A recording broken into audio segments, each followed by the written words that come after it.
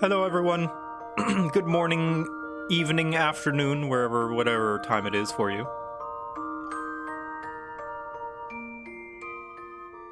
How goes it? ZT107, thank you for the 30 months. Wow. And Brave Beer, thank you for the 4 months. Hello.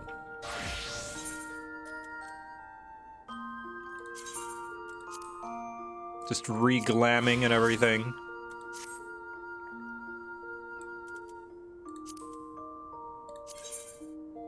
How am I today? I'm doing great. Not only is today going to be more MSQ, right where we left off,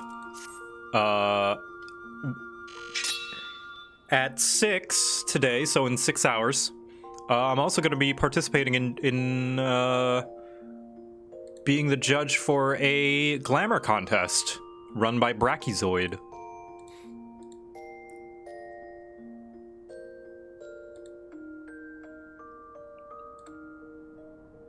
Yeah. Just started this Final Fantasy XIV thing. It's good? Yeah, it's good. Thanks for the 22 months, KB Karma.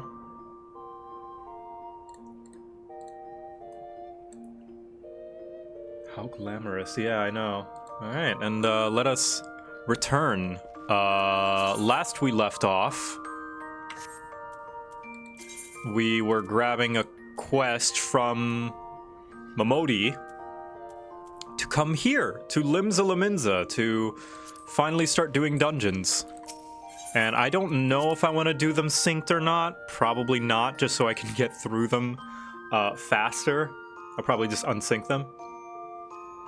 Because, and the reason for that is because I did some math.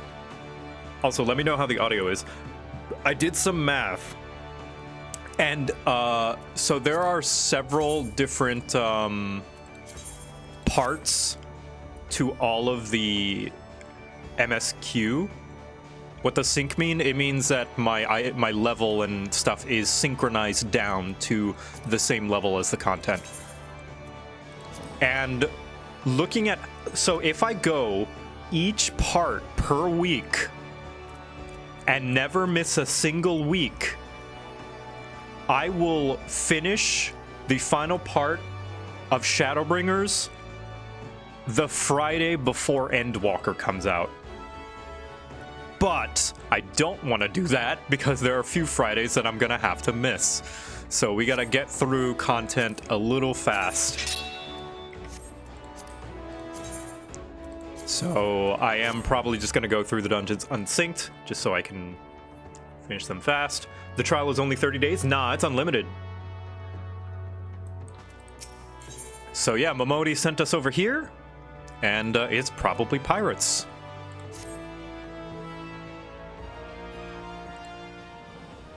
I thank you for taking the time to help me out. Now, I'm sure you're busy, so I'll come straight to the point. Word as it, some suspicious-looking buggers have been sneaking in and out of Sastasha Seagrot, and I need a trustworthy sort to head up north of Aleport and find out who they are and what they're up to. Don't sound like much, I know.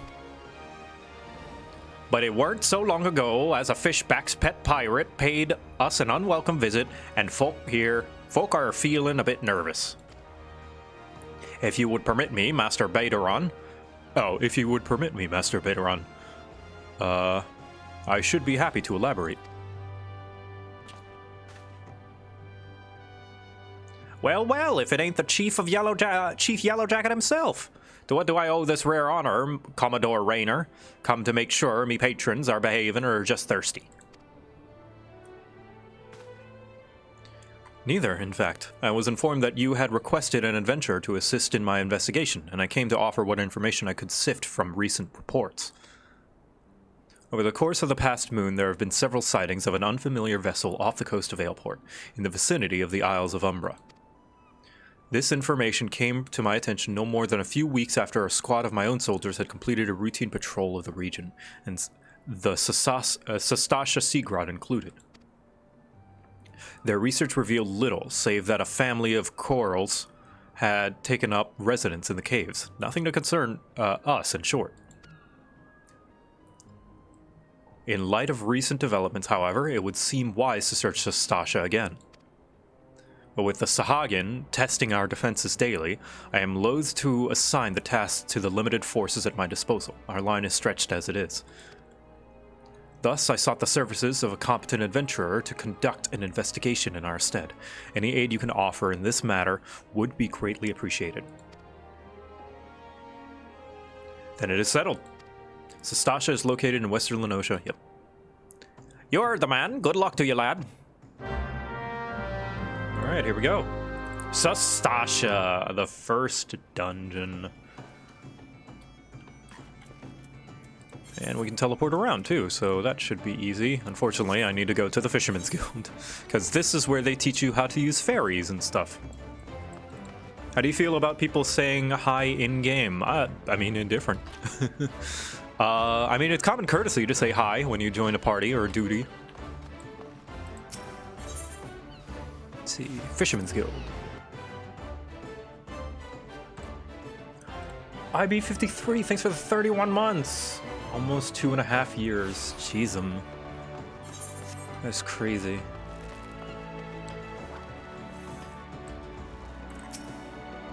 Yep. Going to Aleport. Hello. Common courtesy goes a long way in this game. Yeah, it's like laws, right? Where like you gotta follow the small laws, not just the big ones. Is that a glamour, or am I going in with level 15 gear? It's a glamour. Yeah, I've got a bunch of glamours ready, and a few more I'm going to make for each different part of the MSQ. Gotta be fitting that story, you know what I mean? Ah, crap! I didn't put on my adventuring gear. Hold on. What's MSQ stand for? Main story quest or main scenario quest? I'm slowly learning that glamour are the true endgame. Yeah, and like people joke, but only partly, because even the developers, I'm sure, believe this as well. And you know why I think this is because ultimate raids, i.e. the most difficult content in the game, which are basically gauntlet boss fights with a bunch of hard mechanics, their weapons are not that good in terms of stats. You are better off just getting the weapons that you get naturally. So, what that means is that the only thing they're good for is glamour. The hardest difficulty fights in the game.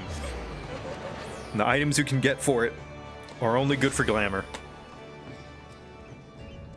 Mostly sour quiches.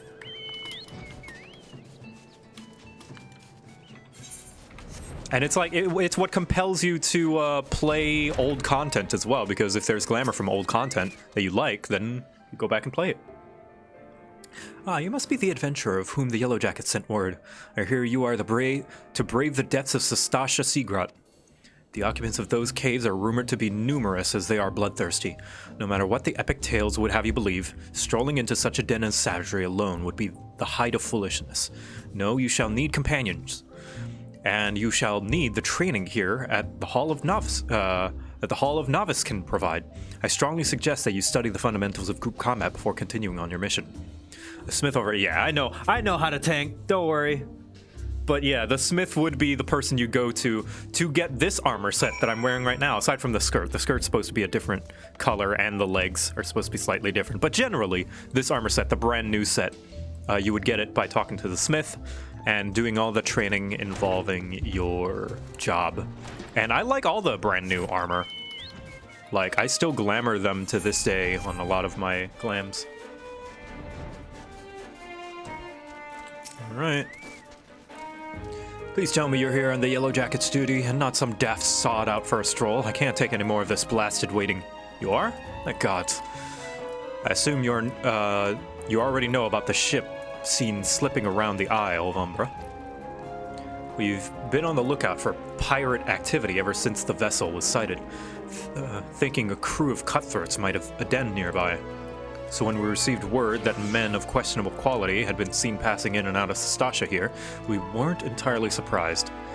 I've yet to see them for myself, but if this lot belongs to those fishback fancy serpent reavers, well, you can imagine the panic it'll cause. The kidnappings are still fresh in people's minds. Anyway, your task is to poke around in the caves and find out exactly who we're dealing with. While you do that, I'll be keeping watch over here, praying you don't spot any blue face tattoos. Alright, and then this starts the first dungeon in the game. Sastasha. We shall do that right now. But we are going to unsync. Boop. I'm a one-man army. I'm gonna destroy everything. Actually, you guys wanna... Nah, I'll just do it. I was gonna say, does anyone want to go through with it, with me unsynced, but I don't know that it would speed up anything faster that my sprint wouldn't already.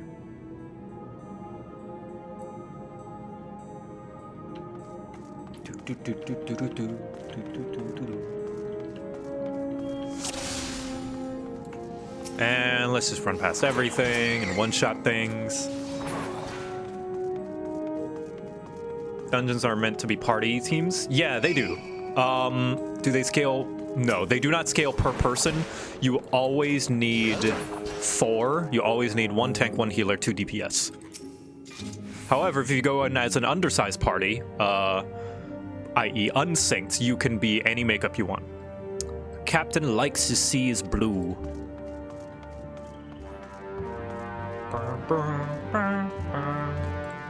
God, this music takes me back.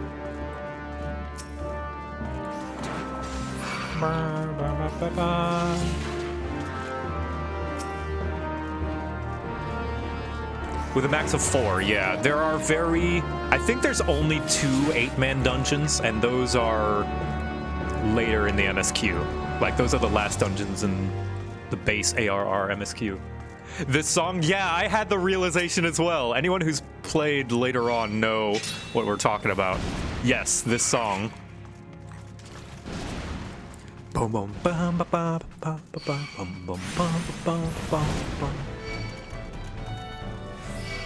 Just aggroing everything because it doesn't matter.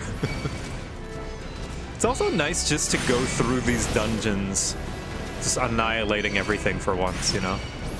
Always fun. Alright, watch this, watch this. Everything's coming in.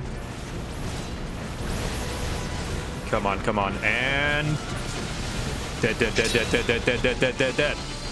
There we go. And the captain likes his seas blue. So we shall choose the blue coral formation. There's the switch. There we go. Oh no, it's a curl! It's dead. And treasure, some low-level gear.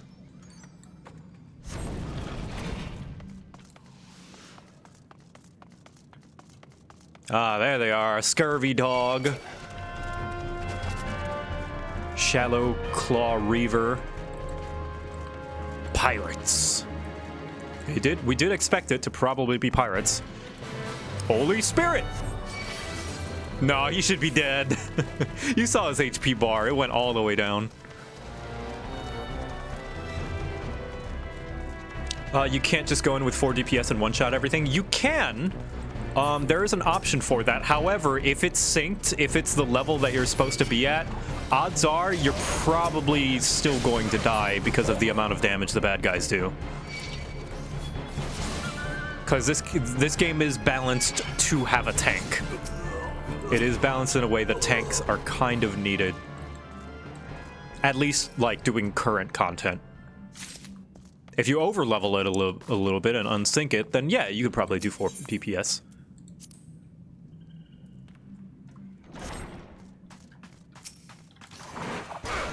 Dead. Rest in peace, side rooms. Yeah, it is a shame that these side rooms. Oh yeah, and you can see all the people who were kidnapped and stuff. Lots of nice little touches in these dungeons that go unappreciated when you're blazing through them. Yeah, the dungeons have become more linear to streamline them, and like I understand why. And I think the game is better for it as well. Key to the hole. Yeah. Oh, yeah. I never go in here. It's basically for extra treasure.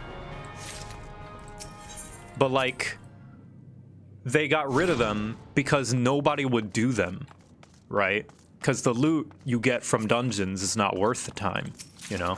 It's like, oh, I got a helmet, you know?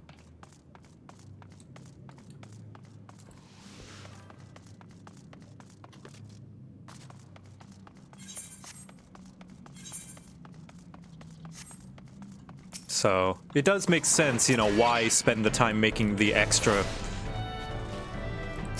you know, work into dungeons if no one's going to explore them, right?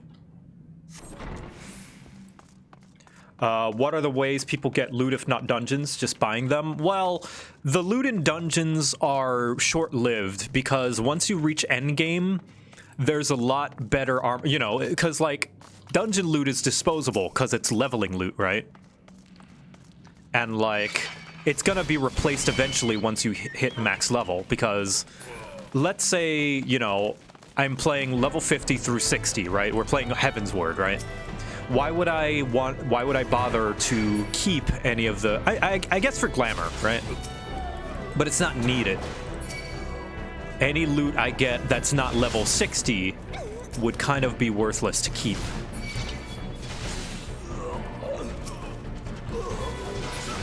But, I don't know, like, having 3 chests in the entire dungeon kind of suffices enough for that, or not just 3. Like, why put those extra chests in optional areas that's going to take more time if you could, instead of just littering them throughout the dungeon, right? Which is what they do now. They just litter the chests throughout the dungeon.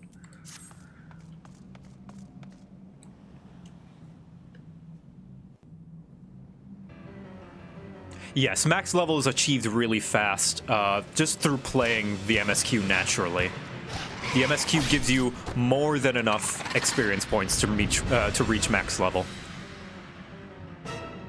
Like, for example, the normal basic max level item level for Shadowbringers is like 450, and my item level, you know, the loot that I grinded for, the endgame loot, is 530, and that was not gotten through dungeons, that was gotten through grinding currency, right? That's one example. Alright. Dead.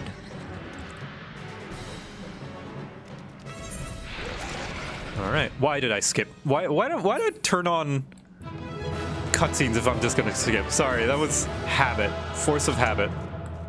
I was like, oh boy, finally I can skip the cutscene.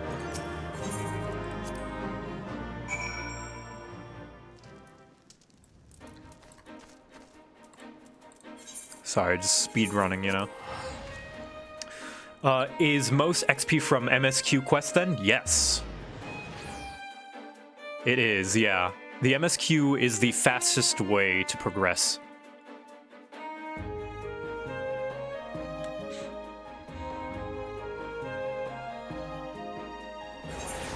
In fact, even if you play on a server that doesn't have the EXP bonus, you'll still out-level the MSQ level requirements.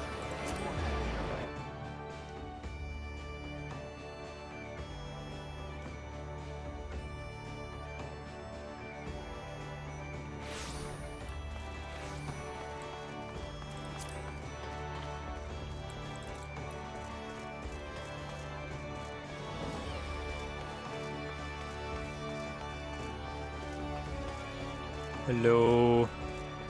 Oh yeah, and if you talk to the smith and do all of his like work, you even get like a special ring that gives you even more XP.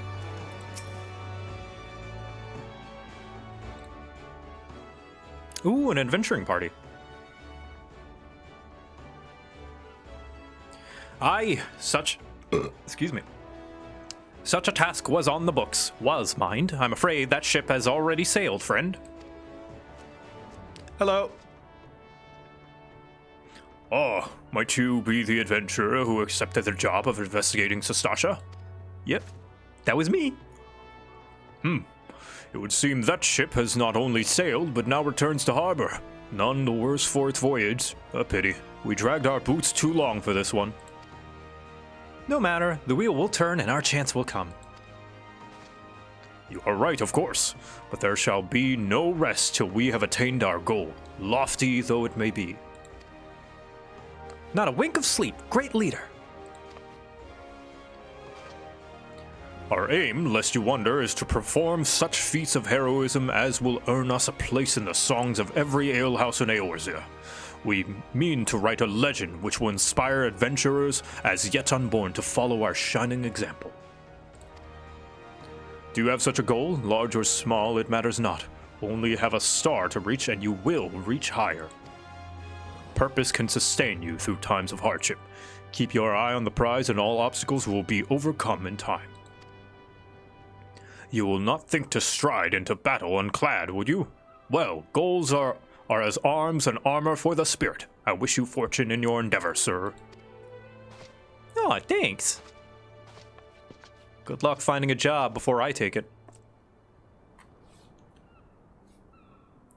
Back then, are you? With all your limbs and a tale to tell, I'll wager.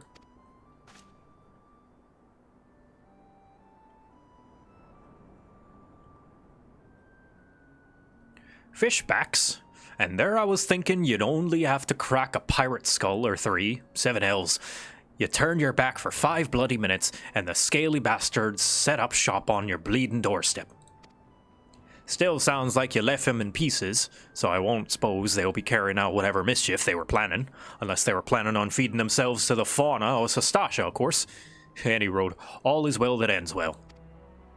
On behalf of Limsa, I thank you for shedding some light on the mystery. You've lived up to your reputation, and I couldn't ask for no more than that. Now, I'll bet you're dying for a rest, but just in case you're not, I was wondering if you might be interested in taking another job. It just so happens that I've had a request from our sister guild in Gridania, see? Seems the forest folk are in need of a venture what can get things done.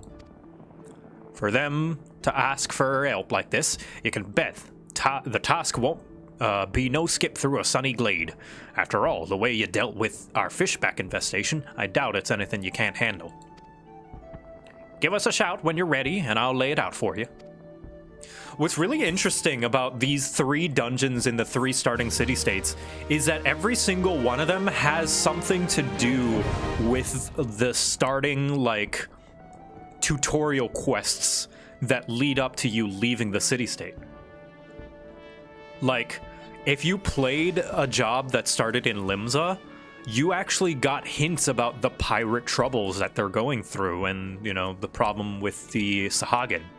If you play through Gridania, you learn about the Tamtara Deepcroft and the problems that are going there, which is going to be the next dungeon. And we're going to learn something about Ul'dah that is going to directly connect with, you know, what we dealt with the Brass Blades and the traders and all that stuff. Ready to hear about that job then? Like I said, the requests come from our sister guild in Gridania. And that's all I know, but whatever it is you get asked to do, I somehow doubt it'd pose any trouble for an adventurer as survive the bedlam of Sastasha. If you think you might be interested, you'll want to have words with Mother Mion, my counterpart in Gridania. Good luck, mate. Mother Mion! Best quest giver. Don't at me. Oh, crap. That's a chat. Sorry. You weren't supposed to see. I need to be better about hiding my chat.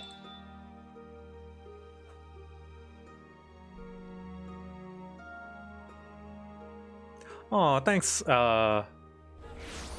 Alien White Fang. Thanks for the 2 months. Love your content and streams. Aw, glad. Oh, look at that little Silvervale emote. Yesterday was Silvervale's birthday, by the way. Oh my god. What the hell? Look at him shredding.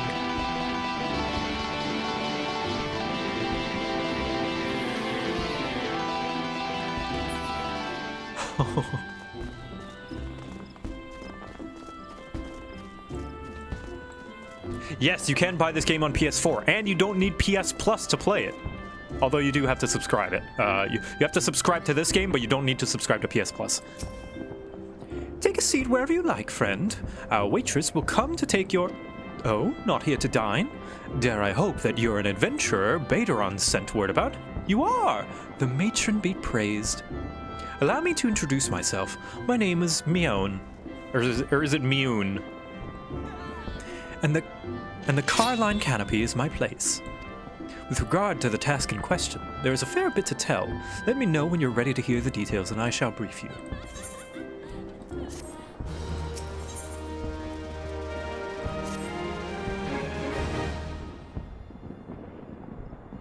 Ready for that briefing? Good.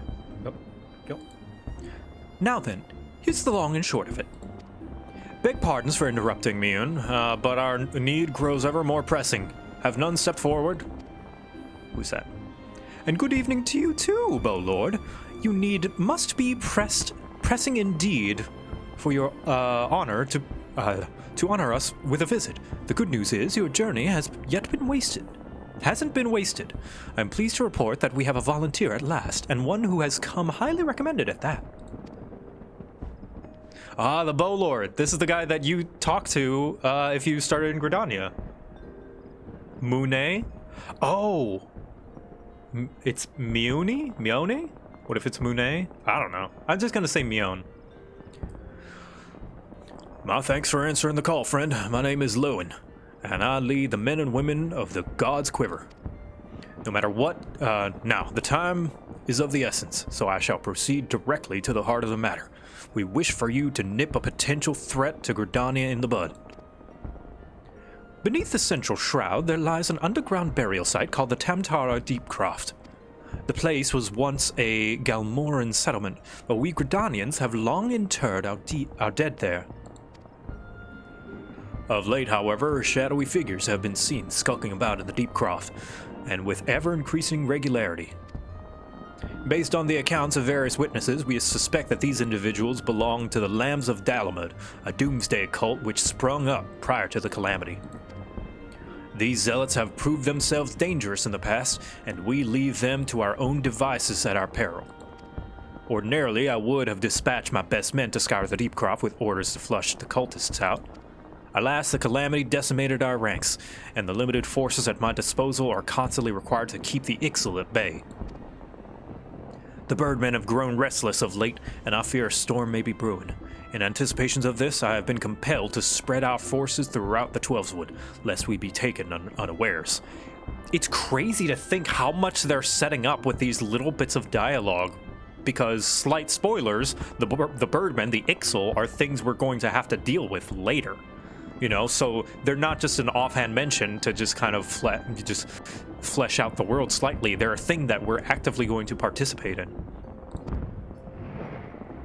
The situation's been so being. We must return to others to deal with the Lambs of Dalamud. Can we rely on you to take this task, friend? Nod. You have my gratitude. Once you've seen to your preparations, make your way to the Deepcroft and identify yourself to the guard posted at the entrance. He will appraise you of the latest developments. That is all. And be careful out there, you hear? May the crystal guide you and your keep.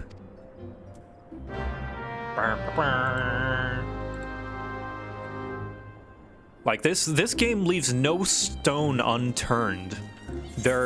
There's very few plot holes. Whenever something's mentioned and you're like, wait, but what's going on with that? Odds are there's an answer to it somewhere in the game. Whether it be a side quest or a main story quest that continues and does answer that question if it's pertinent. It's pretty good at that.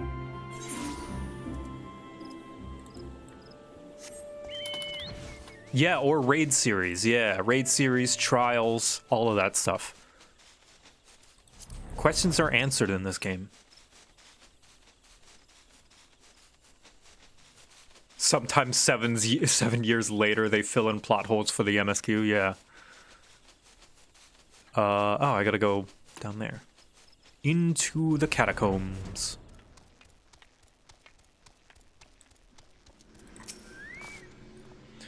You're Victor Quibbles, I take it? Thanks for helping us out, friend. No doubt the Bow Lord has already informed you, but our task is to enter the Deepcroft and purge it of the Lambs of Dalamud. In case you're unfamiliar with them, the cult emerged shortly before the calamity to put an end to the 6th astral era. The cultists took the lesser moon Dalamud for their god, believing that it would deliver them from devastation. And so they were rather disappointed when Dalamud exploded into 1,000 flaming pieces before it could complete its descent. Now, having seen their god turn to ash, one would think that the cultists might feel moved to question their faith. On the contrary, it served only to stoke the flames of their fanaticism. The Lambs of Dalamud are convinced that heretics, that is to say everyone but them, interfered with the coming of their Lord and Savior, and that it's now their sacred duty to avenge him. Whatever it is they're doing in the Deepcroft, you may be sure that no good comes from it. For the sake of Gridania and Eorzea at large, put an end to their madness. Aw, people are sending me nice messages in-game. Aw, thanks, Yuki. Alright, let's see. The Tamtara Deepcroft. Oh yeah, there's lore. Since its establishment during Galmoran times, this subterranean crypt has been used for generations as the final resting place for the remains and rulers and nobles. Since the calamity, however, the tunnels have been overrun with the Lambs of Dalamud, a deity cult who worships the now fallen satellite as their savior. It is in the Deepcroft that these twisted souls silently plot revenge against those who fought to prevent the advent of Dalamud, summoning any dark presences who will aid them to this end, no matter what the cost. But what if Bahamut be the god and not Dalamud? Maybe, I don't know. I guess we'll see. And here we are. This is whenever dungeons are first shown, we get a little overview fly-through, like a drone camera.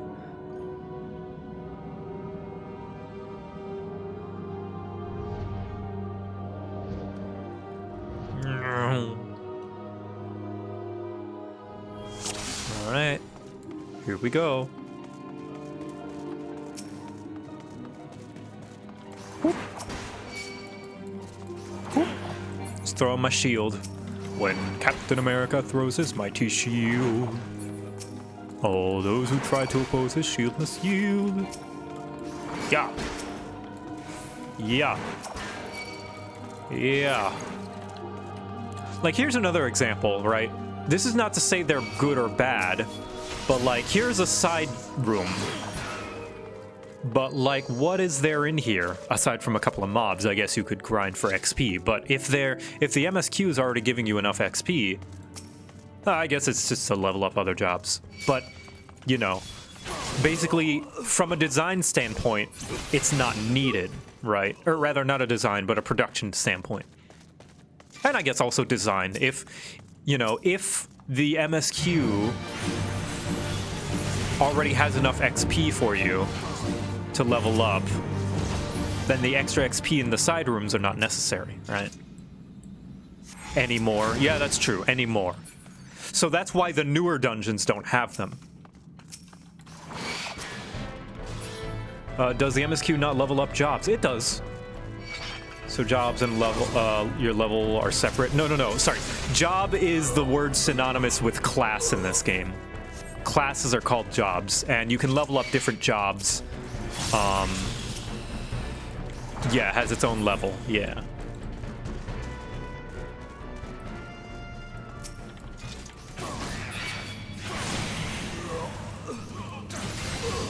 Go.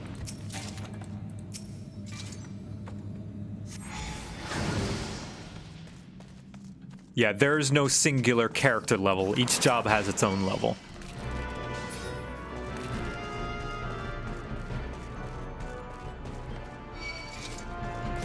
Yeah, with how the game's design has changed over the years, the side rooms don't really make a lot of sense to keep. Which I get, you know?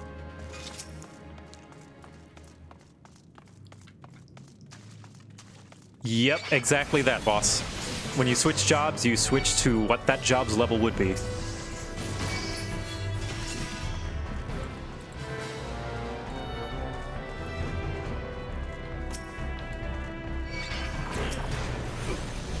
Shield throw. Sword poke. Bam.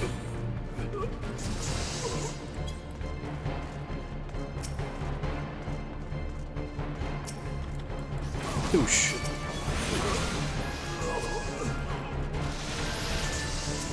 Oosh. Yeah, it was a sword slap. You know, unpredictable auto attacks, all that stuff. Hey, you want to see a cool skill? I can flip my sword. I can throw my sword in the air. Whoop.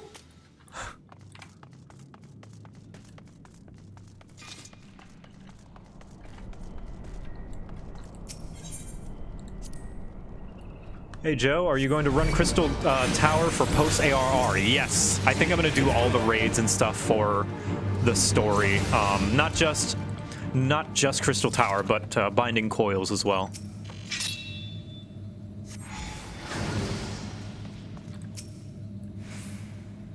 And I'll invite people for those, because I want to do those synced.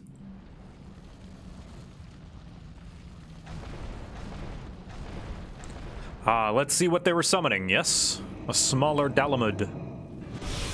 Who summons me from the void to reside within this crude vessel? A Mind Flare. Good. You seem surprised. Did you not cross our gates in search of blood? Come hither, children of the dawn. The undying master will drink deep tonight.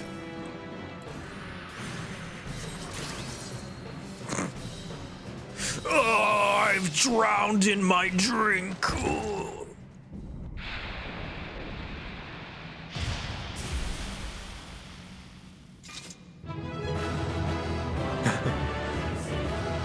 Best joy. Yeah.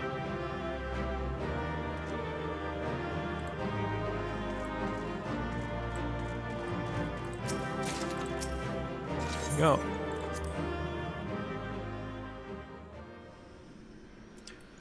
Did I skip the story my first time through, or am I just wanting to experience it again? Yes and yes. Long story short, I wasn't enjoying the game's story because the actual quests were tedious. Never mind the dialogue. Like, the dialogue was fine, but having to read so much and doing so many tedious quests turned me off of the story. Like, I was like, no way all of this is worth reading all of that. And so in an attempt to just find the fun part of the game, I skipped to Shadowbringers. Played through Shadowbringers, started to realize, wait, shit, I'm missing context. Watched all the cutscenes leading up to it. I'm like, wait, this story's good, actually. And then read and paid attention through Shadowbringers, and now I'm playing through it to get a refresher.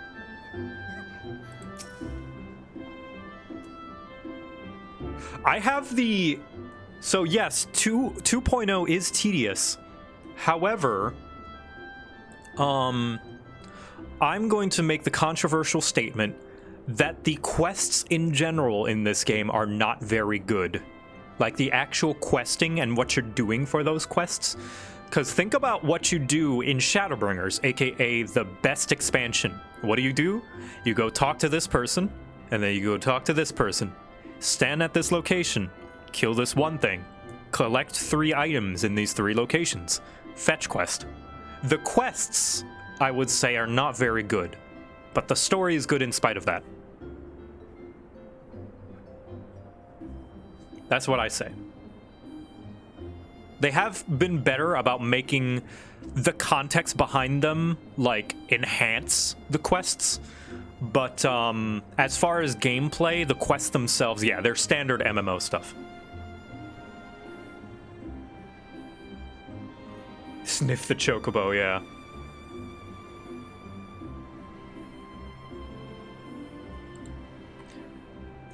Welcome back, Victor. I am reliably informed that your foray into the Deepcroft was a success. Nor did I expect anything less. Baderon's ringing endorsements left me in little doubt as to your capabilities. Even so, you are to be commended. Lord Lewin asked me to pass on his thanks. I must say, it's something of a relief to be able to call upon such a capable adventurer. Thanks, Mom. Sadly, death has become an ever more common occurrence within our fraternity of late.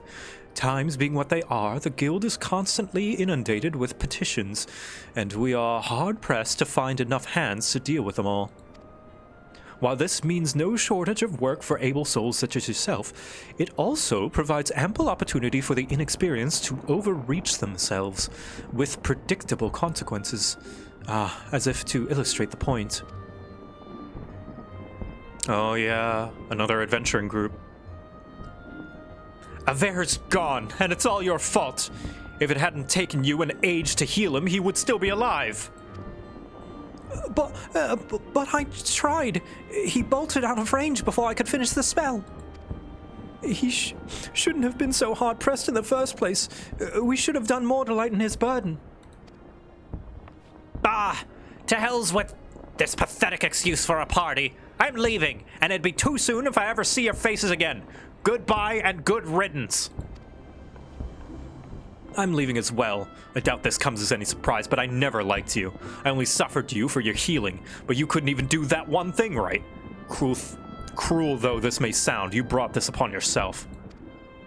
Oh, and by the way, by way of some parting advice, get rid of Aver's head. Bury it, cremate it, do whatever the hells you like with it, but for God's sake, stop carrying it around. It's just get rid of it, alright?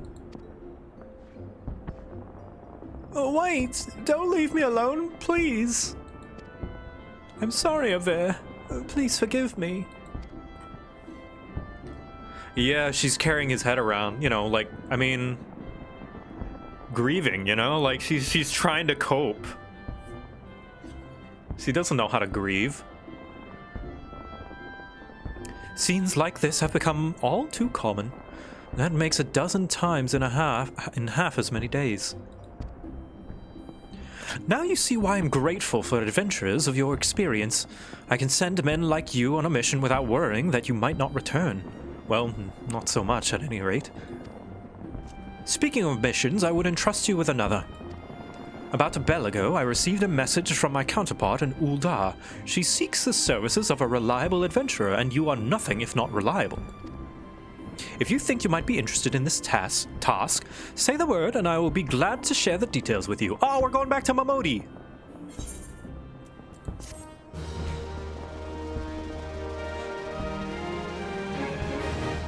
Everyone shows up everywhere in this game is what I'm learning. Yeah, well, because, like, these characters exist in this world. They don't just disappear. So, you're not averse to taking a little trip? Let me hide the chat shit. Wonderful. As I mentioned earlier, the request comes to us from the Adventurers Guild in Uldar. Once you've arrived, seek out Momodi, the proprietress of the Quicksand. Think of her as the Sultanate's version of myself. Chances are she'll send you into the mists of danger, but I'll have every confidence that you will pull through unscathed. Now off you go, Victor, and good luck! Thanks, Mom! Back to Uldar.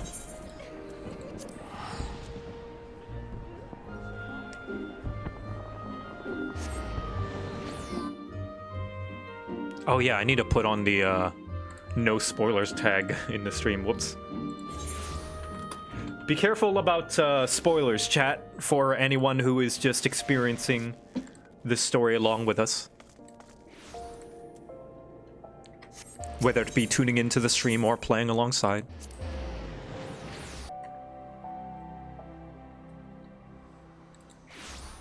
Am I going to do Path of the Dead? Maybe. Maybe. Well, I mean, I've done it before. If you're talking about on stream for this Realm Retold, I do not know. Not so sure. Depends on how much time I have left. Welcome... I don't remember her accent. Welcome to the Quicksand, friend. I'm a tad busy right now. If you wouldn't mind showing yourself to... Oh, it's you, Victor! And there I was, spouting the same tired lines. Mione sent word that you'd be reporting for duty. And she also made a point of calling you the adventurer of the moment. That ain't no small praise coming from her. But you didn't come all this way to listen to me prattle. Doubtless you're eager to get started, so let's talk business, shall we? Oh, it's nice to see you again, Momodi. Did she ever have VO? Nope. Oh, look! It's, oh, what's his name? I forget him.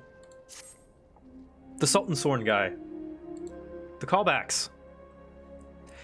The petitioner ought to be arriving any moment now. Yeah, Papa Sean.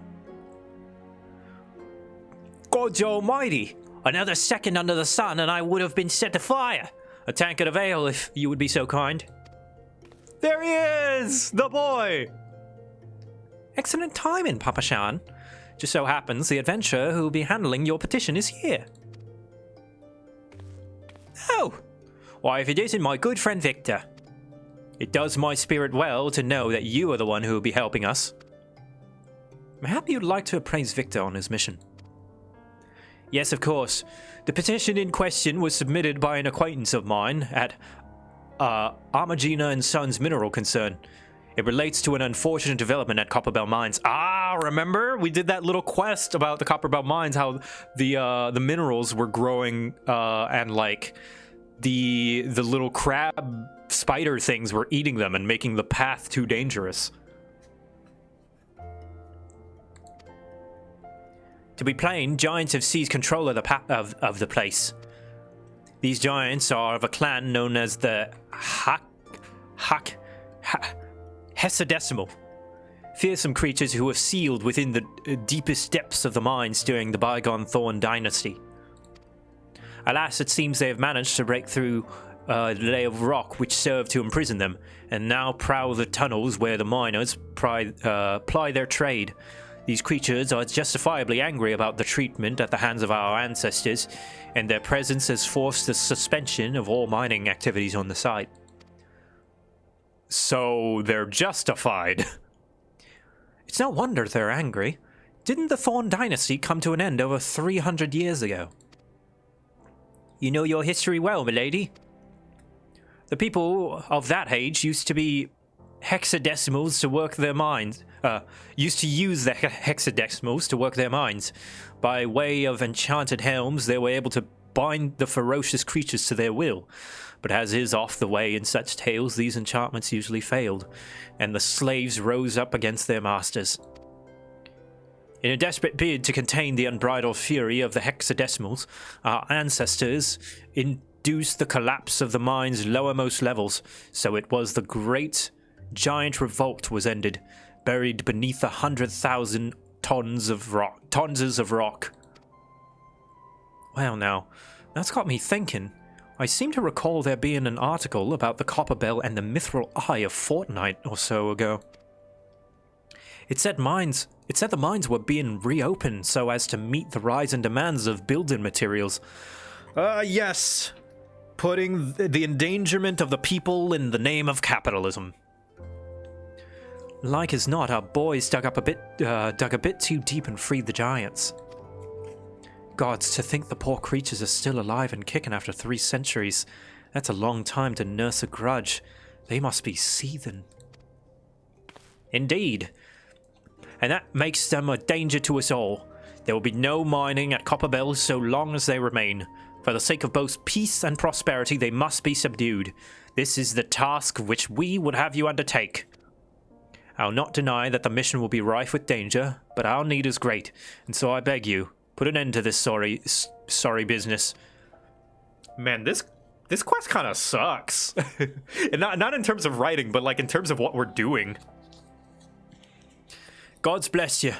I fear you might have reservations, but I assure you it is for the best. In case you don't know, Copperbell Mines are in the way. Yep. And one last thing before you depart. An employee of the Armagina and Sons is presently... Oh, geez, sorry, I'm burping. Is presently at the quicksand.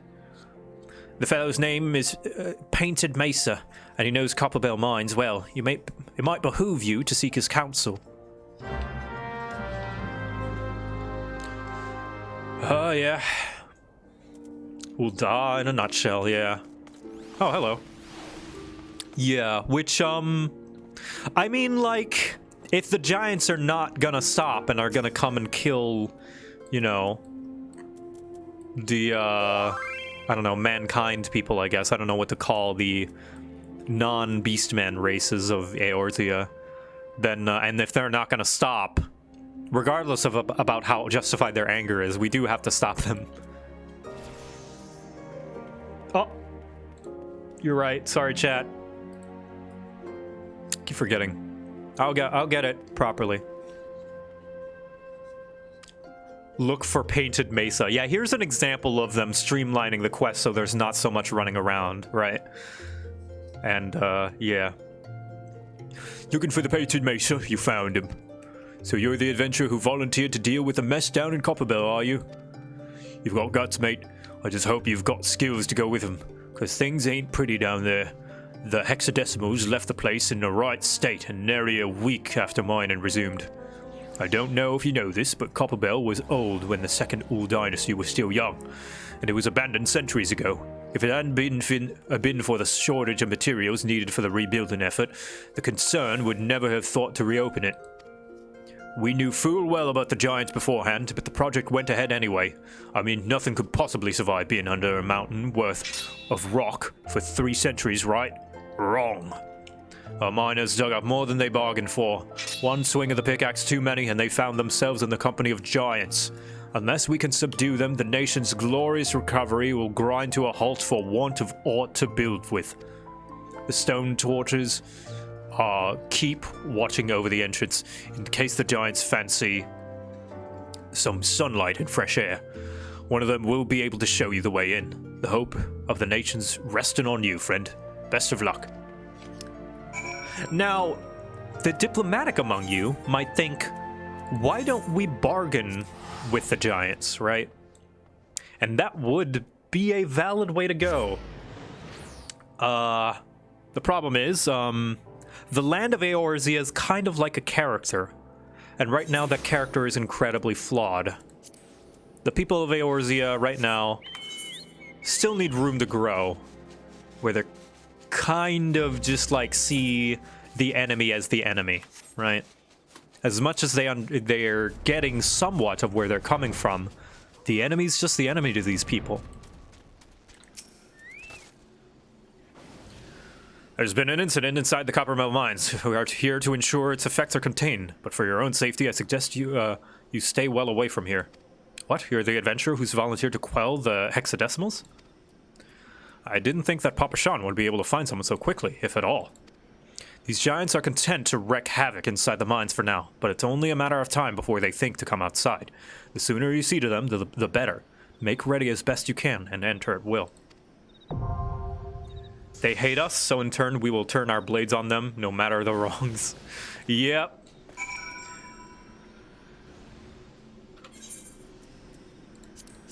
And these giants are angry and dumb, so all they want to do now is murder, yeah.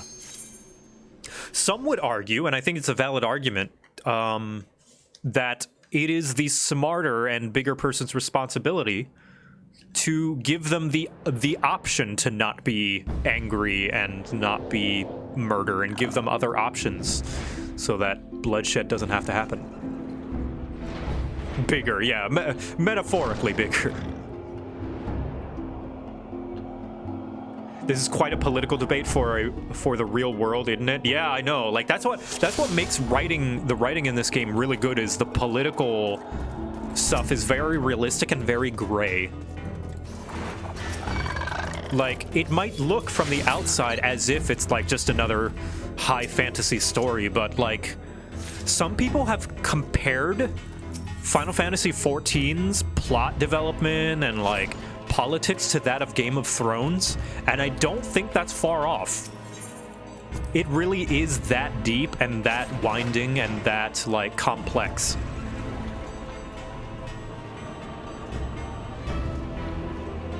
That is not an overly generous description.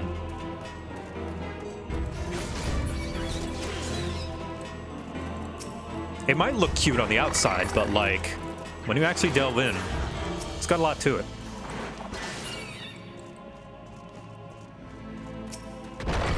The difference is shit actually gets done in Final Fantasy. Yeah. To be fair to Game of Thrones, I think shit was going to get done. And the natural progression of the story was that it would be in the final season. Final seasons.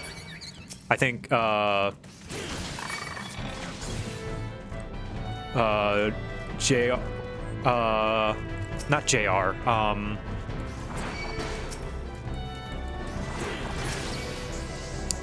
what's his name? The author, basically, was saying that it could have gone for longer to fully develop everything. George R.R. Martin. I was like, J.R.R. Tolkien. It's like, no, no, no. That's Lord of the Rings. It's another just sound.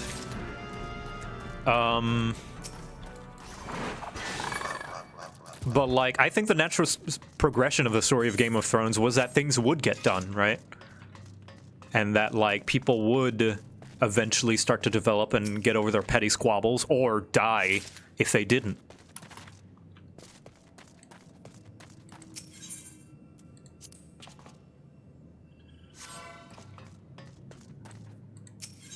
Barebones Senpai and Yogurt the Wise, thank you for subscribing.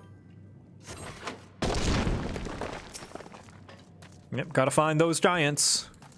Where are they? Ah, yes. I forgot about this part of Copperbell Mines, aka the waiting part. This is another part that they streamlined. Another thing that, like, why a lot of dungeons are very similar in their structure is because when they do it differently, it's like when you have to rerun them, the novelty wears off really fast. And it's like, okay, here's the waiting part. But I guess you can do it better in execution. Maybe the problem isn't the idea. Maybe it's a matter of executing it in a way that doesn't make the novelty wear off. Because there's a Stormblood dungeon that I really like where the boss doesn't have you doing any damage. It's purely a dodge the mechanics boss. And I like that. That's a cool little gimmick and novelty that I don't feel annoyed by doing, you know, over and over again.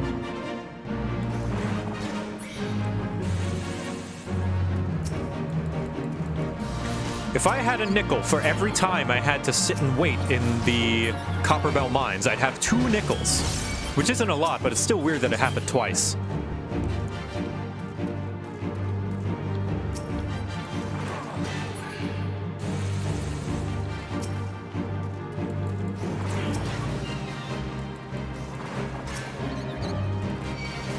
I was thinking about that. Is that dodging mechanics is still gameplay, waiting isn't? That is true, yeah.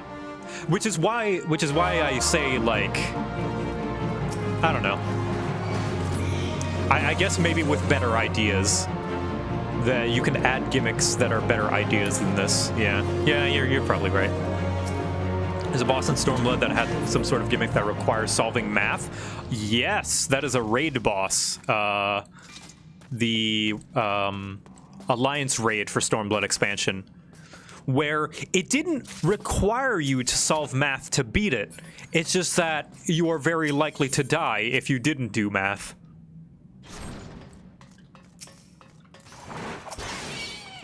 Not always, though. Maybe someone could heal you out of range.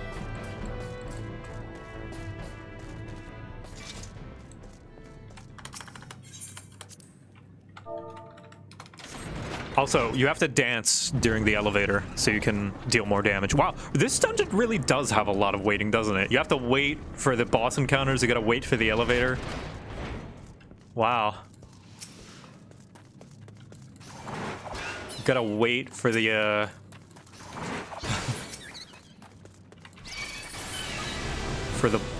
bomb interaction to go off. Yeah, this is probably the weakest of the 3 starting dungeons. Hello! Is that Zach or Alec? Same in Thornmarch? Oh, yeah.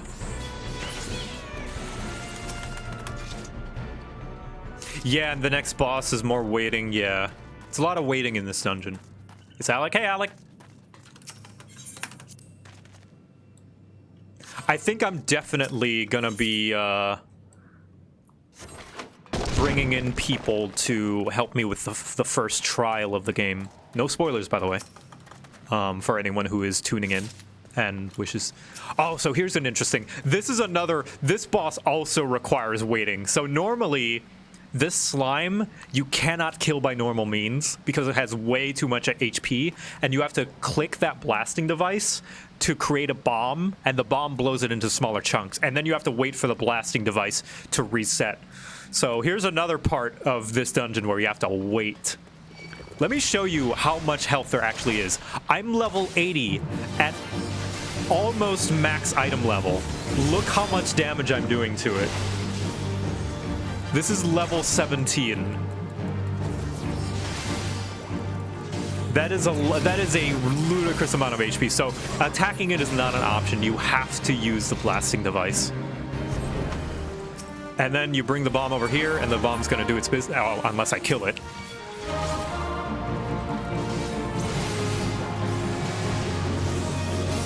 But yeah, this boss is also a lot of waiting. Notice the plunger has not reset, so I have to wait. Yeah, it's this dungeon's a lot of waiting. You have to do that 3 times. Yeah, the DPS basically do nothing in this part. Because, like, at the level you're supposed to be at, you can't do any damage. Like, look at this, I'm doing my AoE rotation. And this is like a normal 80 mob pull. This is like the pace of a normal level 80 mob pull.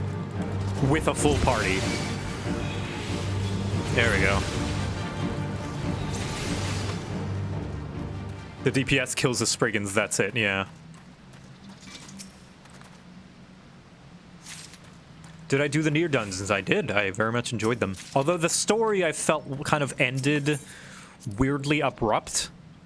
And I know that there's like post-story stuff where you get the notes from them and stuff and turn-ins. But I don't know. I feel like it's the weakest in telling its story compared to the rest of the Alliance raids. Because the other Alliance raids at least told them in the actual, like, quests story, right? I felt like it was kind of leading up to something, and then it just kind of didn't. Which I guess is hard to do with a crossover event like Nier, you know? Maybe that's the point, but my opinion is that it's weaker for it, and it could have been done a little bit better. Yeah, you have to do a weekly quest for the Nier to finish the Nier story, and even that, I don't know how satisfying it is. Slaves no more! Free! Free!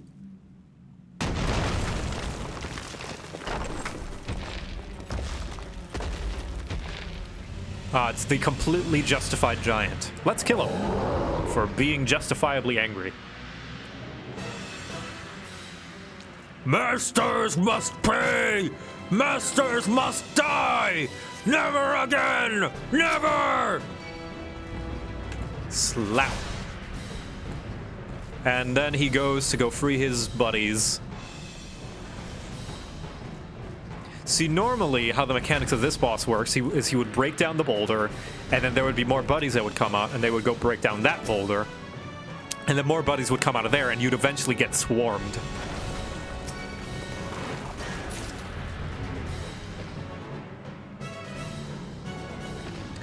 It is kind of interesting. I mean, I don't doubt it.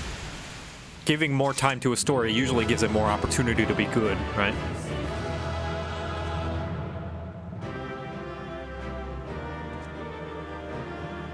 I felt bad about killing this guy. Yeah, I do too. And I think that's kind of the point.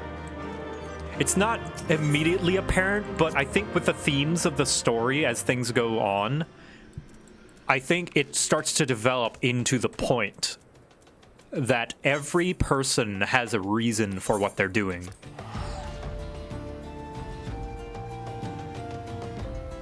Not that they're like, not that what they're doing isn't bad or wrong in some way, but there's a reason, right? Like, yes, it's fine that they're angry, justifiably so, but we can't let them kill everyone, right? It's like cool motive, still murder, right? Or I guess in this case, still murder, but cool motive.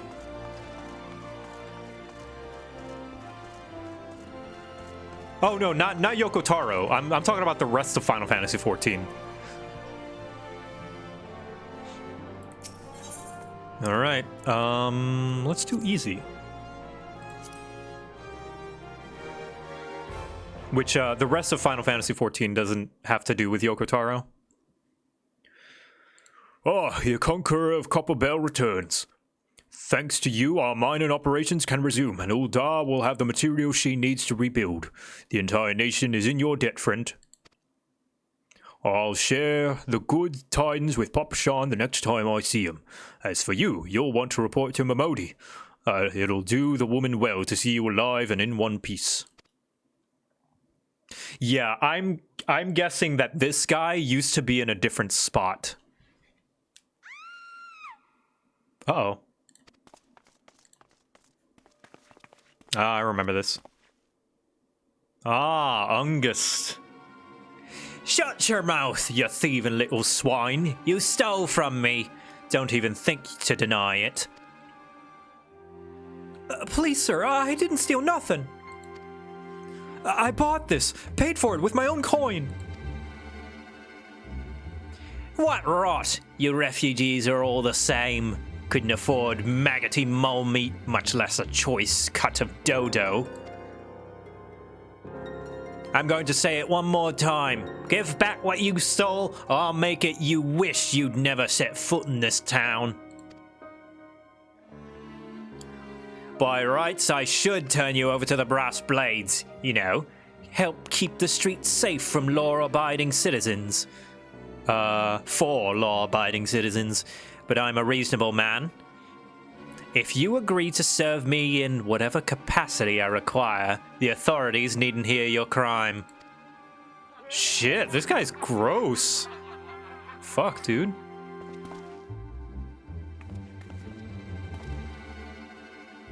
But I ain't done nothing wrong. 12 is my witness. Isn't that a crime? Not when you're rich.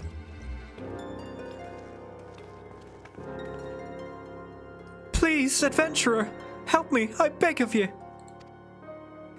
I swear on me mother's grave I didn't steal nothing. I bought this with the coin I'd save. I only wanted to treat me children to a decent meal.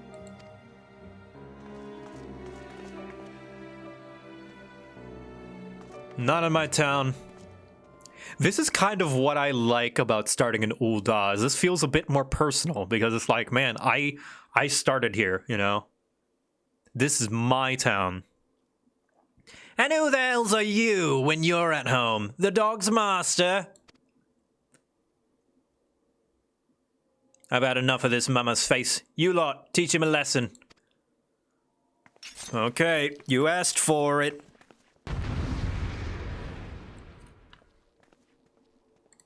Oh, whoops. There we go.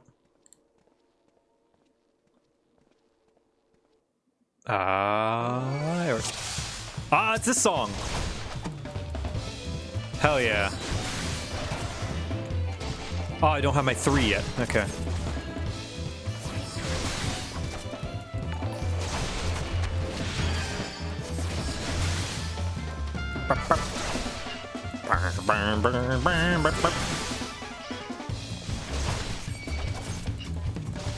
Yeah, they're freaking out. Hey, you're a healer, right? There we go. But damn.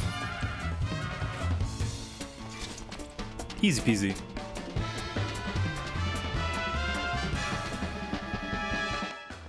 Yeah, it's the wacky trial theme, which is weird for such a serious, like, moment. I ain't getting paid enough for this. Hey, where the hells do you think you're going? Hey, nice. Thank you, kind adventurer. Thank you thrice over.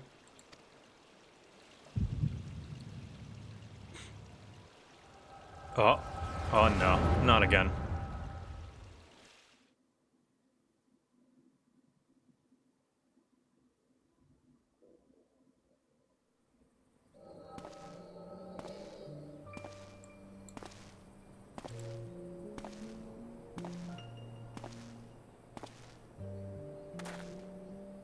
Headaches, the worst enemy in Final Fantasy XIV.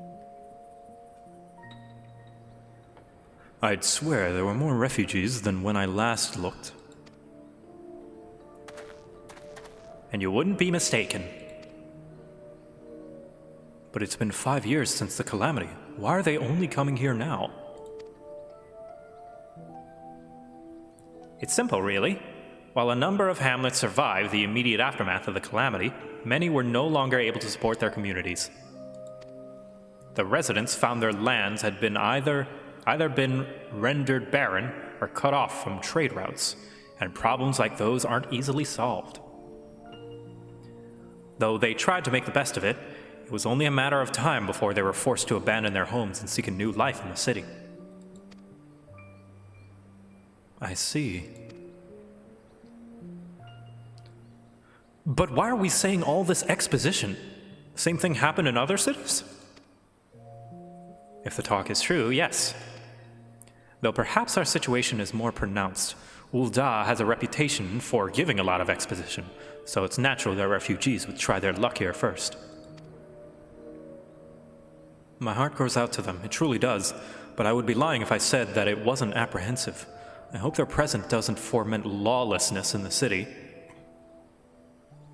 Dang, dude. This guy was really like, man, I hope all these immigrants don't cause a lot of crime.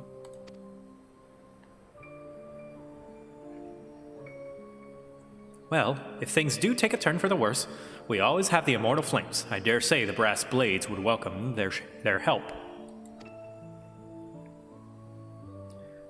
The heroes who fought the Garlean Empire patrolling the streets for riffraff? It may well come to that. Impoverished and desperate as they are, you may be sure that some of the refugees will turn to crime. You know what this place is like. If you've no coin, you've no hope. What will become of our city? Not all refugees are banned, mind you. Some are able to find employment and lead honest lives. There she is. Dodo tenderloins. Get your dodo tenderloins, guaranteed cheapest in Thanalan. Thank you for your custom, madam. Please come again. Looking around, you'd think that Ul'dah was well on its way to recovery. But peer through the veil of prosperity, and you'll see no end to the misery and suffering.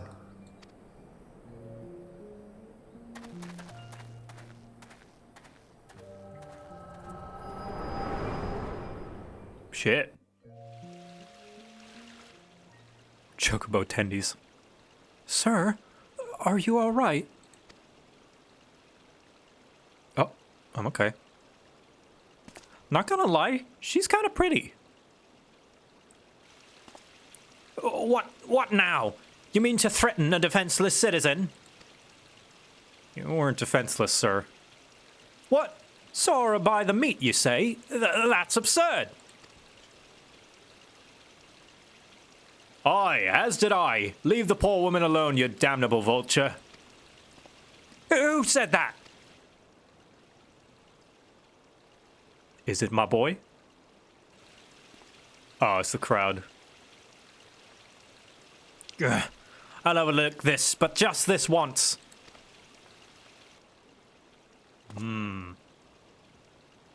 God bless you, adventurer. If you hadn't come along when you did, who knows what that monster might have done? It don't bear thinking about. Yeah, you go home to your kids. Feed them those chicken nuggies.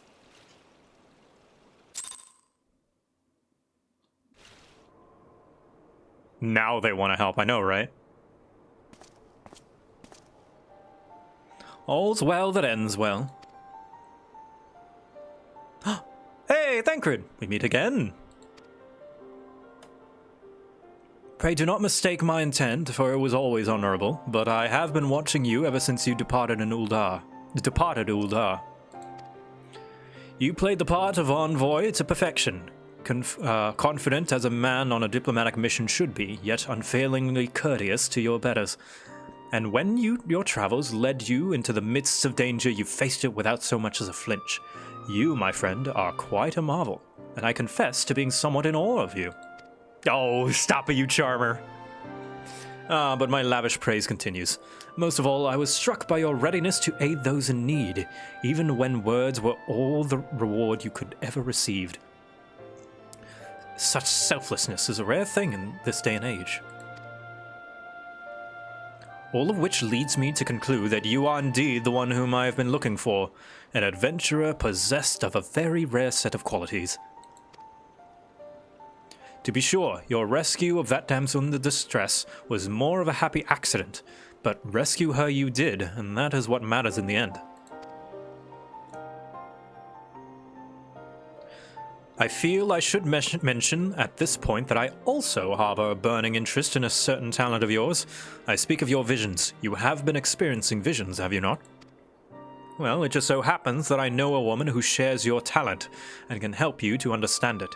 She and I belong to the same organization, and we should both be delighted beyond words if you would agree to join our cause. Naturally, there are benefits to being a part of such a collective. For one, we should be glad to assist you in realizing your potential as an adventurer. You need not give me your answer now. Think upon it, and if you feel moved to help us, as I pray you shall, speak with Mamodi, the ever lovely and youthful mistress of the quicksand. We're rising on up, boys.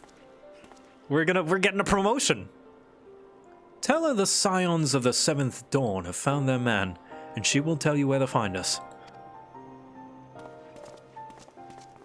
And here we go.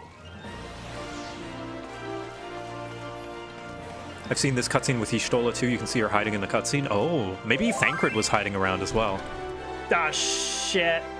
Sorry. I'm so sorry. I'm bad at hiding that. Trying to contact you regarding the Chocobo extended warranty you may be eligible to. Now covering... Oh god, it's an ad. Oh no, it's the Geico Gecko. Hold on, I need to show you guys this. Oh no, there she is, the Geico Gecko. Hello, Mr. Quibbles. We've been trying to contact you regarding the Chocobo extended warranty you may be eligible to, now covering Balmung damages. Have you been changing the fluids every 30,000 moms? If you don't change the fluids, the knees of your Chocobo may lock and yeet you into the horizon while riding it. You can save up to 15% off your Chocobo insurance with Geico. I'm not interested.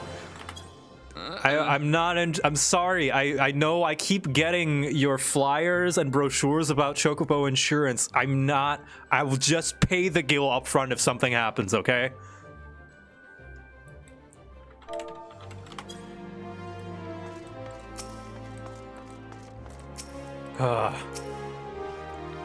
Damn loan sharks, man. Ul'dah is filled with them, I swear. Scenes like that are becoming ever more common, I'm afraid. Don't worry, though. If you work hard, you'll probably be all right. Is that an actual guy or is it an NPC? Yeah, that's a person. That was a player. Saying that, if you ever find yourself in a spot of bother, come and see me. Just don't go pestering me every time you graze your knee, eh? Of course, I do enjoy hearing tell of a gentleman's woes with women folk from time to time. Mamodi drinks incel tears. Ah, Victor. Sorry to keep you waiting. I was just providing guidance to a fresh-off-the-carriage adventurer. But gods, it's good to see you safe and well. To look at you, no one would ever guess you'd been hard at it with the giants in the dark. I never doubted for a moment that you'd succeed, of course, and neither did Papa Shan, which ain't to say he won't be overjoyed. Oh, before I forget, there's a lass here who wants a word with you. Oh god, is it Geico again? Didn't actually know your name, but hearing her description, I knew who she meant right away. Oh, it's her! From, Gridania. Thank you for sparing your time. I realize you don't know me, but I've been longing to speak with you for a while. My name is Edda. I'm an adventurer like you, though I'm not very good at being one, in truth be told. Anyway, I was adventuring with my friends in Gridania when... I'm sorry. We were in Gridania when the leader of our party was killed. His name was Aver, and he and I were to be wed in the spring. You may not remember him, but to say that he remembered you would be an understatement. He would sing your praises from the dawn to dusk. He saw you for what you were, and you see, an adventurer's adventure, and swore that he would be like you one day. Ah, that's why he picked up Tank. It's not why, but I like that. I like that picking up, like, you can draw that parallel if you like. I kind of like to think so. Playing Paladin really is, like, the best. You start in Ul'dah, the guy who died played a tank like you. I believe that he would succeed had a fiend not robbed him of the chance. Since that day, I have thought long and hard about giving up adventuring. But when I think of the man you are, of all that you've achieved, I find that I am inspired just as Zavere once was. And so I decided to start again as an adventurer. I will go back to the village of my birth and begin my training anew. Oh, that's very strong of you. But I wanted to meet you first, to ask you your name. I am Victor Quibbles. I hail from far beyond. Victor Quibbles, I shan't forget. Thank you, Victor Quibbles. I pray that we will meet again. Fare you well. Adventuring can be cruel, bleeding business. Time was. I didn't know why anyone would bother. When they first asked me to take charge of the guild here, I didn't want naught to do with you lot. Though it'd be right, pain in the arse looking after you all. But against my better judgment, I decided to accept the post, and I'm full glad I did. I feel privileged to be a part of your lives. And that goes double for yours, Victor. Oh yeah, Thancred said the Scions of the Seventh Dawn. What'd you say? You wanted to know about the Scions of the Seventh Dawn? They're beginning to move in earnest, then. Listen, Victor, the Scions ain't no ordinary folk, and the work they do ain't no ordinary work. I know full well how capable you are, but even you would think twice about attempting some of the stuff they do. Knowing that, if you're still certain you want to get involved, I'll tell you what I can. Alright, here we go. Yep, we learned that adventuring is no easy business, and so rising an adventure will not be easy business either.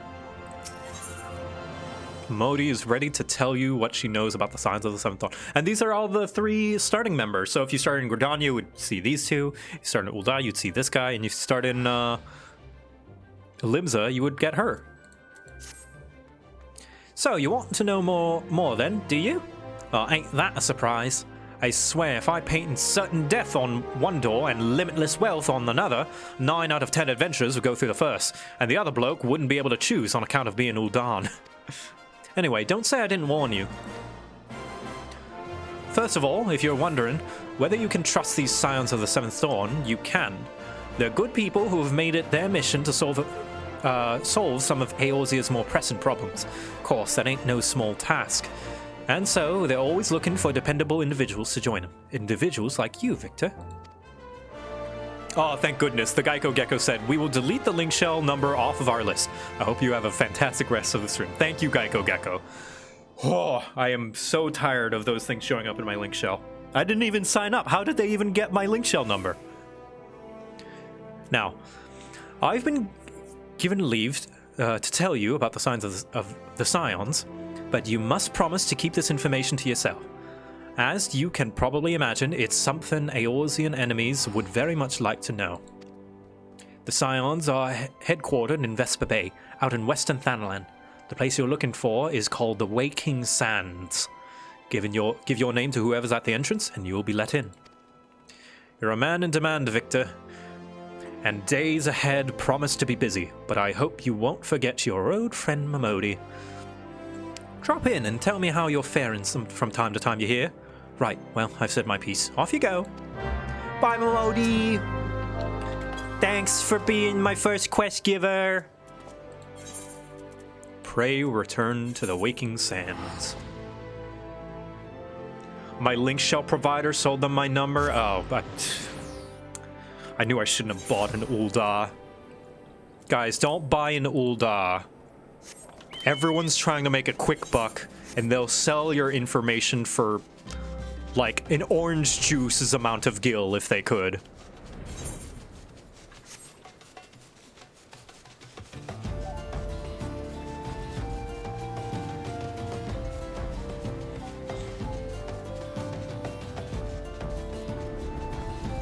It's like 14 gil. Actually, we can see how much orange juice cost. I know, because this woman loves orange juice. Hello. How much is orange juice?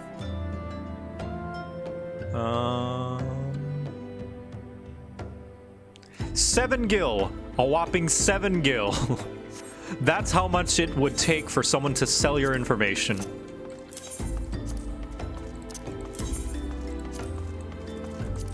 Oh yeah, I was grinding triple triad earlier. I'd sell my dignity for 7 gil too.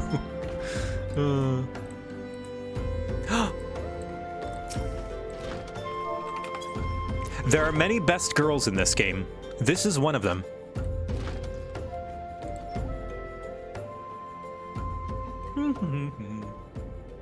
Deep in the desert of my heart, a lonely flower blooms, yearning for the heavens above to quench my thirst for you.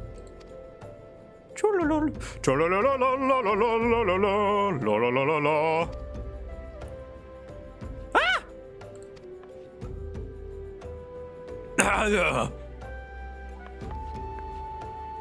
I want thank you not to sneak up on me like that. Now, please be advised that this is a private property. Unless you have pertinent business here, I must ask you... Scion sent me, Victor Quibbles. Here at the behest of Thancred.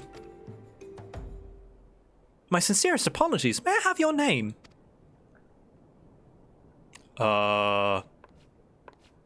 Biff Jerky. Victor Quibbles, Victor Quibbles. Ah, here you are. I bid you welcome to the Waking Sands, headquarters of the Scions of the Seventh Dawn. My name is Tataru, and I look forward to assisting you during your time with us. Ta-da! The antecedent is within the Solar. I shall let her know to expect you. Oh, I love you, Tataru. Beef jerky? No. Biff jerky. Biff. B-I-F-F. MSQ has taught me one thing. Oh yeah, she's the accountant. She's in charge of all the money and stuff. All right, so here's one thing that I didn't do first time I played through the MSQ is the small details in the NPCs. Now, considering this is just a higher up adventuring guild, essentially, there are higher up adventurers in here, including Arenvald. I had a dream unlike any other. Always myself, but then I became something more. When I spoke of it to the others, they directed me here. Did you have that one too? Yeah, he sees visions too. That's a hint. Owly? Hello. You look like the girl from the 1.0 trailer. That receptionist is something else. Did you perchance notice how small she's written the names in her role? I couldn't make out a single one, no matter how hard I tried. Sorry, just trying to make out of a conversation. This whole affair has me all worked up. I thought for sure that it was some sort of scam, that they were rounding up hapless adventurers for some nefarious ends. But now that I've seen the facilities for myself, I must confess it looks legitimate. Yeah, so basically, just to reassure you, they're not here to harvest our organs. Hold on. Fellow cat boy. Oh, geez, I can sit on the box. Oh, nice.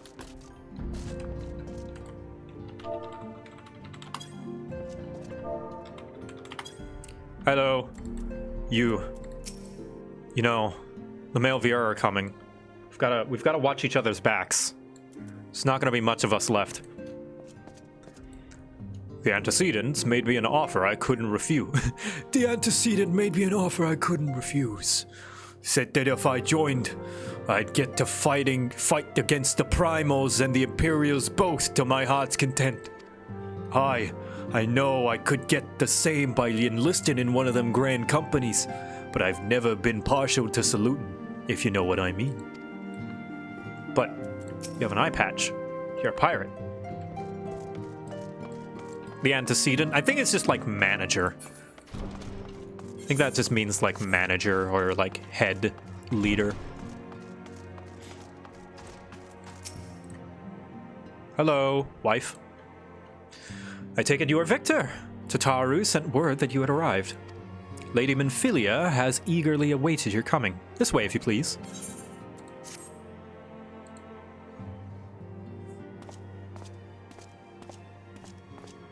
So you're the adventurer of whom I've heard so much. Well met, friend.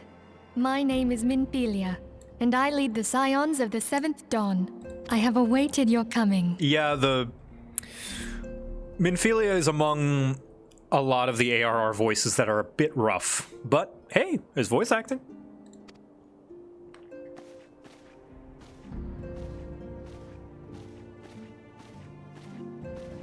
Please, be at ease. You are among friends here. Return of the boob napkin. Yeah, her outfit is a little ridiculous. Well designed, I would say, but not befitting the character in my opinion. I feel like something like what Minfilia would wear would be more suitable. And this is not just me being a prude, because I feel like, you know, her outfit suits pretty well, you know? No doubt you are ripe to burst with questions. But have patience. All will be revealed in time. First, let me begin by telling you who we are and what we do. We are the Scions of the Seventh Dawn, an order that transcends political boundaries. Our single objective is the preservation of the future of Eorzea. But I mean, like, it's whatever. It's not a huge deal, ultimately. It's like, I mean, it's there. Among our gravest concerns are the godlike beings known as the Primals. Yes, godlike beings, primals. We've heard of those a few times. Their existence is a bane upon Eorzea, nay, the world at large, and we have striven to find a lasting solution to the threat they pose.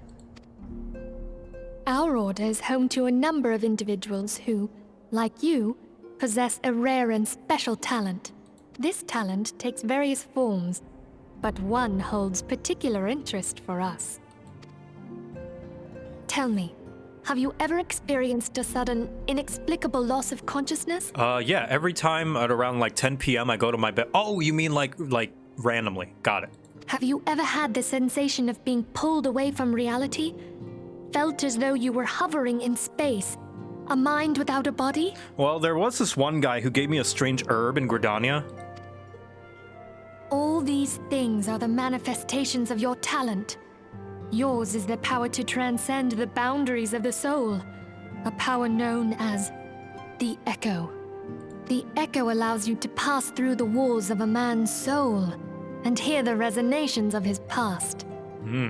You will be there in his memories and see things as he saw them. You may even interact with that which you see, though you cannot change the outcome of events. The exposition power. For another blessing, the Echo will enable you to know a man's mind even if you cannot comprehend his words. In short, the Echo is a truly extraordinary power, and this power is strong within you. It is only a shame that we cannot use it whensoever we choose. That's right. I too possess the Echo. Oh, nice. With that established, let us return to the subject of the Primals. I actually do like the Echo as a plot device to allow for such exposition and stuff. Is it a little clunky to fit it in so that they can have such exposition? I mean, yeah, but I do think it's neat. And I also like that it's not a power boost, right? It is powerful in that it can give you the past knowledge of people and read their thoughts, but its powerfulness is not in its ability to help you fight Asterisk, and that we'll get to that later. But I like that because it still holds the Warrior of Light's accomplishments, our accomplishments, within our own abilities and skills. Because we could have the Echo all we want, but we still need to fight our enemies. And that goes for Minfilia as well. Slight, non-plot related spoilers. Minfilia is not a fighter. So although she has the Echo, it doesn't necessarily make her fight any better, right?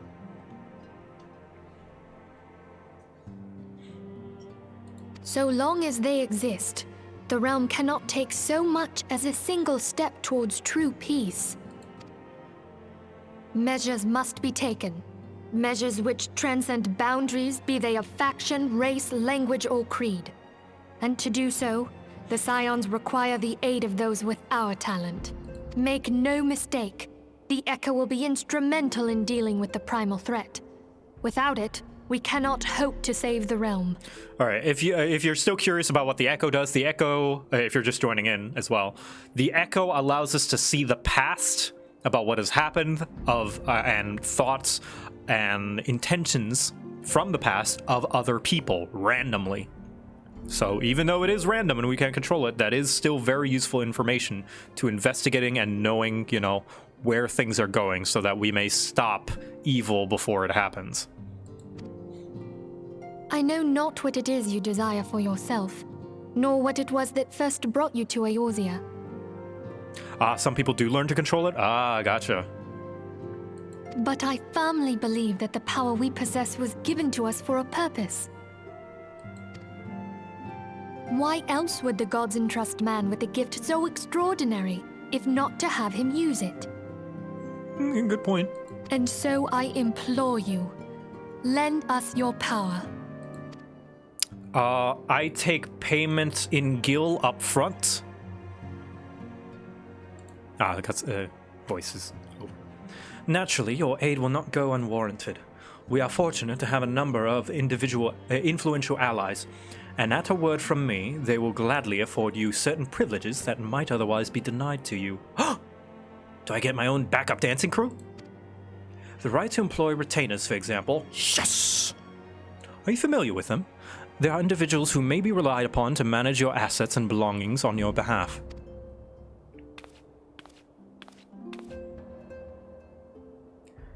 The papers you requested, my lady.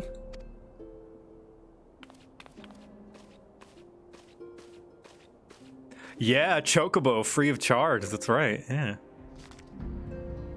Limited budget. We can't render this sheet of paper because we don't have the assets to. Thank you, Tataru. Chocobo is through Grand Company, though, and that Grand Company was funneled through the Scions.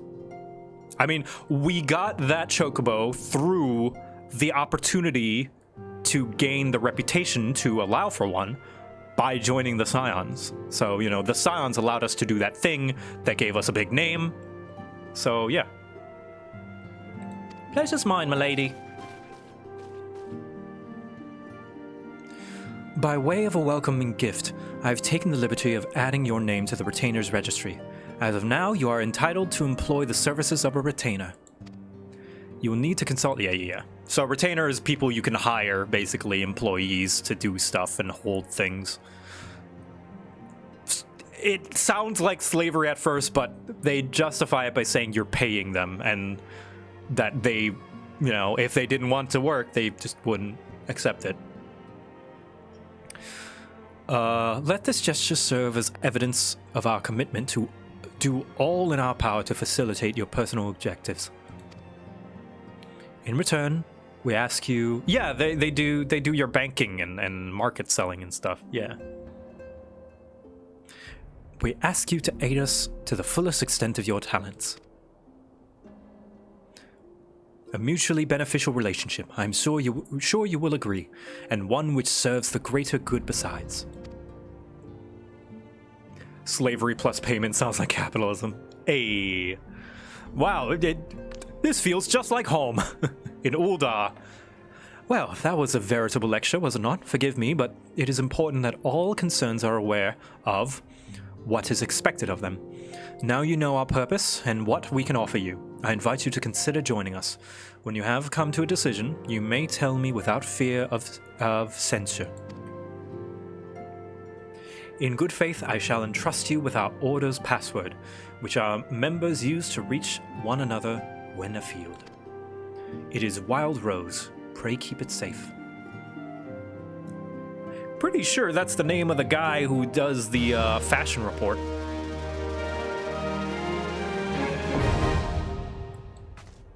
Password is? Password. Yeah, I know how to hire a retainer. I have 2 of them. Weird how that tutorial keeps coming up. Hello, Thancred. Summoning primals is no small feat. It requires a tremendous concentration of ether, which is why...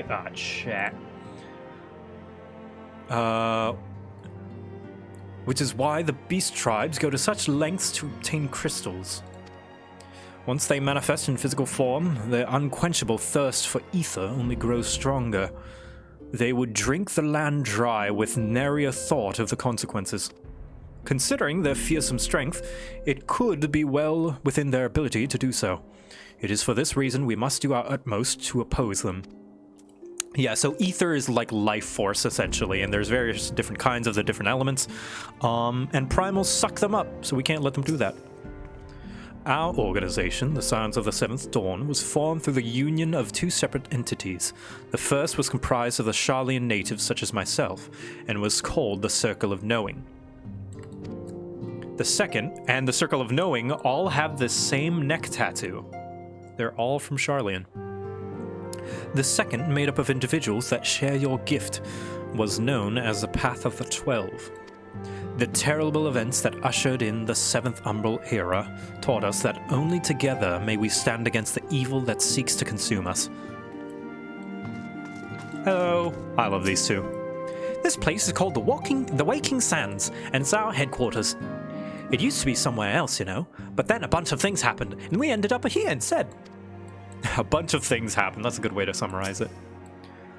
While there are others who possess the Echo, none are near as strong as you with the power, hence our extremely high expectations of you. Oh god.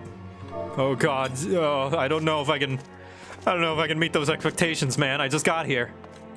Hello, Rianje. 7 waning moons see 7 suns rise. Divine order roils, fallen corpses writhe. Thus the divine chronicles seek to warn us once more. The meaning of these words now shines clear. They evoke the dire circumstances of this imperiled age.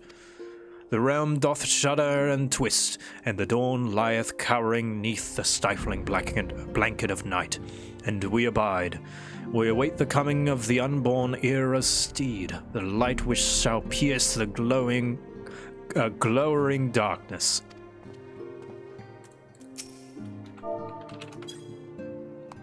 Good poetry. Good poetry.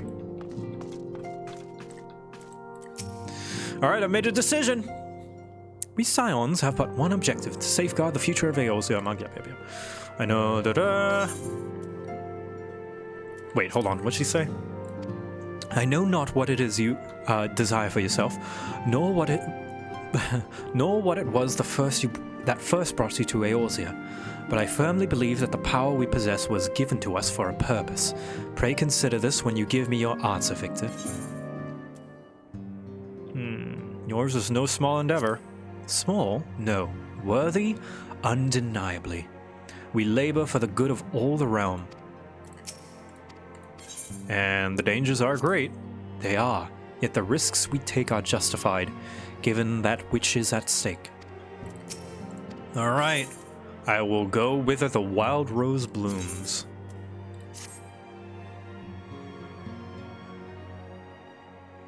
I take it you will help us.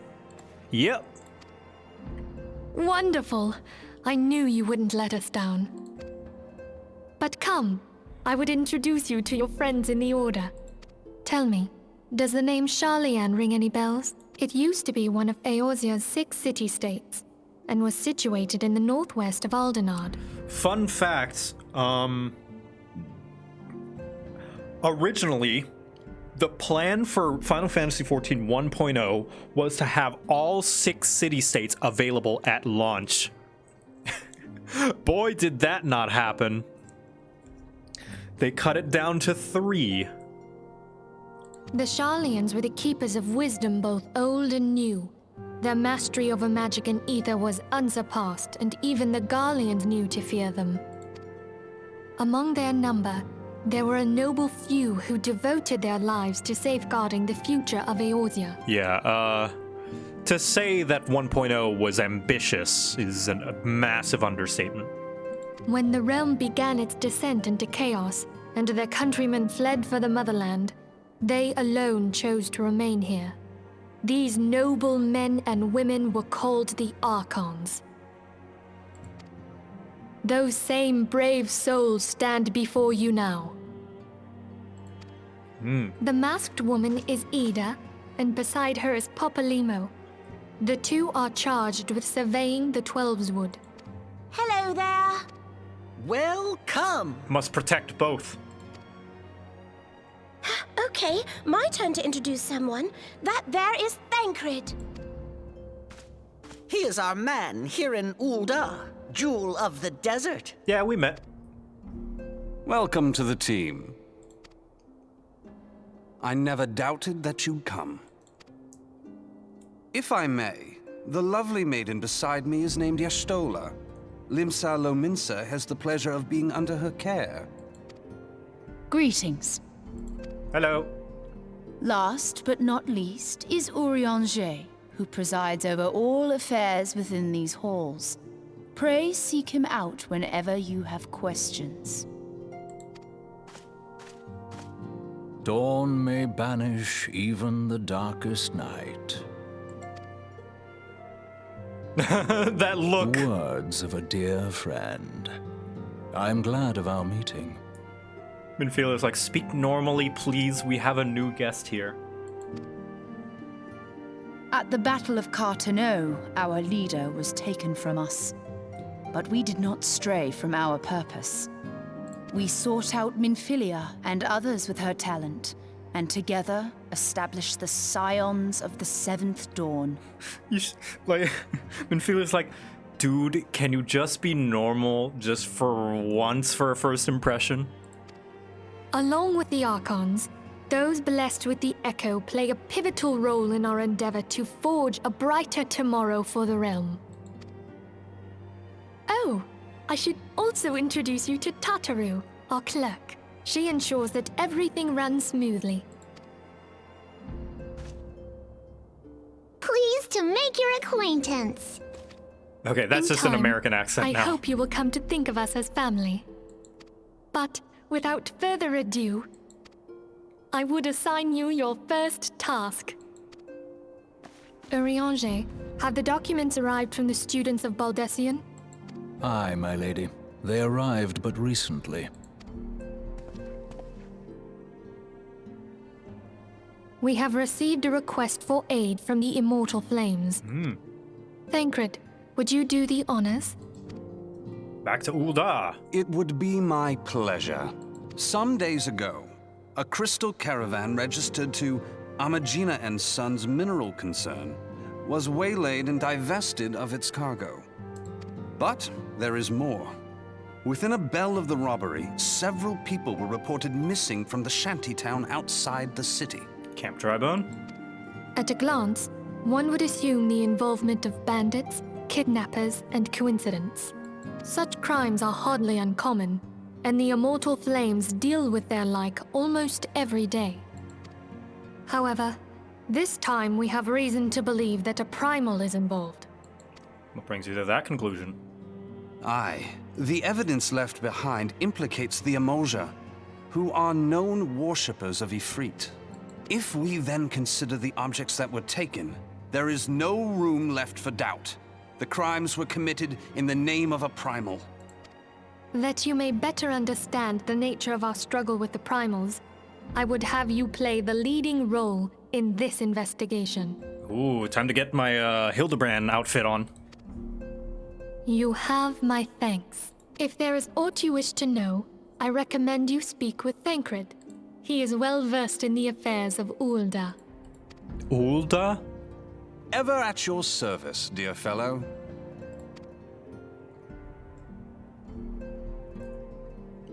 Hello, my name is Victor, and this is my girlfriend Y'shtola, and this is my boyfriend Thancred.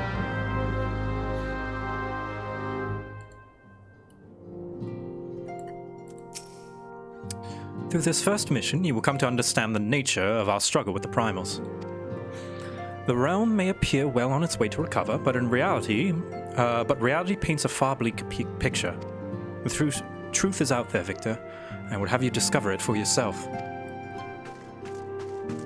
Hello, Thancred. Ready to begin, are we? That's the spirit.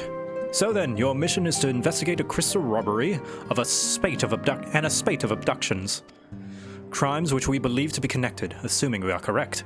It is like that of any discovery. Shit, this is the wrong thing. Whoops. There we go. Sorry, guys. I have too many scenes in my OBS. Crimes which we believe to be connected, assuming we are correct. It is like that any discoveries we make in relation to one another, relation to one will further our understanding of the other. Now, since the attack on their caravan, our friend at the Amagina and Sons mineral concern have doubled security over all their shipments. In light of this, it is my judgment that the abduction should be our priority. According to our preliminary findings, the majority of the missing were last seen in the vicinity of Camp Drybone. So that would seem a fine place to begin. A fellow by the name of Isambard serves as the camp's de facto leader. Pay him a visit and see that he gives us his full cooperation. Camp Drybone is what I call my bedroom.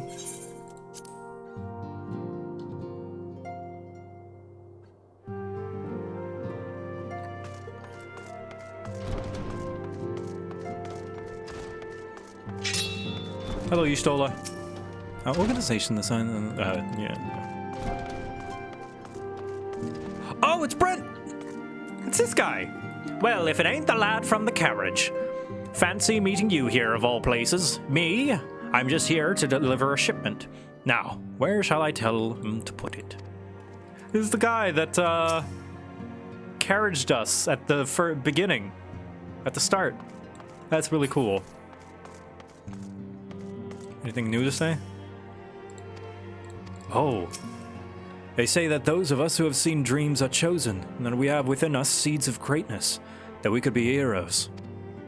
Even me, an Alamegan half-breed, cast out when his mother could no longer stand the sight of him. Aww. A half-breed who once took the banditry just to eat. Aye, I'm sure I'm just brimming with heroic potential. Aww. And this is my other boyfriend, Arenvald. The robberies and disappearances. The Amalja are most likely culprit, wouldn't you agree? Then again, this is Thanalan. One cannot discount the possibility that moneyed interests are involved. Yeah. So I know this boy has Garlean blood in him. Can't say I'm surprised. Everyone knows what happens when a city is sacked, and even if the bards choose to omit that part. But Arenvald shouldn't be pitied. Boys like him have a clean slate, an opportunity to write his own story. Free to the ties that bind him to the common man. Oh, he's half Garlean. Oh, he's a colonist's kid. Wow. So Garlemald, this is lore, not spoilers. Alamigo is a nation that is currently occupied by Garlemald. And Arenvald here is a result of that.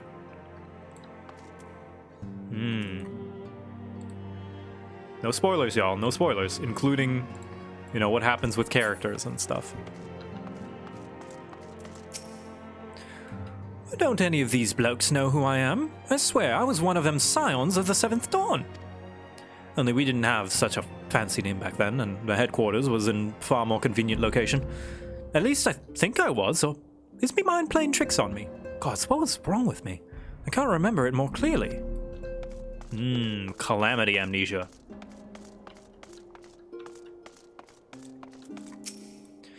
Seven waning moons see seven suns rise. Yeah. Alright, yeah. Calamnesia. Alright, Camp Drybone, here we come.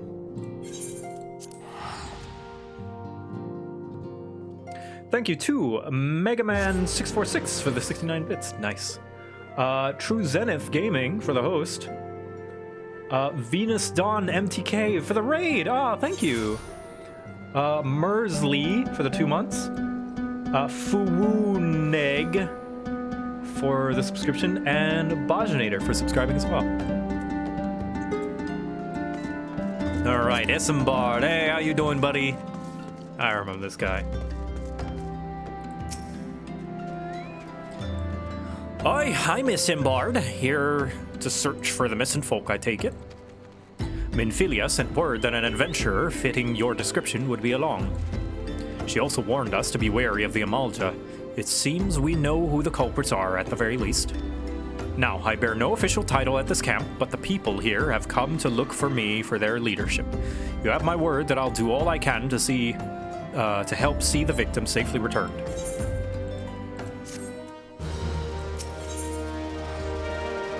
Where are they? Where are they? Let us get right to it then. Minfilia names the Amalja culprits in all this. You would do well to investigate them first. Much harm has been levied on these lands by Amaljan hands. The flame burns where they might, but their light cannot stay the darkness in all places at all times. There have been brutal murders of callers at the church of Saint Adama Landama, innocents wishing no more than to pay their respects to the dead. The poor souls deserve a proper burial. I would see to the dead before mongrels catch their scent, but I know not if the Amalja still linger. Would you secure the remains for me, friend? You will find them on the eastern road. 12 willing, you may even come to learn something of what the Amalja seek in this area.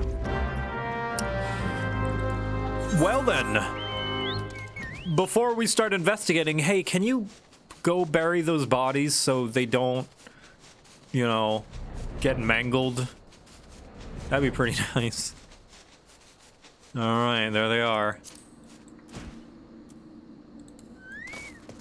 Have I done Blue Mage? I have not. I'm not really interested in it. Maybe one day, but I have no intention. Whoop. Yeah, there were Amalja there, waiting in wake.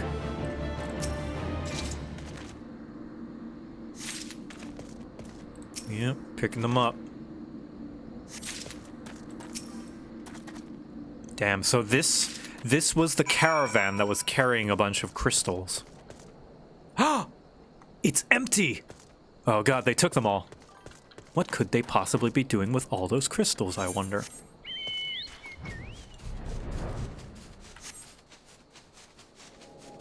Oh yes, and they're personified. These corpses are personified with a flower. This poor soul appears to have been ravaged by an Amaljan before sitting to rot for several turns of the sun. Oh. It is good to see you returned. Were you able to secure the remains of our fallen? Here they are. I don't know how I managed to carry all three of them. With the bodies given back back proper to the earth, the souls will find their way across to the other side. You have done a noble deed this day. I thank you. Now then, what of the Amalja? Did you see any? Surely such massive monstrosities as they cannot conceal their presence, much less take their quarry unawares. Ah, so there were Amalja remaining after all. I feared as much.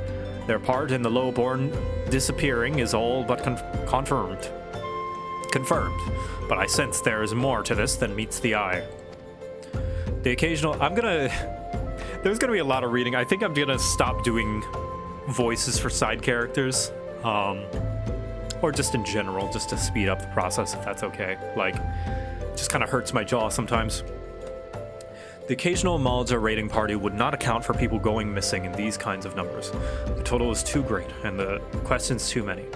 It would not surprise me in the least to learn of one another's hand in this. But whose? Countless travelers pass through Drybone every day, and even if it were one among them, how would we best discover who may be implicit in these vanishings? Who indeed? There's a traitor amongst us. Bang. Do, do, do, do. We need to call a board meeting. I think that Moogle is sus. Let's say we turn an eye to the common folk themselves. It may be among them that we find the reasons for these vanishings. 12 forbid it be so. There's a merchant by the name of Ungust who was born here in Drybone and grew up in the Golden Bazaar. A rough character, but he knows the people here better than anyone else. I'd wager he is in the inn, quaffing away the day's earnings. Here, I'll write a note for you to show him. Else he's not like to speak to you. Among Ungust. Amongst. We're playing Amongst.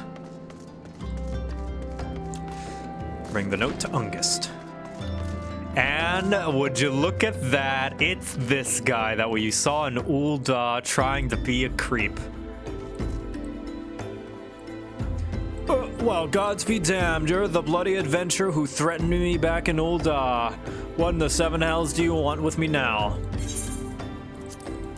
Here, there's a note from Isambard. What poor people think. Word scrawled in code by Isambard of Drybone. Dear friend, missing people, please help. Yours truly, Isambard. Folk around here are as wary as they come. They'll turn tail and run if you so much as pass wind nearby. Played them all for fools and coaxed some hard labor out of them, I did. If anything, they're even more timid than before, what with all the disappearances. You can go and talk to them yourself if you don't believe me. And this is an example of the quests being not very good that I was talking about, that you just kind of go around and talk to people and stuff. Although it does play into the story, the actual gameplay itself, I think, is wanting for more quality. But, you know, that's a problem that, like, how do you solve that? It's an MMO with limited systems, right?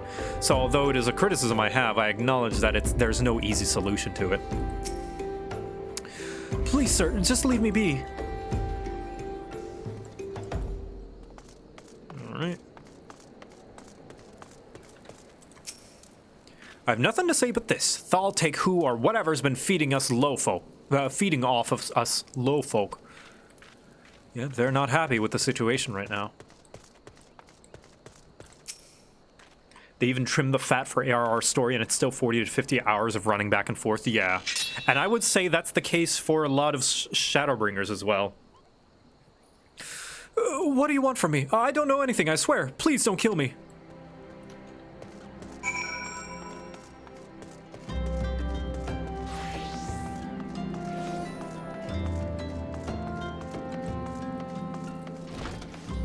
Pray return to the leap of faith. Oh god. Dungeons are good. Fetch talk quests kind of suck. Yeah, but they are necessary, right? It's like they suck, but they're necessary. At least when the game asks you for X number of mob items, you'll have to kill X number, unlike WoW, where you have a % chance. Yeah, that is nice. Just as I told you, wasn't it? The whole lot of them are terrified. There have been a lot of folk getting abducted, but if you ask me, they simply up and move on to a better place. This place isn't exactly Costa del Sol, if you know what I'm saying. Oh, you think they're just leaving on their own free will? I don't know about that, Ungust.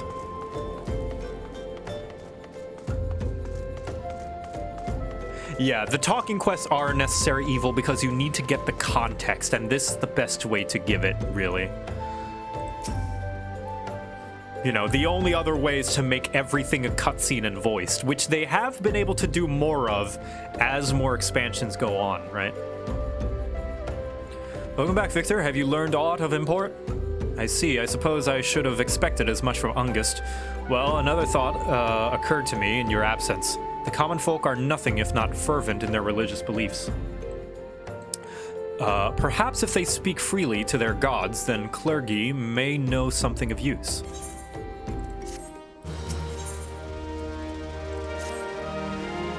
If we would know what the common folk speak of to their gods, we've no place better to ask than the Church of Saint Adama Landama. It is a small and humble church found in the northwest of here. And so, as long as you are headed there, might I ask you to deliver this embalmed corpse? A morbid request, I grant you, but it must be borne to burial, and I trust none more than you to see it done. Seek out a man named Marquis. He tends to the graves of the Lich Yard. He will tell you where the body is to be interred. I'm pretty sure that's how you pronounce it, right? Marquis, it's French.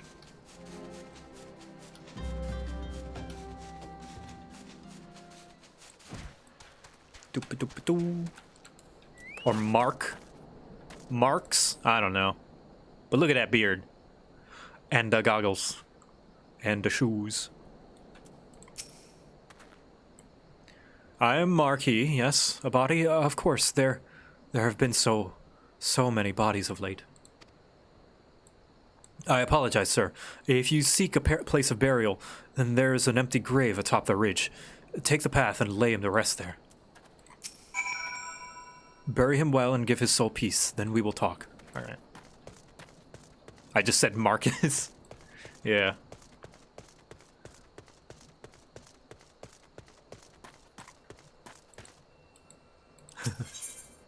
Marquez. It looks French. So I'm gonna pronounce it in a way that I think sounds French. Marquis. Alright, burying bodies. There it is.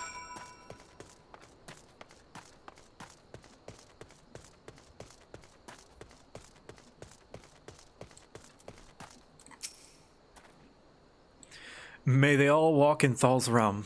What? Missing people? I'm afraid I cannot help you. But maybe Sister Orson can. She has been kind to me. Everyone has been so kind. I don't know why, though. Pardon me. You will find Sister Orson within the church walls.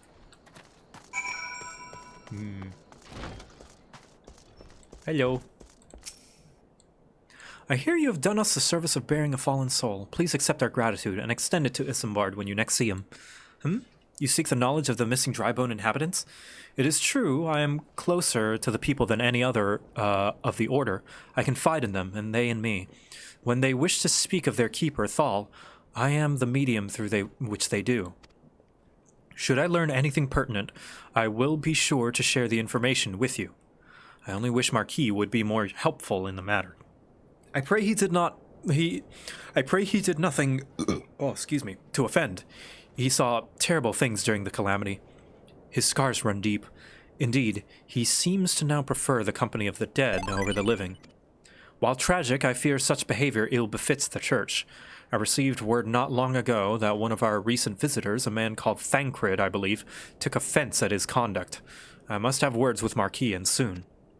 Aw, Thancred? Come on, dude, the guy's just he's just tending to the Lich Yard. No need to be, you know. I bet Thancred's the kind of people that would be upset that the person behind the McDonald's counter didn't give him a smile.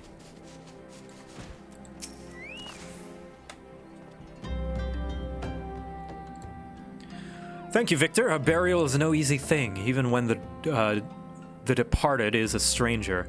Were you able to learn aught of the missing common folk?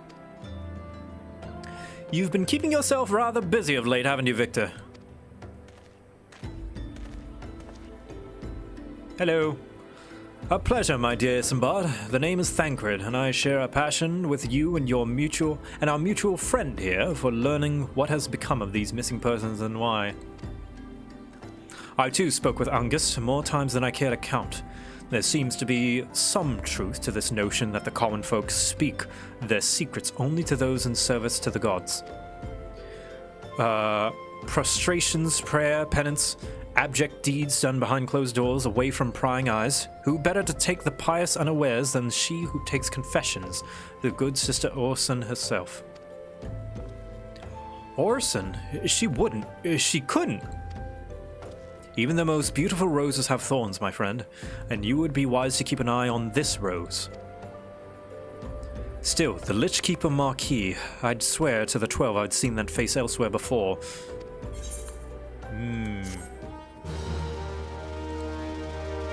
Deja vu, I've been in this place before, high on the street. Sister Orson, it cannot be, though she is wont to travel to the Golden Bazaar on her own, and it is not uncommon to see her speaking to the children. But no, it couldn't be she, could it? I grow wary of these suspicions. I know there is one child in particular that she is fond of. Pray seek out the boy, Victor, and see if you cannot glean something from him about Orson's activities. Where's Thancred? I need to speak with him about all these baseless accusations. Lich Keeper is a bomb-ass title. I know, right? I like Lich Yard more than Graveyard, honestly.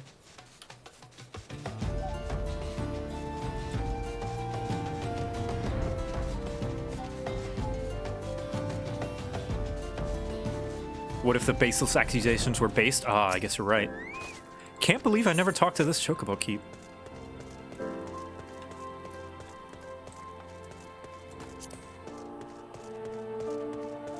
Oh, it's the Scion's theme. You hear that motif a lot. The I like to think that that's like the Scion's theme. Or maybe the Warrior of Light theme. It's the hero theme, basically. Please help! Sister Orson went out on her own and hadn't come back. She always reads to me right here about Thal and the Order and the other side. I told her I lost my shiny thing and she went looking for it. But what if the monsters outside hurt her? Please find her. Alright, where'd she go? Da, da, da, da, da, da, da, da. Ah, who are these? Rotting mage, rotting pikeman. Zombies? Alright. I'm sorry, I know that you're gentle dead men of light, or gentle dead men, but kind of have to do this.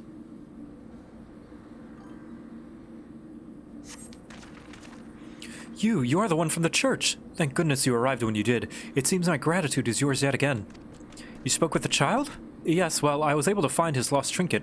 It is a ring given to him by his mother before she passed. I will see it safely back to him.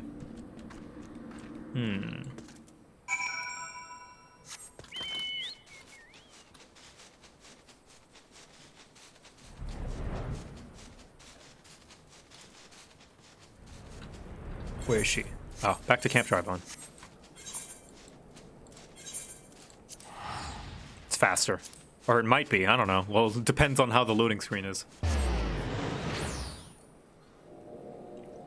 There we go. Oh, that's pretty fast. Isambard. Sister Orson was attacked outside the Golden Bazaar. God's forfend. I will secure a room for the at the inn for her should she require any rest. Well, and now we can interrogate her. Searching for the mementos of an orphan and risking her own well-being in doing so, no less? Certainly not the dastardly deeds Thancred would have us believe.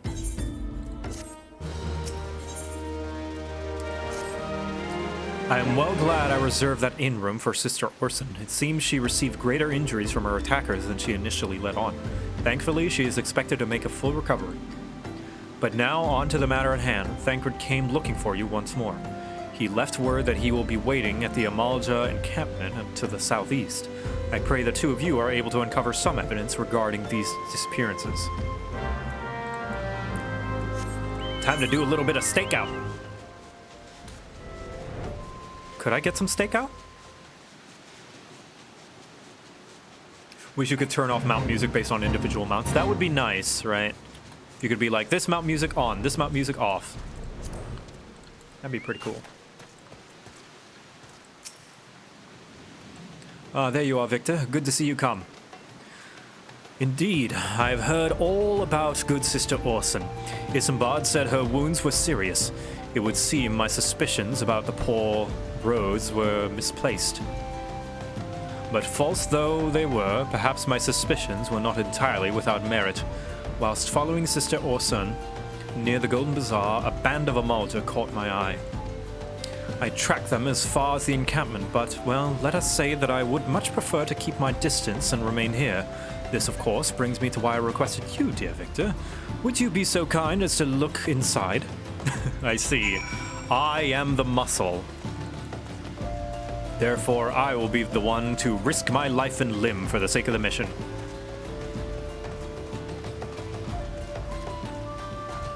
Oh, there are no Amalta here. For now, they just haven't respawned.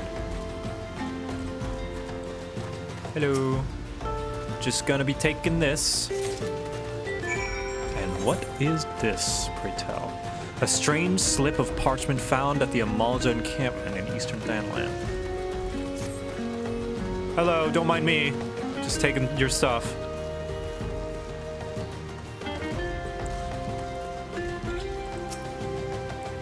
Well, did anything tickle your fancy? Queer leaflet. Not to be confused with queer-coded leaflet, which, by the way, Overly Sarcastic Productions just released a video on queer-coded characters in media and how they came to be. Very interesting watch.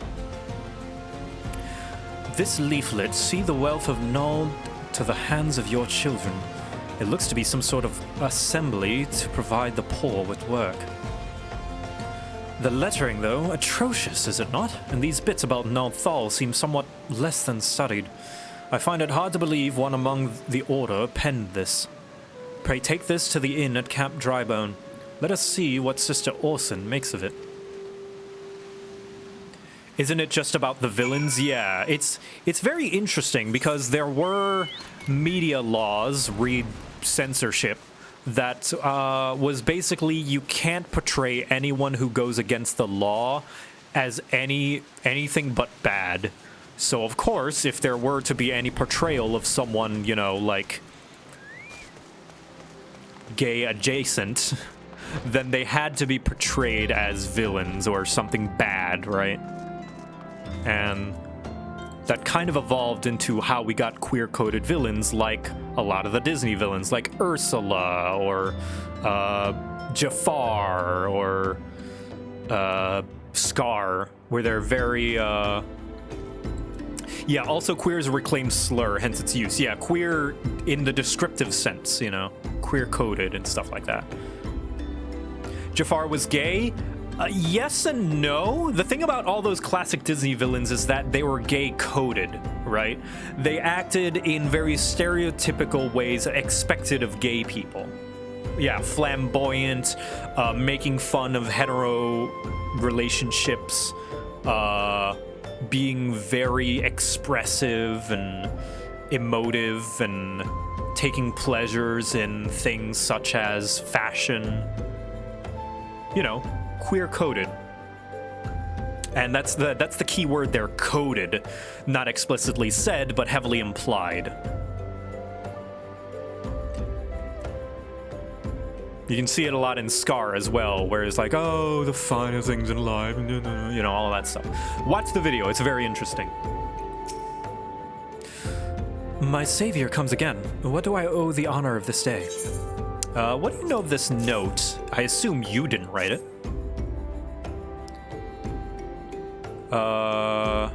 He could be bi. Well, like, we can't say he's gay. Anyway, watch the video. What is this? Blasphemous. These are not our teachings at all. This was not made by any true brother or sister of the Order. Of that I can assure you. Come to think of it, weeks ago, the church was plagued by missing garments. Could someone be posing as a priest of the Order to deceive the people? Could very well be. The plot thickens, Victor. Our culprit pretends to be a priest to lend credence to his deception. There is no doubt an irony in there somewhere. But I suspect we have a worthy adversary on our hands. I shall consider how best to handle this. For now, tell Isambard that we have learned what we have learned here. There is an imposter among us.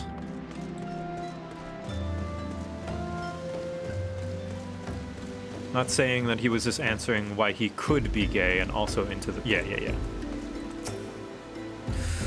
Posing as a priest? To think. These troubling notions aside, it is gratifying to finally be able to move this investigation forward. Thank you once again, Victor. I shall keep my ears and eyes open, now more than ever. Alright, real quick. My tum is a rumbling. I'm gonna go put something in the heater to heat up some snacks. I'll be right back. Briefly.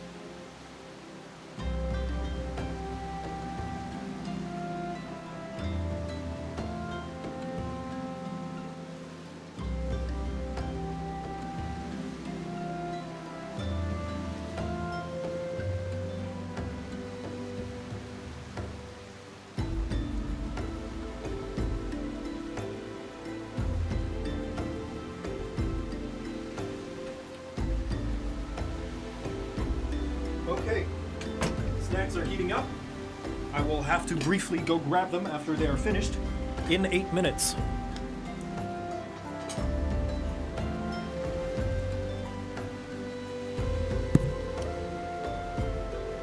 Okay. Hope my snacks aren't expired this time. No, they're not. I got them like last week.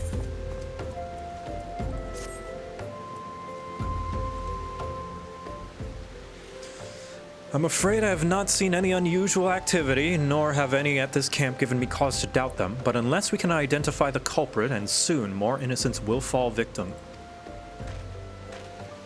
Do not despair just yet, my friend. An idea occurs to me.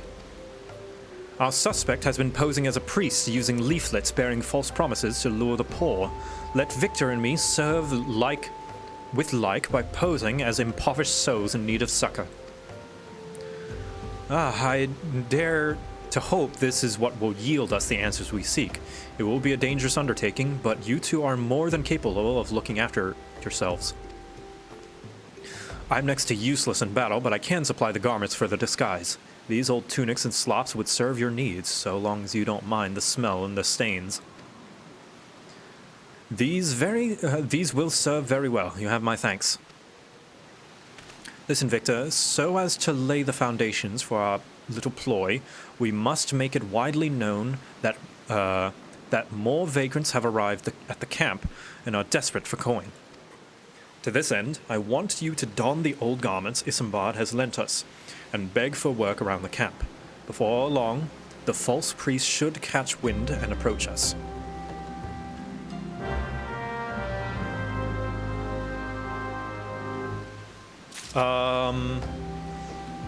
Is Isambard pronounced like Isambard? Or is it, I don't know. I don't think anyone ever says it verbally.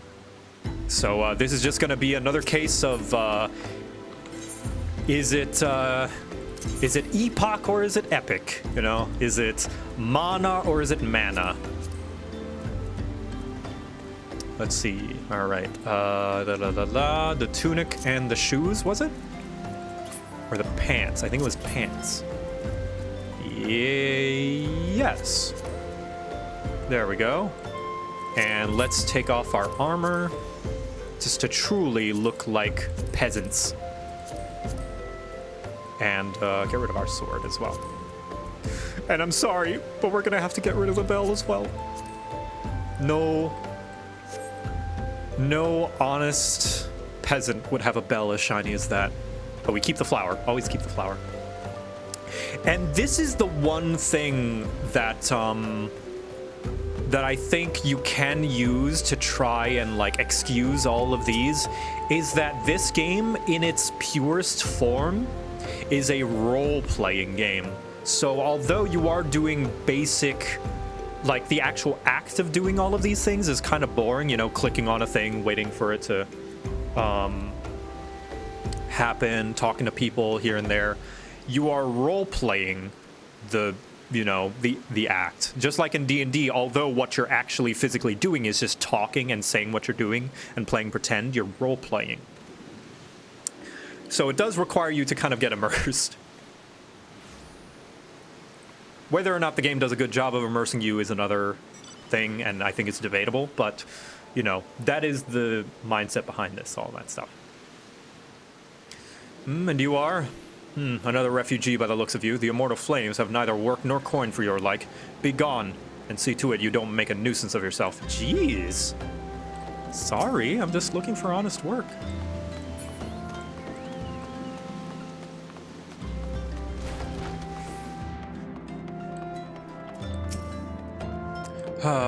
And I was about to get to the good part. Looking for work, you say? Sorry, but we don't have any openings. Now get out of here so I can finish my story. The Amalja worship Ifrit, a vile being they proclaim to be Lord of the Inferno. They say whoever looks upon him must choose one of two fates, to follow him for life or be burned to ash. Not much of a choice if you ask me. Yeah, that is true. And hey, the context of him giving this random exposition makes sense, because he's telling the story to this other person. Look at that. Ulda be like, poor, you should have been richer, yeah. Ulda wears the shirt that says stop being poor. I preach the teachings of Azima, the warden. Hast thou come to partake the honey of her wisdom? No, I'm looking for jobs. Azima is keeper of the sun goddess of inquiry. All is laid bare beneath the light of her divine countenance. Open thy heart to this light, needy child, and thou shalt want for naught till the end of days. Well, I can't really eat prayer.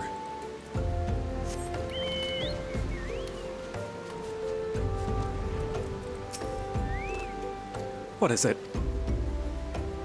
Gods, not this again. Look, being poor doesn't give you the right to pester whomever you like.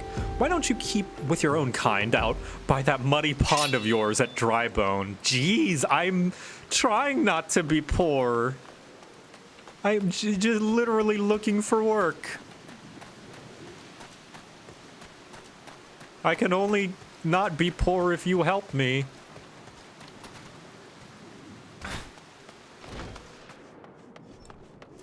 That is a big yikes. Greetings, good sir. Is there aught I might assist you with? Looking for work? Oh, I don't believe there is. I'm afraid our wares are very expensive. Mayhap you should rejoin your fellows at the pond north of Sandgate. See, that's how you do a nice rejection, lady. Jeez.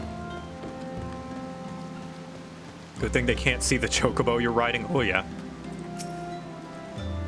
You have quite a knack for being a nuisance, Victor.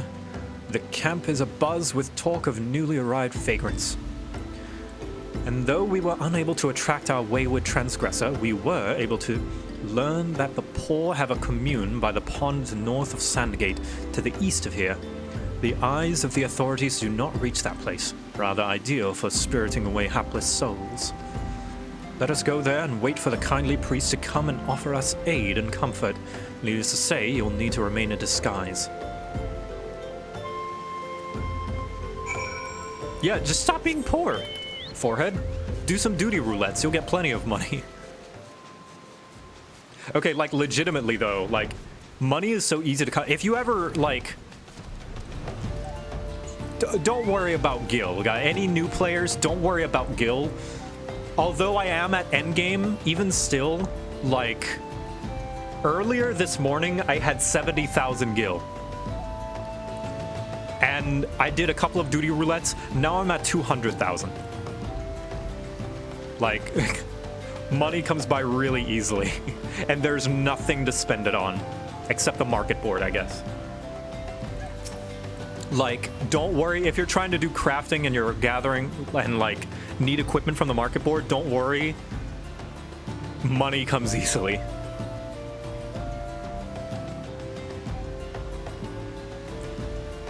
A fine day for catching false priests, wouldn't you say? Okay, cutscene is gonna happen, but I think my food is ready, so I'm gonna go grab it. I'll be right back, chat.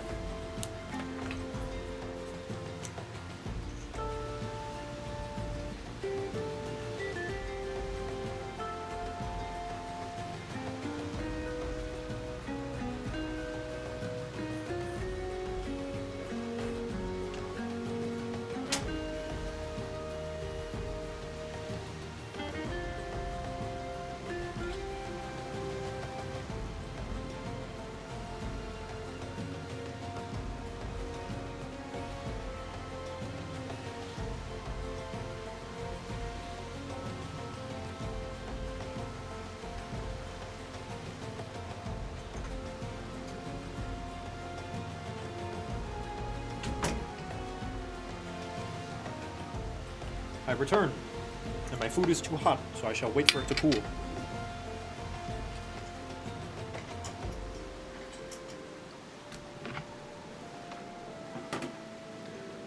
Thancred's hands are kind of enormous. I mean, perspective, and also they're the size of his head, you know? Hands are about the size of your head. Oh, Irish Mallard, hey, long time no see. 22 months, I'm closing in on 2 years. You best believe I'm gonna make it. Love you, bud. Aw, thanks for stopping by. And Square Bomb, thank you for the 34 months. Jeez, just 2 more months to go. Jeez, has it really been 3 years? Wow. Rocker Hulan, thank you for the bits. Just wanted to apologize, didn't realize we were avoiding spoilers. No worries. I mean, like, yeah, like, there was one NPC, I'm not going to say who, that we encountered that is, you know, going to be a major important thing later. But, you know, just for anyone who's experiencing this story with us, no spoilers, please. No spoilers in the chat. No being cheeky. No being like, oh, man, I hope, you know, like, if there's a... This is a hypothetical. There is no character where this happens. If there's, like, a character that loses, like, shit, I can't even give an example. For example, if there's a character that loses an ear, don't be in chat like, man, this guy's a really good listener. You know, like, don't do that, okay? Don't be that guy. Don't try to be clever.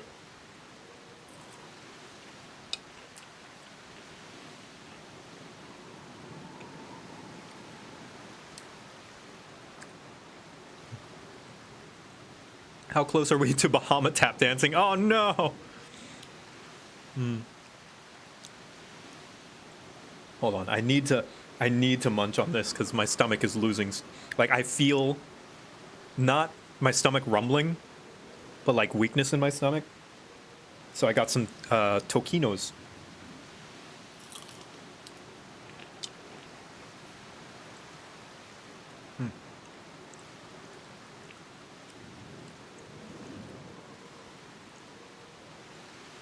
That food XP bonus, yeah.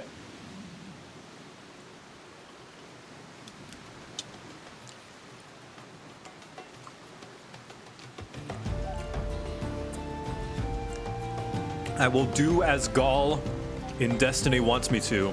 I will grow fat with strength.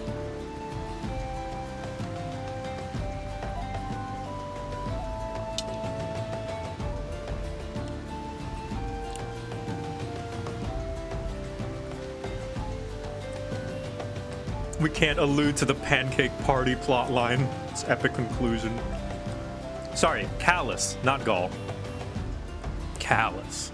Callus was the cool one. I like Callus. I played D2 back before the big expansion, so I played it around the time when it was not as great.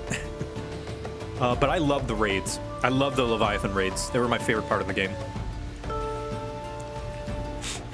Like, I would, after I cleared the first Callus raid, I would just play it again for fun. Pre-Forsaken, yeah. Like, I didn't even need, I already got my clear, like my clear for that week. but I would just play it because it's fun, and I became a raid Sherpa just so I could play through it again.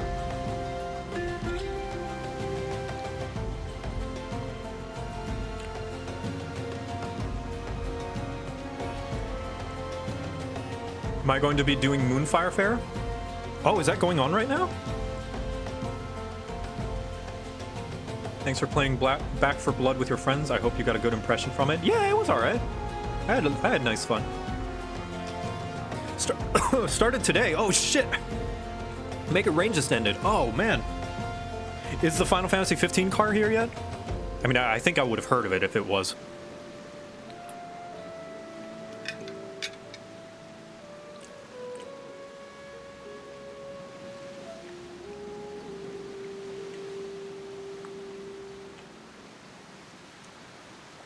Just Bear.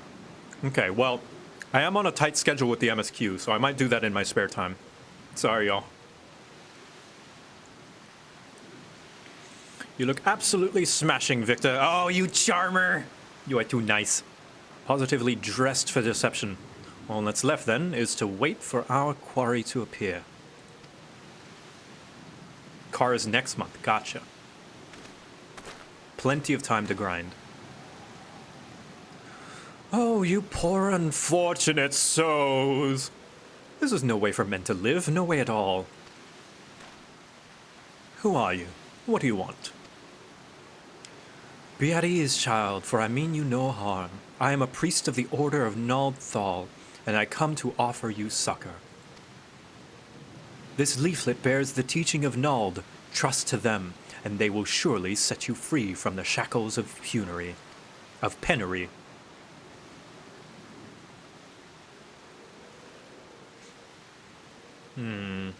A tempting offer, but I'm afraid I must decline. On account of that atrocious performance, you would have made a god's awful mummer, Angus. Bam, bam, bam! What? How did you know? You bastards tricked me. Please don't hurt me. I was only doing it to protect my people. Is that so? Do continue.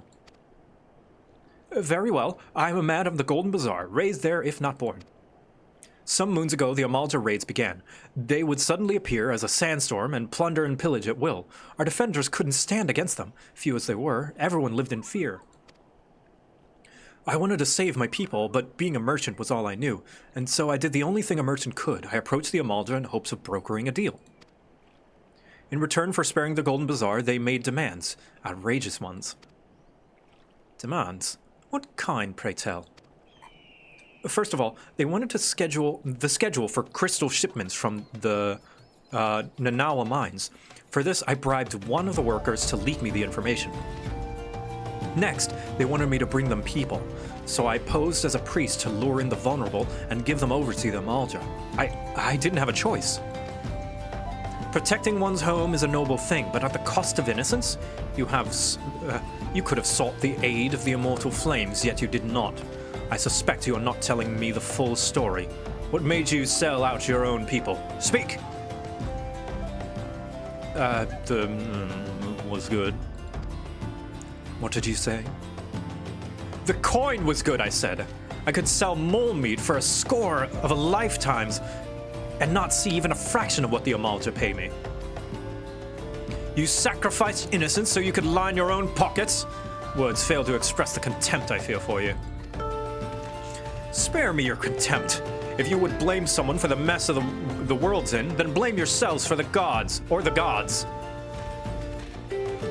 Not you again. Hey, remember me? Were you the one leaking the immortal flames patrol routes to the enemy as well? Spit it out. Ah, yes. The root of all evil, capitalism.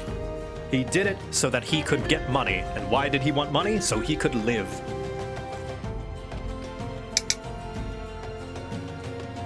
I know nothing about that, I swear. At this stage, I'm rather disinclined to believe aught that leaves your mouth. But no matter. There'll be time enough to learn the truth.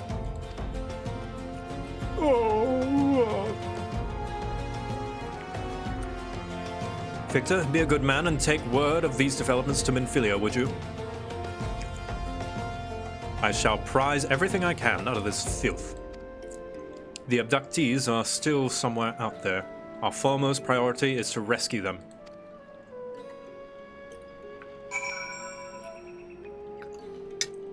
Pray return to the waking sands. But first, put all this back on. Do I have any docks tickets? No, I don't think I do. Nope. All right. Oops. Horizon.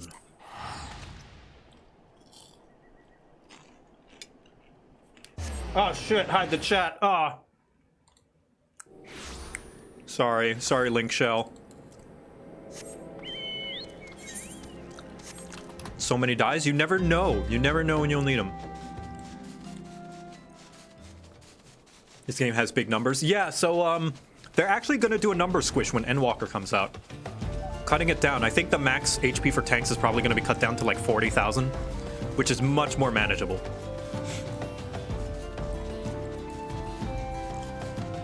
Same with XP and basically all the numbers. They're gonna be squished down. Thank goodness, too. Because, like, after a certain amount, it just doesn't mean anything. It's hard to comprehend them. Tataru! Victor, how goes it? All is well here? At least on the bookkeeping front, anyway.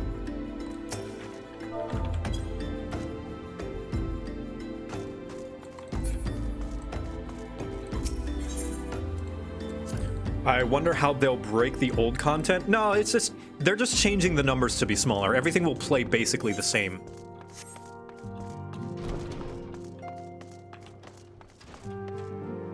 Hello, anything new? Nope. Oriange? Nope. Arnvald? Nope. Okay.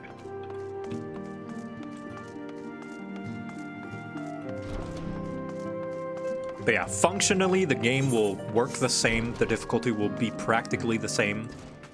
I think they actually said that being synced down, like, some of the content will actually be harder? Or easier? I don't know. But, like, it's not a big deal. Oh, yeah, rip belts. Be gone, belts. They're also getting rid of belts, thank God, because they are just a stat slot. They have no use. It doesn't show up on your character. They're purely for stats, and it's useless. Even the jewelry shows up on your character, at least. Welcome back, Victor. I am pleased that you and Thancred have been getting along. I see you have done well to uncover the truth. My thanks for the report. As Thancred said, we must ascertain where the abducted were taken, and none but the Amalja know the answer. Hold on. Suffice it to say, they will not willingly part with this information. I fear blood may be spilled before all is said and done.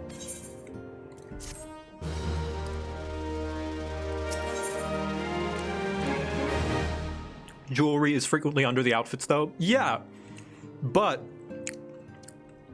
frequently under the outfits is still never shows up. They still have models, you know. Some people do deliberately glamour their gear so that rings and earrings and wristbands can show up. Like, they still exist, and I think they should be allowed to. For people who like them, because some people like that. Belts have literally no use other than needing to be a stat stick. Oh yeah, so yeah, this is not story relevant. They put it in the MSQ progress because it's pretty important, because it's slotting basically. But there's no story relevance to this mission. It's just learning about materia, because Minfilia is like, hey, you might have to fight, so let's make sure you fight in perfect condition.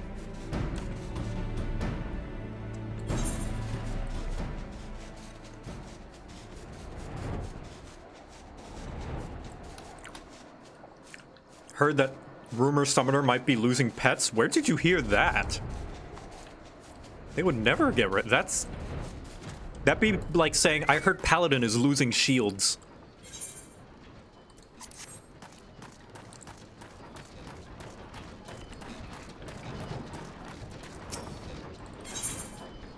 I mean, I don't doubt that maybe you did hear that rumor, but where would somebody get that?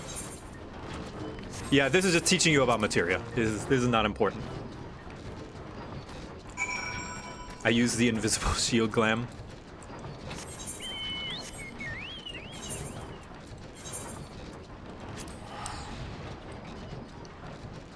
Based on the benchmark? I mean, there were also no HUD in the benchmark either, so I'm assuming based on that we can guess that they're getting rid of all health bars, right?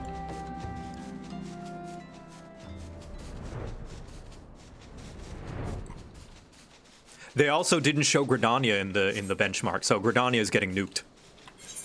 Calling it now.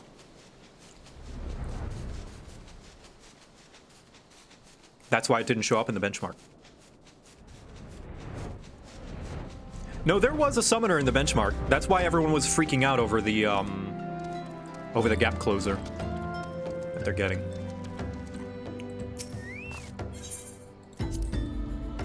Yeah, Ifrit Egi was in the benchmark. There we go.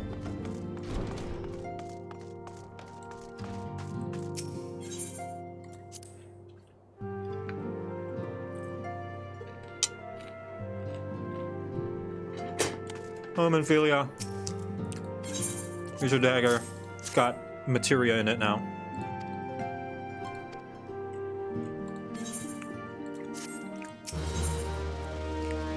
So one criticism I have about Final Fantasy XIV is, although it is nice that some of the quest boards have art in them and like screenshots, I feel they should do a better job of making sure they don't spoil the quest. Because I feel this kind of does.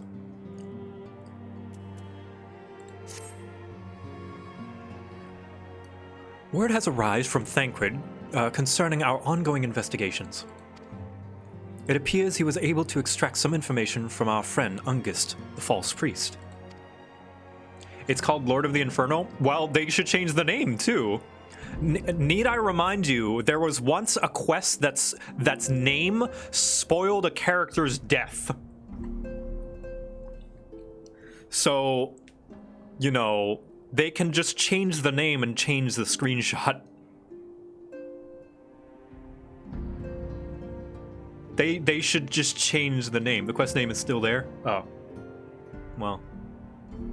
Like, which one? Well, if I said it, that would be spoilers, right? He revealed that he is due to meet with Amalja to discuss their dealings. The Immortal Flames believe that the meeting will present an ideal opportunity to ambush and capture the Amalja responsible for the abductions, and so they mean to have Ungist attend as planned. As the Amalja are anticipated to offer fierce resistance, the Immortal Flames have requested our support. I would have you provide it to them, Victor. Thancred is presently attending to another matter, but will join you as soon as he is able. Until such a time as he does, you will be the Scion's sole representative on the ground. So behave. Before he left, he bade me tell you to save some for him, such as his confidence in you, a confidence I share. When you have made ready, pray take yourself to Camp Drybone and report to the Flame Sergeant leading the mission. May you walk in the light of the crystal. Alright, time to make myself look like an idiot and make the Scions look bad. But yes, I would say that they need to do a better job of making sure there aren't spoilers in the quest's screenshot and title. Because sometimes the quests do. Shout out to the Twitch for tweeting a clip when a streamer went through extreme spoilers. Oh, jeez.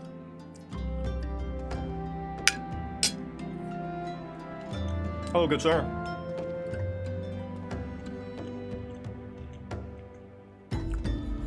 Ah, you're Victor Quibbles of the Scions.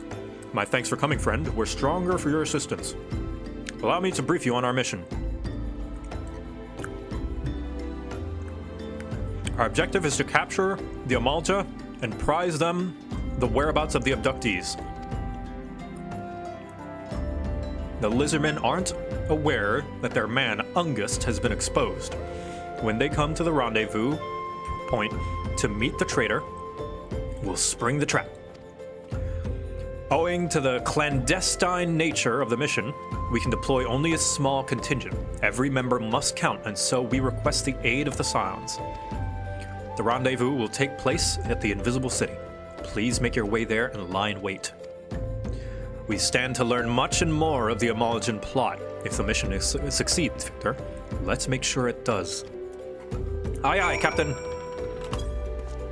Yes, sir.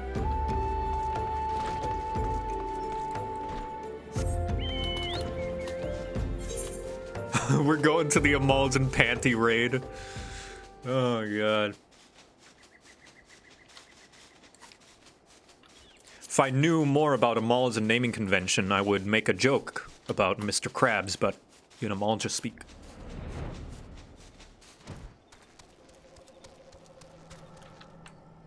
Alright, here we go. Sync time. Let's go easy. I like easy.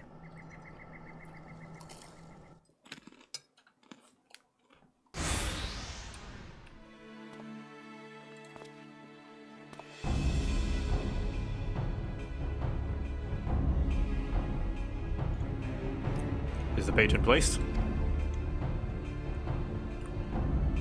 Our man is in position, sir. Good.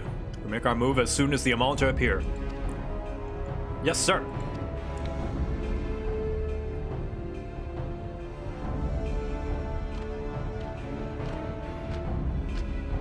Look at a big man. Look how big they are. Massive.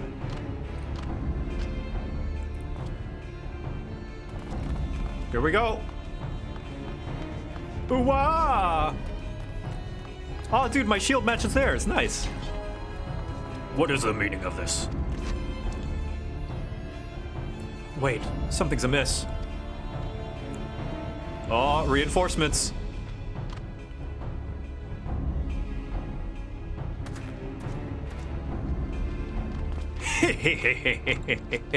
Oh, I just remembered a funny joke.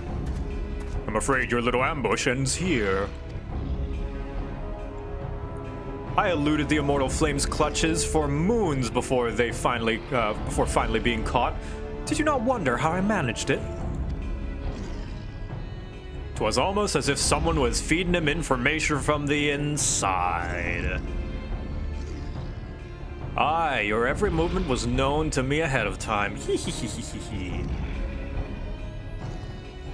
Now, as much as I'd love to chat a while, I have appointments to keep. They're all yours. Oh god, well, time to fight our way out. Here we go.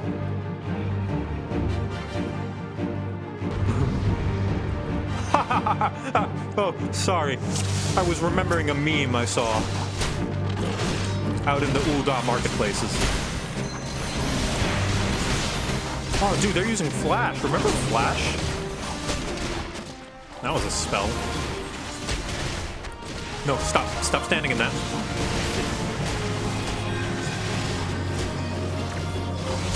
There we go. Okay, you're alive. Good. Let's take out the small fry.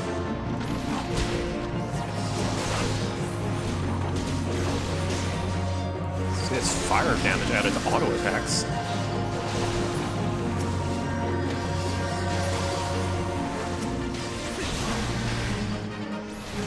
I love how the NPCs use weird leftover skills. Yeah. The old Paladin AoE, because back in the day, Paladin didn't have an AoE. At least one that dealt damage. You. I should grab aggro, shouldn't I?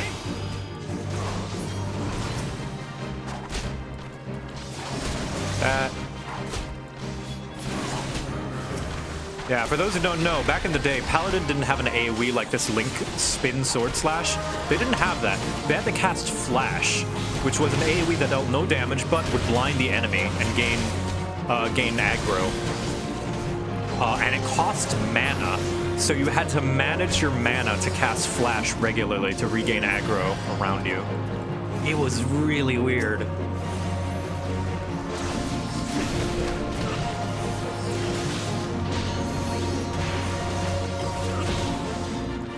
That.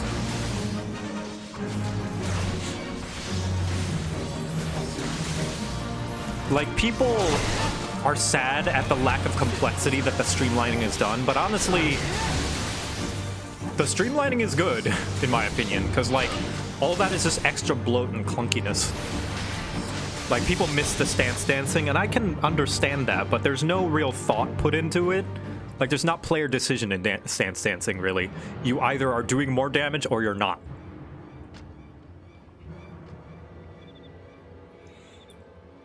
Put up your weapons, or your comrade's a dead man.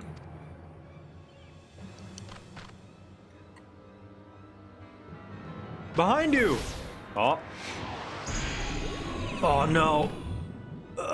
The overpowered, low-level sleep.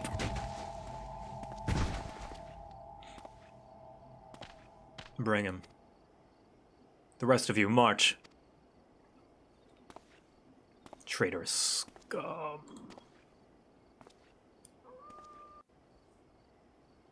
Damn, yeah, I should have rolled an elf.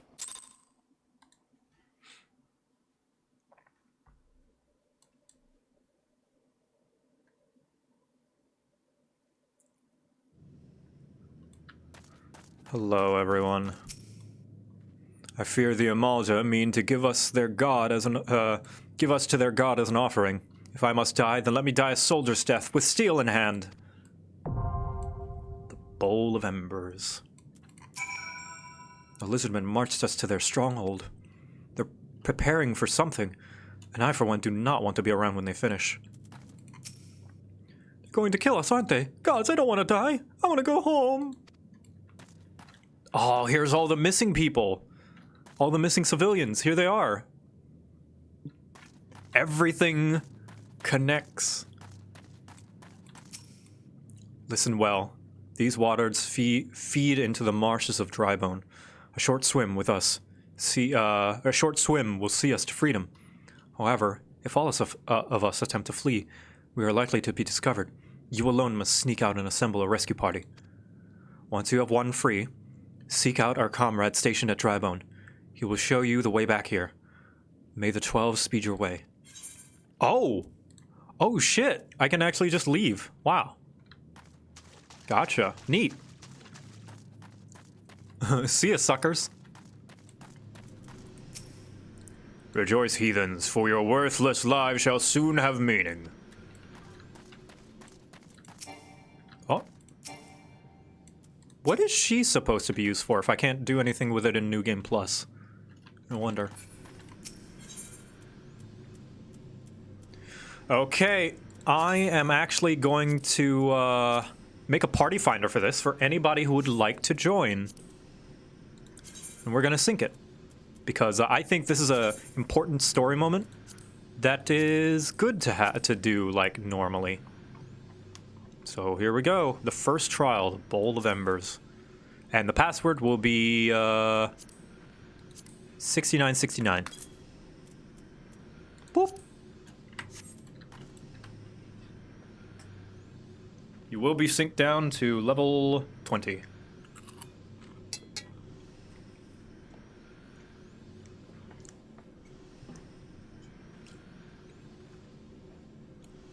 Need a healer and 2 DPS.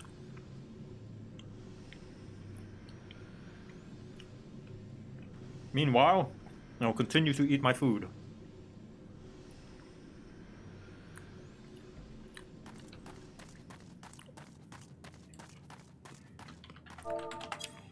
And sit.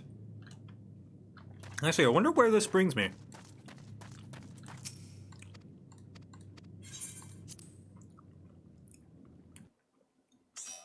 Oh, will we be synced to 23? Neat. Oh, I just leave the area. Can't even go back in. That's neat. Hi. Alright, all we need is a healer.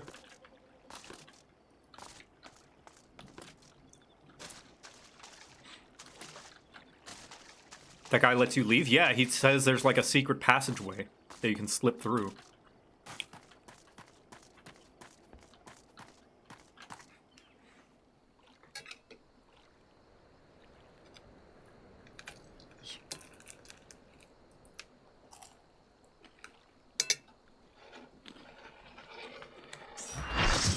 Hey. All right.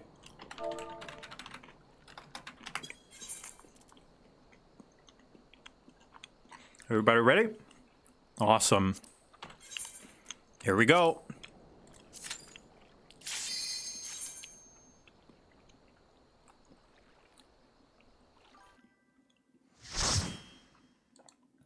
Oh, whoops.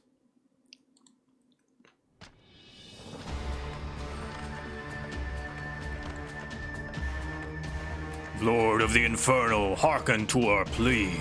Lord of the Inferno, deliver us from our misery.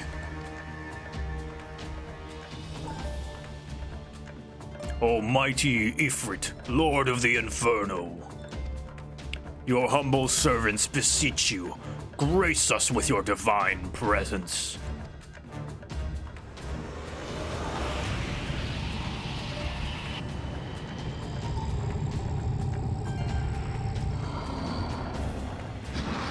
They just let you keep your weapons. I guess with how powerful Ifrit is, they don't see you as big of a threat. O mighty Ifrit, we bring before you ignorant savages who know not your godhead. If it please you, Lord, scorch their heathen souls with your cleansing flame, and mark them as your own. Bloody hells. Bring those two as well. Oh, it's Ungust. Oh man, this guy getting his just desserts. What's going on? This isn't what we agreed. None but servants of Lord Ifrit may behold the rite of summoning. The souls of unbelievers are forfeit. No, spare me, I beg you. Ah, comeuppance.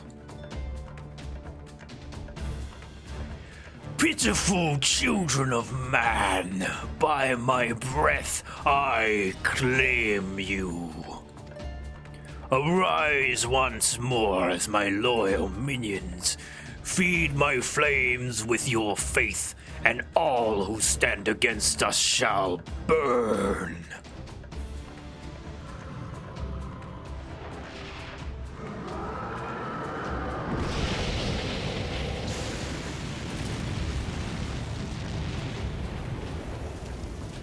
Almighty Ifrit, my one true God.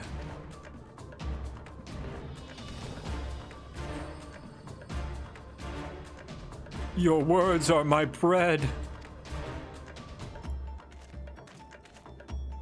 Impossible. By what sorcery do you resist my master's will? It's because I'm already hot. Could it be?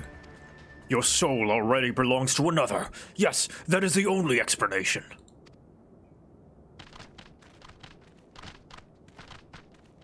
Yeah, it's the flower. There we go.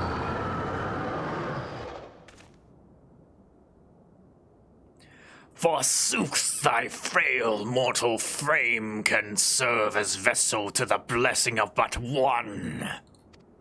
Yet I smell not the taint of another upon thee. The truth of thine allegiance waxeth clear. Thou art of the godless blessed's number. The paragons warned of thine abhorrent kind. Thine existence is not to be suffered. Well, I guess if he can't have us, nobody can.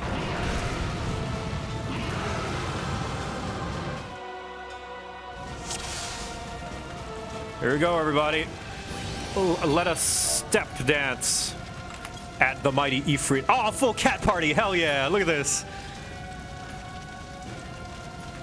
What you can see here, ladies and gentlemen, is the final, the last of the surviving cat boys when Endwalker happens. This is all that's left. And the fire that burns is the destruction wrought by the male Vieira. We have survived this long, when we must continue to survive together. All right.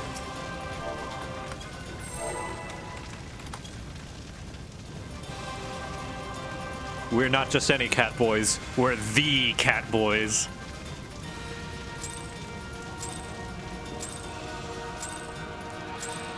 Go! I'm gonna press 1, and then I'm gonna press 2. Top level gameplay.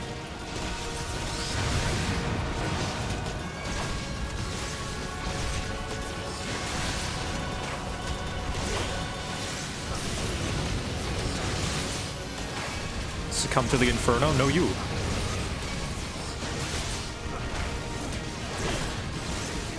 Eruption. Ah.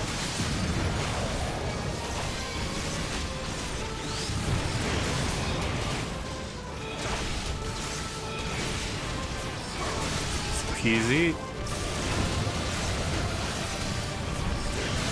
Surrender thyself to the fires of judgment.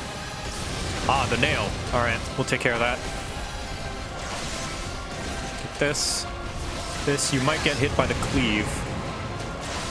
I don't know if he will cleave during this phase. I hope not. Alright, I'm just gonna turn him around just to be safe. Yeah, there we go. Just in time.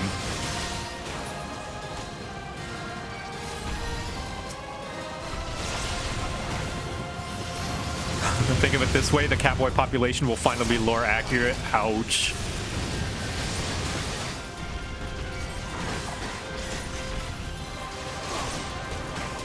I'm not supposed to get that nail? My bad.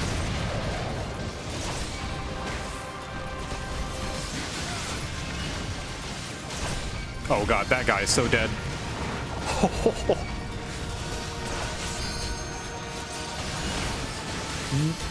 Might be limit break time. Yeah.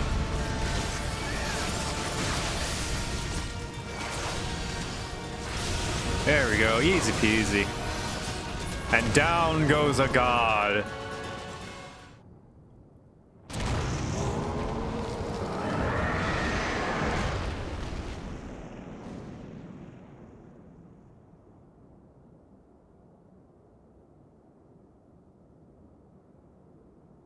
Ooh, Jolly Rancher.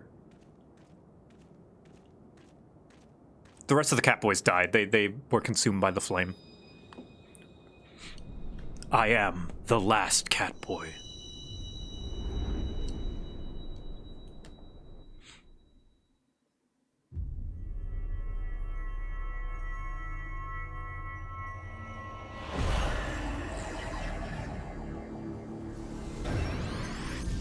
I am legend.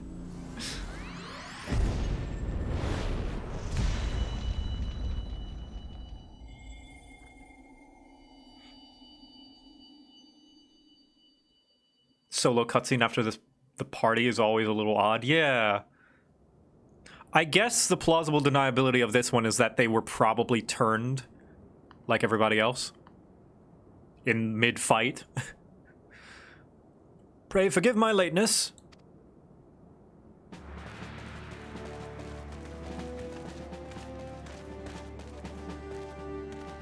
I was delayed by a congregation of Amaljan zealots. I swear, each seems more evangelical than the last. Persistent lot. Yeah! Nice. And I guess this was the introduction of Rogue, huh?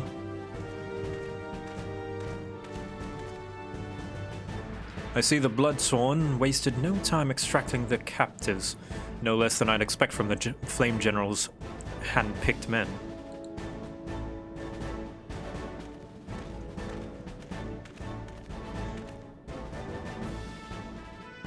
As for those two, it is fair to say their hardships will have only just begun. They have much to answer for. I feel I owe you an apology, Victor. Had I known this mission would prove so dangerous, I would never have left you to face it alone. You have been given a veritable baptism of fire. It's fine. I'm alive, aren't I? Let us continue this conversation in more agreeable surrounds. Camp Drybone, shall we say? This way, sir! Here we go. Rogue came out with a Leviathan patch. Ah, so this was probably them like hinting at it and stuff. So that was the mighty Ifrit.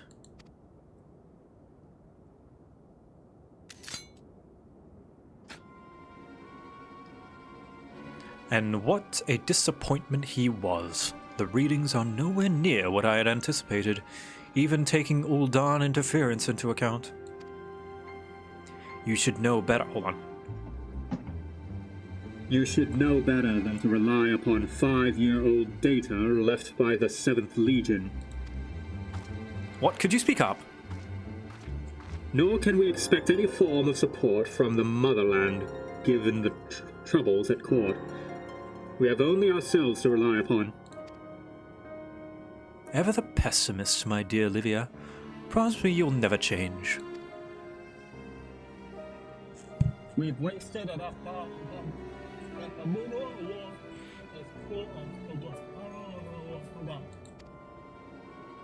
Seriously, could you please just take that helmet off? I cannot hear a word you're saying. Not that there was aught worth a damn for it to read, but I take your point. I suppose we must content ourselves with the knowledge that we've achieved our primary objective. Yet I find that I am troubled by that adventurer's unexpected show of strength. Could such a foe prove a hindrance to our plans?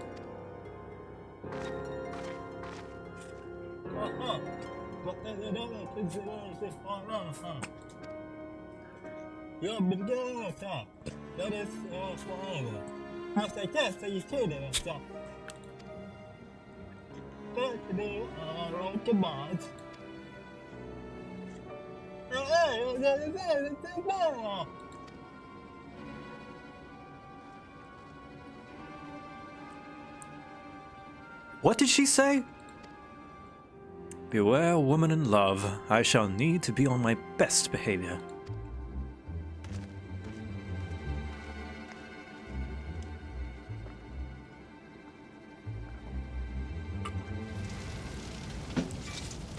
And there we go. All right, amazing.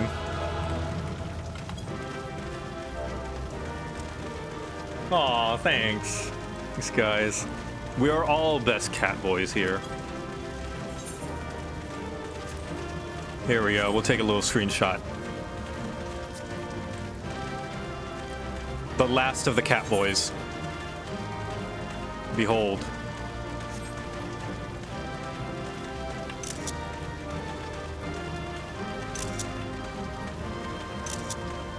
There we are. This is fine. Oh, man. This is the last thing your primal sees before it dies. Alright, thanks for helping me, guys. Much appreciated. How do you join a duty like that? I will be using a party finder, and you will see next time I do it.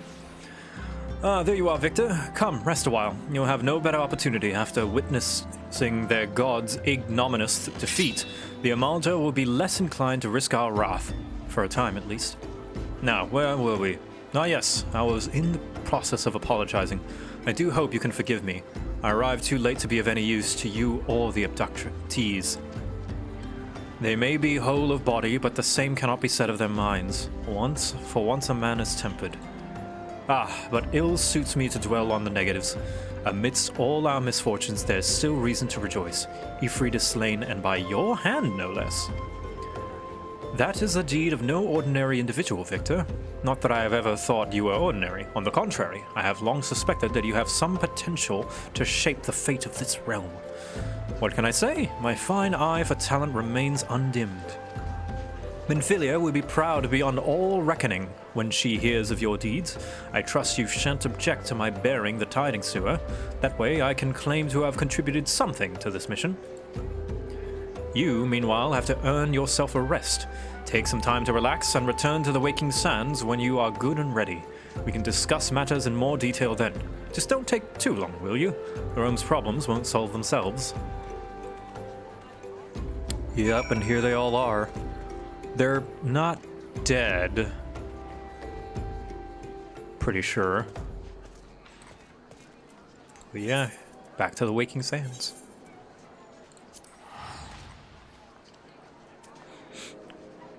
T-posing on Ifrit to assert dominance. Rookadog, thank you for the 2 months. Hello all. Looks like I have a nice long VOD to catch up on later. Oh yeah. And in about 2.5 hours, we will be doing Brachiozoid's Glamour Contest. So that'll be fun. Let's see. Hold on. I'm getting messages. Gorb!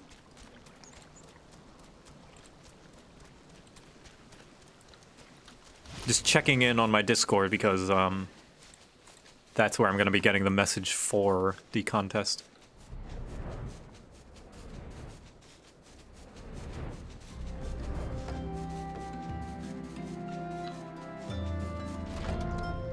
Hey Tataru.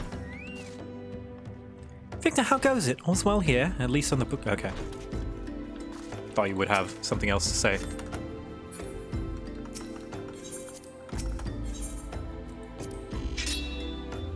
I like ARR Thancred as well. Stola, anything new to report? Nope. Okay, yeah, it's probably the same. Yep.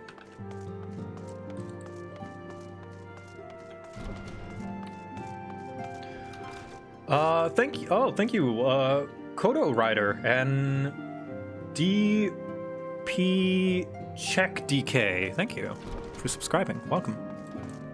Hello, wife. Ah, the triumphant hero returns. Thancred told us the news upon his arrival. He is presently in the Solar, giving a full report to Lady Minfilia. You should join them at once. Lady Minfilia is most eager to see you.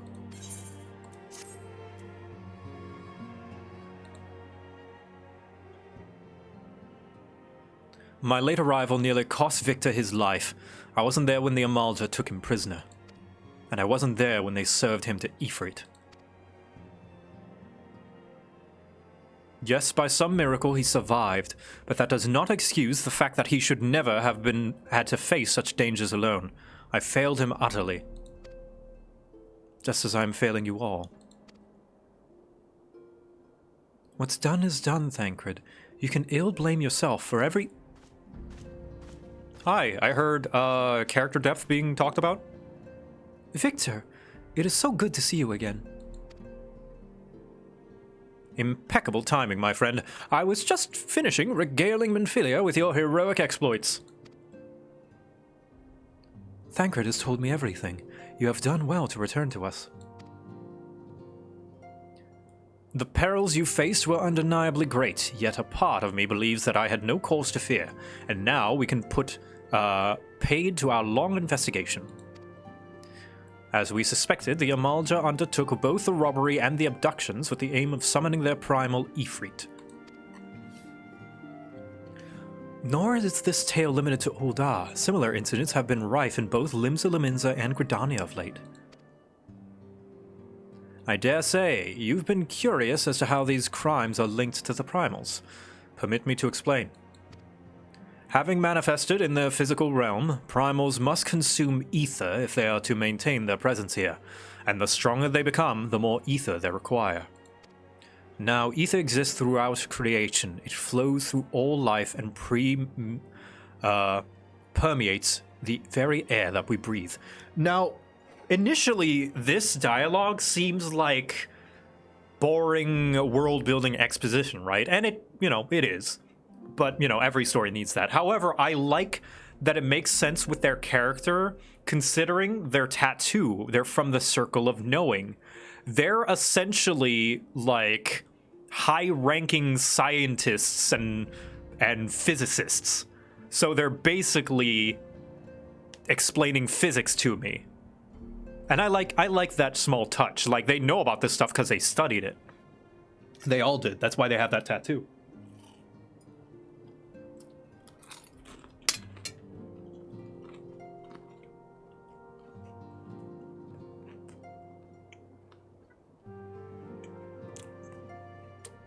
Yeah, scholars.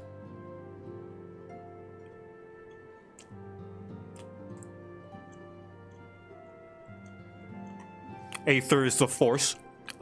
I mean, in so many words, yeah, I guess. Except, I think Aether is not as mystical as the Force, I would say. It's definitely more tangible.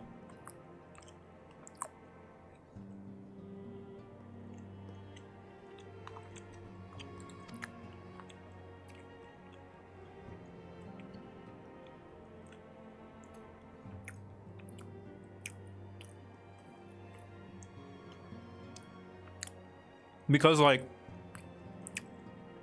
Aether can be harnessed and controlled and measured, right? And people are going to be like, oh, midichlorians, but, like, they retcon that. But, like, for example, you can't make a ship running off of the Force, right?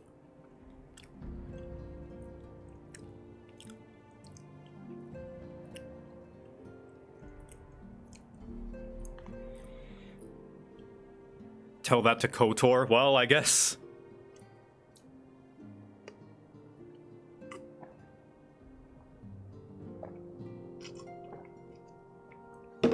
Alright, well, I guess, there's so much extended universe that I don't know about that I am not surprised. Anyway.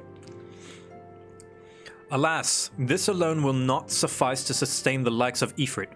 Nay, he and his kind would require a more concentrated source of ether, crystals. And that's why they were pillaging the caravans. Those caravans were carrying crystals.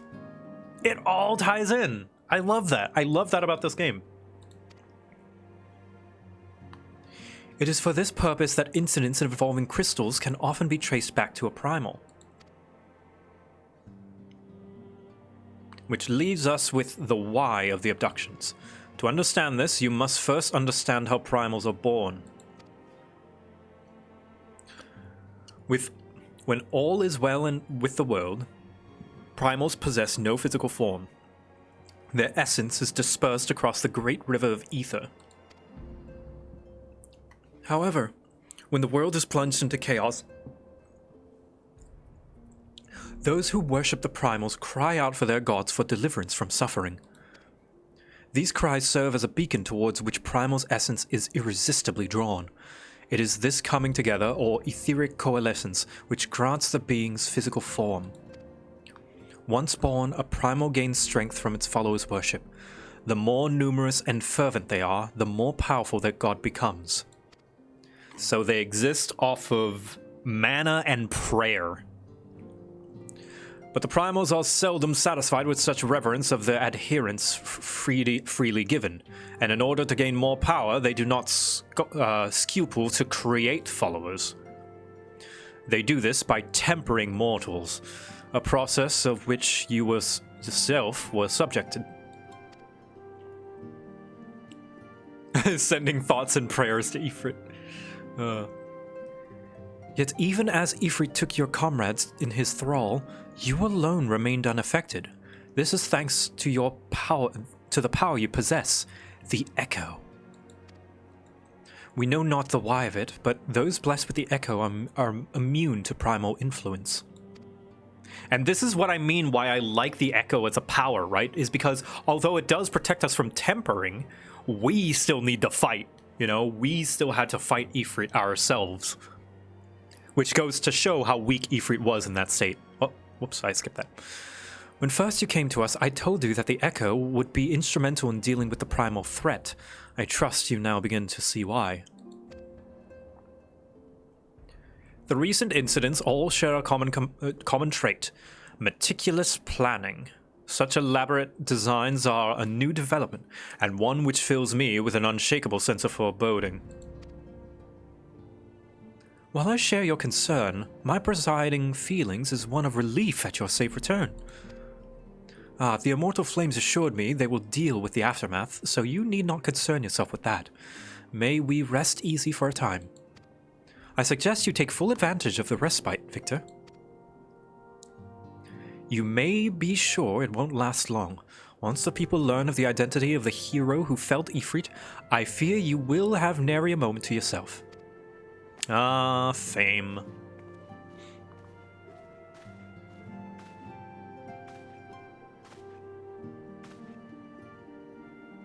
Whether she intends to or no, Minfilia neglected to tell you something I think it would be best that you heard from us. It concerns the tempered abductees that were rescued. I am sorry to report that all are to be put to death, the flames with whom you are imprisoned included.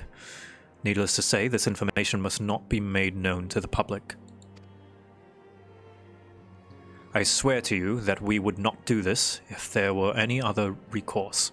But once a man is tempered, he is tempered for life. His very existence lends strength to the primal whom we cannot choose but worship. And so we Scions continue to fight, that no more innocents need to be sacrificed. I hope that you will continue to stand with us, Victor. But I should be going. I must offer my apologies to the Flame General for the losses his people suffered. Till next time.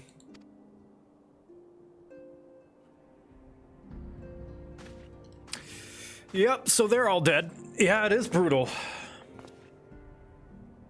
Gods forgive me. How many more lives? Louis Soir would never have allowed this to happen. I have to do better. I have to be stronger.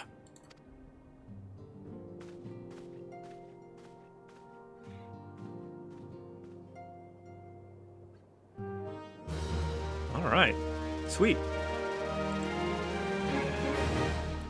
He needs to be level 10 to unlock Rogue. Okay, I think I might take a break actually and do that that event. Let's see. Depending on how close I am to the end of part 2 of MSQ. I'm about halfway through. Yeah, I think I could catch up probably. I'm actually very close. Okay, I'll finish this. I'll go do the event afterwards.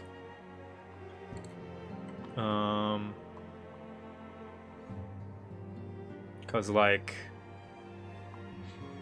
yeah, Bowl of Embers, 1, 2, 3. Okay. The last one is called First Impressions. All right.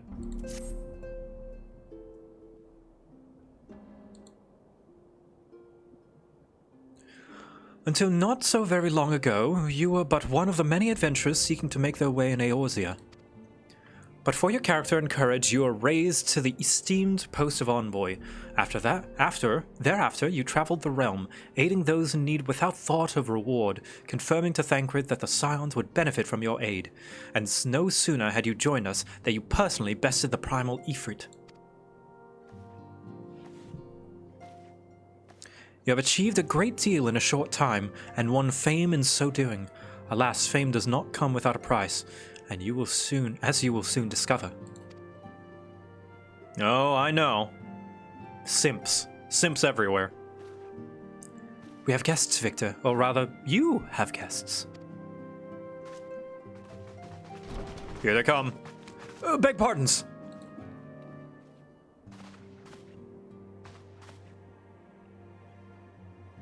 Ah, Lady Minfilia, radiant as always. I am given to understand that the Scions of the Seventh Dawn have but recently welcomed a new hero in their midst. I'm here on behalf of the Maelstrom Grand Company of Limsa Liminza to offer said hero a place of honor within our ranks. Oh God. As you can see, Victor, your recent exploits have garnered you the attention of the Grand Companies of Eorzea. Each organization would have Ifrit's Bane for its own. To this end, all three have sent officers to court you. Ah, yes, more for my harem. They would not ordinarily go to such lengths to enlist a new recruit. That they have is evidence of their high regard for you. I find myself wondering how word of Victor's deeds spread so quickly. That the immortal flame should know of his triumph is to be expected, but what of the other Grand Companies? Oh, Tataru. Ever the gossiper. Your reputation precedes you, Master Quibbles. 'Tis no ordinary man who can face a primal and emerge the victor. Like you, Victor. The Order of the Twin Adder has need of reliant men such as you. Join your strength to ours, friend, and together let us ensure that peace ever reigns over the Twelveswood. What a pleasure it is to finally meet you, Master Quibbles. My comrades speak of you in the most glowing terms. Why, even before you aided us against the Amalja and their dreaded primal, yours was already a respected name in Ul'dah. Our people know of you and love you well. A man of your talent belongs with the immortal flames. Join your strength to ours, friend, and together let us secure a prosperous future for Ul'dah.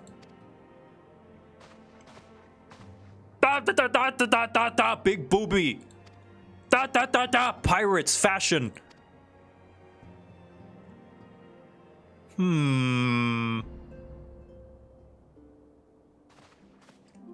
Lady Minfilia. Ah, very well. Though I am quite sure you need no reminding, mayhap a brief summary of the situation would help to clarify your thoughts on this matter. As you know, the Grand Companies are all-encompassing organizations empowered to call upon the material, economic, and technological resources of their respective city-states in times of strife. There are presently 3 such organizations, yep. Serving the Grand Company, yep. They'll give you benefits. If you're agonizing, then go visit them. Ah, a thought occurred to me. You will, of course, recall that 3 city-states are planning to hold remembrance services. Oh yeah, we planned that! Well, as part of the proceedings, I am given to understand that the leaders of each Grand Company will deliver an address. Hearing these addresses ought to help you make an informed decision. What say you, my dear officers? Yes. We have trees. We have money. We have a very hot leader. Wow, this guy really is a sim. You're wise as you are beautiful, milady. Very well. Let Victor hear our leaders speak, then return here with his decision. We eagerly await your answer. Oh, God. Now I know how harem protagonists feel.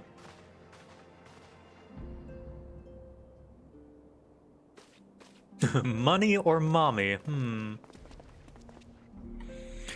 I know full well that adventurers are by their nature a liberty-loving breed and not best suited to the discipline of military service, but I strongly urge you to join a Grand Company nonetheless.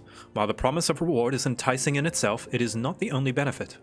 You are possessed of great power, Victor, and with it you are capable of doing untold good. Yet know that great power is wont to attract attention, not all of it friendly. There will be those who will wish you ill, and you must needs be on the lookout for them. Yet however vigilant you are but one man. In the midst of a Grand Company, however, you will be one man amongst many, a friend amongst friends. Your achievements will be shared, and so will the danger. I can think of no better arrangement. Yeah. Well, I can't be everywhere at once. Yet. But I guess this will suffice. Of course, joining one organization need not mean leaving another.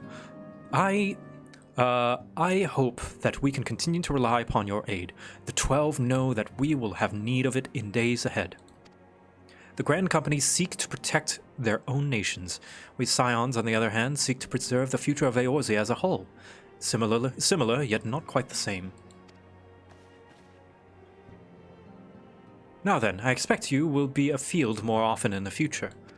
As such, here's a cell phone. Eorzea is changing, Victor, and you have the power to help shape it anew. None can say what the morrow will bring, but so long as we believe in ourselves, there is naught we cannot achieve. Now is the time you made ready for your journey. Before you depart, be sure to speak to Tataru. She will apprise you as to where and when the remembrance services are due to take place.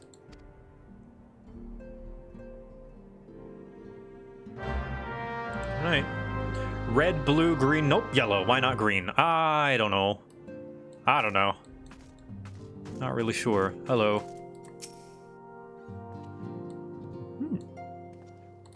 Yep. And then, oh, might as well talk to all of them. They have anything interesting. Flame General is a passionate man, and his words never fail to light a fire in the belly of those who listen. Even pirates listen, and not one small thing. She is a born leader, the kind who would gladly follow to the seventh hell. Primary colors. Funny thing, I was told this, that the primary colors we're taught are wrong. That if you're to mix them, that they don't make all the other colors. They kind of make muddied versions, like red and blue. They're wrong. They should be cyan, magenta, and yellow, not red, blue, and yellow. Because cyan and magenta can make, you know, blue, for instance. Magenta and yellow make red. Yellow and cyan make green. CMYK, yeah. My color theory class was wrong? Yeah. Well, if they taught CMYK as the proper primary colors, then no. Why is the flames blue? I don't know. Carry on, Jay. The destruction that visited this land cannot be attributed to the forces of the Empire alone.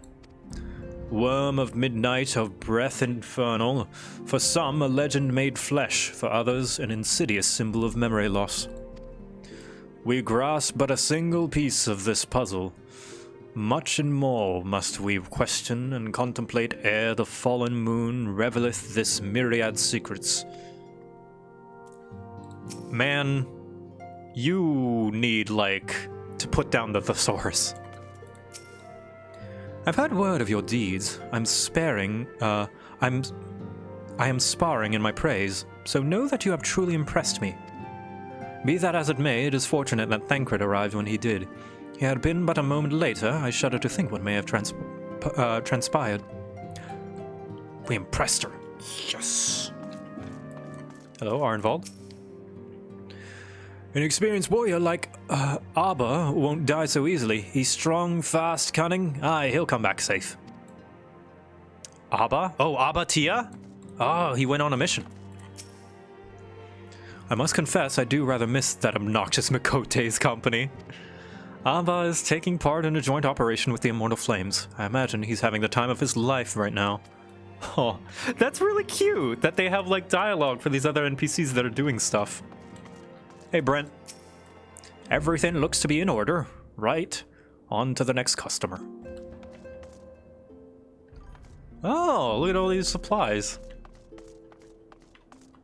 Hello, Miss Insomniac. Or not Insomniac, Amnesiac. Oh, wait, I have the perfect thing for this.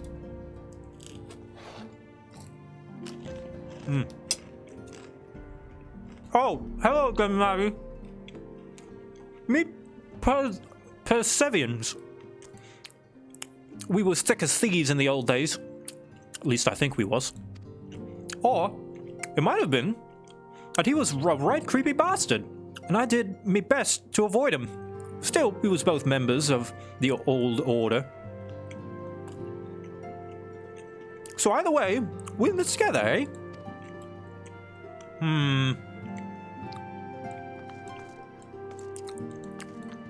Hello, Thancred. You've put us all to shame with your recent performance in the field. If I'm to keep up, I dare say I need bigger knives. Yeah, that's not a knife. This is a knife. But I guess size doesn't matter. Ooh, hello. 5 years ago, the 3 grand companies joined as one and fought the Garlean Empire at the Cardinal Flats. And now, for the first time, the people will gather to remember those who fell in battle. That being said, no one has any clearer memory of what transpired that fateful day, not even the leaders of each nation. Speeches? Oh yes, I love them! There's nothing like a good exposition when you're having trouble sleeping. Oh, I like Ida. She is Herbo, and I love it. The female version of Himbo. Strong, kind, and dumb. Hey, Tataru. Any advice for first-time Final Fantasy XIV play? Be patient. Read the dialogue. Pay attention.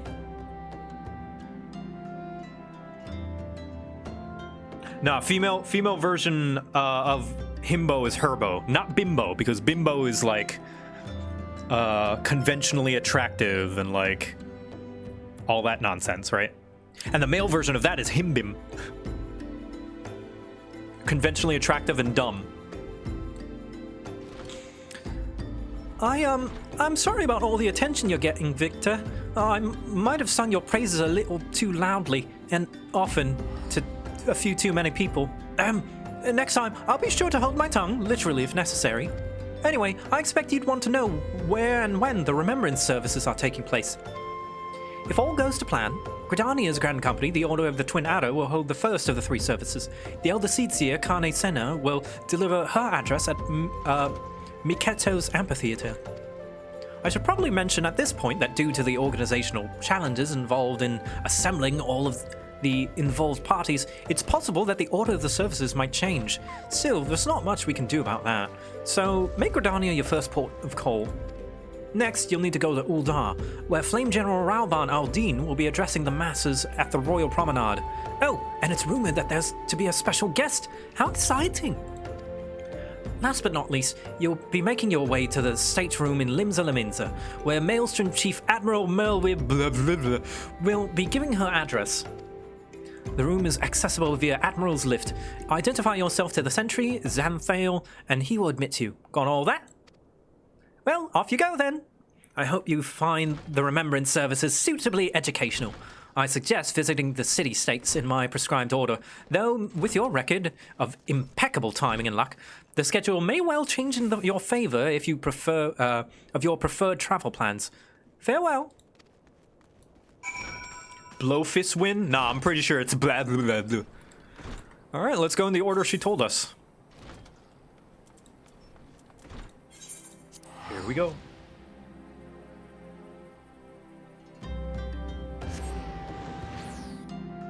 Yeah, do your job quests. Some of your abilities are locked behind job/class quests. So do those.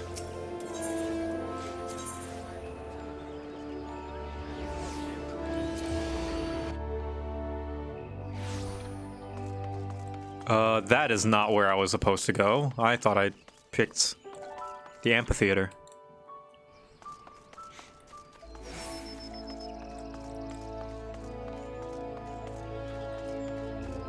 I am bad at not reading my quests. Well, unfortunately, that's the content of the game. Like, you might think, oh, I'm gonna skip the dialogue to reach the real content, but the dialogue and the story is the real content. Which is going to be hard to adjust to, I know. I had that trouble as well, but that's kind of why I'm playing through it again. Just as a refresher. Yeah, Gridania is my favorite city-state aesthetically. I just like the traditional, you know, forest fantasy stuff.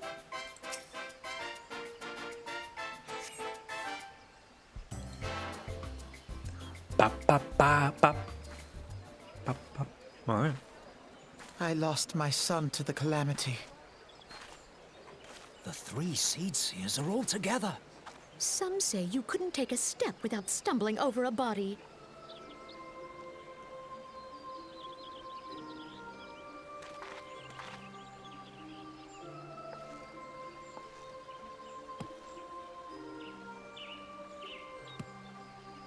Our forebears were once strangers in the Twelveswood, fearful of the Green Wrath. They hid themselves in the dark recesses of the earth. Yet they dreamed of basking in the dappled sunlight of the forest. Through great effort, they proved their worth to the elementals, and were granted a place beneath the boughs. So it was that Gridania was born, some 5 centuries ago. The only thing I hate about this quest is that all 3 cutscenes are basically the same. I mean, yeah, like they're all going about fixing Eorzea in their own way, and like, but it's just to give you the tone, right? One thing I really like about about Final Fantasy XIV is there's something for everyone, right? Even someone. I apologize for bringing him up so much, but it's hard to say that he's not relevant right now, right? But like someone like Asmongold, who saw the game, is like, oh, what is this shitty weeb game with the cat girls and the furries and all that? Even someone like him has something to like in this game in the form of some of the jobs, or in this case, the Immortal Flames. That's very much his style. Like, this game caters to a lot of people. Who's Asmongold? One of the most watched people... one of the most watched WoW streamers, and started playing Final Fantasy a few weeks ago, something like that, month ago, something like that. But yeah, even like him and a lot of people who might be like, oh, what is this ooh anime bullshit? It's like, there's something for them as well. And like I said, this story is less, it's less,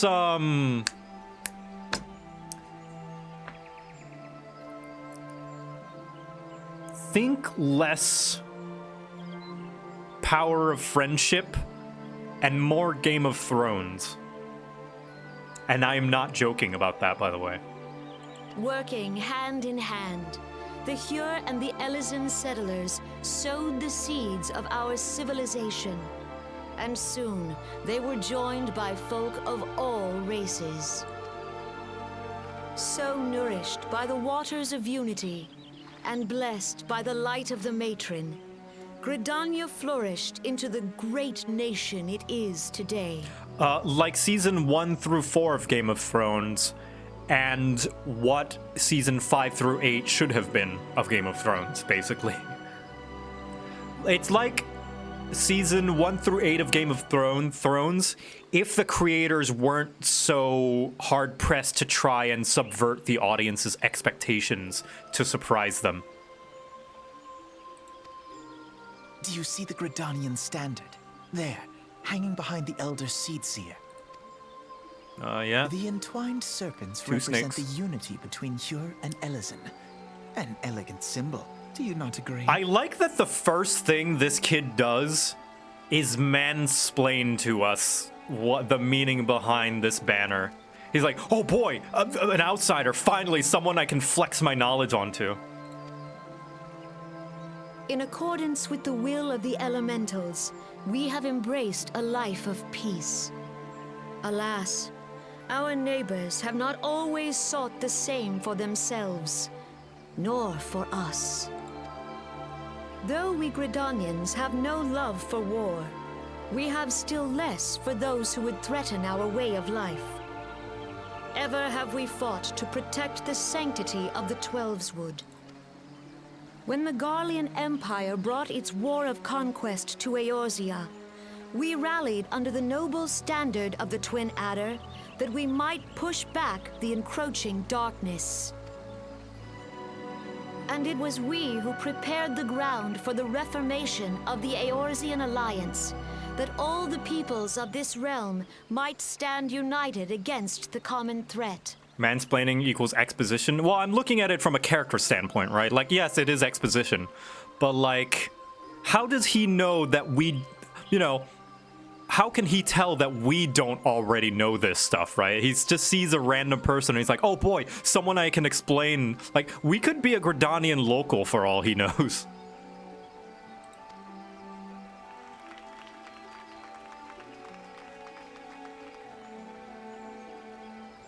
5 years ago, the Alliance met the armies of the Empire upon the fields of Cartano. Which I guess is fitting for a teenager, right? A teenager who's like, well, I went to college as a teenager, therefore I'm so much smarter than everyone else. And he's just so desperate to show how much he knows, right? I like to think of it as a characterization of who he is.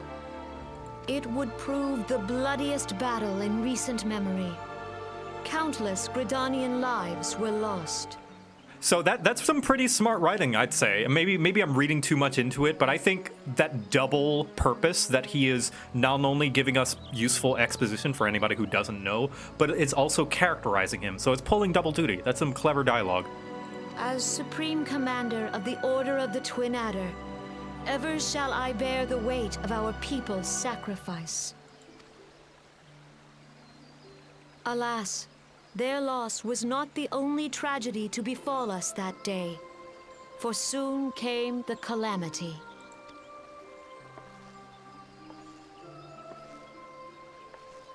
The scars borne by our forest are a constant reminder of its violence. Our lives have been irrevocably changed, each waking hour a struggle to survive. Yeah, and that's why I do think this writing is smart, because the first impressions you make of a character are one of the most important, unless you're trying to subvert it, like, you know, say a certain character from Game of Thrones, who the first impression you get is that he's an asshole, but then you learn it's like, hey, he's a bit more complex and there's reasons behind what he does. But like, think of something like Avatar. When we first meet Sokka, what is the first thing he says? He says, I've got him now for sure. He's not getting away this time. And that gives us exposition of what they're doing, but it also characterizes Sokka as someone assured, as someone confident, and someone who tries and doesn't give up. He's not getting away this time. And I've got him for sure, you know, like, that is smart. And then he blames his sister for messing up. Yeah, the character, you know, characterizing him as shrugging responsibility sometimes and blaming others. It's like, yeah. I mean, Zuko as well. That's also something that he says.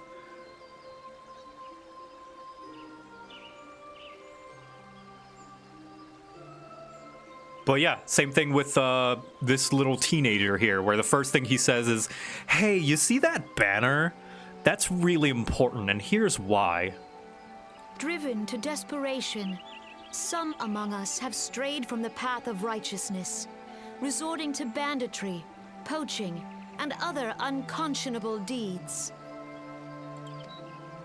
To compound our woes, the Ixal have returned in force, emboldened by our suffering. They test our defenses nigh without cease, and prey upon the vulnerable. Girlfriends. So beleaguered from within and without, it is of little wonder that our unity now falters. Dark times are upon us. Time was a man could walk the high roads without fear. On this day, 5 years ago, countless Eorzeans laid down their lives that we might behold another dawn. Please join with me in honoring their memory.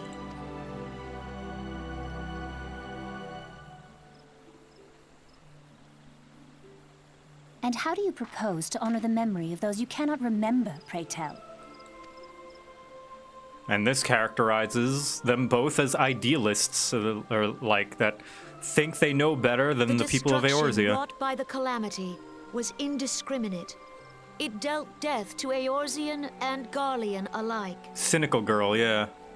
Yet while we have labored to rebuild our homes, to rebuild our lives, the Empire has set about raising steel fortresses here in the Twelveswood. Let none be mistaken. The Garleans remain the greatest threat to our survival. If we are to stand against them, we must remember what it is to be united. I really think she is the least likable. Well, the unfortunate truth is she is also the one with the least screen time. I think if she had more time, you know, with us in the main story quest and getting more fleshed out in characterization, people would find her pretty likable, I think. Our many troubles blind us to the woes of our fellow man. Thence is harmony lost. Yet harmony is the founding principle of Gridania. We are gathered here to honor the fallen. Let them be honored not only in word and thought, but through concerted action. Yeah, for what little we do see of her, I do see her as the most, like, level-headed. I bid you, join hands with me once more beneath the Twin Adder standard.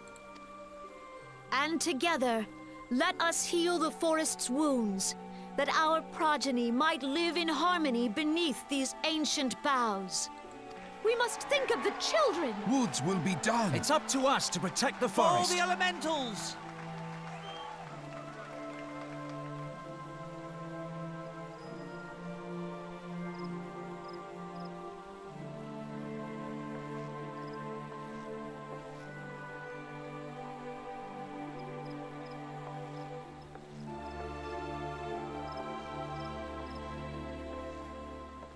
Merlwyb is best by default? I mean, we all know that.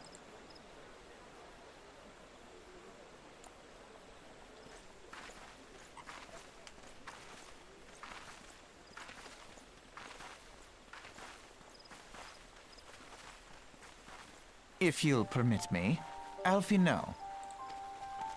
Now you and introduce my yourself. sister, Alize, at your service. I saw at a glance that you were a fellow traveler. You might call us students of history, sampling the realm's remembrances in pursuit of enlightenment. Ugh. Friendly reminder, this kid is 14.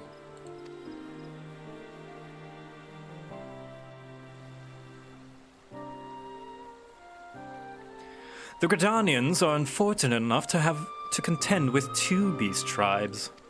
The Ixal are unquestionably the most troublesome, being a naturally warlike disposition, and wont to summon their bloodthirsty primal Garuda. Sorry, 16. Oh yeah, big difference, sorry. Yeah, I think Sam Riegel and pretty much all the voice actors are doing the best with what they're given. I feel like they were not, because there are some very accomplished voice actors in here. The delivery is still rough, I would say, in my opinion, especially in comparison. Like, it's not just because of comparison with Heaven's Word, but I think they're rough on their own. But I think it might have to do with just poor direction, because all of these voice actors have done amazing jobs. Like, you can hear Sam Riegel in Nier Replicant as well, and he's doing great in that. Yeah, so I'm willing to put the responsibility on ARR's shaky, like, inconsistent quality voice acting on the lack of direction, perhaps. Yeah, Sam was in Replicant. I think extra voices and also a few significant NPCs. He was really good too.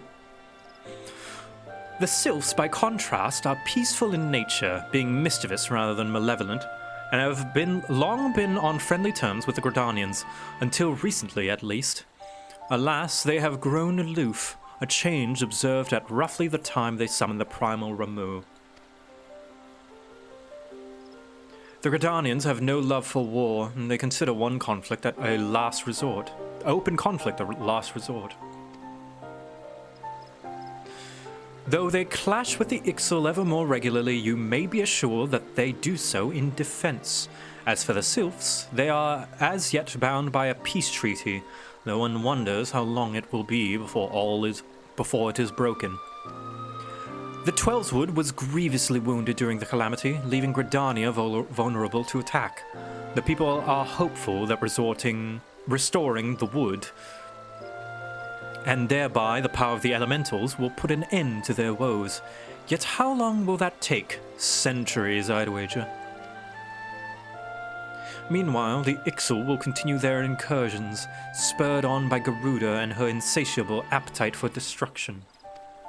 Whether the Gridanians like it or not, sooner or later it will come to an all-out war, And when it does, the Order of the Twin Adder will need all the help it can muster.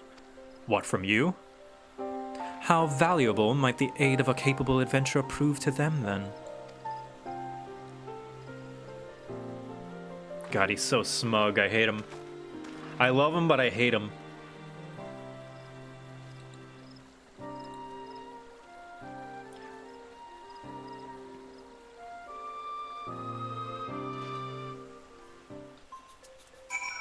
Alright.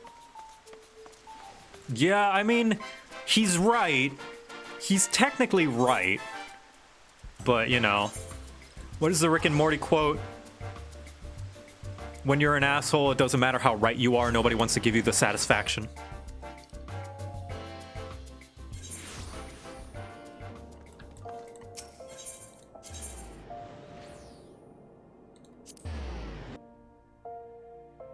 Which is the best kind of right. I don't know, I would rather people be willing to accept me diplomatically rather than be adverse because of the tone that I put it. Some people say Sam Riegel's delivery fits into his smugness right now, and I think that's maybe reading a little bit too much meta into it. But that's definitely an interpretation you can make, I guess. Hark you, souls of flame, drawn to the bosom of the desert, where the fire burns brightest and shall rage forevermore. Hey, it's the singer for the Shadowbringers theme. Hurrah! Rauban! Where since antiquity, under the sage and judicious rule of the Ul dynasty, we have wrought sand into gold, where by the grace and glory of Naldal have our brave sons and daughters flourished and prospered. I speak of Ul'dah! ARR Rauban was pretty solid. Yeah, it's serviceable, in my opinion. Hark, you spicy fucks! Welcome to the titties of the dry lands! Company standard. Note the sigil.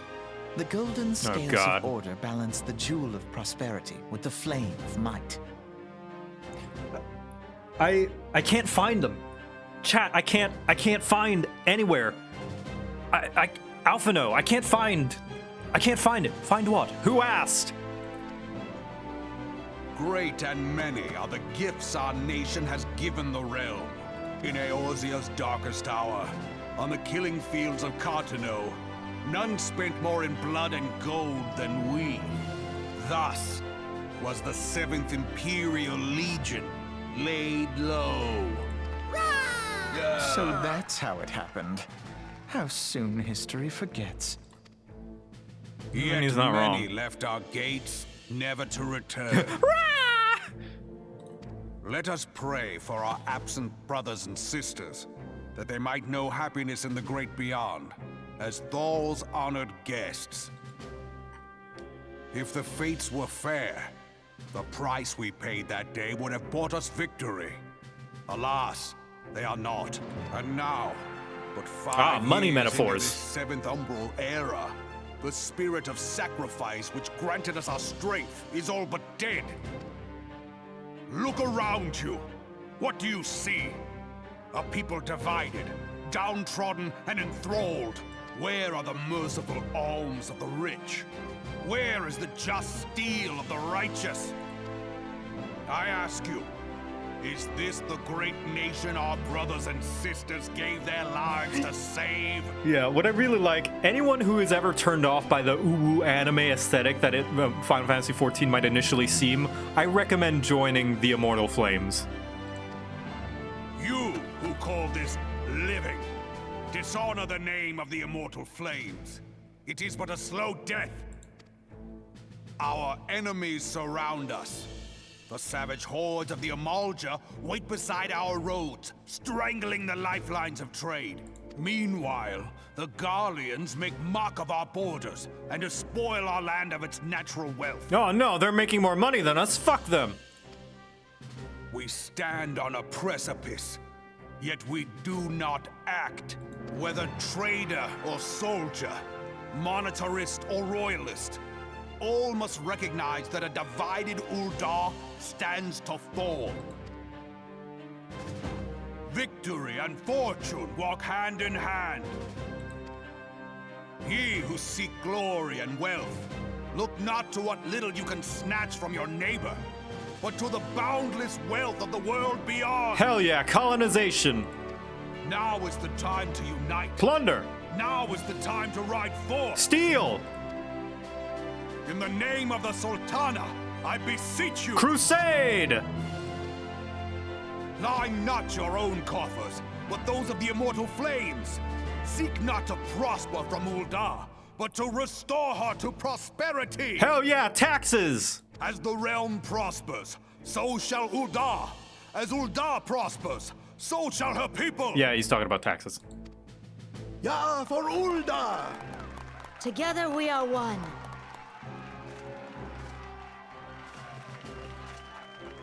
Your grace. Oh yeah, the best part of ARR. Raubon? And simultaneously the worst part as well, now that I remembered. There she is. People of Uldar, I, Nanimo, 17th in the line of Ul, address you. Okay, I'm gonna be harsh with my criticism here. I think Nanamo is probably the roughest voiced in ARR, in my opinion. Much has been made of the wealth of Uldar. Yet those who measured that wealth in coins and carats are gravely deceived. It fades in and out of British and American and all that. Oh, boss, welcome back. We fought a god, we killed a god. We learned that the gods are summoned by the combination of crystals and prayer, and they brainwash people. And so because we killed it, all the grand companies want us in their ranks because, well, you know, we killed a god. And now we're learning about what each one does. For the true wealth of Uldar lies in the health, happiness, and hopes of her people. Yeah, no, God, little g, lowercase g, a god. And it wasn't even at full strength either. You know, it was summoned by a ragtag group, you know, if we could manage it. So, yeah. Yeah, Tuesday. God in name, rather than in actual, like, abilities. It is not omniscient or omnipotent. And they're called primals. Beloved subjects, I bid you raise aloft the torch of Uldar, that her flames might serve as a beacon for all Eorzea to see. Oh yeah, and also, we also had to kill everyone who was brainwashed by that god, including the innocent people, because if we don't execute them, then they are just going to continue to pray to them for life and strengthen them over time, so they might come back. So that's pretty sad. Long live Nanamo! Glory to the Sultana! For victory and fortune, stride fearless into the inferno, for we are, by fire, reborn!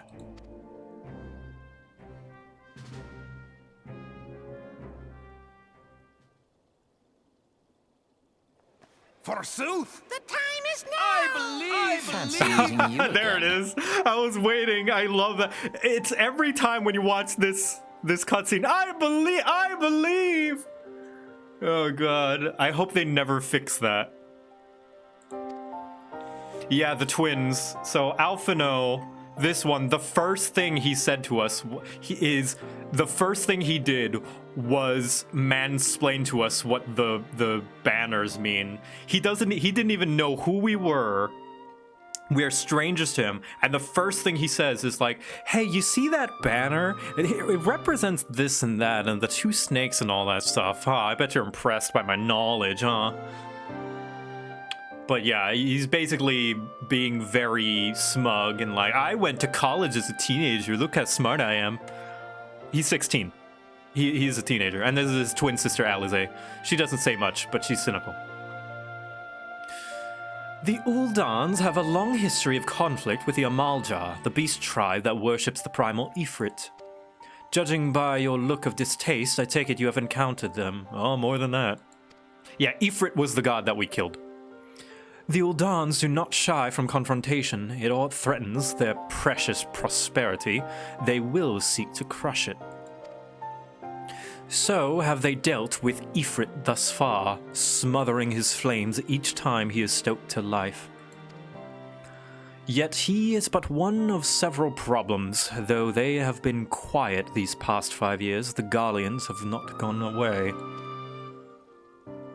Meanwhile, refugees continue to arrive in droves, and Ul'dah has no clear policy on how to deal with them. Sound familiar? After all, not even the Sultanate's coffers are bottomless, and even assuming they had the coin, resources will ever be finite. Which brings me back to the subject of Ifrit. It has been observed that the Amalja are summoning him with ever-increasing frequency. Every time they do so, the Ul'dan send their forces to smite the Primal, and though they invariably succeed, each victory is bought with blood. It is a war of attrition which they cannot well sustain. Small wonder, then, that the Immortal Flames are eager to recruit more members. Yeah, they become cannon fodder. Because although, like, it results in some of them getting tempered, and as a result having to be executed, they can kill these Primals. That is why I'm so useful, is because I can't be tempered because I have the Echo. At such a desperate hour, an adventurer of your experience would be a most welcome addition to their ranks. For their sake, I hope the Flame General's words struck a chord with you.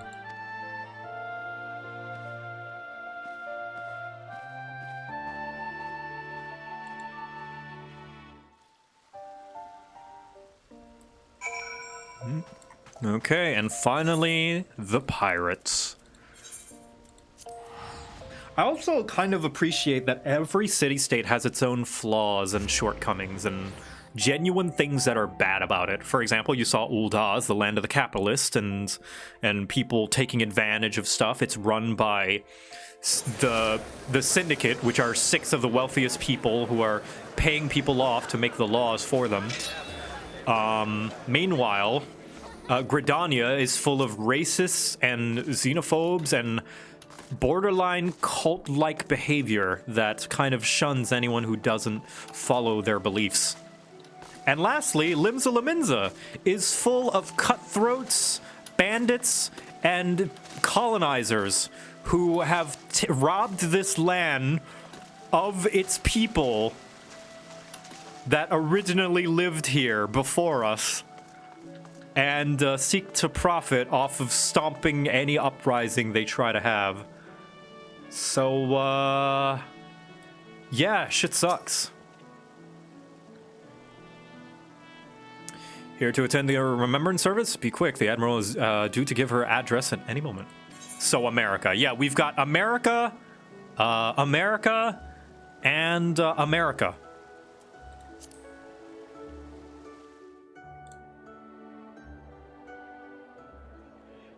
But they all have very real problems. So much for our alliance. It's sunk beyond the seabed. Oh yeah, Limsa is more like British, old British Empire, yeah, that's true.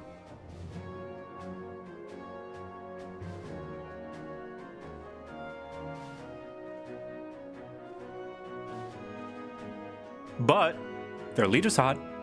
Brothers and sisters of the sea, hearken unto me. Look upon this, our mighty crimson standard, and tell me your hearts do not swell with pride. Now, Merlwyb, I think, probably has the best voice out of the 3 city-state leaders, and I think most people will agree. She's good enough that a lot of people actually prefer her ARR voice over the Heavensward Onwards one. And although I think the delivery could use work, I think that's just a simple, that could easily be solved with some direction. But she's doing all right. I like Merlwyb's voice.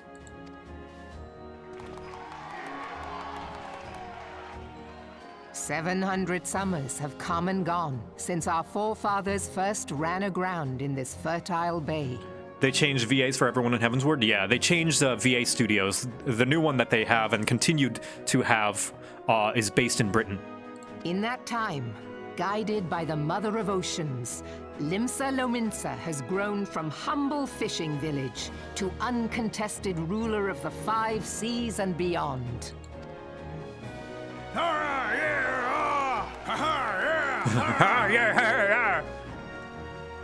Did you look as the Admiral bid you? It is a rather stirring standard, I must say. Does that mean the Sultana will finally get a real British accent? Yes, and it's much, much better. Biggest improvement. The Crimson Field is meant to signify the blood of fallen crewmates, while the Black Longship represents a pirate vessel. Thanks, Alphino. I really needed that information. When the Garlean Empire marched upon Eorzea, we assembled beneath the Maelstrom Standard, and our grand company was reborn. All answered the call, from the Knights of the Barracuda to Hilfir's bloody executioners. And together, we met our would-be conquerors upon the field of Carteneau.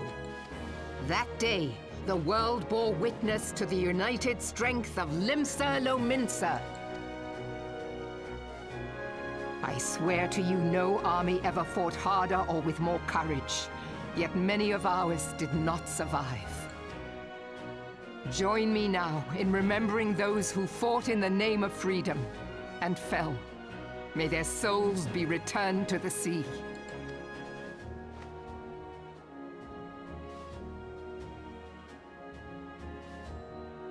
Freedom. Yes, they have always been rather fond of their freedom. Much as the beast tribes have. Small wonder.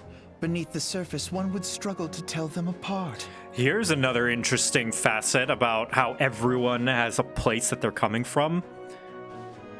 And something that is brought up in lore as well. Like, yeah, we do have power over the beast tribes. Why wouldn't they summon their primals, right? I mean, he's being an ass about it, but he's kind of right. It has been 5 long years since the calamity struck. 5 long years of tireless rebuilding. Yet still the wounds of the calamity fester and weep. But when I stand atop the mizzenmast and gaze out upon our battered and broken vessel, I see an undying spirit. Did we not build all this from the wreck of the Galadian all those centuries ago? Shall we not do so again? Yet there are those who would see this ship of ours sink beneath the waves of the restless Rotano. The Sahagin creep ashore seeking blood for their accursed god. Yep, that is Sam Riegel. The Sahagin have risen? While the mines of Ogomoro spew forth kobolds who push ever south, despoiling our lands as they go. 5 years since the Calamity. Was Breath of the Wild really that long ago? I think it was longer, actually. Because I remember playing it on the Wii U when the Switch first came out. These savage beast tribes will be the first waves to Okay, crash against not our that long ago. creaking hull. And behind them swells the grim tide of the Garlean Empire. Even now, the Curs fly their flags within our borders. Doubt not, but that they will be upon us ere long. We are well nigh surrounded. Yet there are those among us who would rather turn their swords against their crewmates than our cannons against our foes. Yeah, those people are sus! How can we hope to repel our many enemies when mutiny breeds below deck? There is but one course left to us. One bearing that will bring us victory over the beast hordes and the Empire both. And see this ship safe to port. Ah, love the metaphor. We must mend the rift the Calamity has reopened. A woman after my own heart. Twixt pirate and maelstrom, and stand fast with our adventurer brothers against the coming tempest. Mark ye well. A crew without unity is no crew at all. 'Tis but a mass of drowned men. To me, then, brothers and sisters of the sea, gather beneath the undying crimson standard and pledge me your strength, your skill, your wisdom. And with the guidance of the navigator, this great vessel of ours shall ride the waves till sea swallows all. Long live the Admiral! Admiral Melvin! Gather the lads! Oh, where's me cutlass? I'll follow ye to the seven hells, Admiral! Where's me cutlass? I need to wave it in the air so I can have a dick measuring contest. Fancy meeting you again. Hello.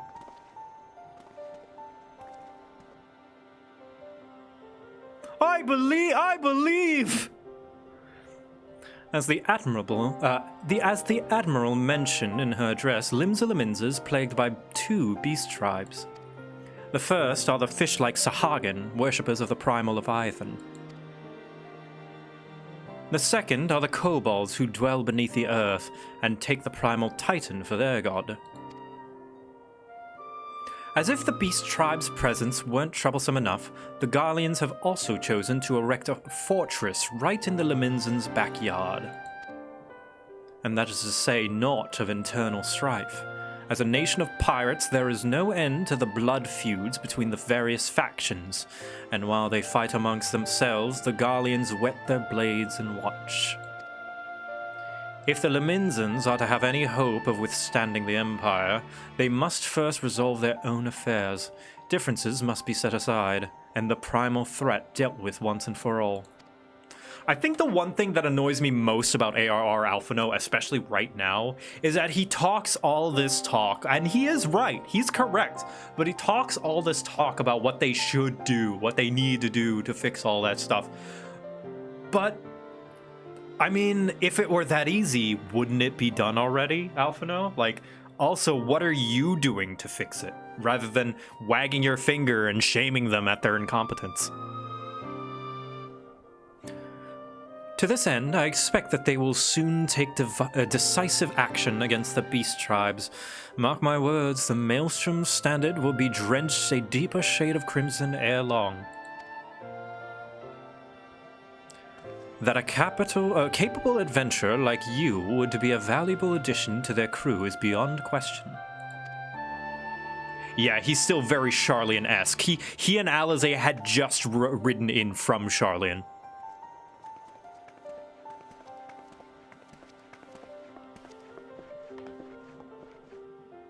He's like the high schooler that just read Atlas Shrugged. You're right. What's even his importance anyway? I guess we're gonna have to find out. Hold on. Victor, this has been Philia. Are you well, I hope? Would I be correct in thinking that the final remembrance service is now concluded?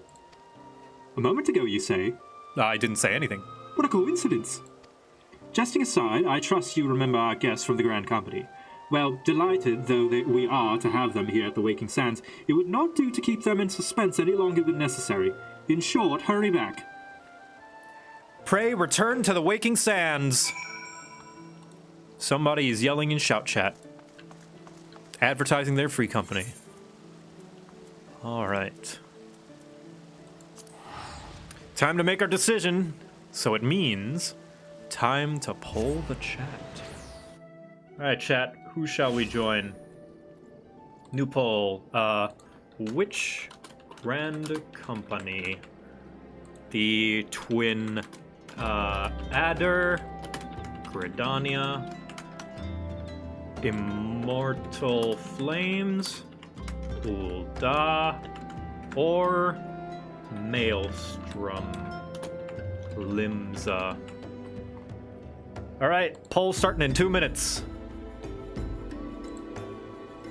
Well, starting for 2 minutes, rather. And they're off. Immortal Flames takes the lead early, but Maelstrom immediately overtakes. Twin Adder not far behind at 11 votes at a nice and healthy 28%. However, Maelstrom continues to rise above. Immortal Flames is catching up on Twin Adder's tail quite a bit, but ultimately, the Maelstrom is still in the lead with a whopping 55%. If the Twin Adder wants to overtake them, it's going to need a lot of help. You don't see the poll? Refresh the page, or check at the top of the chat.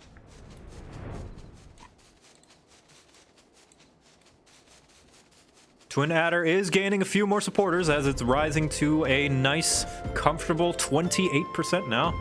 However, the Maelstrom continues to rise above at a 56, now back down to 55. Oh yeah, Tataru! Yeah, polls only work on web. Ah, I see. Tataru, what do you have to say? Some people let fame swell their heads, but I believe that yours will remain in proportion and firmly attached to your body. Oh, Tataru, you're so good.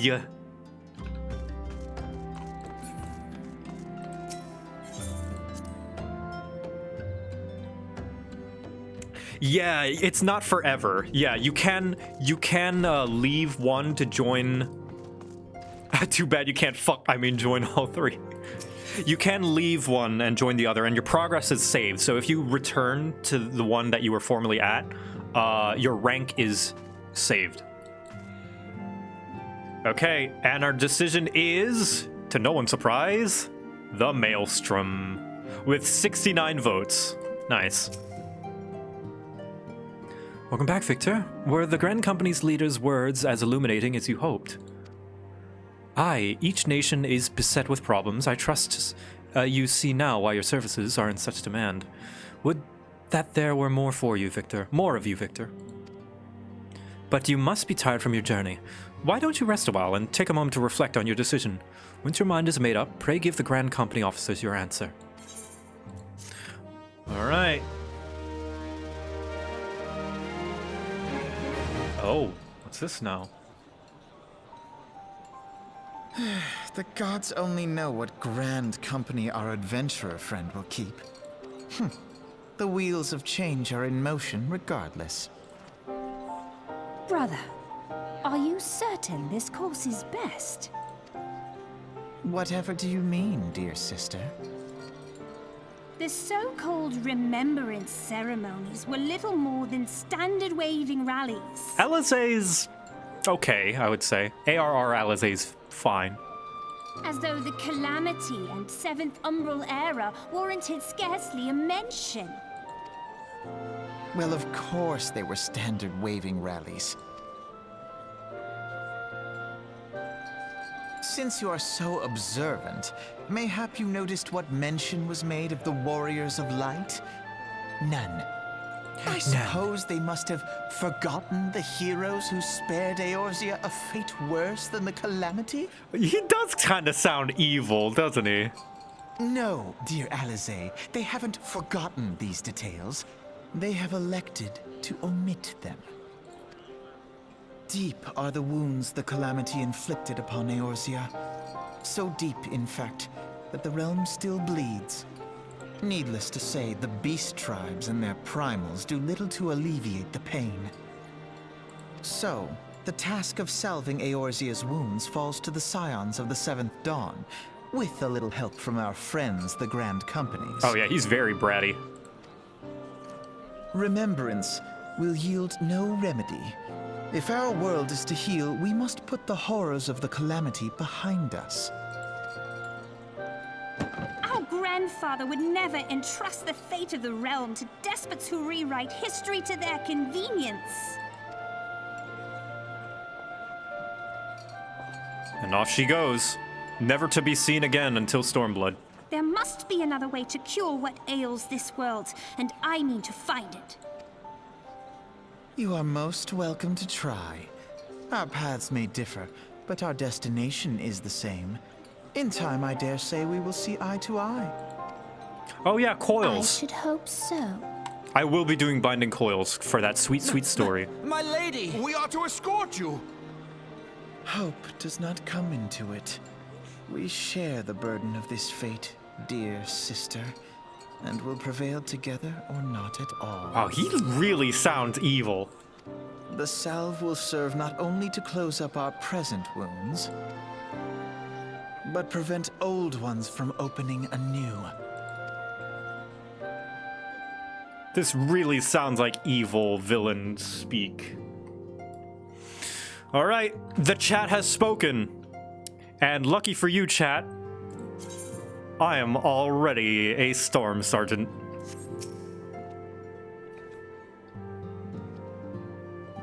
How was the Admiral's speech? Ah, but you need not explain. That you stand before me now is answer enough. You have resolved to join the Maelstrom, have you not? Think of the boobies. That's the spirit, lad. With allies like you, how much stronger is our crew? Let us brave the seas together, friend. Now, the choice is made. It is time to add your name to our rolls. Make your way to Limsa Laminza and seek out our Grand Company headquarters. Maelstrom Command is located in the upper decks. I will send word to our personal officer to expect you. The duties of the Maelstrom soldier can be both arduous and challenging, but I promise you, you will not regret this choice. May your passage be swift and your bearings true. Till sea swallows all. Haunted Toaster Root, thank you for the bits. Good evening. Hope the old ARR voiceovers don't get too grating. No, they're fine. They're not awful. They're not the worst voice acting I've ever heard, trust me. Alright, to the aft castle.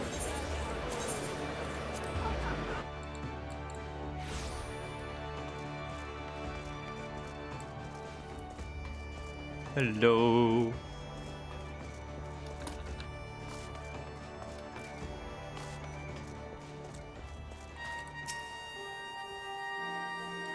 Okay, how close are we? The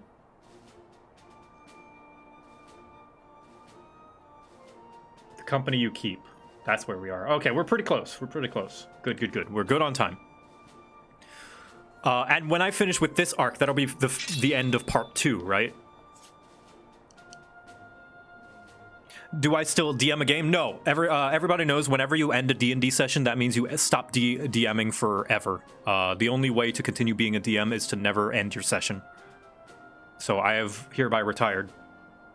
Arcadia, thanks for subscribing. Hail, adventurer. What business have you at the Maelstrom Command?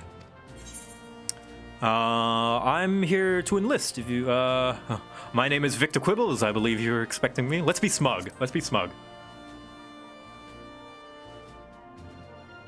Victor Quibbles, I, our recruitment officer, sent word of you coming.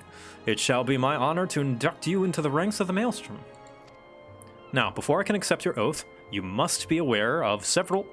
Sir! Yeah, that's why it's called Forever DM. You forever, forever and ever... Yeah, you forever end after ending DMing, yeah. The only way to be a DM is to DM forever. That's what Forever DM means. What is it, Private? And this had better be important. Sir, we received a report from a lookout in Lower Lenosha, sir. Imperial forces have fired upon Highwind's Skyway ships. The vessel is in a bad way, sir, and appears to be banking for an emergency landing in Cedarwood. Cedarwood? Damn it, we have no troops available in that area. The bulk of our infantry is bogged down in the coast skirmishing with the fishbacks. Quibbles, this is highly irregular, but I fear your first duty in service to the Maelstrom must needs be unofficial. If our man in Lower Lenosha is correct, the airship will come down in territory... I accidentally skipped that, sorry. Make haste to Cedarwood, locate the ship, and if there's any occupants that are alive, make sure they come to no further harm. We'll see about swearing you in upon your return.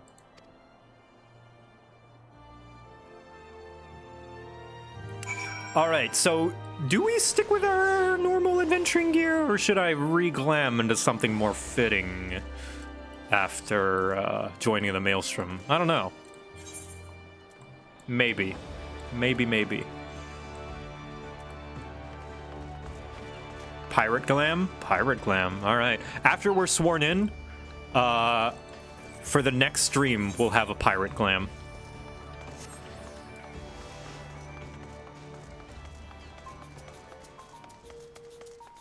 And it can be the start of, my little, color scheme. Because Victor's color scheme does include red. His color scheme, I usually go for black, white, and red. It used to be white and red, but as I found more glamours suiting for him, like, I found, you know, black to be a nice thing to implement as well.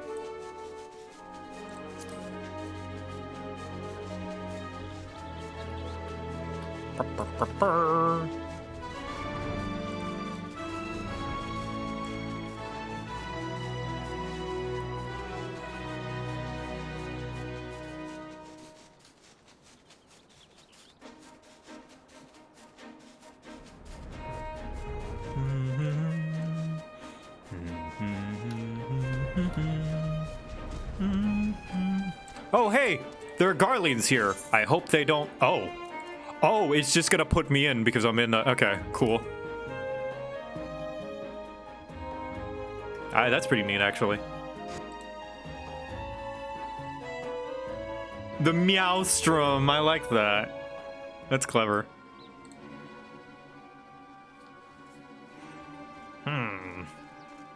Hello there.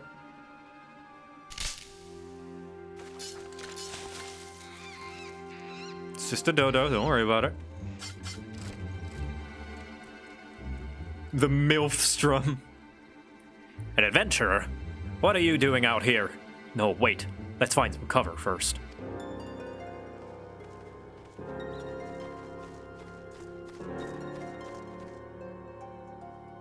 Oh, I like twin Yatters, though. The twin Yanners.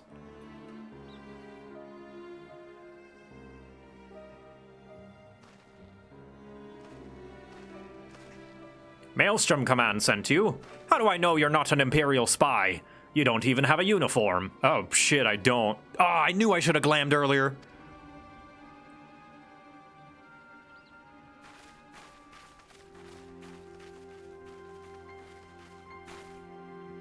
Be at ease, sir. We are of the Maelstrom. You are Garland Ironworks engineer, yes? One of our lookouts reported the attack on your craft. We're here to rescue you. You must be Quibbles. Good work on reaching our friend here before the Imperials. Ah.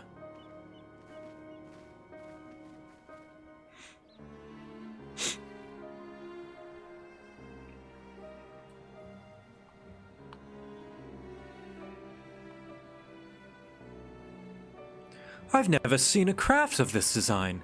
It must be Garland's work. Is there no end to the man's treachery? The secrets of Magitech belong in Imperial hands. They are not to be squandered on Eorzean savages. We are taking this craft back to the fortress. Dismantle it if you must, and bring the engineer. Someone must pay for Garland's crimes. Who's Garland? We don't know. That's just a name that we've heard so far. It's the name of the Iron... Well, it's apparently the name of the company that makes all these Magitech things that these people work under. Scouting party from Castrum Occidens, I'd say. Seems they want your ship engineer. Wedge! You have to help him. That fool of a Lalafell was hiding inside the tiny Bronco. The tiny Bronco? Isn't that the new design people have been whispering about?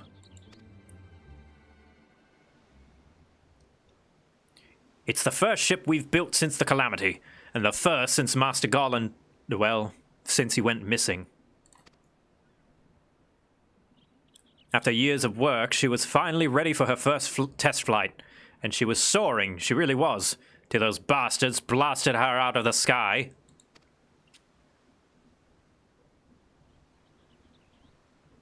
Alright, pay attention. We're going to hit these Imperials hard and fast. If they want a souvenir from Eorzea, they can have a knife in the gut, but they're not getting that ship.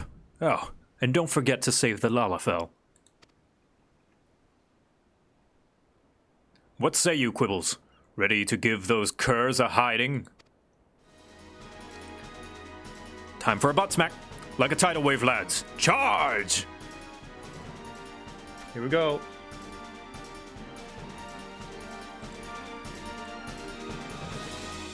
An ambush! To arms! Here we go. I also like this little touch that there's this zoom in of a Final Fantasy encounter. That's a nice little touch.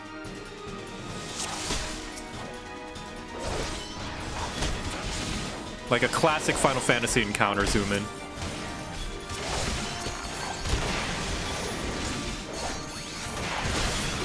There we go. Kill the healers. Okay, and then kill the DPS.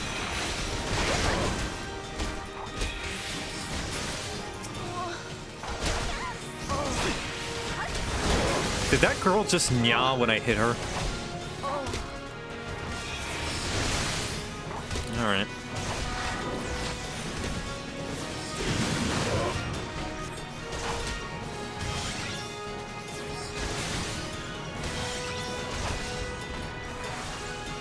Don't cure yourself. You're not supposed to have... Oh, there we go. There's another robot. And now we get to see a little bit of what the Empire is capable of. I think this is our first fight with the Empire, right? We see that they use robots. This is what they call Magitech.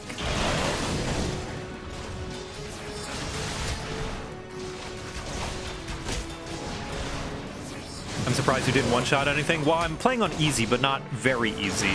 And it sinks you down, so... Come on here. Get over here.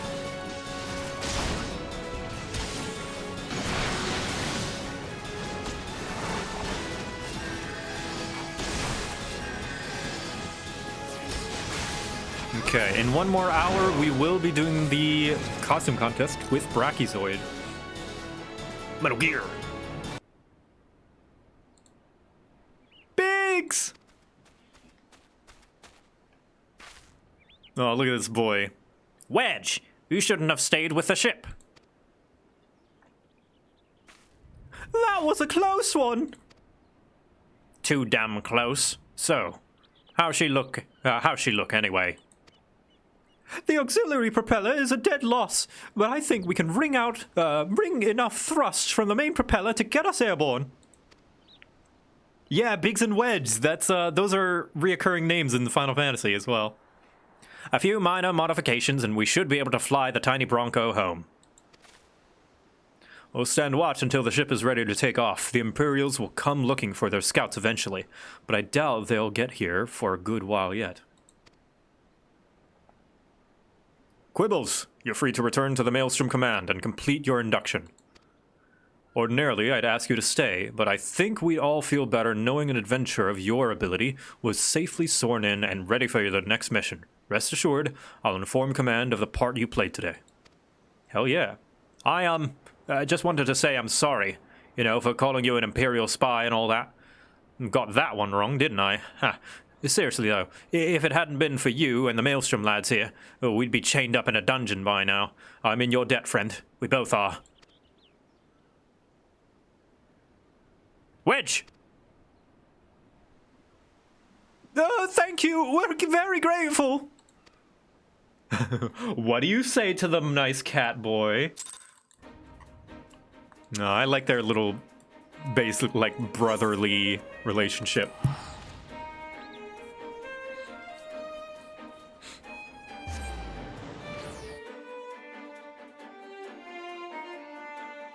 Yeah, I'm taking into account kind of like their later voices that they get. So I'm trying my best to imitate it. But I am no professional voice actor. At least not to the level that these people are.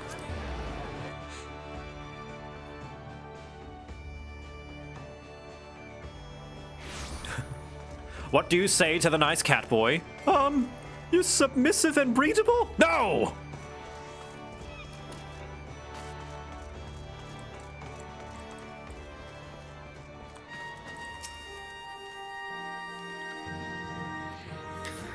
Welcome back, Quibbles. I just heard the report. You needn't be concerned about the engineer. What, chat? I'm doing a bit. I'm doing a bit. It's fine. They completed their return trip without further Imperial interference. I must admit, I had my doubts at first, but it seems the stories about you are true. Okay, I'm Ifrit's Bane. Thank you very much. I look forward to seeing what else you're capable of after you're properly inducted into the Maelstrom, of course. Now, speak your induction. I, Victor Quibbles, hereby pledge my allegiance to the Maelstrom, till sea swallows all.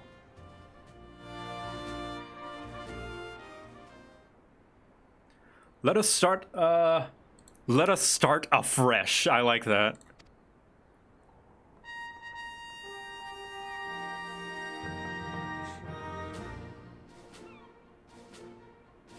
You are welcome here, Victor Quibbles. That such a well-respected adventurer would choose to join our ranks is most heartening. Before you swear your allegiance to us, however, it is right that I tell you exactly what it is you will be joining. A grand company is more than simply a collection of soldiers. It is an all-encompassing organization which draws upon the resources of an entire city-state to form a united military force capable of standing against a nation's deadliest enemies. We of the Maelstrom are charged with, meeting the threat posed by the Primals and the Garlean Empire, and solving the many problems caused by the calamity. Every man and woman who serves under our colors has a role to play in keeping the great warship that is Limsa Lominsa afloat, and on whatever heading Chief Admiral Merlwib blah blah blah sees Admiral Merlwib blow.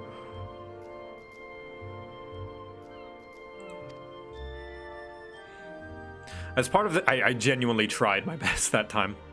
As part of this grand vessel's crew, you will be expected to take your turn at the oars. For the winds do not look favorable, lad, and strength of arm may be all that sees us safe to port. Blowfish? Yeah, I'll go with blowfish. Milf blowjob! No! No, boss. Oh. If I've lost you with talk of ship and oar, let me put it another way. A Maelstrom soldier labors till his last breath, fights till his last drop of blood. We give our all in service to this nation, and no less is expected of you. Quibbles. It is customary for new recruits to wear an oath of their own choosing upon entering the Maelstrom ranks. Is there aught you'd like to say? Ah. I will follow the Admiral to the very bottom of the abyss. I mean, yes, I would do all of these things, but you have my sword. Till sea swallows all. And I've no doubt we'll need it. Keep your weapons close at hand, lad. Victor Quibbles, I hereby assign you the rank of Storm Private 3rd Class. You are now officially a soldier of the Maelstrom. Welcome aboard, Private. May you serve Limsa Lominsa well, till sea swallows all. I like to believe that they know that Merlwib is hot, and that's why they put that option there. Yeah, I got demoted. I'm supposed to be a Storm Sergeant.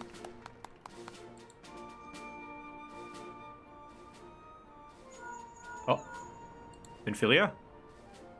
Can you hear me, Victor? This is Minfilia. An officer of the Maelstrom contacted me with news of your enlistment. My congratulations, Private Quibbles. I'm a sergeant! I have no doubt that you are eager to make an acquaintance of your new comrades, but I would ask that you pay a visit to the old ones first. Remember, though you are now a man of the storm, you are no less a scion. Pray return to the Waking Sands at your earliest convenience. There are some friends here whom I would very much like you to meet. We shall be waiting. Ah, she said it. She said the thing. No rest for the wicked, eh? Before you make yourself scarce, I recommend having a word with Master Ricky. Might be worth your while. This is one thing that I'm a little sad that I'm in New Game Plus and I won't be able to show you guys is experiencing grabbing your first chocobo. Yep, and this is where you would get it. This is where you get your chocobos from your grand company.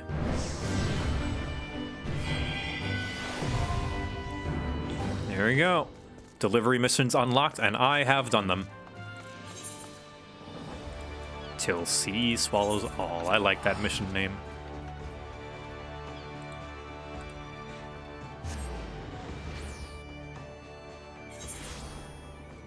Okay, only a few more, and then we'll be done with this chapter of ARR.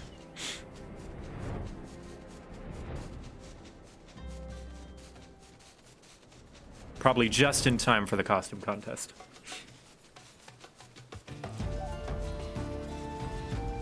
I'm privately a sergeant. What is my rank? Hold on. I am,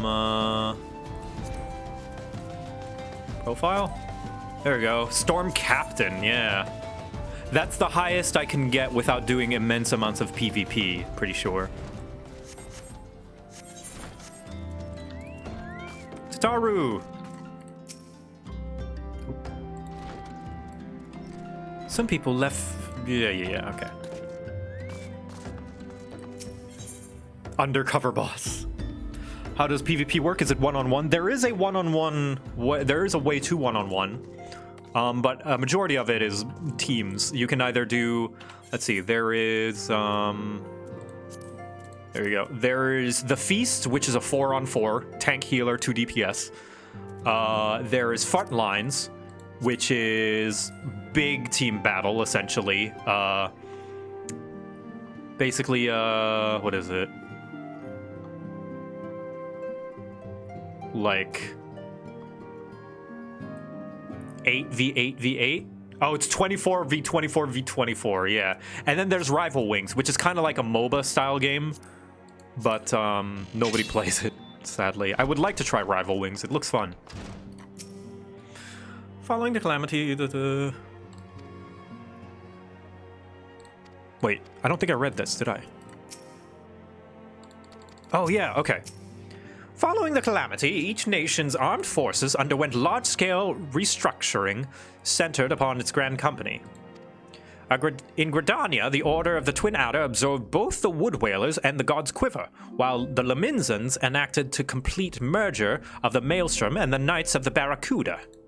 Ul'dah is the odd one out, having made no notable changes to its armed forces, and as before, and in the spirit of the Sultanate, each entity retains a certain degree of independence. Yeah, because they all don't want to go under one leader. Good old oligarchy. Let me see if I have this right. You're an adventurer who's a scion and a storm. Golly, how do you keep track of everything? It must be fun pairing up with lots of different people, though. Me? I'm always with Papalimo. Come to think of it, why am I always with Papalimo? Oh, Ida, you're cute. Oh, Thancred. The incident with the traitors still weighs heavily on everyone's mind. The Flame Generals most of all. And although he cannot be expected to know what evil lurks in the heart of every man under his command, the revelation is nevertheless a devastating blow to his authority. Even so, it warrants saying that you should not let this tragedy color your opinion of the man. In all my years working with a Flame General, I've never had reason to doubt his capacity to lead. Yeah, I feel bad for that guy.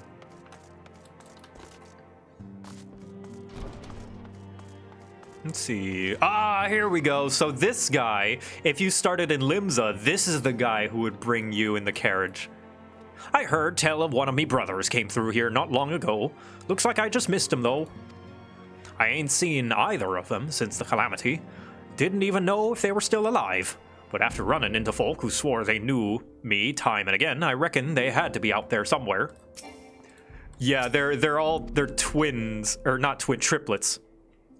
But they all look identical, so it's like, is he telling the truth or is he just changing his outfit? I've been traveling and peddling in the hopes I'd find me brothers ever since. If you see a fella what looks like me, let him know that Brennan's looking for him, would you? Ooh, hello. We will continue to focus our efforts on investigating these primals. The Amalja are not the only tribe that has succeeded in summoning its deity. Oriange? Fate shall be thy guide. When our purpose becomes one, once again shall our paths lead us here. Our city of learning is now naught but shadows. Ere the light of dawn breaketh, shall we follow whither the sand blows. Cryptic as always. Ooh, hello. New member. Have we not met somewhere before? You must be quite the accomplished adventurer to be welcomed into these halls. Me? No one's ever expected much of me. And so far, I've done a fine job living down to their expectations. Aww. It's okay. It's okay. It's okay. Oh. Oh, it's the creep guy and the girl who doesn't like the creep guy. He may use 10 words where one would suffice, yeah. Kazowski, thank you for the 3 months. Hi, Joe. My sister just started 14, so I've made a Y'shtola lookalike to help her through the story. Oh, that's very sweet. That's actually really cool. To, like, pretend that Y'shtola's going through the story with her. That's neat. I've been chatting with, Persevians, and we both swear there was another member of our crew. We still ain't figured out a way to prove who he was. But just you wait and see. It won't be long before everybody sees us for the heroes we is.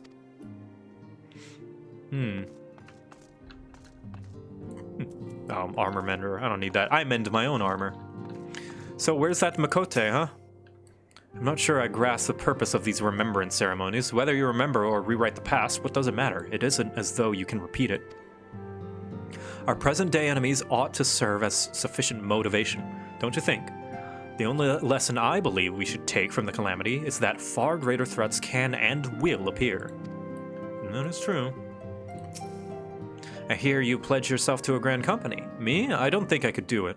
I'd never feel like, one of them, no matter what the recruiters say. Oh. Aw, don't worry. Don't worry. You belong. You always belong here. You will always belong at the Scions.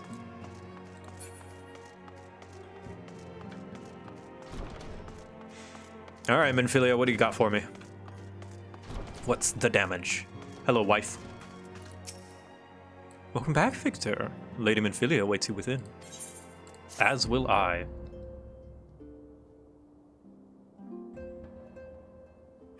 Welcome back.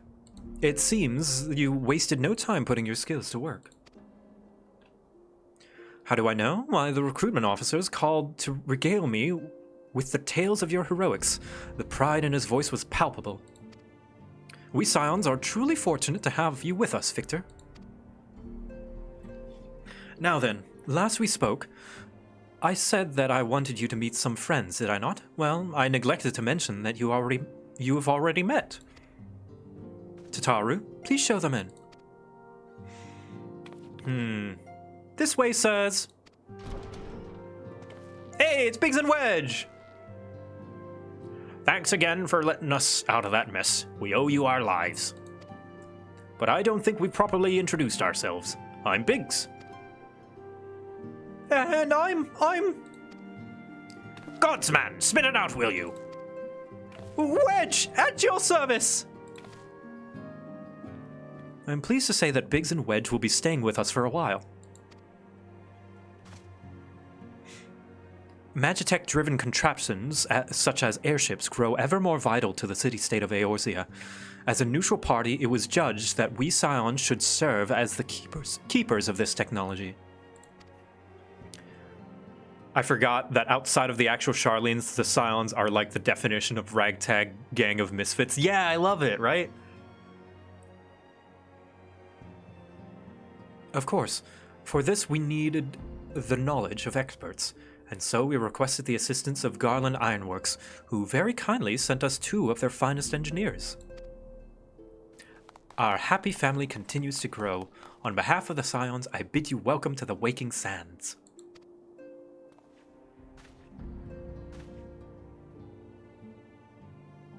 Like every soul here, I love Eorzea.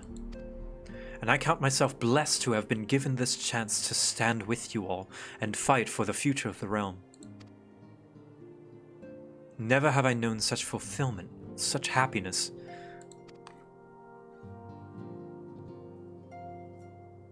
Am I a voice actor? Not professionally. I've never been paid for my voice. Okay, that's not true. I've been paid for small cameos, but not at the this level, I guess. Not at the level of doing any real production. Okay, Sylph Management. Oh boy. Alright, 2 more quests and then we'll be done with this chapter.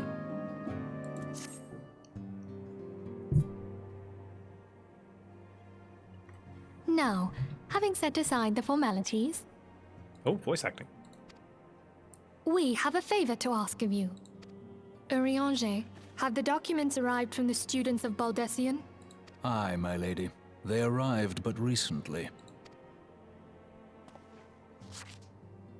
We have conducted a study at the behest of the Order of the Twin Adder. This part is a bit of a slog. Yes, I just finished the Sylph arc with my girlfriend, who I'm helping through the MSQ.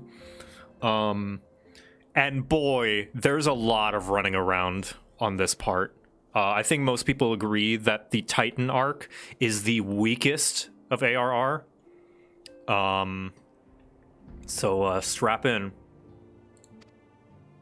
Papalimo, Ida, a synopsis if you would. I'm finally taken? Yeah, her name is Echo Gillette. She is wonderful.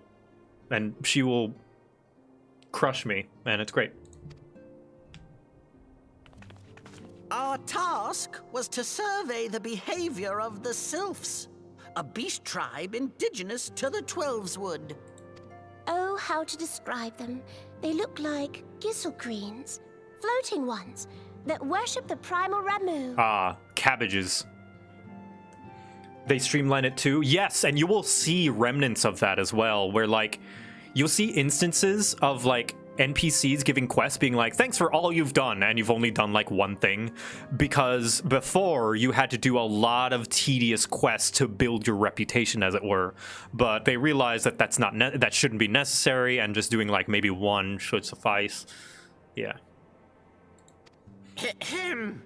Though technically a beast tribe, Sylphs are blessed with a comparatively personable demeanor, conducive to peaceful communication.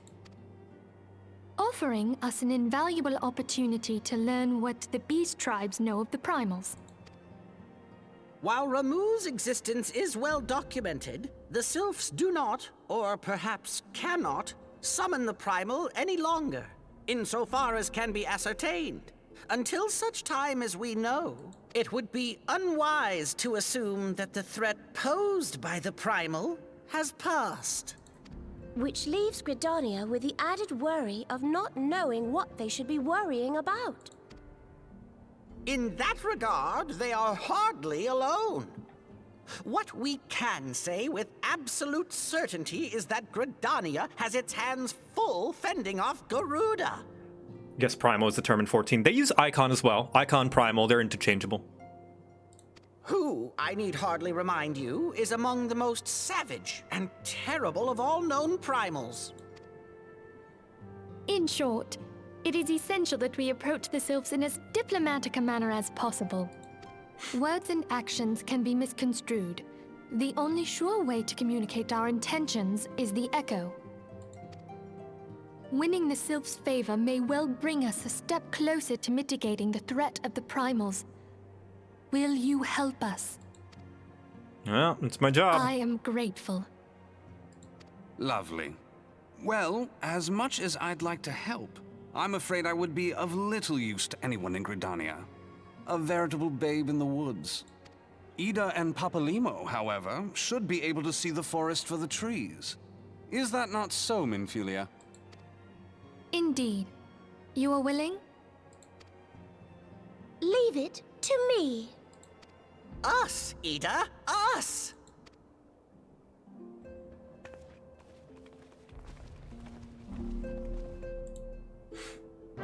Alright. To Gridania. Your mission is to make contact with the Sylphs, with the ultimate goal of finding a peaceful resolution to the threat posed by Ramu. Be fairly warned, the Sylphs are a unique people to say the least, and you may find yourself bewildered by their customs at first. Yet, I mean, seriously, they don't even have pronouns. Yet know that Ida and Papalimo will be on hand to support all your endeavors.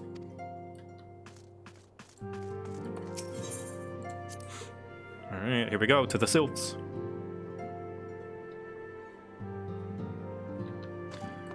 So yeah, I know it's part of the pacing of the story, but this arc can be boiled down to time to go through a checklist to see who is summoning primals.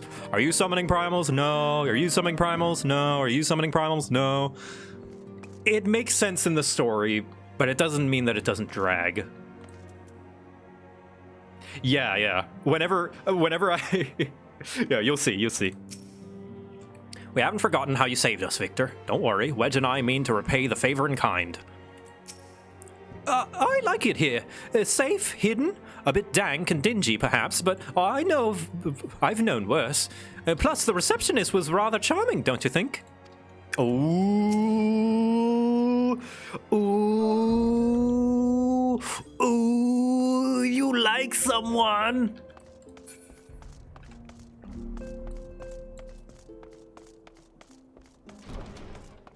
Let's see.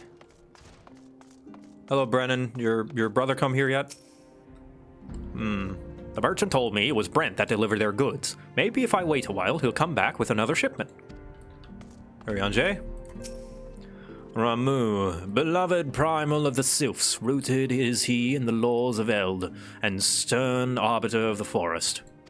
Legend hath it this thunderous entity appeared in the guise of an elderly sage.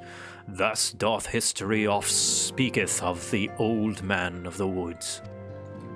A lot of doths and thouths. Hey, he's back, he's alive!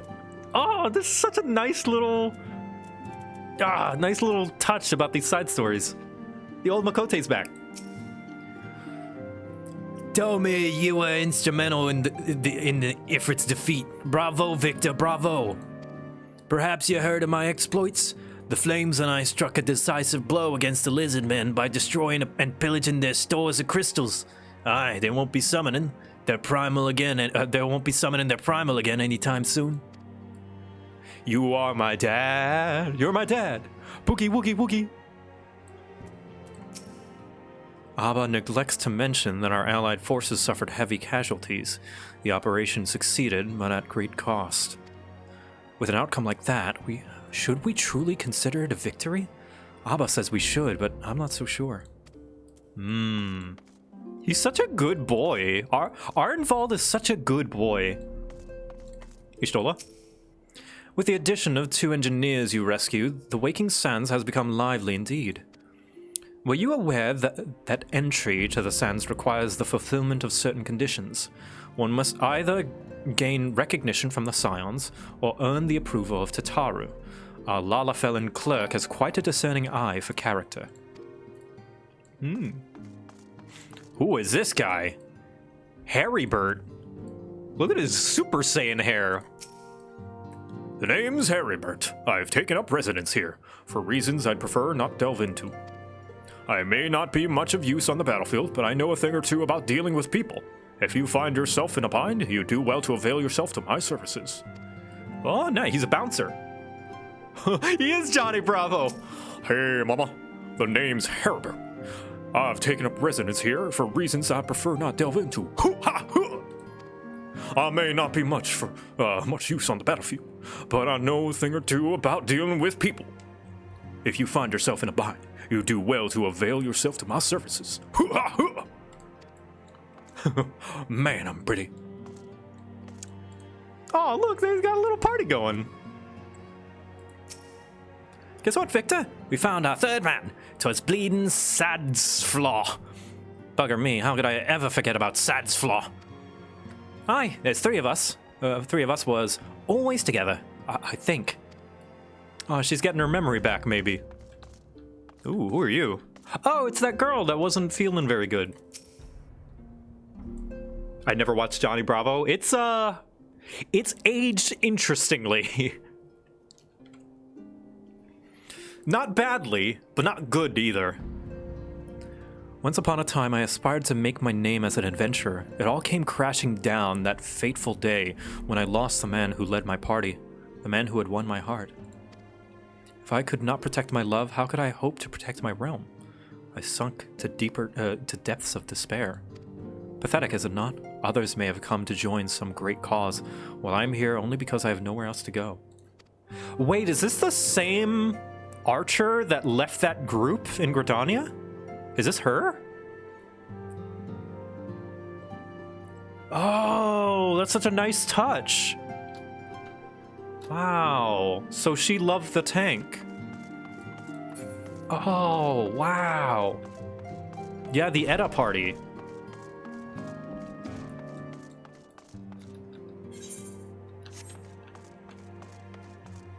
How do I... Vesper Bay, there we go. Oh, wait, I gotta go to the Adder's Nest. To Gridania! I'm gonna go refill on water. So did Edda? Yeah, I love Triangle, bro. Love triangles, they make every story better. I'm gonna refill on water.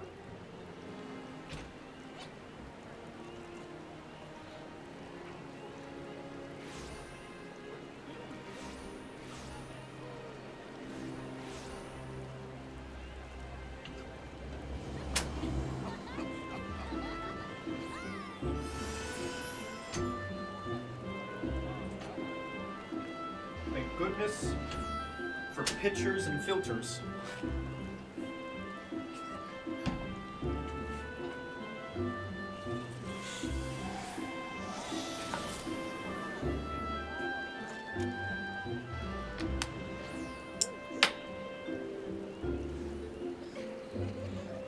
There's a whole dungeon connected to them. Oh yeah. The Adder's Nest. So this was the first Grand Company I ever joined, because I like the... Oh shit, hold on. We need a glam. I need to get out of New Game Plus to glam, right? Pretty sure. We need to make ourselves a nice pirate glam befitting of the Maelstrom. Here we go.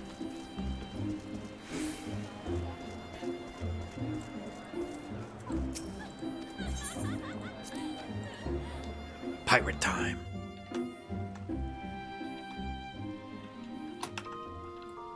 Okay. Let's see.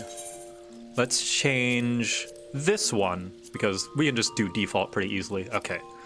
So, let's upgrade our shield to maybe this one? This one? I kind of like that one. That one's kind of piratey. And this one will be... Wait a minute, I can just go get pirate stuff.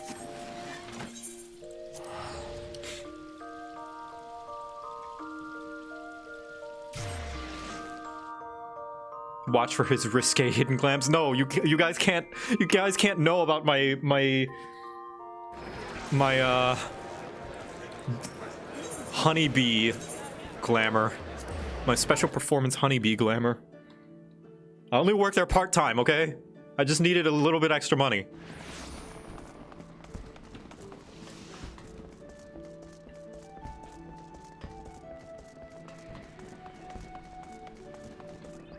Yeah, to pay for college. I'm going to Charlian. I'm gonna need money for books. Let's do some expert delay, turn-ins. This is turn all these in for a little bit of extra seals so we can buy stuff.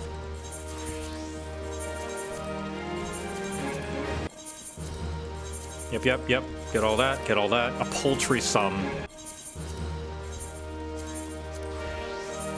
Okay. And then, I think I have a bit saved up. Yeah, so I can buy the...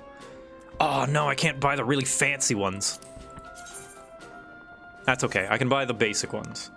Like, this sword. Yeah, cutlass. Where's me cutlass? There's me cutlass. Oh, do I have this? Hold on. Search for item. Yes! Okay, it's in my glamour dresser. Okay. Unless I want to try something else. We'll see. We'll get that. I like that one. And meh. Alright.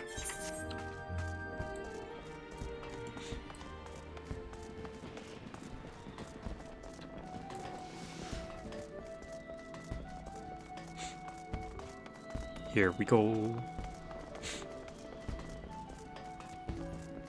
There's a glamour dresser in the barracks? Well, I'm already on my way. Oh well.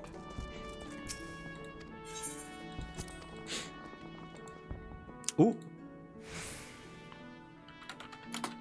We join in a bit.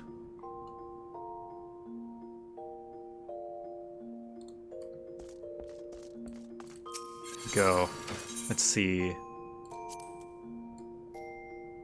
And we shall change this one.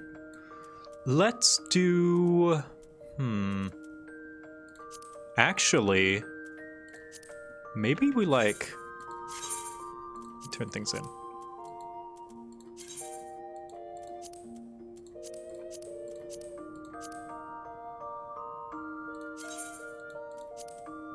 Oh yeah, can you believe that my retainer got me this cashmere poncho? That was a retainer delivery. What's this? Did I get this as well? Ooh. Yeah, this must have been a retainer thing as well.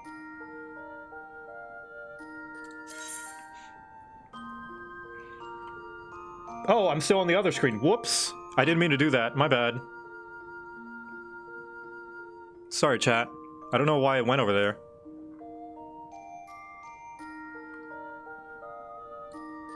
How long was it there?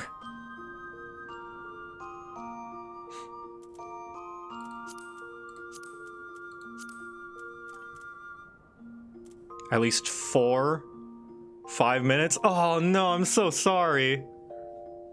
Since I left to go get pirate glamour, dang. Sorry, chat. Oh man, I'm sorry.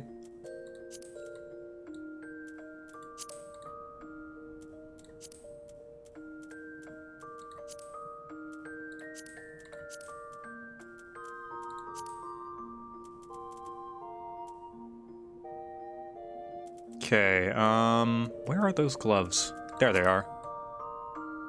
Different shade of red.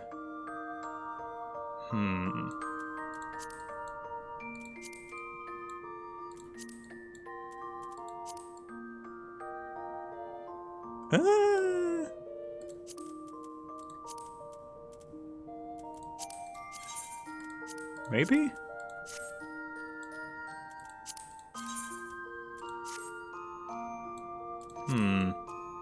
Let's go back to the skirt. I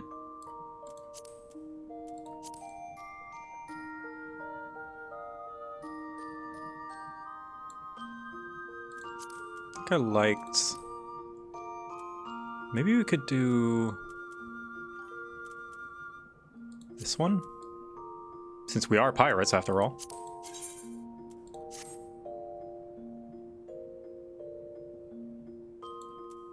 Maybe this one? I do like this one. It's kind of like, my bard glam, in a way.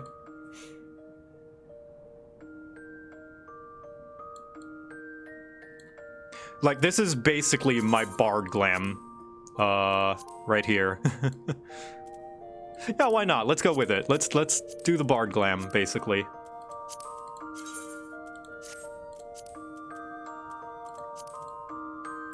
It's fitting.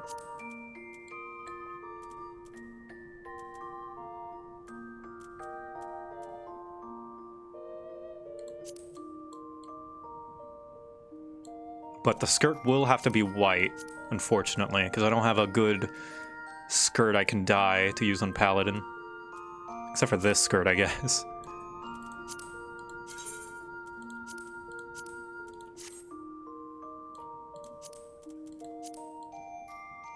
Leg pirate. No.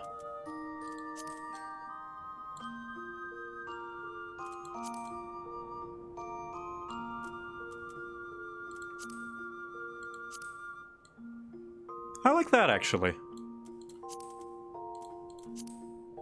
Kind of like that.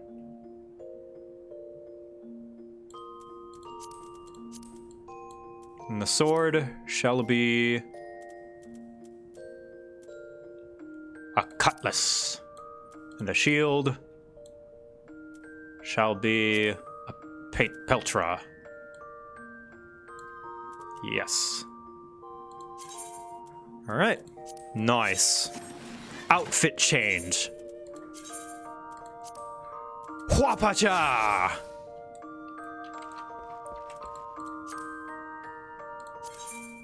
Resume.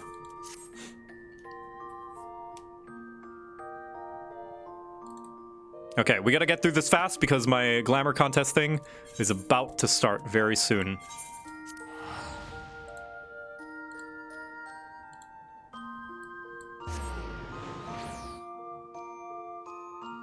Maybe dye your boots to a leather-like color? I like the black. I like the black.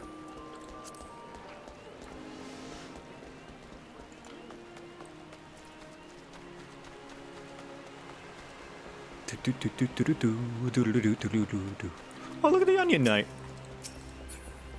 No, can't stop. We know far too little of the Sylphs to lay any worthwhile plans. We must call upon the Scions once more if we are to... Hello, I am a Scion. Ah, beg pardons. It is a terrible habit of mine to think aloud.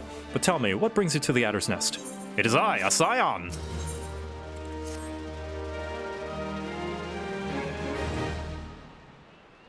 Hail, adventurer. I bid you welcome to the Adder's Nest. Do you seek to entwine your destiny with the Twin Adder? Sorry, I'm taken. Good evening, Commander. Sorry to disappoint you, but other business brings us here today. Yida and Papa Limo, always a pleasure to see the two of you. My men tell me your quest in the name of the Scions of late. Quite so, Commander. A little bird told us that the Twin Adder was in need of our adventuring prowess. Aye, your little bird sings true. No doubt you've heard that we're investigating the Sylphs, that curious beast tribe that calls the depths of the Twelveswood home. The Sylphs are, for the most part, a peaceable bunch, much to the delight of the Elder Seedseer, who has no desire to see her people embroiled in yet another fruitless war. The Twin Adder is of the same mind, and 'tis precisely for this reason that the Sylphs' relation to the primal Ramu has raised a flag of warning amongst our ranks. Friendly as they may appear, beastmen will be beastmen. Wow, racial profiling much?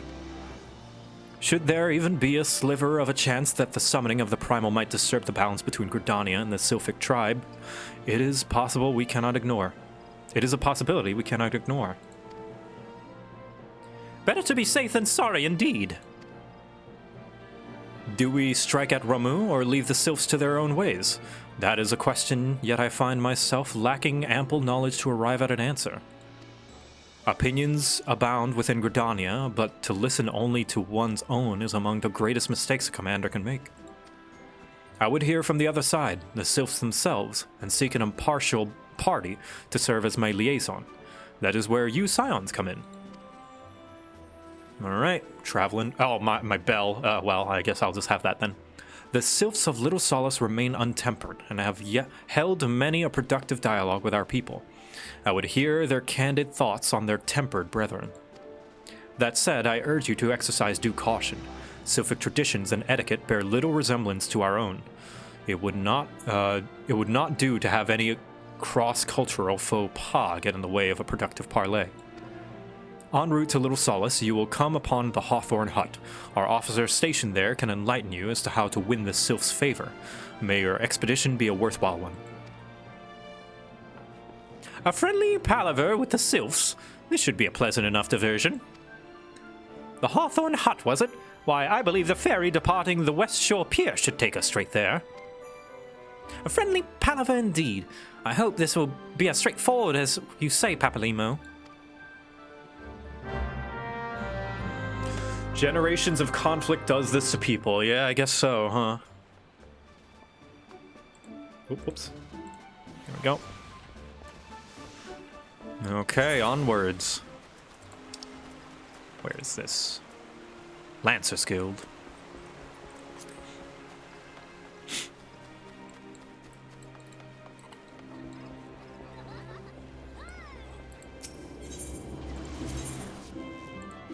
Go. Okay, I'm gonna join the call. But yeah, don't be alarmed by the voices. Hello? Oh, jeez. You are 18 plus. 18 plus. Oh. 18 plus. Wait, what? Wait, what? Hi. I just turned on my thing, my volume, and I hear the first thing I hear is 18 plus. 18 plus. Is that the age restriction for this glamour thing? He was shilling my Twitter. Oh, I see. Yes. So joining me, I'm also streaming. Joining me is Brachyzoid and the Gentle Bro. Hello. Hello. Both wonderful peeps. I'm nearly done with this segment of the MSQ, so I might deafen for a little bit. No worries. But then I'm on literally the last quest, so. Don't worry. Hello. So we're basically just waiting for you guys And to. yeah, and Monty Glue will be joining us as well. Say hi, Monty. Yeah. You're live. Hi, You're on everybody. candid camera. So guess what? So are you. Reverse Uno card. Oh, You're on my shit. screen as well. Ah. Yeah. That's right, chat. Chat, make fun of JoCat right now. That's your job. They don't need to make fun of me. There's nothing they can say that I already don't say about myself. Oh. Jesus, okay, you made this. Now you made this rough. I can't do this anymore All right, now. I'm gonna deafen real quick. Go. All right. Indeed, I am Amelian of the Twin Adder. I understand you're here to learn of the Sylphs, yes? For all their whimsy, they are a weary lot, particularly since the Empire has come to the Shroud. Earn their trust, however, and they're as friendly as any folk. They have their quirks, but so do we all, no? Would you know more? You'd do well to speak with the master of this hut, Rolf. He's forgotten more about Sylphs than I'll ever know. Okay. And wait, is Rolf? Is this the last one? First impressions? Sylphic studies. Ah, shit. There's 2 more. Okay, I'm gonna suspend this, but we will continue this next time. Yeah, we're nearly there. So, yeah, we're a little behind, but I'll just simply have to go faster next time. But, yeah, thank you for joining me, chat. Now we are going to transition to doing the Glamour Contest. So if anyone was here for the main story, that will be over, and I'm going to change the title and stuff. Adequate. Oh. Damn. That's. Oh, damn, that's ooh. So where are you guys? My house. Okay, awesome. Also, thank you, Mr. Samus. Appreciate it. Oh, I gotta get thank to you, my- Mina Ninja. Appreciate it. I gotta get into my judgment attire. Hold on. Glamour you too? Contest. Yeah. Yeah. Oh yeah. Feat Brachy's Zoid, Monty Glue, and the Gentle Bro. Ah, nice. That's So I want all the judges by the entrance. I'm also going to change into my judging attire. Oh, I should be in my judging attire as well. Oh. It's just me. Oh. I'm sorry. Just imagine. I need to get in my judging attire, and everyone you just have tearaway pants, and you're just like wearing nothing. Well, funny you say that. Yeah, easy rip. Let's go. There you go. There we go. Visit another world. Diabolos. Yeah, it's glamour time. Glamour. I've always wanted to do a glamour contest, just like a nice casual one. I've been thinking it for so long, but it's like I never had a reason to do it. Yeah. Also, Mina, thank you so much, dude. Appreciate it. So is this open for anyone, or has it already been, like, put together? No, it is open for anyone. Basically, let me just wait for this Donald Duck to stop singing in my ear. There we go. So, how things are going to be working. People are free to come in. They just need to be here in Diabolos. Okay. In the Diabolos, Goblet, Ward 13, Blood 13. 13. Yeah, so I guess that goes for everyone here in the chat. If you would like to participate in this glamour contest, you can join in. Is there any theme? The theme is open. It's just... Open theme, okay. Just if you can make a nice glamour. Just make a nice glamour. Yeah. The only rules are this. Well, I posted them before. Basically, no cosplays. So don't come in dressed up as Mario Bros. Hoping to win. Max 2 items of the same set. So if you have your boots and your gloves are from the same set, that's totally fine. But if you're like chests of the same set, gloves of the same set, pants of the same set, and then just boots different, that's a no. So it's because it's so easy to just bring a set, right? Yeah, because like sets are designed to look good with each other. So it's just max of 2 items. So yeah, if you would, in my chat, if you would like to participate, this is the plot and ward. It is in Diabolos. Anyway, continue. And let me show you that in my stream too. There we go.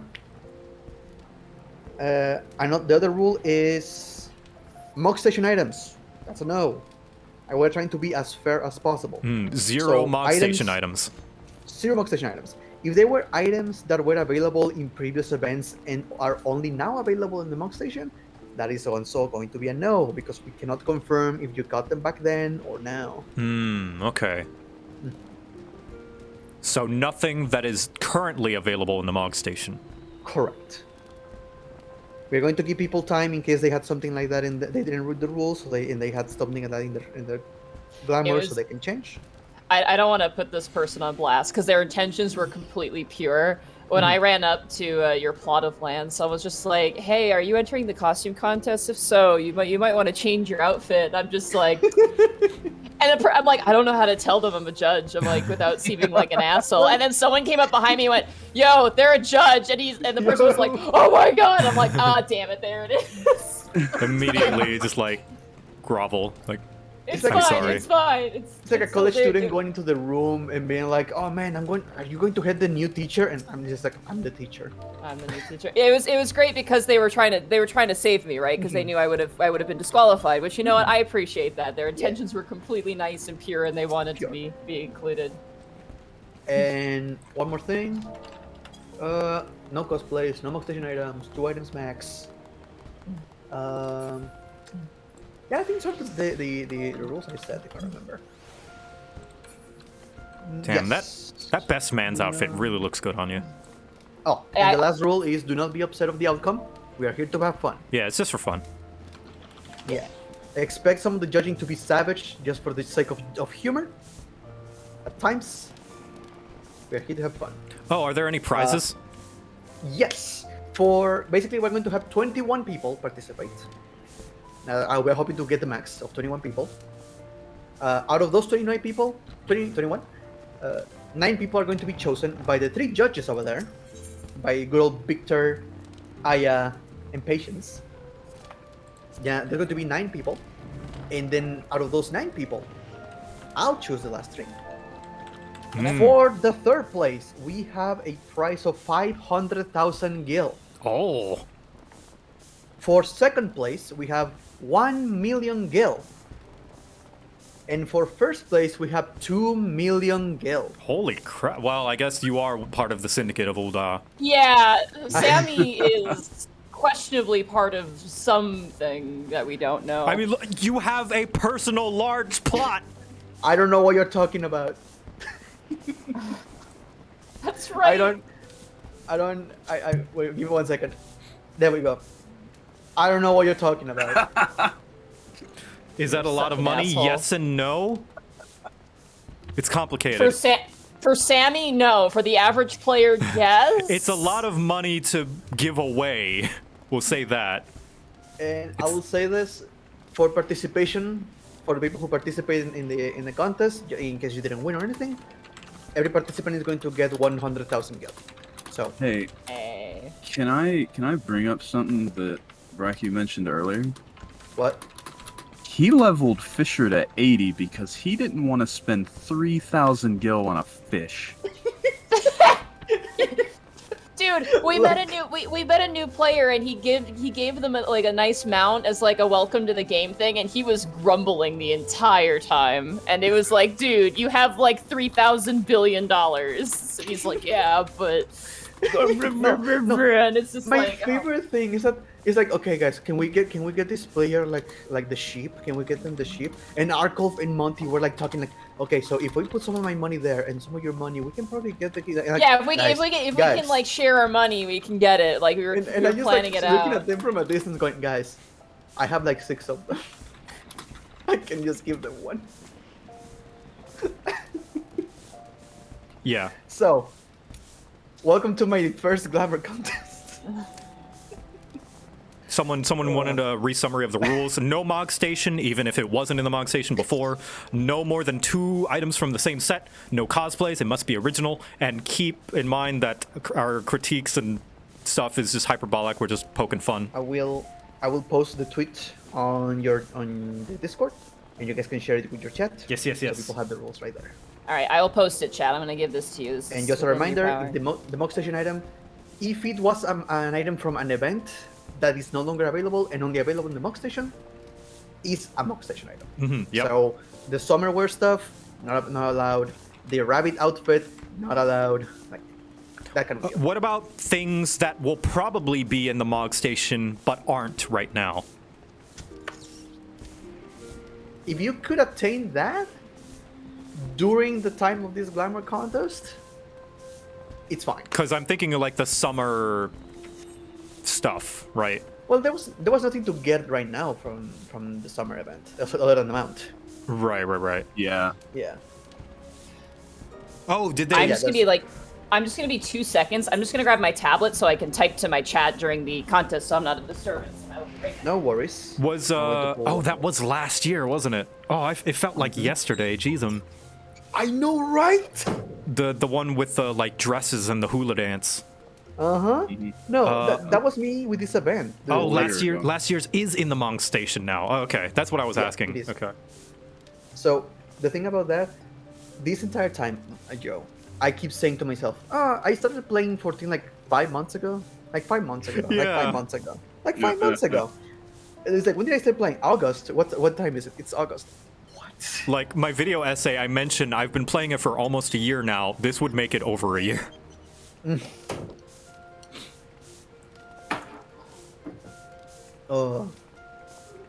Just a little over 2 years for me now. Yeah, jeez. Dragon Quest King Slime? I don't know if that's Mog Station, is it? It is. That's a weird one. You cannot get the Dragon Quest King Slime at the moment. It was only during a specific event that's only run twice at this point. And it has never been in Mog Station. So No. All right. then it doesn't apply. Then I would Yeah, say. there you go. That's Yeah. you know. If it's not obtainable right now in the game as normal, like unlocking it through something or buying it from the freaking market board, I guess. Like if you cannot get in the game. It's a shame too. That'd be an instant vote for me. Well, I'd balance it out because that'd be an instant F for me. If somebody comes in if somebody comes in showing off their legacy tattoo, they will automatically win. Oh man. Oh, That would be I steal cool. the account, and then I win. Yep. So, right now, I explained the rules. We're going to do another pass of how things are going to work. Right now, we're going to go inside my house, my humble abode, and show you exactly how things are going to be working. Very well. Very well. Have y'all seen his little stage? It's awesome. I'm about to. Someone asked about glams from Feast because those go away. Like if that's totally okay, it's not Mog Station from what I can guess. Like Yeah, the only one I know earned that goes away is Garo. Basically, the only one I knew. everything needs to be earned in game only. Yeah, if it purchased with real money, your actual credit card. Yeah. Then sounds like no, it's disqualified. So we're making our way down. We're gonna make our way downstairs. Alright. Oh, look at this place. Do you decorate this yourself? I've never seen Yeah. your house, Bracky. Well, welcome. Wow, you got like a museum going. Holy crap. So right now I can tell you to the people joining, the red couch, leave that alone. That's for the judges. Ah, the stage. Nice, nice. So, Alright. how things are gonna work is the 4 judges have their seat here. Well, they're gonna be sitting here.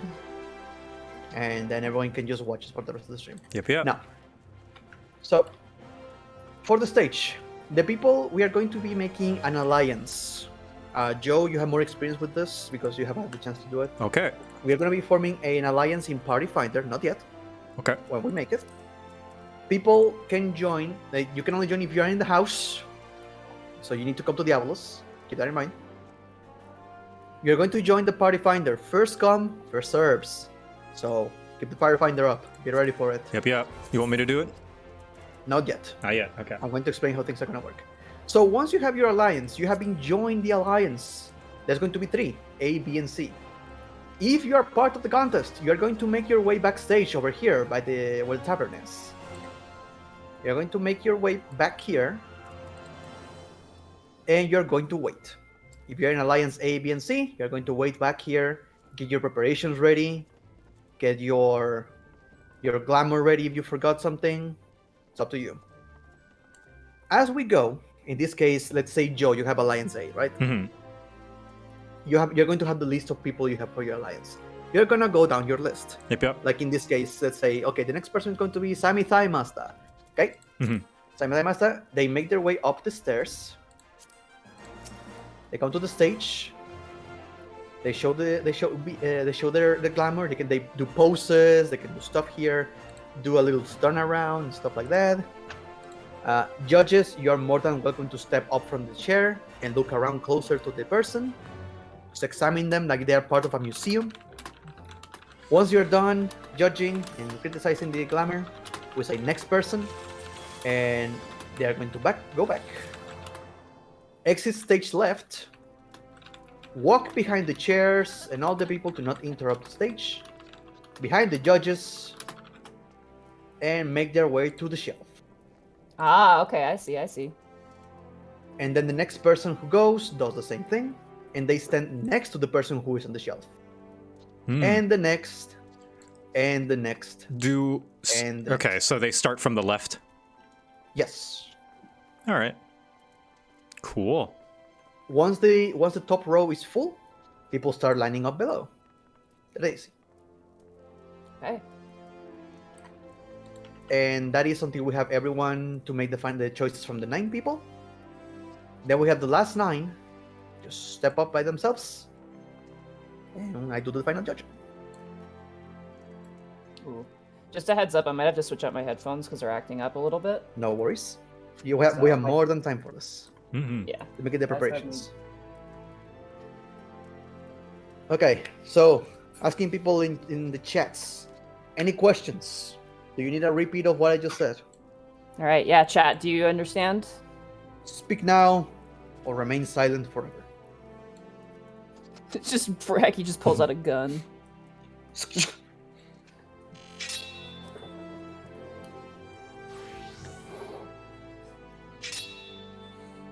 Okay. Looks like everything should be fine.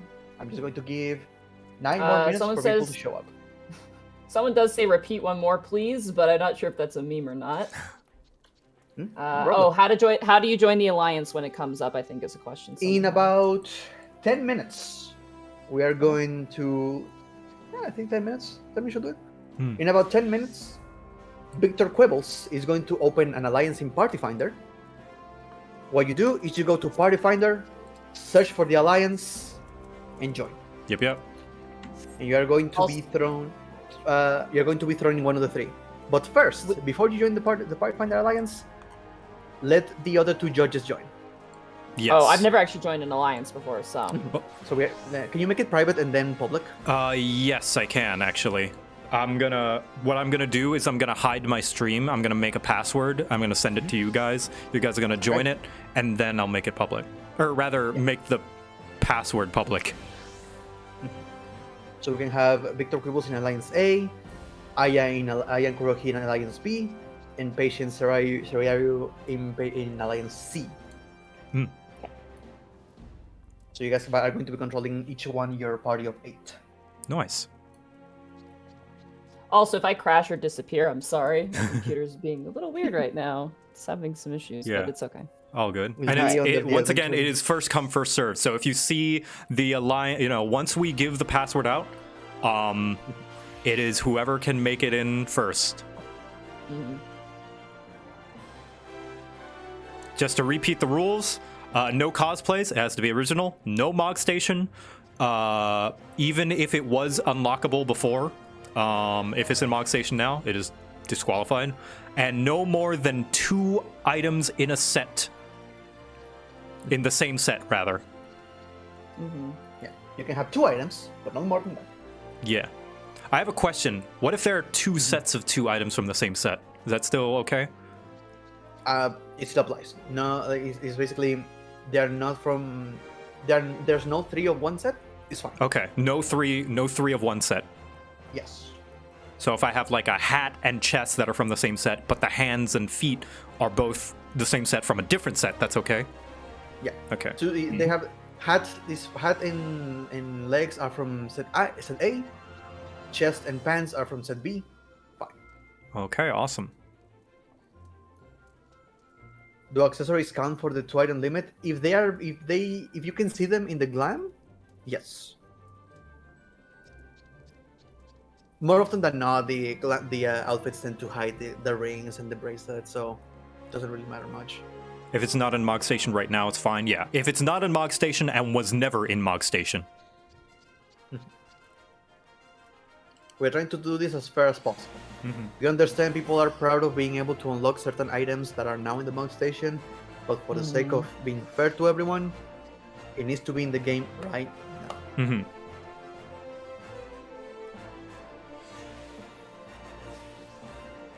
Considering the possibility of recallers with that question? Recallers. Gear that's the same model but a different color. So like the Shire stuff and the Anamnesis Anator stuff. Is the Shire? There are other sets that share the model with the Shire. I'd say it's fine if it's like the version that you get not from paying money. I think that's my opinion on that.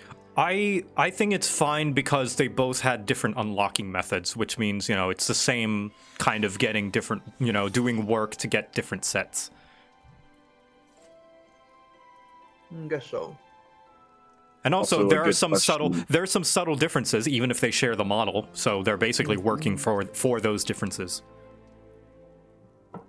True. Someone does ask a good question. What about accessories from a set?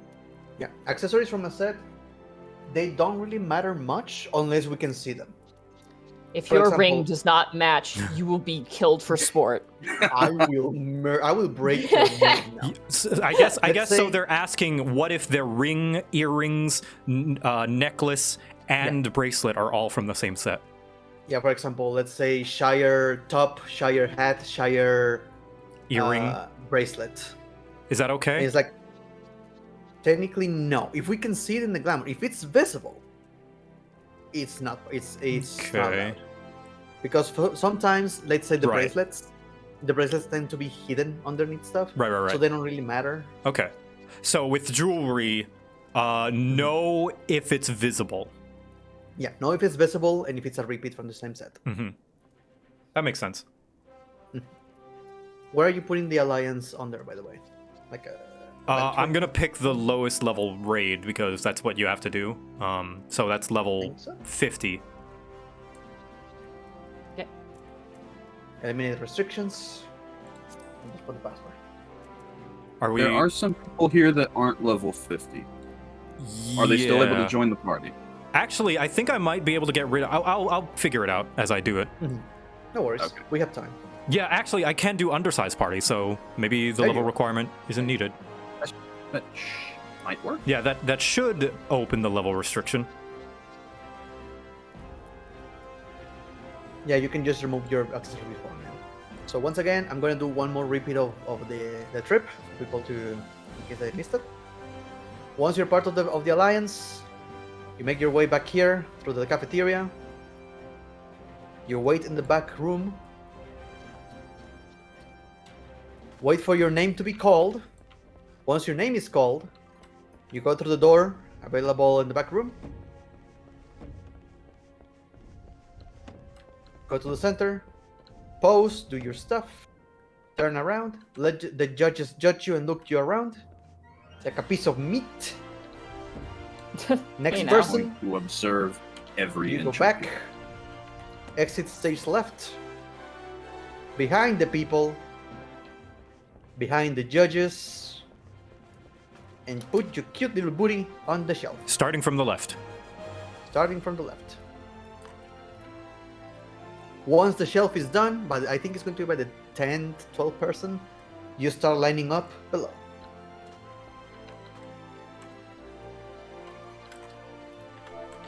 Looking good? I think so. And yeah. Oh, should we ask people to de-summon minions? Yeah, please do de-summon minions. Yep. Yes, they apparently take a space in the instance for some reason. Yeah. Yeah. If you could please de-summon your minions. Unless it is part of your glamour, in which case you can summon it before you go on stage and then de-summon afterwards. Thanks, guys. Much appreciated. Oh damn! I'm aiming for the glamour. That's cool. Yeah, I would say a minion. It can be part of your glamour, but I'm not going to consider it too strongly. Yeah, same here. We have 3 judges with different points of views, and I love it. Well, I guess then I will have to compensate. I have to be mean. Okay, ready for the party finder? We should be good. Okay, I'm gonna go to my wait screen chat, and I'm gonna make the party finder and All right, send it I'm to gonna you do the guys. same thing. Let's get the judges in. Okay. By the way, there's some yapping dogs in my house. If you start hearing them, just let me know and I'll. No worries, gonna hear them. How do I join another? Don't worry, give me a sec. All right. Move job restrictions. Form private party. Limit recruiting to world server. Then that would mean people from other servers couldn't get in, I don't believe. Yes. Well, I mean, everyone who wants to participate should be here. Should be here. Undersized party. Yeah, there we go. Okay, that should be good. Okay. So, and I'm okay. Does the world server thing only limit it to Diablos? No, because it said cross world server. Oh, okay. Yeah, cross world is that someone is in Marlboro trying to join or something. Yeah, we only want people who are here. All right, Gotcha. it has been created. The raid, you're gonna want to go to Party Finder and raid. And don't worry, I'm saying this out loud because the other people can't see the password anyway. So. Right now, right now, guys, we are getting the judges in. Yep, we're getting the judges in. You're gonna want to go to raid, and you're gonna look for Circus Tower. And that is the password. I put it in our group chat. Raids. I have Alexander Dunn, Scathe, and the second Coil of Bahamut. Oh, you should go to private, the private tab at the right. Oh, private tab. Oh, Yeah. okay. So you're gonna look for Circus Tower. Circus Tower. Victor Quibbles. There we go. Yep. Oh, are you able to join a different alliance, or does it automatically put you in the first one? You should be able to choose one. I'm not. No, it just put me in. Yeah, I think it's an order, so I guess we're just gonna have to count 7 and then go down to the next person. Really, I could assume you could change alliance. Oh well, that's fine. Okay, so that's the 3 judges in here. So I'm gonna open it up to the rest of it. Everyone, if you would like to, everyone who would like to participate, it is first come, first serve. If you join Party Finder, the Party Finder is going to be private Circus Tower. And wait, Sammy, are you gonna be in here too, or are you just gonna be independent?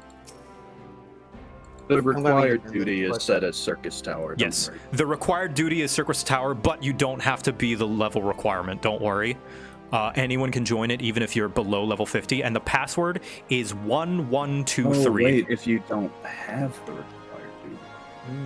Okay, you know what we can do? Let's do this. We can do 3 parties. Oh my god. That was instant. Wait, hold on.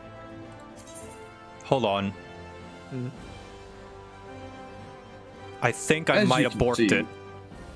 As you can see, we've put a lot of thought into this, and definitely. Oh, there we go. I needed to make it an alliance. There we go. Okay. You what? I made it an alliance. There we go. It should be open now. Sorry, that's my bad. That's my bad. It's open again. Sorry. There we go. It's reopened, guys. Get in. Okay. Wait, what did you do? I made it a full party instead of an alliance party. Oh. So sorry, everyone. No worries. It's my first time. It's my first day.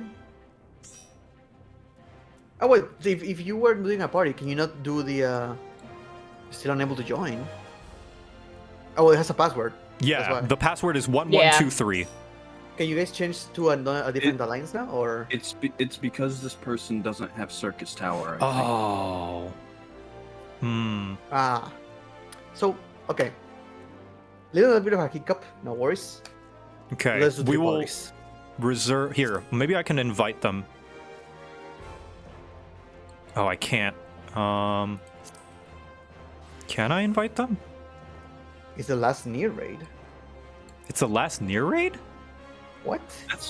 That's not what this If that was the case, I couldn't get in. Yeah. Because I'm still in baby content, so that's not the case. Different tower. Spectre Quibbles you're looking for. Yeah, it's Crystal Tower, so it's the ARR raid. Yeah. That was the only one I could do to make a full, like, alliance. Yeah. That's the earliest one. Actually, no, the earliest is Labyrinth of the Ancients, so my bad there. I can change it real briefly. Real quick, actually. Pretty sure. Well, that won't kick everybody, will it? Shouldn't. Okay. Well, no, I can't. Okay. Oh, that's weird. Sorry.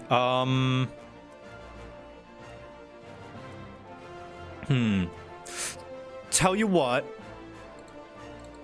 There's one slot open. If that slot is not filled in the next, like, 2 minutes, then we will What if do... we just make 3 parties? We can just make 3 parties. You know, that's a good idea. So each judge puts a person in their party. Whoa, my lights just flickered. So basically you go to Party Finder, Monty. But, like, what do we do about the people who have already joined us? Yeah. I don't know how to make this fair. Me neither. Why is it Tower Paradigms chat? What? People keep saying it says that. Are you in the private tab? Yeah, Wow, you need to go to the private tab. Joe, it does say Tower Paradigms reach. What? Weird. Hold on. What the hell? Monty was able to join it, though. Yeah, that's odd. Tower I don't earlier. have that unlocked. Huh. What? So I'm a hacker, and Square Enix needs to watch out for their assets, because I'm on the prowl right now. I can access everything. I'm hacked into the mainframe. People are saying they saw it said for Circus. I think maybe once I changed it to Alliance, it automatically selected Tower at Paradigm's Breach. Oh, that's why Monty was able to join, because it was before. Okay. So let's do a repeat. Okay, hold on. I'm gonna write... Oh, jeez. I'm so sorry, guys. No worries. No, it's our first time. I'm gonna write down... Here's what I'm gonna do. I'm gonna write down the names. Okay. I am so sorry, everybody who wasn't able to join because of the level and unlock requirements. It happens, yeah. Well, this is our first time, you know. The first time is always the most awkward. Yeah, it's growing pains. It's my first day. It's my first day at the job. I'm an intern. I'm paying for it by going through this. Ricky Frost. Again, we could just make a heads up. We do have 2 people in here with the same first name, I believe. Yeah, I'm writing down the first name. I mean, I'm writing down the full name, rather. Oh, okay. Okay. Won't distract you. P. Taj. Ketson. I have to say, I love that, like, we have quite a few people here, which is great. And I'm seeing a lot of diverse classes and player races as well, which is pretty exciting. When I signed up for this, I expected to walk into a room just full of Lalafels, just a sea. Me of, too. Like... Dodon Go-Go. Rhea. Zahila. Zahi? Nahi. Zahi?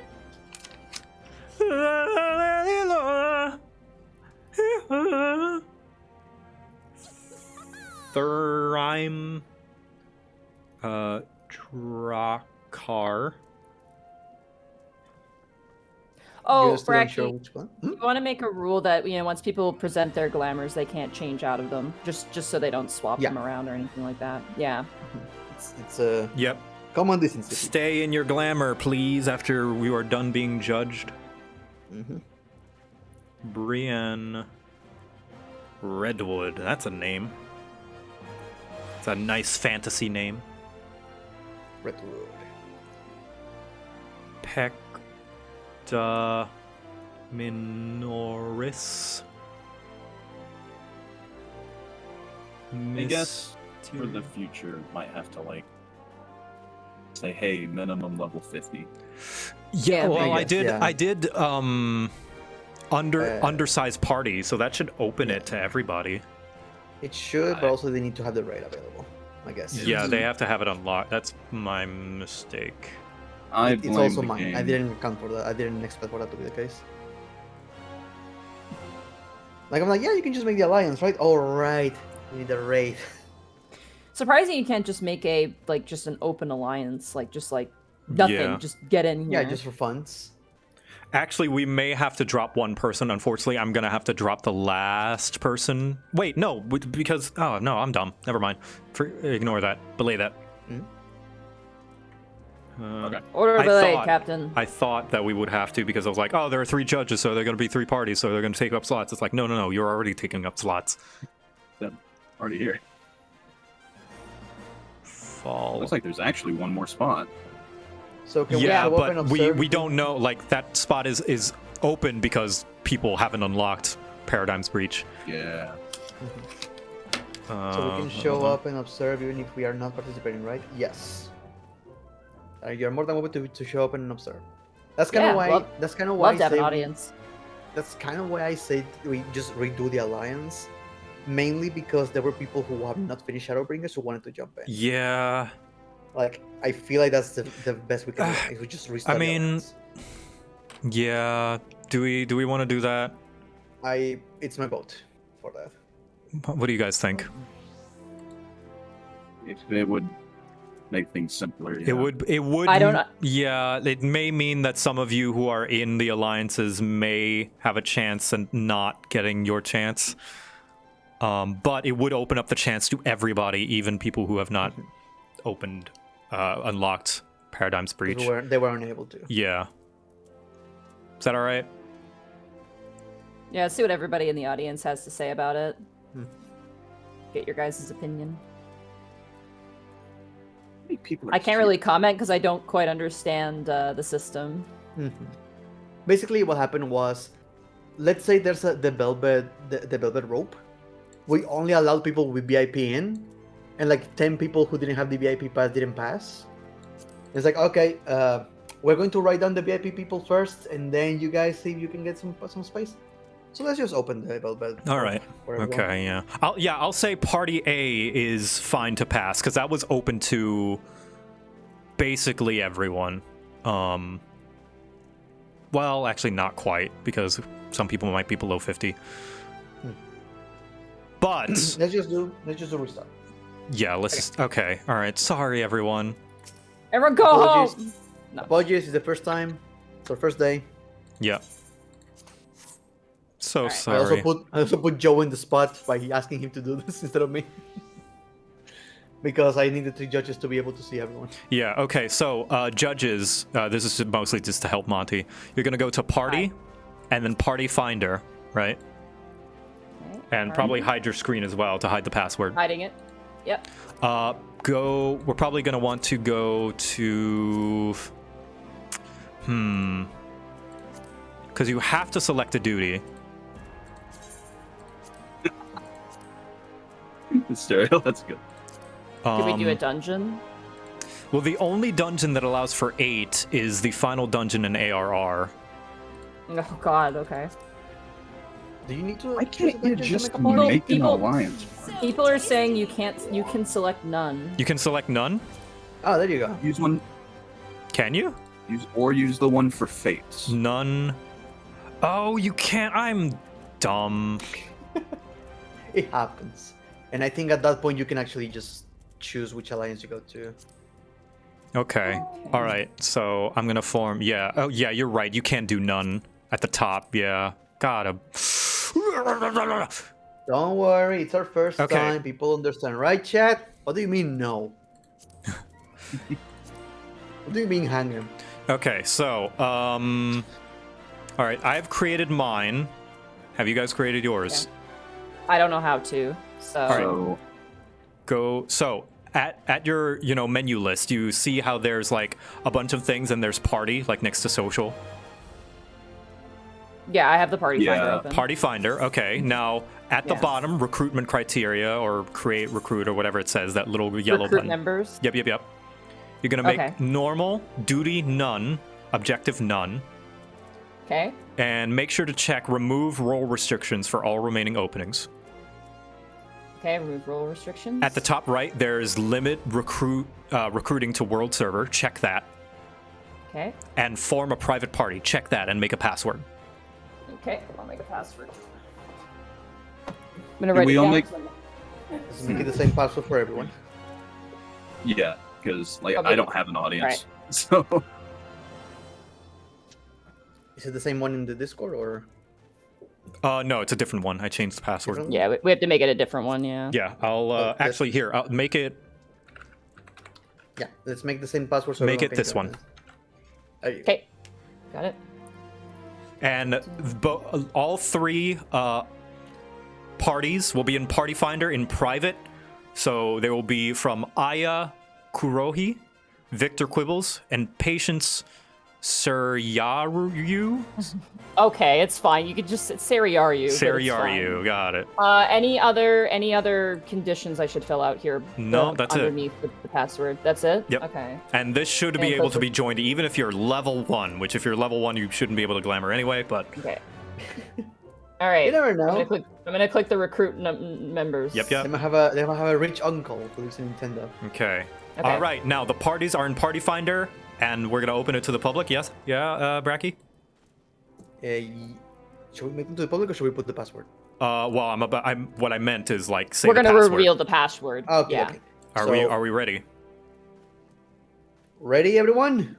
Yep. The password is 2, 1. The password is 3321. That is the password. I thought Bracky was saying the password. Yeah, me too. No. 3321. 3321. I'm full. 1, 2, 3, 4, I've 5. got 3 more spots in mine. I've got 2 more. I'm full. What the? Why am I the pop? Jesus, guys. 1 more. 3321. Victor Quibbles. Yep. Aya Kurohi. There we go. Okay, my party is full. I got 1 more spot. 1 more spot for Aya Kurohi. Password is 3321. And members of the party, be sure to make your way through the kitchen, backstage, to wait behind here. If you guys are Yeah. in my party, head back there and get ready for showing. Yeah, Wimpy, you were the smart ones. Y'all went for the person that nobody knows. Also, I have both Tajas, so that's great. There's still 1 more spot. 1 more spot Still available. 1 more in spot Aya for Kurohi anybody party. that wants. Yeah. 1 more spot available. Password is 3321 on Aya Kurohi's party for the Glamour Contest. Yep, in the Party Finder, in the private tab. Private tab, Party Finder. Hey, Connor.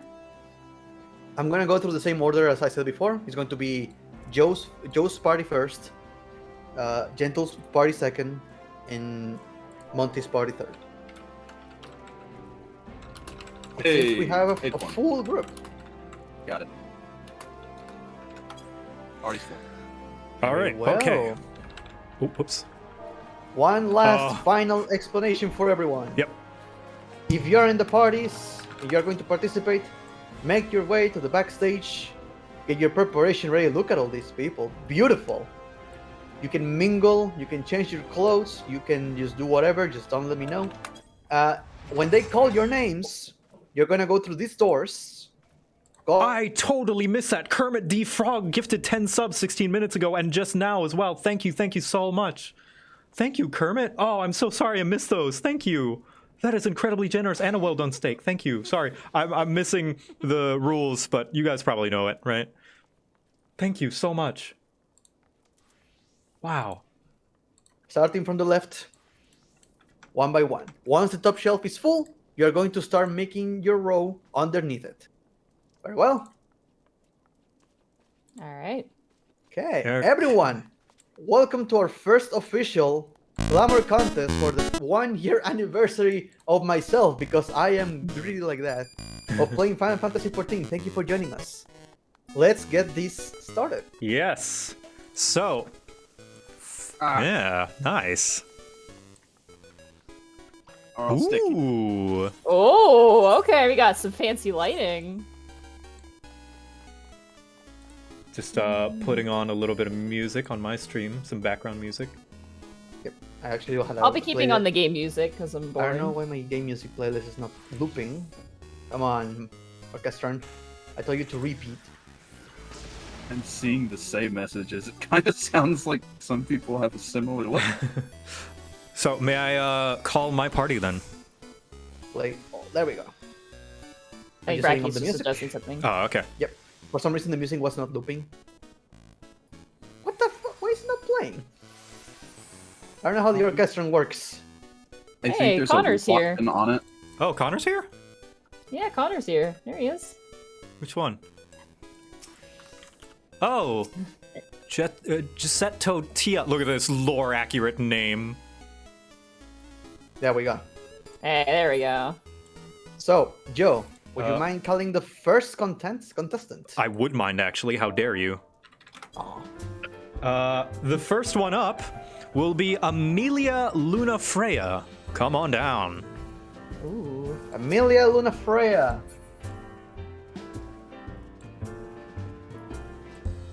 Now, would you look at that? Do they want to put in like yell chat or shout chat? Like yell chat for participants, please. Hmm. You have something to say regarding your glam, or to the judges, or you just want to talk shit to me? Okay, let's examine this. So we have an aura lady. We have an aura. She's got the griffin skin eye patch. The high mithrite cuirass of fending. Okay. The Rakshasa arms of fending. Nothing to say. I like that bold. Felt breeches. And dolmen iron greaves of fending. They fit together very well. Yeah, I thought those were from the same set at first. It looks it. It looked like it. That's a solid Nothing look. to say, no worries. And all paired together with the hyperconductive no-thong. Which is... Could we... That's a relic. Perhaps... Can we perhaps see the sword just moved slightly so we can see the armor? It's a nice sword, but I just want to see the rest of the armor. Yeah, if you could pose it to the side. That as well. Yes, Okay. nice. Take a close up. I wanted to see what the effect is like. Also, judges, you're free to walk around. You want to have a closer look at it? Also right-click inspect them if you want to get into the nitty-gritty. You can examine and just get a little closer. That's true. I'm looking with my lizard eyes. Actually, yeah, that was way better too. It's a very cohesive set, I gotta say. I like that the gold trim of the legs matches the gold trim of the chest as well. And I thought it was just one set at first. Yeah, it looks. They did a fantastic at first I thought job. too. I will, if I can be critical about one thing. I don't want to be the bad guy, but I want to be a bit critical on one thing. The weapon is sick. The weapon is really, really cool, but when it's unsheathed and also when it is sheathed, it doesn't match crazy well with everything else. It has a silver trim. The blade itself has a different color to the metal, but it does match with kind of the whole aura look. I will say that is the only piece, ironically, that I think just doesn't match with everything else. Yeah, as cool as it is. Yeah, and the purple is a slight different shade as the rest. I notice it is dyeable, so maybe a dye could fix that. But I think stylistically it fits pretty well. Oh, it is? Yeah. Look at that. Just throwing a quick rule into the chat. I say you can use as many Emperor's New items if you want. Oh, yeah. Yeah. If you walk up here skiv naked, then whatever, you're probably not going to win, but it made me laugh. I don't know. Legitimately, the boots and like the pants matching, even though they're not part of the same set, is actually really incredible. Like what a good find that is. Like yeah, that's I love good. those boots. Okay, I think I do wish there was some more red to match with the red on the the gloves, but at the same time, that's totally fine. There's a little bit in the midsection, but yeah, pretty good. Very well done. Very nice. Thank you, Amelia. Okay. Oh, I don't have a clapping emote. Clap. And yeah, remember to make your way onto the shelf when you are done. You're the first person to do this. Let me see you trip. Are you going to try? Yeah. Real quick. Yes. If you want to emote, go into your emotes list and disable display log message, just so Yes. it doesn't get flooded. Yep. That's when I help Please. us prevent the flood. That is social, emotes, and the checkbox at the bottom, display log message. Make sure that is unchecked. And next on the list is Fecta Minoris. Come on down. Show us your Now, glamour. Fecta.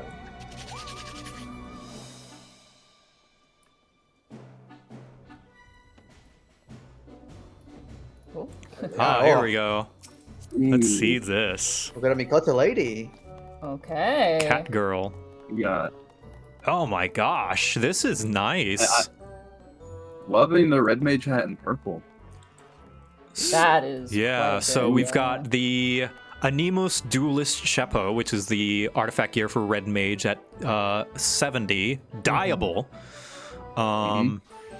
The Holy Rainbow Shirt of Casting, which is not dyed. That is its default color. Oh, damn. Wow. The Atrociraptor braces of casting, which are the gloves, and those are dyed purple, along with the hat. The augmented Lost Allegan pantaloons of casting, which are dyed black. And lastly, I think Expeditioner thigh boots. Yep, those are dyed purple as well.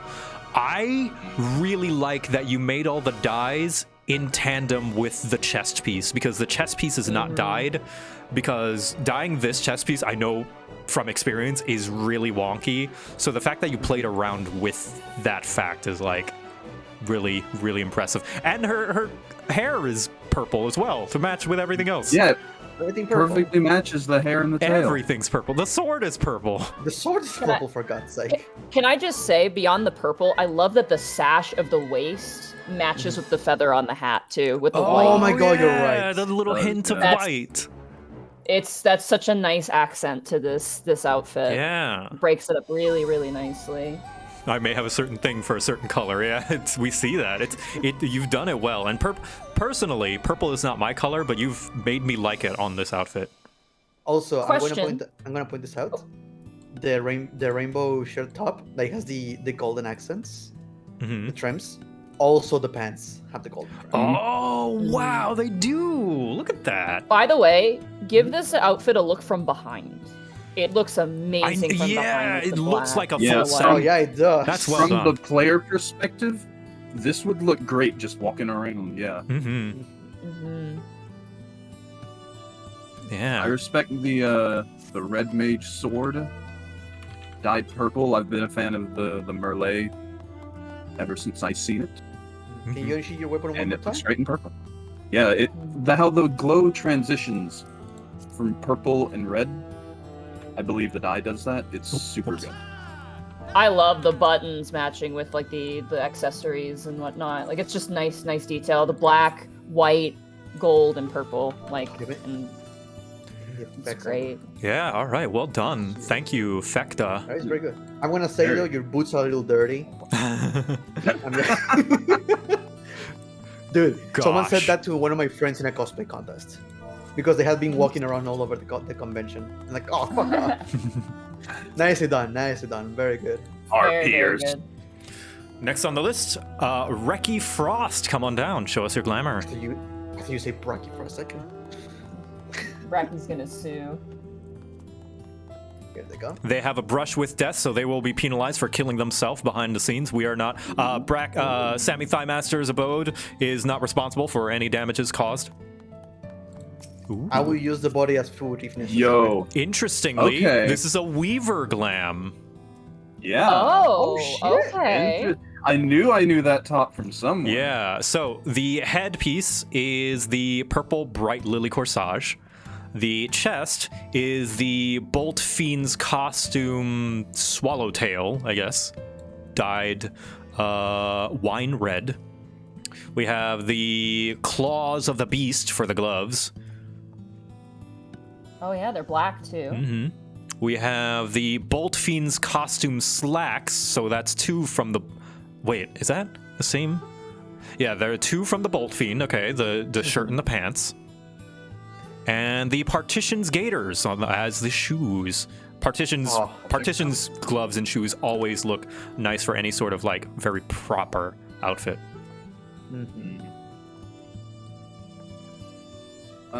I really like the contrast that the Lily corsage has with the rest of your outfit. Super clean. Again, love the idea of using crafters and gatherers for this. Yes. Everything can look good in this game. I see two aesthetic rings, but of course they are from two different sets. So they're from the Showing same off set, with but the it's Shiva only emote. you're losing points with me. Showing that. I love that the hair and the jacket match, but it's not like, 1-to-1. Like the hair is not the same shade of red as the jacket, but it doesn't matter. If I could have critique one thing, and this is just completely personal, I don't quite like the flower all that much. Yeah. I feel like it's too different from everything else and doesn't really come together. I don't know what color to replace it with. A white maybe, but white seems kind of easy. I feel like a red would also be kind of nice. Red or black maybe to go with the color scheme with the rest of the outfit would probably be good. Or even because of the nice gold trim of the back of the jacket, maybe like some sort of like a yellow. Yeah. I feel like the pink wall is nice. I just think doesn't really come together with everything, but that's, it's a tiny squeak of a mouse on the back of a roaring lion. If I could give a critique, I feel as though as nice as this outfit looks, the two pieces of the set, being the top and bottom, and although, yes, your gloves and shoes are different, they are a small part of it, and the majority of this outfit's weight is being pulled by the top and bottom, which are the same set, which are designed to look good together. But, I don't know, perhaps if there were some more significant gloves or shoes, like maybe some knee shoes or thigh shoes, or some arm gloves or elbow gloves. It does look nice, though. I'm noticing that the hand part is actually not just gloves, it's the claw nails. The claw nails? Yeah. Oh, yeah, they're the nails. Okay. Yeah. All right, that's a nice little touch. Okay, I retract my and they are statement black. somewhat. They do match with the character itself, and because they are just the nails, they actually can show the rings are small thing, and they are two of the same ring, but it shows like this symmetry to the look that I like, thanks to the rings. Yeah, it's a small thing, but it pops. Okay. Oh man. Yeah. All right. Gentle Bro, did you have anything to say about this set? Anything additionally? I kind of agree with the top and the bottom being from the same set being, like, a little strong. But, and I personally kind of like the purple corsage. I like a little bit of contrast every now and then, but that's just a personal thing. That's why we have three of us. Yeah. For sure. That's the point. But for a Weaver, this is absolutely super style savvy. I love it. Yeah. Weaver always gets fantastic looking gear. I will trust this person to make my clothes. All right. I think we're good then. Thank you, It just Reki. makes me sad that we don't have more glamour plates so I can make my crafters. Yeah. Right. I wish. Pretty bold though to come in here with a crafter glamour. Yeah. I didn't even think of that as a possibility. Next on the list is Ophelia Raff. Show us your glamour.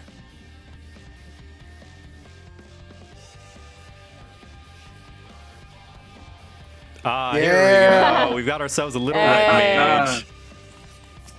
A little wet mage. Yeah. Chicken knife to finish the look. I love it. Oh, is it? Hold on. Let me see. What is that glamour? It is the chicken knife. Oh, it's the Chocobo red mage weapon. I love it. That's adorable. Okay, for the hat, we've got the Racing Chocobo mask, which I can attest takes quite a while to get. There's effort. Efren's got that, yeah. For the chest, we've got the Exarchic Coat of Casting, dyed canary yellow. Yep, and showing those shoulders. For the gloves, we have the Far Eastern Maiden's Armband. Oh, it's very subtle, very subtle. You can zoom in on the left hand and see it. For the pants, we have the Strife Bags, so Cloud's pants, which you can get from Veteran Rewards. And lastly, I'm pretty sure, antiquated Duelist Thigh Boots. Yes, those are the Red Mage pants. What do we think about this one? I have a very huge bias. One Yeah, is a Bracky, level, shelf it, 2 is a shelf redhead. Shelf it! Shelf it, Bracky!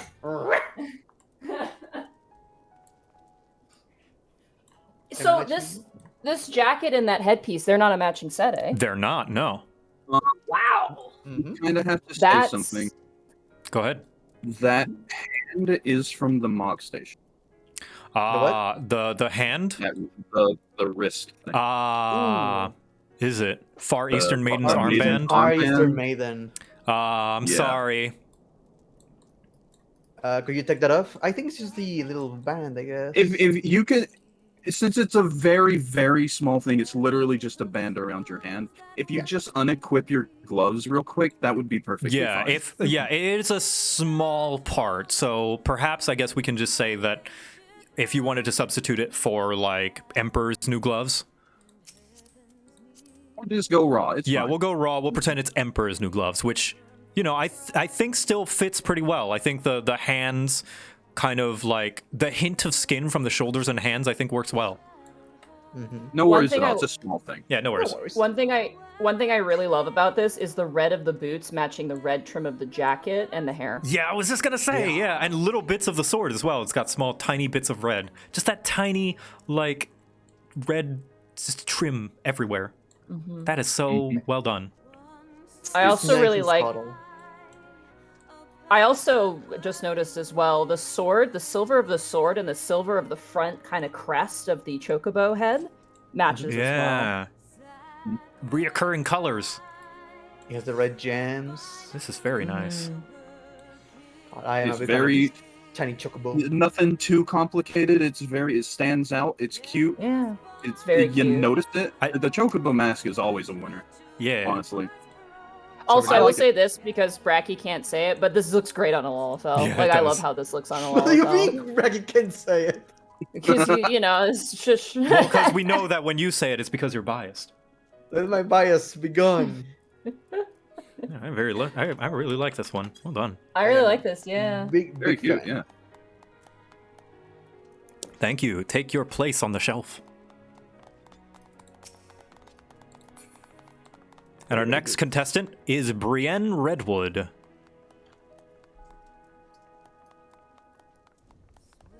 The chocobo breeder title too. Good shit. Yeah, it's good nice. matches. Ooh. Oh, here we go. All right, here we I like go. someone who can do a good neutral color. Okay, yeah. let's see here. So, the head is the Mithrite goggles of crafting. Oh, they're crafting goggles. Hey. Okay. The chest piece is the Anemos Gunner's coat. That is the 70 artifact gear for Machinist. We have the Bajan arm guards of fending, or rather aiming for the arms. We have the heirloom gaskins of aiming for the legs. And lastly, for the shoes, are the Atrociraptor leg guards of aiming. Very, very nice. And we also have, since they pulled out the weapon, I guess I'll count that one, the Augmented Law's Order revolver. Is that... Oh, that's one step right below the final stage. Or, no, two steps? I don't know. It's the second step augmented. Second to last. Yeah. It's a Wow. nice gun.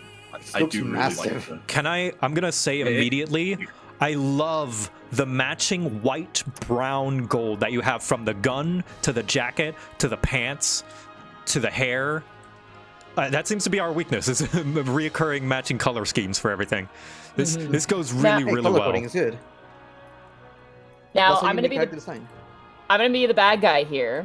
And I'm sorry. When I was invited to this competition, I do think neutral tones you can get away with them a bit easier because they match with everything. For sure. Because That's blacks true. and whites can match with any color. I will say my favorite detail is the blues. I like how the blue of that little kind of canister lantern matches with the gun. I don't know if that was intentional, but I do like that.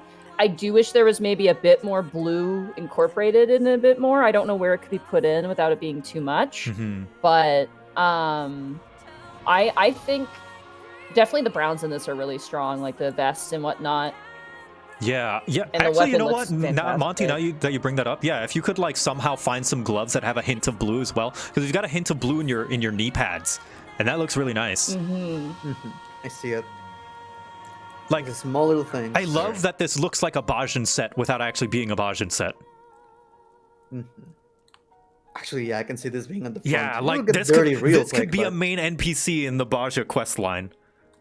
And it feels very machinist if you interacted with the machinist Yeah. NPCs. It really fits in with their look, Mhm. which is these kind of wait, brown, I white think tones. I think the neck is the neck part of the chest piece, or is the neck actually its own like necklace? No, they're wearing Emperor's new necklace, so that's part of the chest piece. I was gonna say. Okay. Okay. Kind of what I was No going for, earrings. TBH. You achieved it very, very well, very nicely. Like I could see you as a lieutenant. The gun, when sheathed, fits the color scheme perfectly as well. I always have a problem with glowing weapons, but sheath looks nice. Would you say it's no not tones. as great when Well, it's unsheathed and glowing? That blue is on the glow again. It really That is depends true. on. Well, actually, yeah. Can you unsheath it again? Yeah. Yeah, you Unsheath can it for have it. us, if you wouldn't mind. I do wish like the knee. Yeah, absolutely. Obviously, like they have no power over it, but it'd be so nice if those knee pads also glowed or did like had that similar sort of shine. That'd be Like then it'd neat. be like, oh, that'd be great. Yeah. Just a little bit more comparison because again, whites and blacks go with everything. So you tend to see that a lot in character design in this game too. Yeah. Like the Scions, god damn, the Scions were so much white. Yeah. It's because it's neutral. Like again, like It's blacks safe, and yeah. whites are really neutral. They're safe. You can match them with literally anything. Yeah, pretty good. I like this one. Okay. Any further thoughts? The goggles are bold. I like the choice of Yes. the goggles. That's a huge risk, and I think it paid off here. I as do. well. Yeah. That was a really good idea. They fit I great. really wish you could put the goggles on their forehead. Yeah. Only machinist goggles can really do that, and maybe like a handful of other ones. But yeah, well done. Thank you. Thank you, Brienne. Very, Yeah, very very nice.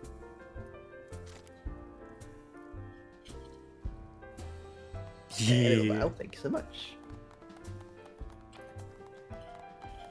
Okay, and next is Jarvis Brackenwork. Come on down to the stage and show us your glam. Jarvis. Also, shout out to our audience who's to the right of us here and behind us. You guys are great. Yeah. Being clapping and being Yeah. really supportive. You guys rock. Yeah. Really fills this whole thing out. I have a bunch of cats laying on top of my furniture now. Is Making it your place. up Jarvis. here? I put it in party chat in case they're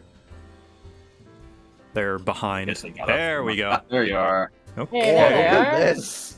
Okay. I'm Could tell the Astro hat. thing, could immediately tell it was Astro the moment you walked past. Yeah, it. let's be honest. Astro 50, or rather level 60 hat is the best casting hat. It's so good. I will not deny. I still have this in my freaking Chocobo saddle bag. I'm not getting rid of this hat. Mm-hmm. And look at that God, weapon. This is over the top, and I love it. Yeah, but- so we've Whoa. got So much the going on. Canopus Lux, which I do not know where that's from, but that is what's glamored over their weapon. Their hat is the Welkin hat, unaugmented. Actually, never mind. It's dyed normally, right? Unaugmented. The 60 artifact gear. Pretty sure. It is not dyed. Yeah, it's not. Yeah, whatever the case, it's not dyed. It's the default color. The chest piece is the Bone Wicca Soother's chest piece, undyed as well. The arms are the Anemos Constellation armlets. I assume that's the 70 artifact gear dyed. I believe so. Yes. Yep, and those are dyed midnight blue. The Welkin breeches for the bottoms. So that is the hat and legs that are from the same set.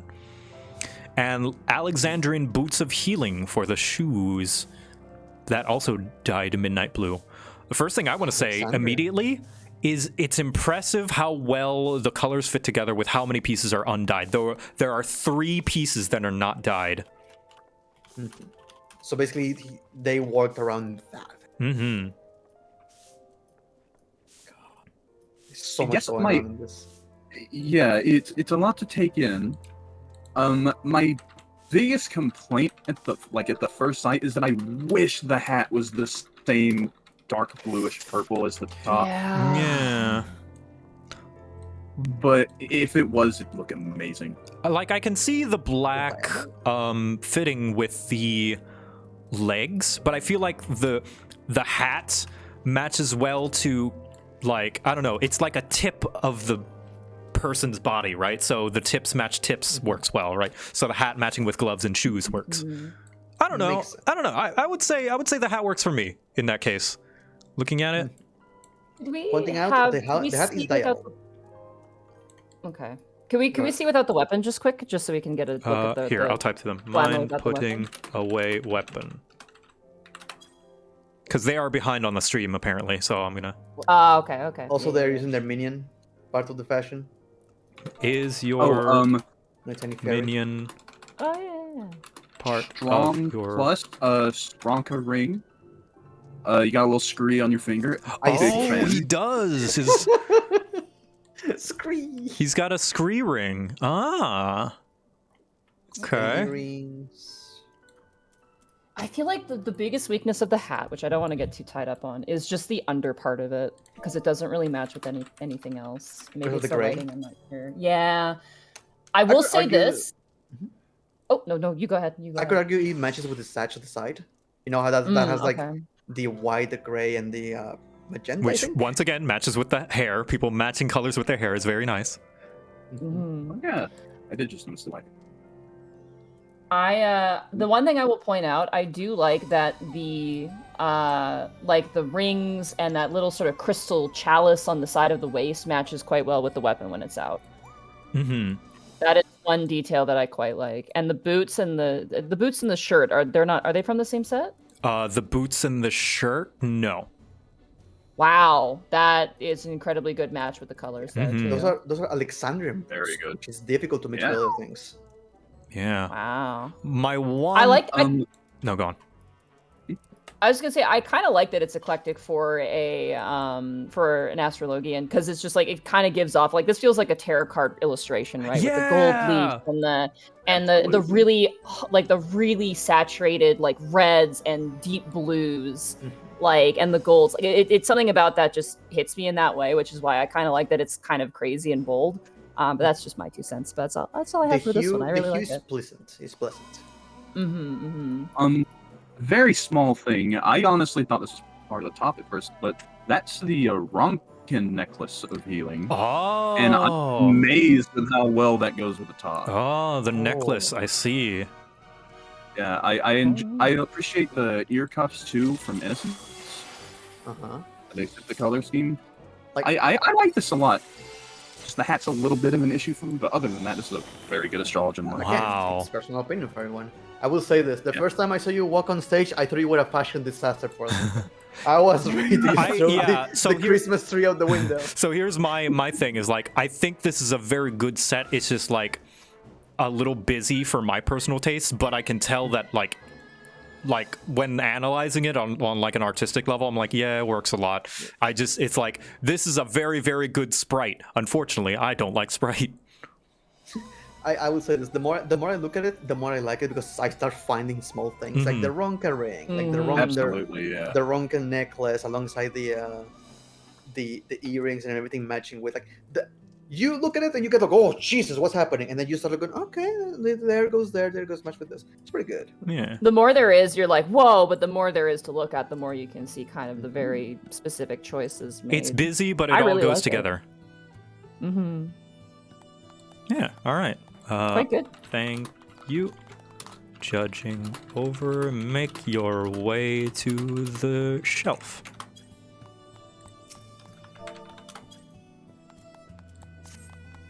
Okay. Oh, that's all right. The opposite direction. They go. It's okay. Off stage, all the same. Respect it. Bold decision. And finally, the final member of my party is Uber Ponage Pro. Uber Nice! Ponage Pro. Come on down. This Show guy's us your elite glamour. gamer. Let's see it. A real gaming bro. Oh man, are they going to go on with the Call of Duty glamour? Let's go. Here, I'll say, Uber, come on down. Oh, okay, all right. This is already pandering to me because I like knight sets. Oh, yeah. Gamer. You paladin simp. That's it. Pandered. Oh, you're both paladin simps. Yeah. But Okay, now let's see. So the sword is the Tierfing, which I do recognize that. The shield is the diamond killing him. shield. The helmet is the deep gold helmet of fending. I've actually used this one personally for some of my glamours. The chest piece is the diamond armor of fending. Do we want to count the set piece rule for weapons as well? It is a piece and a piece, so it is part of the set. Okay, so we've got the No shield. wonder The shield and the chest piece are part of the same set. The arm is the high steel arm guards of fending. I really like those. I use them myself a few times because they're very Viking looking. The pants are the carborundum trousers of fending. And lastly, I think these are for shoes, Eden Call sorlets of fending. Yeah, these are Eden Yeah, I recognize legs. Yeah. This and everything, the chest, arms, and helmet are all dyed general purpose pure white, not snow white. That is bad. As is the shield. Fancy. Oh my gosh, it's Thancred. Money. It was Thancred all along. Okay. What do we think of this one? I am gonna give props where it's due. The greaves, like the legs, matching with the chest piece and like that sort of like triangular-ish pattern. It works really, really well. I like that there's a strong sense of texture and pattern in this design. A lot of really sharp triangular angles, especially when you see it replicated in the shoulders and the cloth itself as well. I think my only quandary with this set is the sword, but that's like not a huge deal. Again, neutral tones, so there's not a strong sense of color. But I think in terms of actually giving attention to the actual patterning on the armor itself, which a lot of the armors, at least that I've seen so far, don't have a whole lot of textures to them early on. This is really nice. I think it's quite refreshing and very neat. I do wish we could have had some more of the wing motif of the greaves, like repeated in other places, like the helmet. I wish the helmet had wings instead, or like the gauntlets had wings. But yeah, you know, that's the only element to this. I wish that would kind of be repeated in some way. I have a tiny pet peeve, and I don't know if there's an easy fix, and that the collarbone area is showing skin. Same. Everything else is completely covered aside from the collarbone, and it's just kind of peeving me. I'm like, no. Just begging for a sword to go through. Yeah, and I'm guessing is your helmet supposed to be open? Part of the general look. Just a heads up, one of the people in my party actually needs to go. They need to sub in for a raid group. Aw, okay. Okay. No So worries. Riel, unfortunately, is going to be leaving us. Okay. So that means I have a free spot, though, if someone would like to enter, and I'm last, so if anybody is interested in entering the party when Riel leaves, the passcode is 3321 if you're interested in joining. They said that the helmet can be either open or closed to your preference. I'm gonna go with closed. I personally think it looks better closed. Go with, yeah, definitely closed. I want to say something personal. That helmet is so hard to get to look nice. Yep. This is the second time I've seen it look nice. Because it matches, yeah. Yeah, it goes so well with the rest of this. The diamond armor and shield work super well together, how they have that little diamond texture pattern on them. I think one of my bigger complaints is with the sword. I agree on that, especially since it has like the blue gems on it. Yeah, it doesn't really feel like it fits. Because I'm looking at the red little gem that's on the chest piece. Right. And I kind of wish that was the supporting color here. But, yeah, other than the sword, I think this is a really solid set. Well, I'm gonna call you guys stupid and dumb and poo-poo heads because I think the sword is perfect. Like I love the I love that the sword has both black and white, just like the rest of the set. I love it. I feel like any other sword could do that, though. Like, the fade is really nice. I will agree with that 100%, and the gold hilt is quite nice. Yeah, but calling you names is easier. I know it is, Joseph Catterson. In a way, I do agree. I wish there was just something to kind of unify it a bit more. If it's going to have color, like have it be red, or even just have it not have any color at all. But yeah. Can I say my complaining rat on a roaring lion?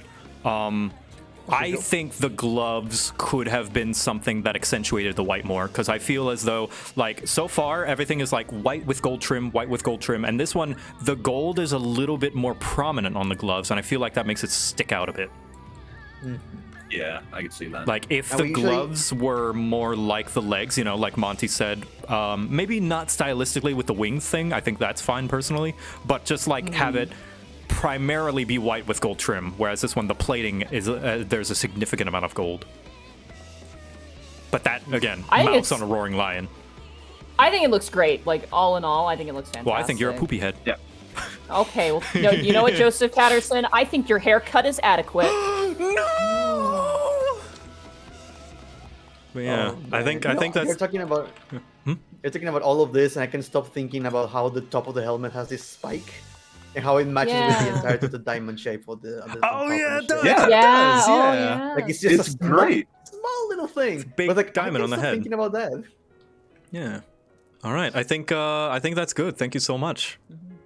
Before we go on to our next contestant, how do I relist the party to get a person to fill the final slot? Just because I do have space now. It should be open, so people should be able to jump in. No, I think you actually do. So go back to Party Finder, go to Recruit Members, and I think there should be, like, remove role restrictions for all remaining openings.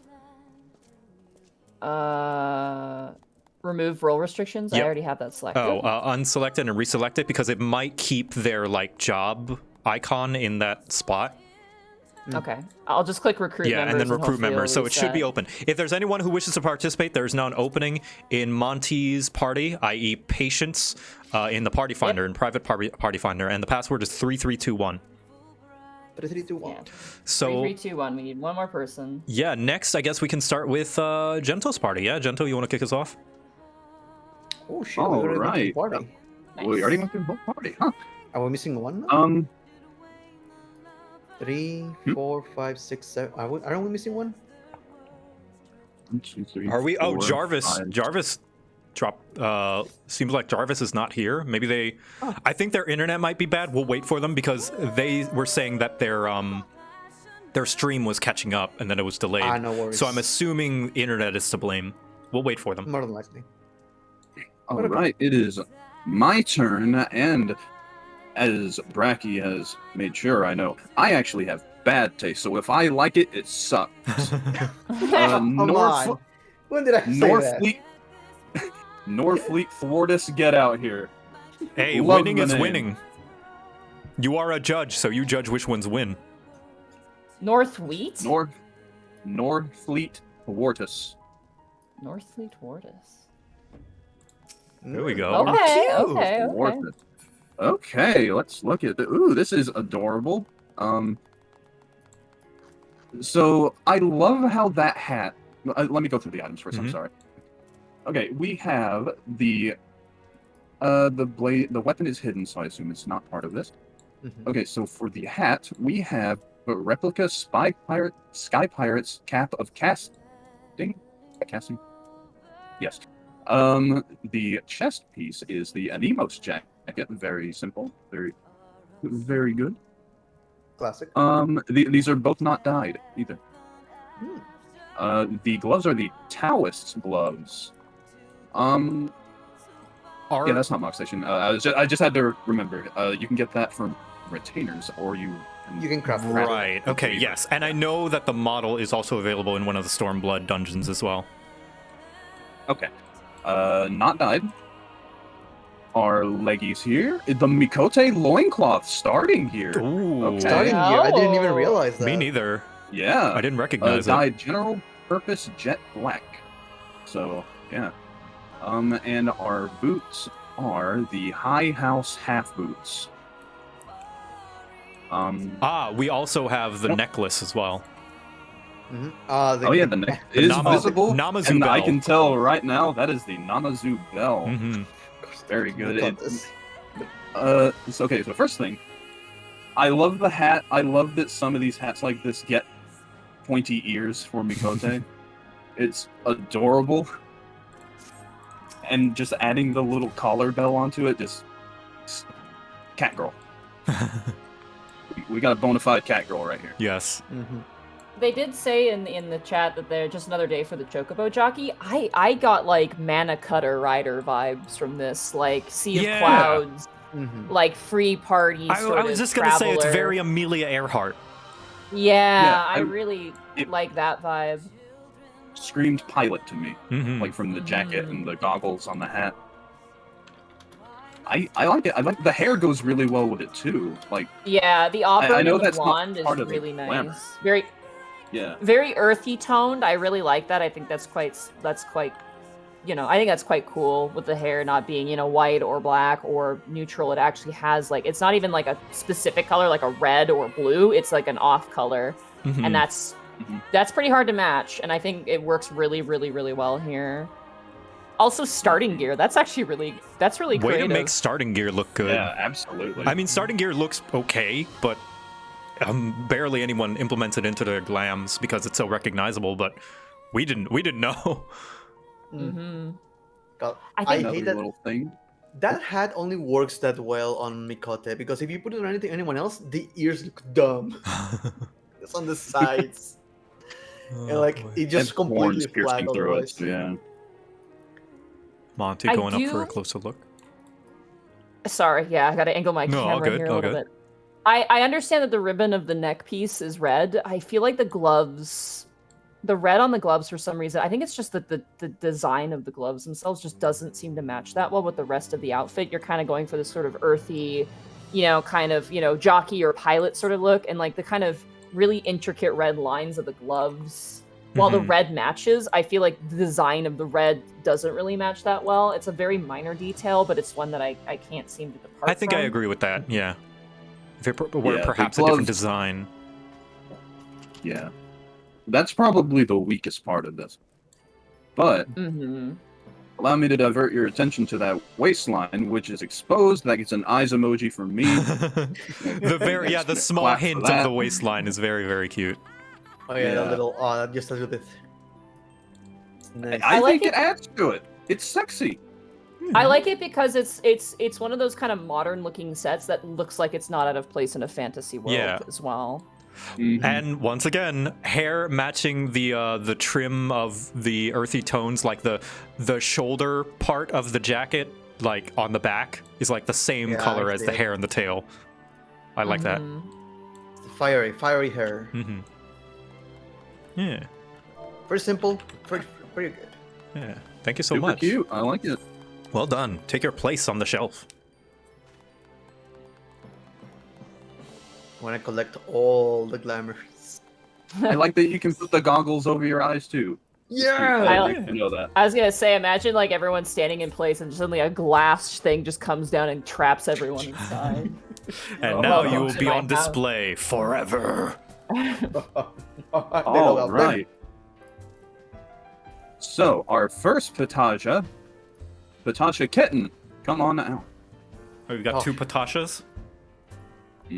Wow. We got two of them, yeah. Patasha Kitten. Hello. Oh, we got Samurai. Okay. Samurai. Ooh, hey, come on, this is sexy. Okay, let's start with the weapon. We have the I believe that is just the Augmented Laws Order Samurai Blade. Okay. Dyed. Ooh, it is dyed wine red. And for our helmet, we are using the replica high elegant headgear of striking. I think, yes. Also dyed wine red. The chest piece is the icon leather corselet of striking, dyed wine red. Don't see a lot of iconic gear. Our gloves are wyvern skin gloves of striking. Nice. Undyed, actually, so that's their natural color. Ooh. Oh, wow. Legs are the Pagos Gaskins, wine red. And our boots are the Dolmen Steel Greaves of Striking dyed wine red. Can we see any of the accessories? They look hidden, so Yeah, I I don't do think not so. believe so. I believe they are all hidden. They've got brand new earrings, so I'm guessing that they're hiding their accessories. Hey, what do we think? You go. No, you go ahead, JoCat. Go ahead, JoCat. I like that every piece has a sharpness to it. Like, that you tied in the sharpness of the Allegan helmet, like everything's kind of pointy and sharp, and then the chest piece has like these bits of sharp on it, and then the gloves especially, like, I thought those were like Allegan gloves, but they're not, but then they're also sharp and they've got sharp claws, and then the boots, they're sharp boots, got little sharp pointy bits, lots of sharp everywhere. Good job getting pieces that are sharp together. Yeah, I echo that. The fingers on the gloves match perfectly with that sort of shoulder piece, like the sharp kind of like silver. One detail I just noticed of this, which is really, really, really good, is that the chest piece actually goes into like a deeper like shade of red. It fades naturally into a deeper shade of red, and that deeper shade of red matches perfectly with that helmet. Yeah. And that's amazing. Yeah. Like, go up and look at that. Look at that detail. That's amazing. Yeah. Because at first I was like, wow, the red's really, really off. And then I went up and actually looked and I saw that it gently faded to that red. It's so nice. If you want a closer look, you can like right click on them and examine. You can actually zoom on the model. Yeah, that's what I've been doing pretty much the whole same. time. Beautiful rose pretty has nice. thorns. The weapon matches perfectly with the chest piece as well. Oh, absolutely. Yeah, I was surprised that was the Law's Order one. Because it just blends in perfectly with the rest of this. Like the mix, it's got a mix of both all these silvers and golds on the trim. And I think it's like really well spread out. It looks super good. I don't think I have anything to complain about the set, I'll be honest. I think my small pet peeve is the gloves. Like, at first I saw them and like, oh yeah, the gloves are on dye, like that's the natural color. And they mix pretty well with the rest of the metal parts, like the helmet and the boots. But they're slightly like a rust red. Maybe if I was able to see what the boots would look like, more like rust red instead of wine red. Maybe they match a little bit more. I could not tell at this point, but they still look very good. Like, it's just a small pet peeve. I wonder because like metal tends to dye differently than cloth. But yeah. I see where you're getting at. Yeah, it doesn't bother me, but I do see what you're saying. Yeah.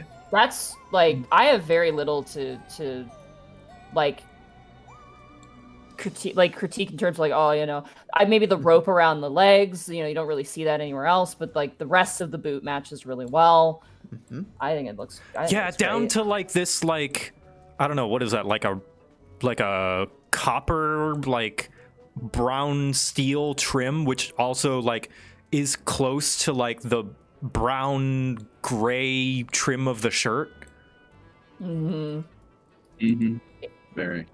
Can we see the sword put away just for a second, just for a hot second, just to see how it looks without it? Let's pull up the sword. Yeah, just to be possible.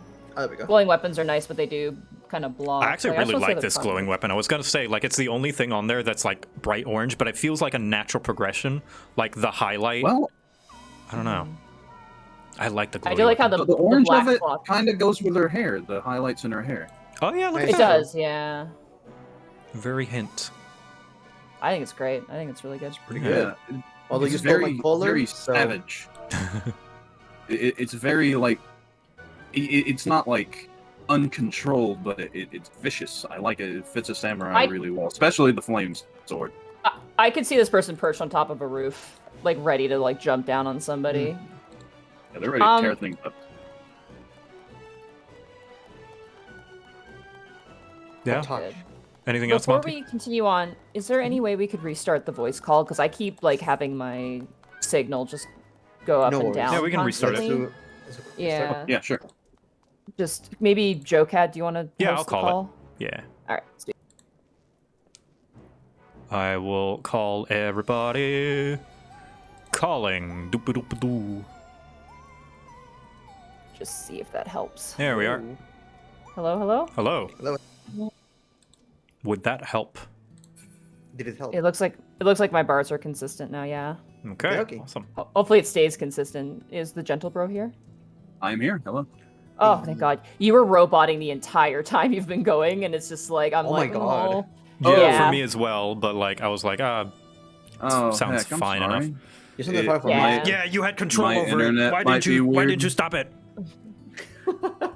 Well, it's totally fine. I just like I was trying to figure out what was wrong, and I just saw my bars going up and down. I'm like, I think we just need to change the server. That's interesting because for me, you sound fine. Yeah, because you're the host, so you probably had priority. But More anyway, than likely. sorry. No worries. I think we're yeah, good. this is great. I think we're done with Patasha, right? Yes, thank you very All right, much. thank you, That's Patasha. a very good stand, Glenn. Yeah, well done. All right. Okay, this is going to be fun to pronounce. Mimine Bonimine. I can already tell it's a Lalafell. It's a Lalafell, isn't it? Mimine Bonimine. I don't know if I said that right. They were You know betting who that you their are, name was get going to out be here. mispronounced, so let's see. Here they are. Hey, you were right, Bracky. Oh, look All at right, you. all Alrighty. Hey, did I say it right? Put it in chat. I have That's to know. the important part. I must know. Okay, well, you typed it out. I'll do this. It's another red mage. Okay, our weapon is the Exarchic Rapier. Hey, I like it. It is dyed gunmetal black. It dyes the crystal so interesting. Our hat is the replica Sky Pirates Beret of Aiming. Ooh, an aiming hat on a casting set. That's a very interesting one. You can do that. The replica Sky Pirate stuff can be used on anything. Yeah, replica is class open. The top is the replica Sky Pirates jacket of striking. Mm-hmm. I actually use that for my red mage set as well. It's very, very nice. Dalamud Red, big fan. Our gloves are the Techo number 55. Love those ones from Stormblood. That's from the Doma thing. Yeah. Our pants are the Anemo Saruel, right? Dyed Gubu Gray. And our shoes are the Choka number 55. So we got 2 of that Doman Garlean outfit. Yes. Any accessories visible? We got some earrings. Yes, we do have They earrings. are the Scion Liberator's earrings. Okay.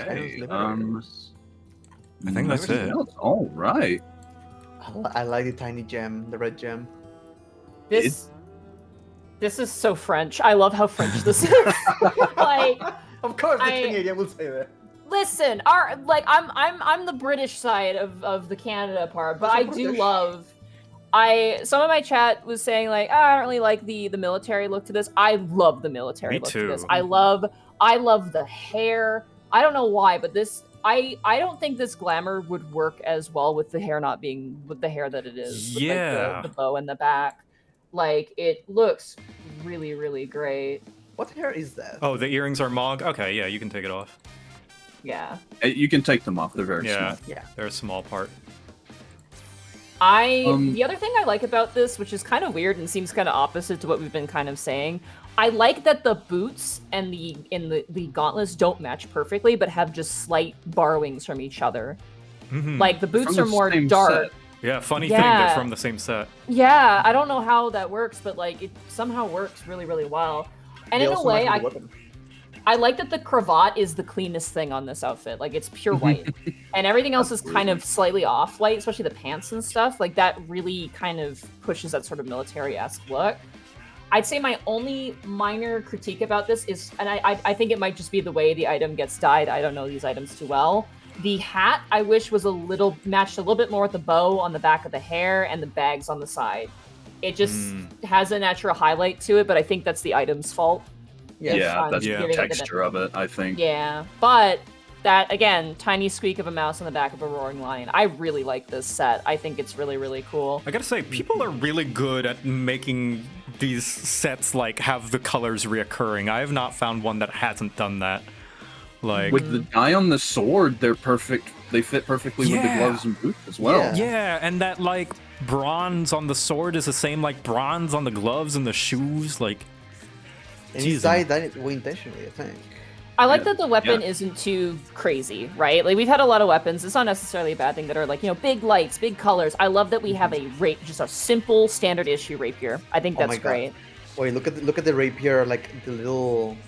The catalyst. The floating thing? Yeah. The catalyst? It even looks materialistic. Yeah, it does. With the griffin? It looks like a griffin on it, yeah. This is a incredibly good red mage set, yeah. Simple yet effective. Can I steal it? That's how you know it's good. Let's see how it would look in your size. Even the ribbon in the hair is like, yeah, this just fits so well. Wait, I can't. Wait a minute, I can try it on my size. Hold on. You can try it out. Oh, you can, yeah, if you want to. Just gets on the stage, rips off the clothes. Mine. Oh man, that looks good. Wow.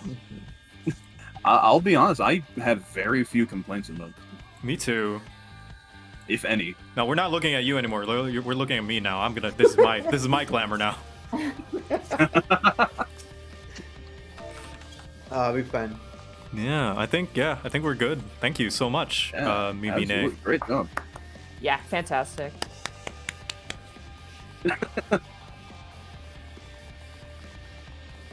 I also love the title, The Red. Yeah. Oh, the red. Oh, I can't see titles. I turned them off.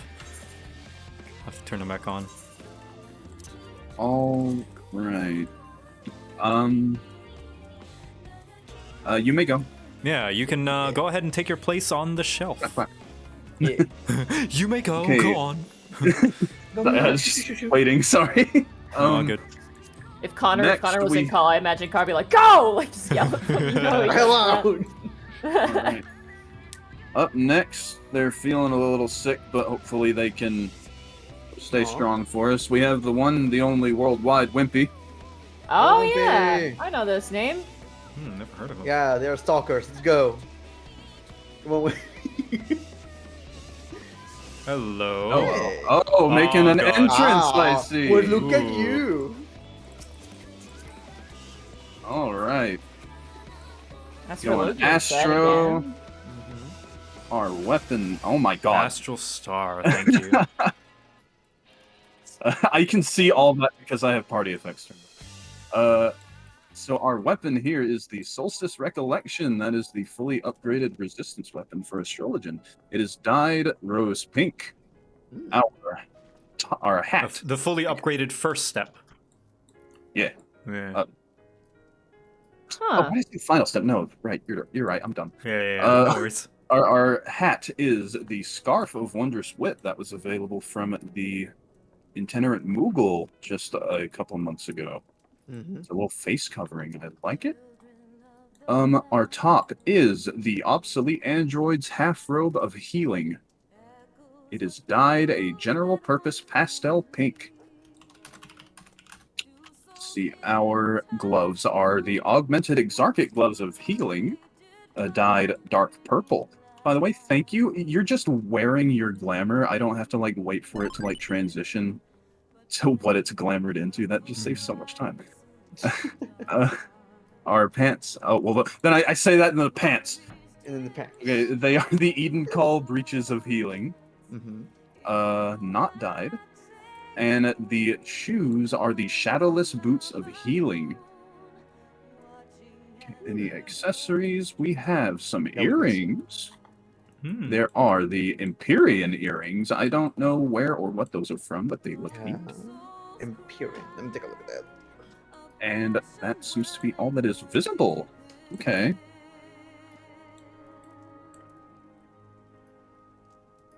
And I believe these are pants. So my chat's like, those are pants? Those are pants adjacent. They're pant adjacent. They're really cool. I have to say, The pink is great. I don't think we've seen a pink set. We've seen reds, we've seen purples, but pink we have not seen. Yeah. And I like it. I really like that we actually have a nice pink set. I wish the pinks were maybe a little darker to match with the hair and the face. But I feel like if the change was to be made, I feel like having the hair and the face be lighter would be beneficial. But because that costs money, I'm not even going to make that, like, I'm not going to harp on that at all. It costs gil. Yeah. Oh. Well, there you go. So it does cost something to do that. I like the white and the pink and the black. I think that's really good. They brought up that the gloves are the color of their hair and kind of they? face. Can you put the weapon away so I can see that? Oh, if you examine them, you can get a clear look. Yeah. Oh. It is. I would say that maybe if that dark like maroon was put elsewhere as well, like maybe on the shoes, on some shoes, I think it would. It's a minor detail, but yeah, that's me personally. Yeah, total personal taste. When I first saw this, I thought it was a dancer set, just because of the leggings and whatnot. I love how minimalist it is. I love the weapon I love this outfit when the weapon is on the back because it matches with every single piece. Yeah, even the weapon is minimal. It's like very Mm-hmm. thin and like simple. This is a very simple set, and I like it. Yeah, the Dodo does match the pink. Yeah. Dodo. Dodo carry. My complaints is that the shoes and the gloves are more like what's the word? Imbalancedly complex. Like you see the shirt and the legs, they're very basic, they're very simple. But then the hands are like they've got a lot of these details on like the cuffs, and then the shoes are like they've got a lot of, patterns and bits and bops and all that. I think maybe some simpler ones and basic ones could have fit well, like maybe some partitions gloves. Because I really like what the shirt and pants are going for, where they're just like some basic cloth, and everything else seems to play in very well with that, including the weapon. Gentle? It's nice. I do like how the darker part of the mask does really match well with the top of the shirt. This darker brown color. It feels like it works really well with it. I guess one of my bigger complaints is the silver cuffs of the gloves don't really fit in with anything else. Yeah. Kind of big. But I would argue the silver does match with the weapon a little bit. With the back of the weapon. I guess a little bit. A little bit, yeah. But a little. I mean, from a front view, it was hard to tell. But it's a very, very good healer set, though. I love the simplicity. I echo Monty where I would like to see that pink elsewhere, because I love this pink. Like, I'm not someone who uses this pastel pink on most things in general, not just in this game, but like this looks good. I like this pink. More pink, please. I will be the stick in the mud right now, because I like some of this, but I'm a little conflicted because due to the character's color skin melts a little bit with the pink of the outfit. So I don't know. There's this. I like when colors are able to like clash with each other regarding like this is a clear color, this is another clear color, these are two different pieces, and from a distance, like. It melts a little bit with the character's skin, so it doesn't pop as much. Lighting can also, play up. No, I'm looking at it without the lighting effect. Like I'm looking at it right, with the I'm an examine idiot. thing. Sorry, never mind. And I'm like, I like some of this, but the shoes, the gloves, I think I would prefer them if they were not that short. Like maybe get to the all the way to the elbow or the way to the knee. Like it feels like, how do I say this? Like a you see a school uniform, but instead of the proper shoes, they have combat boots. Yeah, that was my thing. There was this small clash with that. Other than that, it's pretty good. Like again, it's my own pet peeve, but it's still a pretty good. We're all just making opinions. That's the entire point of this. Yeah. Well, thank you so much. Yeah. I think we're good. Thank you. This makes me want Hope to you make feel more better pink soon, sets. too. No, I know you've been saying you've been a bit sick. Yeah. See, that's where they're wearing the mask. Yeah. Thank you. Well, that is, that Thank you was for not the part of courtesy. Yeah, much appreciated. All right. Next, am I still sounding fine, by the way? I Yeah, just you wanna sound make sure. okay. Yeah, you sound okay. Okay, cool. Next up, we have Styx Umbra. Styx Umbra. Come on down, Styx. Styx Umbra. Get I your can't see the red shoes because mage of Monty's booty UI. down I'm here. sorry. Ooh! Oh, is that a Rothgar? A It is a Rothgar. Rothgar. That's a Rothgar. All right. Oh, Man, they exist. Oh man, I love this. Okay.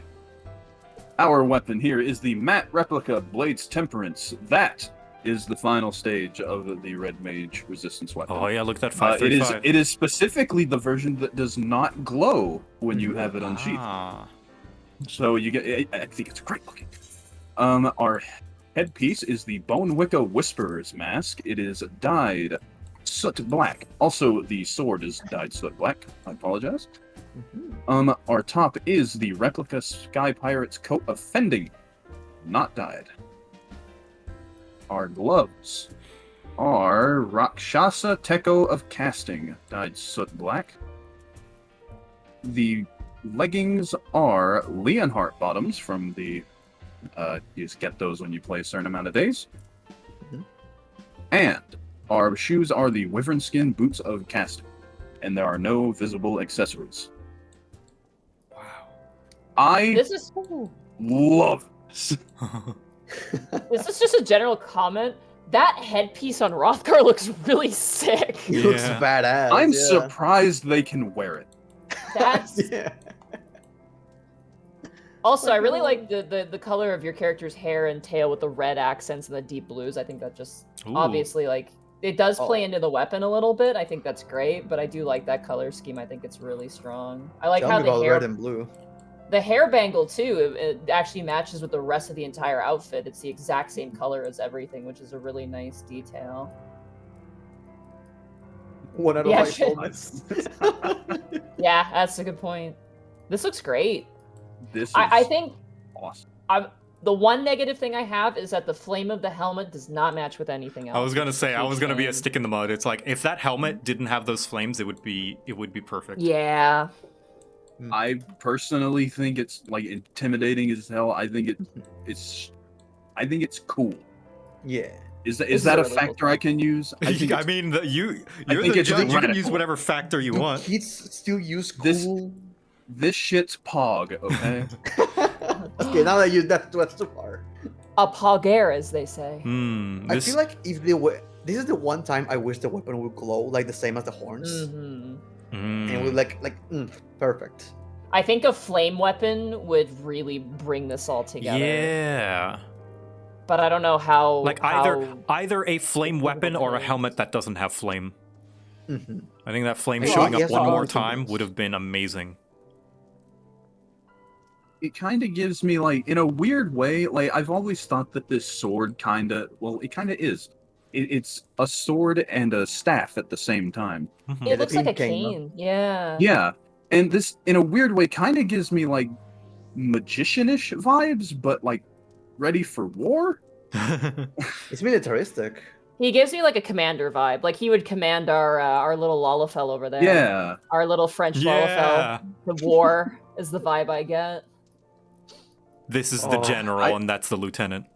I love red mages in this ensemble. I mean, it goes to show Red Mage is the most fashionable job. I was gonna say the boots as well. If you notice, it has kind of that square motif around like the shoes, and it actually matches really well with the pauldrons. It's almost an exact match. It's crazy. Oh yeah, it does. Like, oh you yeah. notice that? Like it's perfect. It's such a And nice they're from different attention. sets.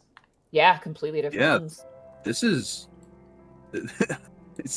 this is literally all from different sets, I believe. Yeah, they're all different armor. So. That's Yeah. amazing. Good job. It's amazing. It's like, oh, and a Rothgar for God's sake. You're getting standing applaud for that. Yeah, good job finding that helmet. Yeah, way to go. Yeah, I think we're all good here. Options you have.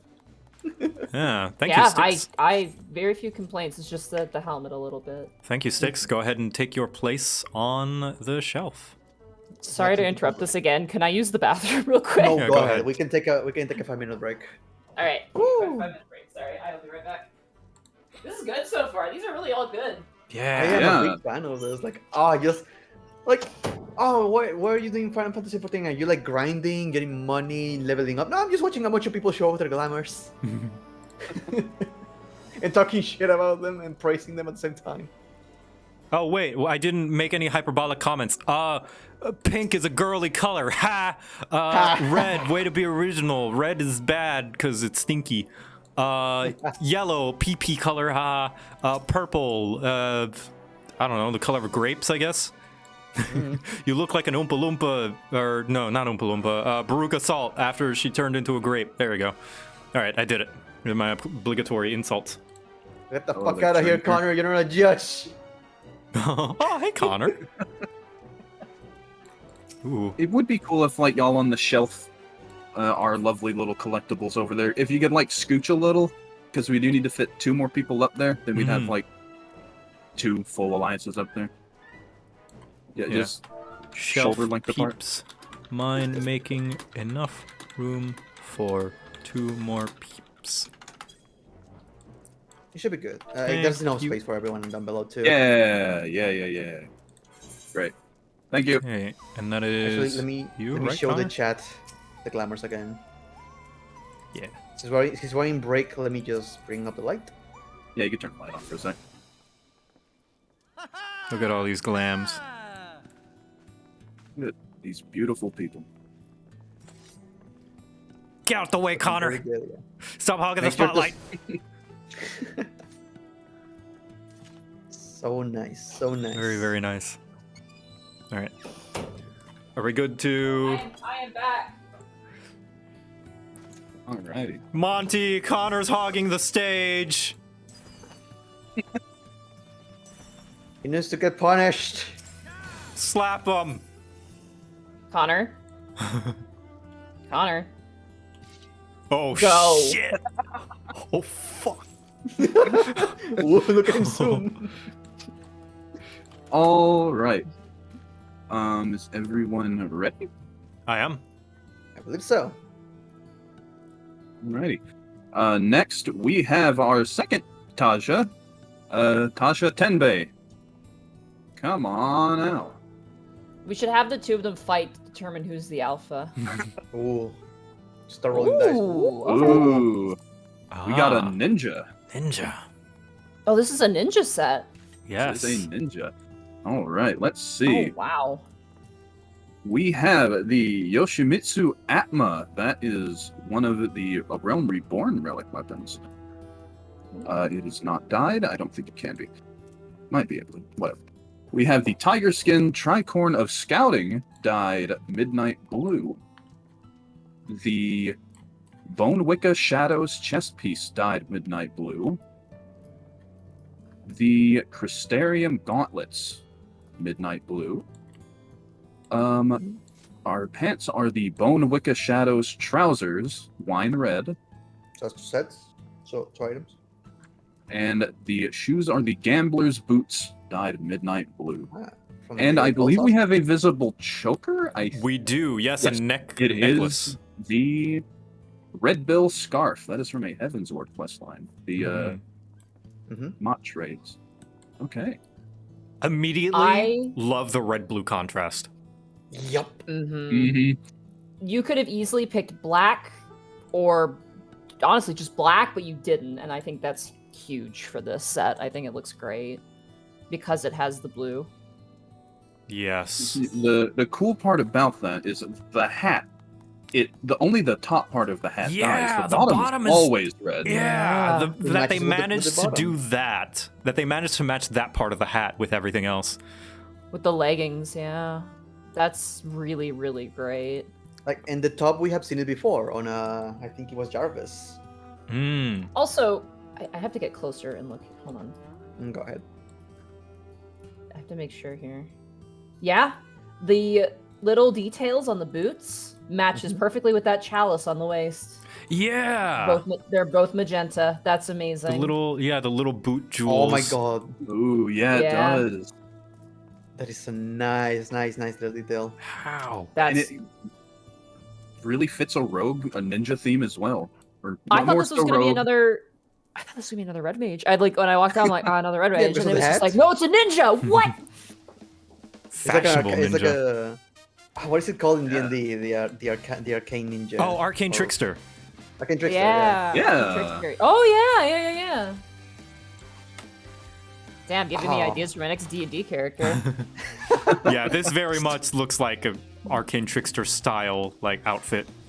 So everybody knows that the entire point of this glamour contest is to steal ideas from other people? Yes. Yeah, exactly. You're not supposed to tell them till it's over. Oh shit! Fuck. Yeah, kind of like a phantom thief. Like this would be a phantom thief outfit for someone. I feel like you'd find this person secretly like in an alleyway, and you would pay them a lot of gil to steal something from like an Ul'dah noble. And they like, would that's leave. how I They would feel. leave a signature somewhere. Yeah. Oh.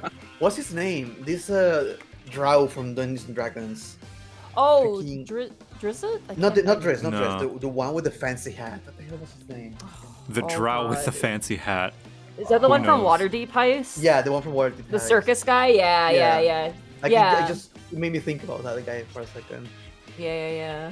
No, I love this. I think this is great. Yeah, Laxo, thank you, Patatia, yeah. The bright blue eye really pops out too. Oh, it's like different colors? No, just I know. as another blue Just- to throw in. Yeah. Yeah, it's a blue, but like brighter. It pops out. You can see that eye, and the fact that the other one is hidden, like on a straightforward view. And again, Yeah, it people pops. using their hair color to match the outfit. The tail is red as well, like that best. muted red.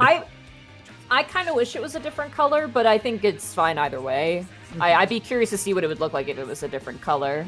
No, I love it. But I think if I have one very small critique, it's the purple at the end of the weapons. But again, Yeah. tiny squeak of a mouse on the back of a roaring lion. Like it's not a It's make the or break. one It's, thing. it's If it could one be little like the thing. magenta of the jewels, or like red or blue that you already have, that would be. This would be Magenta will work 10 great. out of 10. I mean, it is pretty 10 out of 10 already. It's really good. It's They- 9.5 out of 10.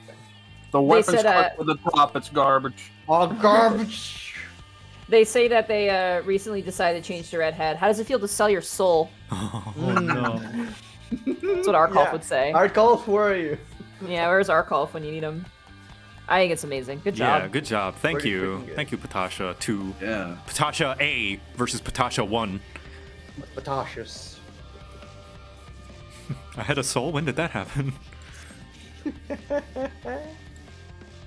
Impact flip, get out of here. Shoot. Show up. Get on the shelf.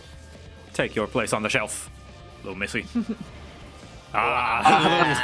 That's cute. That's adorable. Show up. Okay. And our last contestant for Group B is Kental Silthar. Silthar. I don't know how to say that. I see a heart zoom by my screen.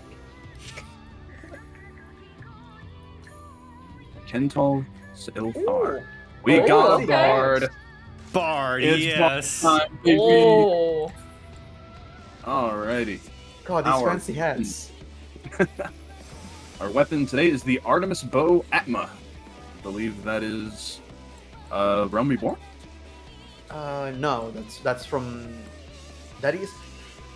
It's from the Resistance weapons. Ah, it's the first stage of the resistance weapon, maybe? I don't. I think it's the. No, it's second Realm last. Reborn. Oh, no, yeah. The weapon itself is brilliant. Oh, That okay, yeah. Oh, duh. Atma that's is true. ARR, yeah, okay. okay. Our Yeah. hat is the Forgiven's Hat of Aiming, dyed a woad blue. We have the Antiquated Storyteller's Coat as our chest piece. God, that's a great coat. Our gloves are the Peace Lover's gloves. Hey, not even dyed. Wow. Interesting to see. Our pants are the Augmented Skaven Trousers of Aiming. Also not dyed. Damn, Skaven gear. Maybe they can do with classics here. Only the And hat our is boot- dyed. Yeah, and our boots Wow. are the Peace Lover's long boots, also So not that's why it's the dyed, same set. and an earring visible. It is the augmented Crystarium earring of aiming. Ooh. That What a hat and that chest piece, are they from the same set or no? They're not. They are not. Wow. Yep. Yeah, that chest, I believe, is... I think that's the level 70 Bard class chest, and that hat is from a Shadowbringers dungeon. Holy crap, what a great matching pair. They're both they're both equally like very flaunty and But the trim of the large. hat is perfect with the emblems on the jacket. Like Yeah, it's right? it's frighteningly close. You would So think even it's the same feathers, set. Like even the feathers with the rest of the decorations of the jacket, like it's so uncanny that they match so well. Also, shout out to the weapon being deep blue, pink, and having the white motif that matches perfectly with the jacket. The pink matches great with like the trim of the jacket. You have the hard reds that matches perfectly with the feathers, the whites that matches with everything. Like it's, I love that this is such a Bard set. I love it so much. Yeah. And the white pants, like This is Bard. This is Bard. This is very loud in all the best ways that Bard tends to be. Hot damn. Like, even, I would say, like, oh, the little green parts of the boots kind of stand out, but then there's little green beads around the waist on that little waist sash. The Yeah. little necklace has a green gem on it. It's like, wow. This is so coordinated. you. No, go ahead, JoCat. This sorry. is the set of an experienced bard of a king or something. Like, this is the type of person who should kick in the door, step inside, and be like, I'm here, you're welcome. Yeah. Like, that's don't the energy join this gives my off. party. It's gonna be so hard to choose. Oh, it's gonna be a. Oh, a do we field have to trip. choose from our parties? I thought we were choosing from No, everybody. it's from the entire groups. Oh, okay. thank God, okay. I was scared. No, Oh, that would be very unfair. Yeah, kind of. Okay, that lightens my load. God, the weapon is so good with this set. I just Mhm. can't get over how nice that weapon looks with everything. It's so rare because I look at the weapon and I go, this looks like a toy. This can go with anything. And then this person just jumps in. Like, I can make it work. I'm especially impressed because they managed to take a lot of armor pieces that on their own I personally just don't like, but it all works together. Could you unsheath it for me again real quick? Give us one more look. Someone in my chat said, "Silence, fives. A 10 is speaking." Hey, Thank there you. we go. Yeah, let's see, do it this. Yeah, this is a nice bow. Oh yeah. Wow. Yeah, I don't really think there's anything I dislike about this. Like this, It's very hard to pick. this makes me think of a Bard Mollymog. Mollymog? Mollymog was a little crazy. Like, this feels a little more controlled, in my opinion. I don't know, well, from my perspective, it looks like a lot of things are going on, but they mesh together so well. It's like organized chaos. Oh, like my room. Yes. Or like that. Yeah. No, pretty good. Thank you. Amazing. I Thank love you, it. Kento. Incredible work. Take a bow. There you go. There we There we go. There we go. And with that, that is Group B. Ah, damn. Now we're into Group C. Hello, everybody. All right. So first up on the docket, we have Thrim Drakar. Thrim Drakar, if you could come out on the stage, please. Thrim. Thrim, the person that is a different race every time I see them. Oh, really? Oh. Right. Oh, wow. All right. Holy crap. This is our first. This is our first Dragoon set, isn't it? Yeah. It is. What a set. Wow. Oh, I've never seen this before. PvP that? stuff. Oh, is it? Oh. Oh, no wonder. So that pants and the chest piece, do those match? Are those the same, or are those Well, you can different? read out the armor, Monty. Oh, I don't know how to do that. Right click Sorry. on them and examine. Okay. And hover over the thing. If it's got a plus on it, that means it's got something glamored, so hover over it, and the second name is what's glamored on it. Oh, the second name. Okay, so the helmet is the Halone Helm of Maiming. The chest piece is the Body of the White Knight. The gloves is the Augmented Slipstream Gauntlets of Maiming. The names go really fast, I'm sorry. No worries. Who gives a shit about belts? The legs are the Hemiskin Brace of Maiming. There's a lot of maiming in this set, I'm noticing. That's maiming means it's dragoon armor. And then the boots are the Augmented Slipstream Sabatons of Maiming. The weapon is a very nice weapon. Is blades? It is the Longinus Zeta. Is what it's called. Longinus. The Longinus Zeta. That's the spell you cast when you try and make something bigger. Like all it has Longinus. It looks demonic as fuck. So the pants are Hemiskin. Oh, it looks like They're different. Like a semi-demonic, like, war rally person. I feel like if I've angered the gods, like Zeus, this is who they would send to talk to me. And the talking is in heavy quotation marks, yeah. I love that the pants and the the big ribbon red, just like both of them have them. It's a shame that the red pants one don't have markings, but I am impressed that the tassels kind of go in well with it. The boots with the helmet though. Oh, yeah. And the gloves. Oh, so spiky. This probably has no bearing on anything at all. It's just a nice touch. I had no idea this was a Makote. This is a cat girl. Oh, is it? Yeah, like this armor, it just looks like just a big armored person. Like. Oh wow, it is a Makote. Wow, and it's a female one, right? Or yeah, it's a cat girl. Oh, you know how you cannot tell because the piece doesn't have boobs. Ah, yeah, there it is. How are we supposed to have it's a girl? Where the boobs? That's fine. I love the wing of the gauntlets matching with the wings of the helmet. I think that's really cool too. Yeah, and there's little feathers on the legs too. Yeah. Wait, are the gloves and the boots are not from the same Hold on, set, right? Slipstream and Slipstream. Okay, yeah, that makes sense. Okay, they're both Slipstream. They match. They look good though.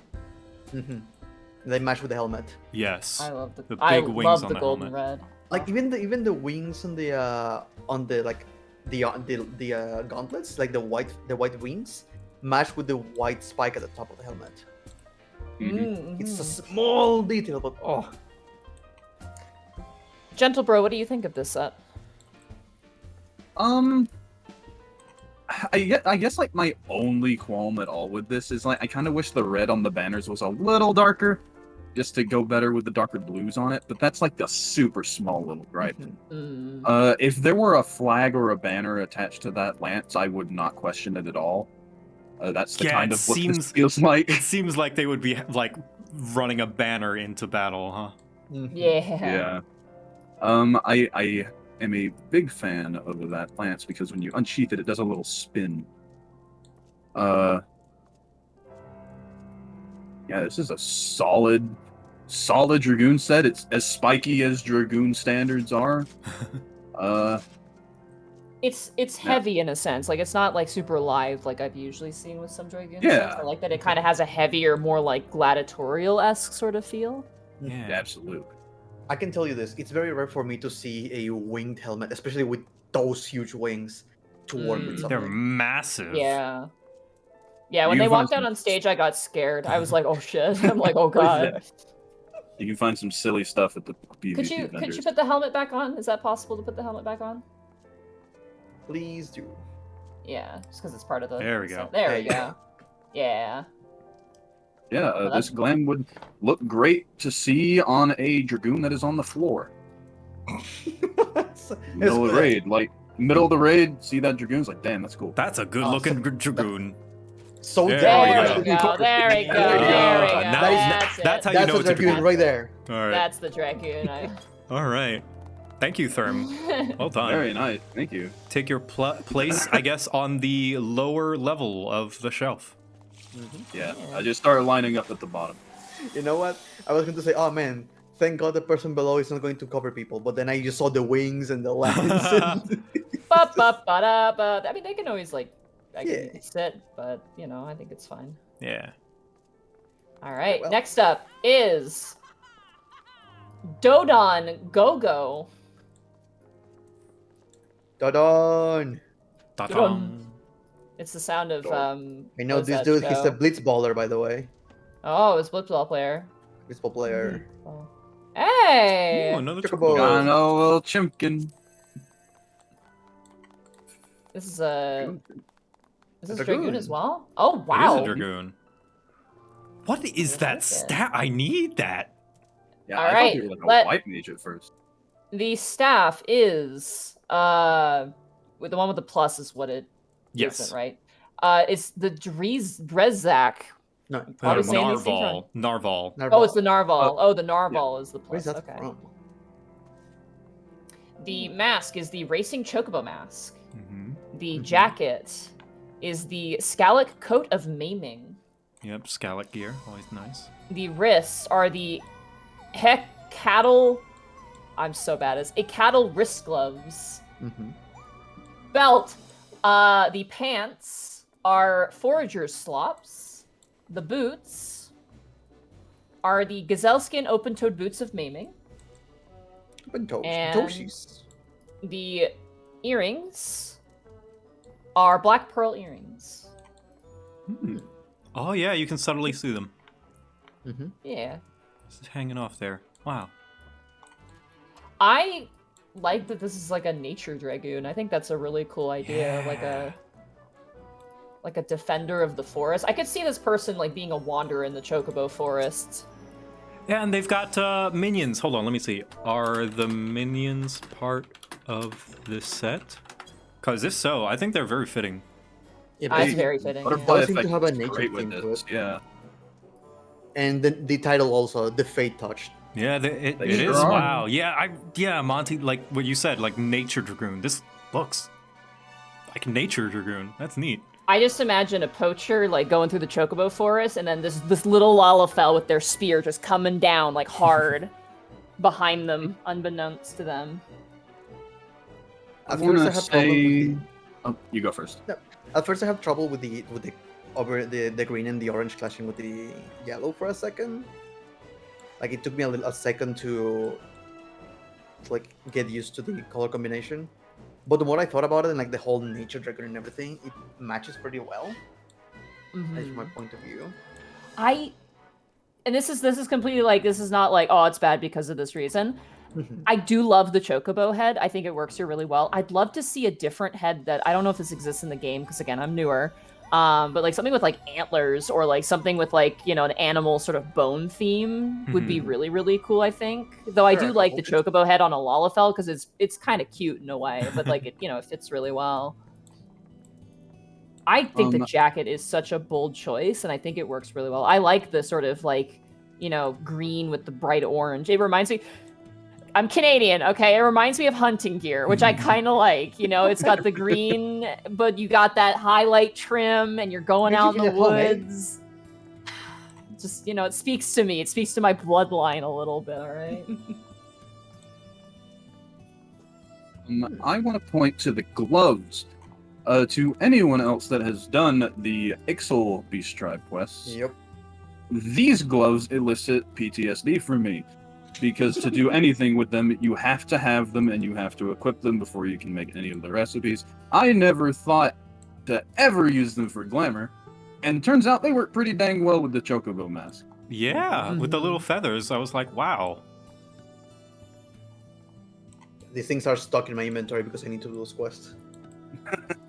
I haven't started those yet. I need to. Those are on my list. Yeah, I You're echo. gonna need a crafter for those. I echo basically Yeah, I everything know. you guys said. Like the nature thing fitting together, the color schemes fitting together. I just have one question. Where is that lance from? Yeah, where is that lance from?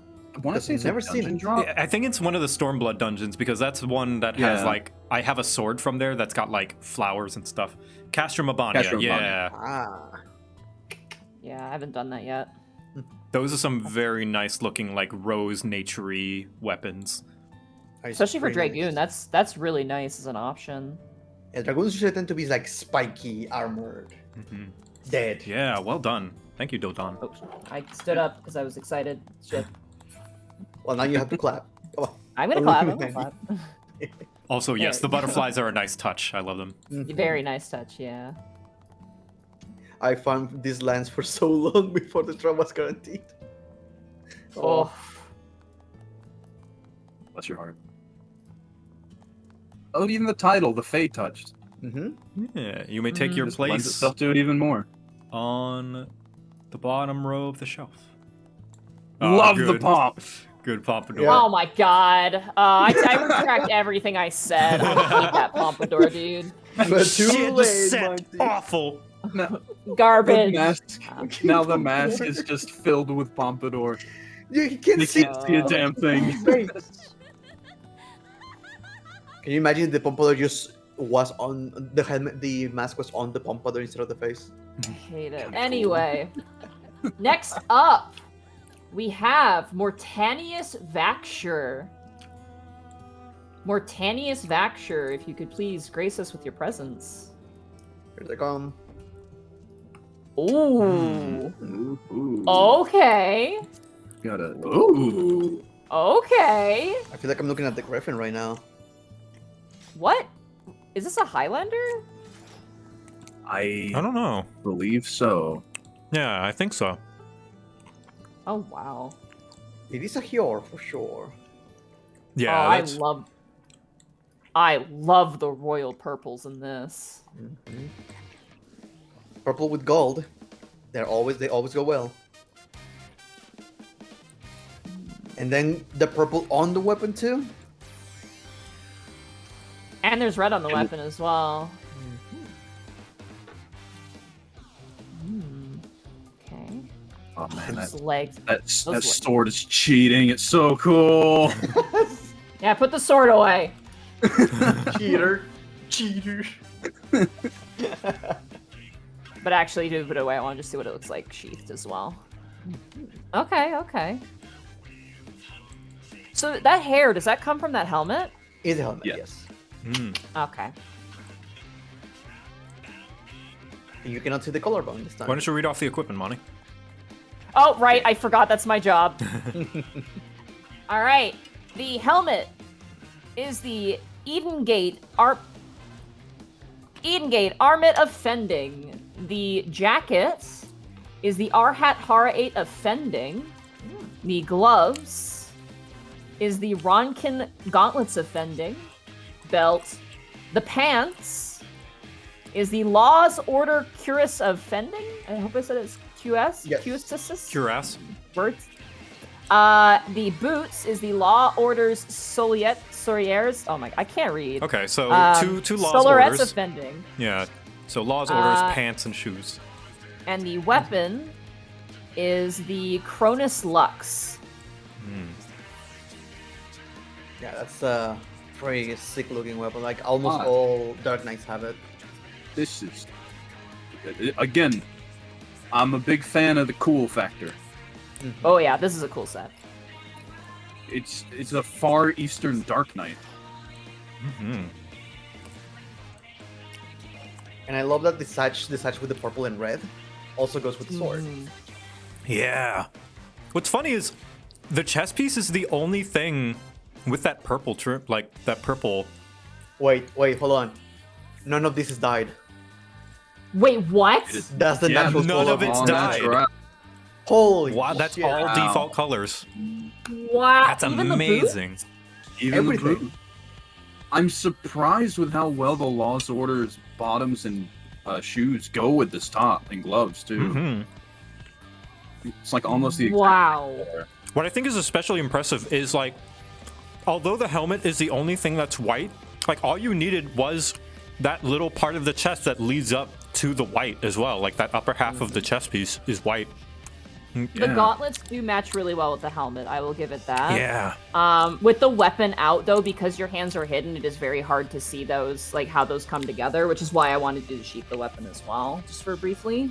For sure. But I love the mane of hair. I think this set wouldn't be as intimidating without that big fluffy mane of hair in the back, honestly. I think it breaks up the design really well. The orange glow on the gloves don't really go with much. Yeah, but that's the only complaint I have as well. But yeah, it stands out, but I can overlook it, really. Yeah. It's not too Yeah. And again, I feel like I'm looking at the Griffin. It's just, looks Griffin so cool. 2.0. Yeah, if the Griffin was from Hingashi. Hot damn. Wow. That's super cool. That is very good. Very nice. I do like too, because like a lot of the white, like we've seen with some other with some of the other glamours, like we have obviously like repeating colors in different places. I like that the white doesn't repeat on the bottom half at all. Like it's all focused on the top. Like it just slowly builds up to the top, and you know, kind of reaches that apex with the helmet.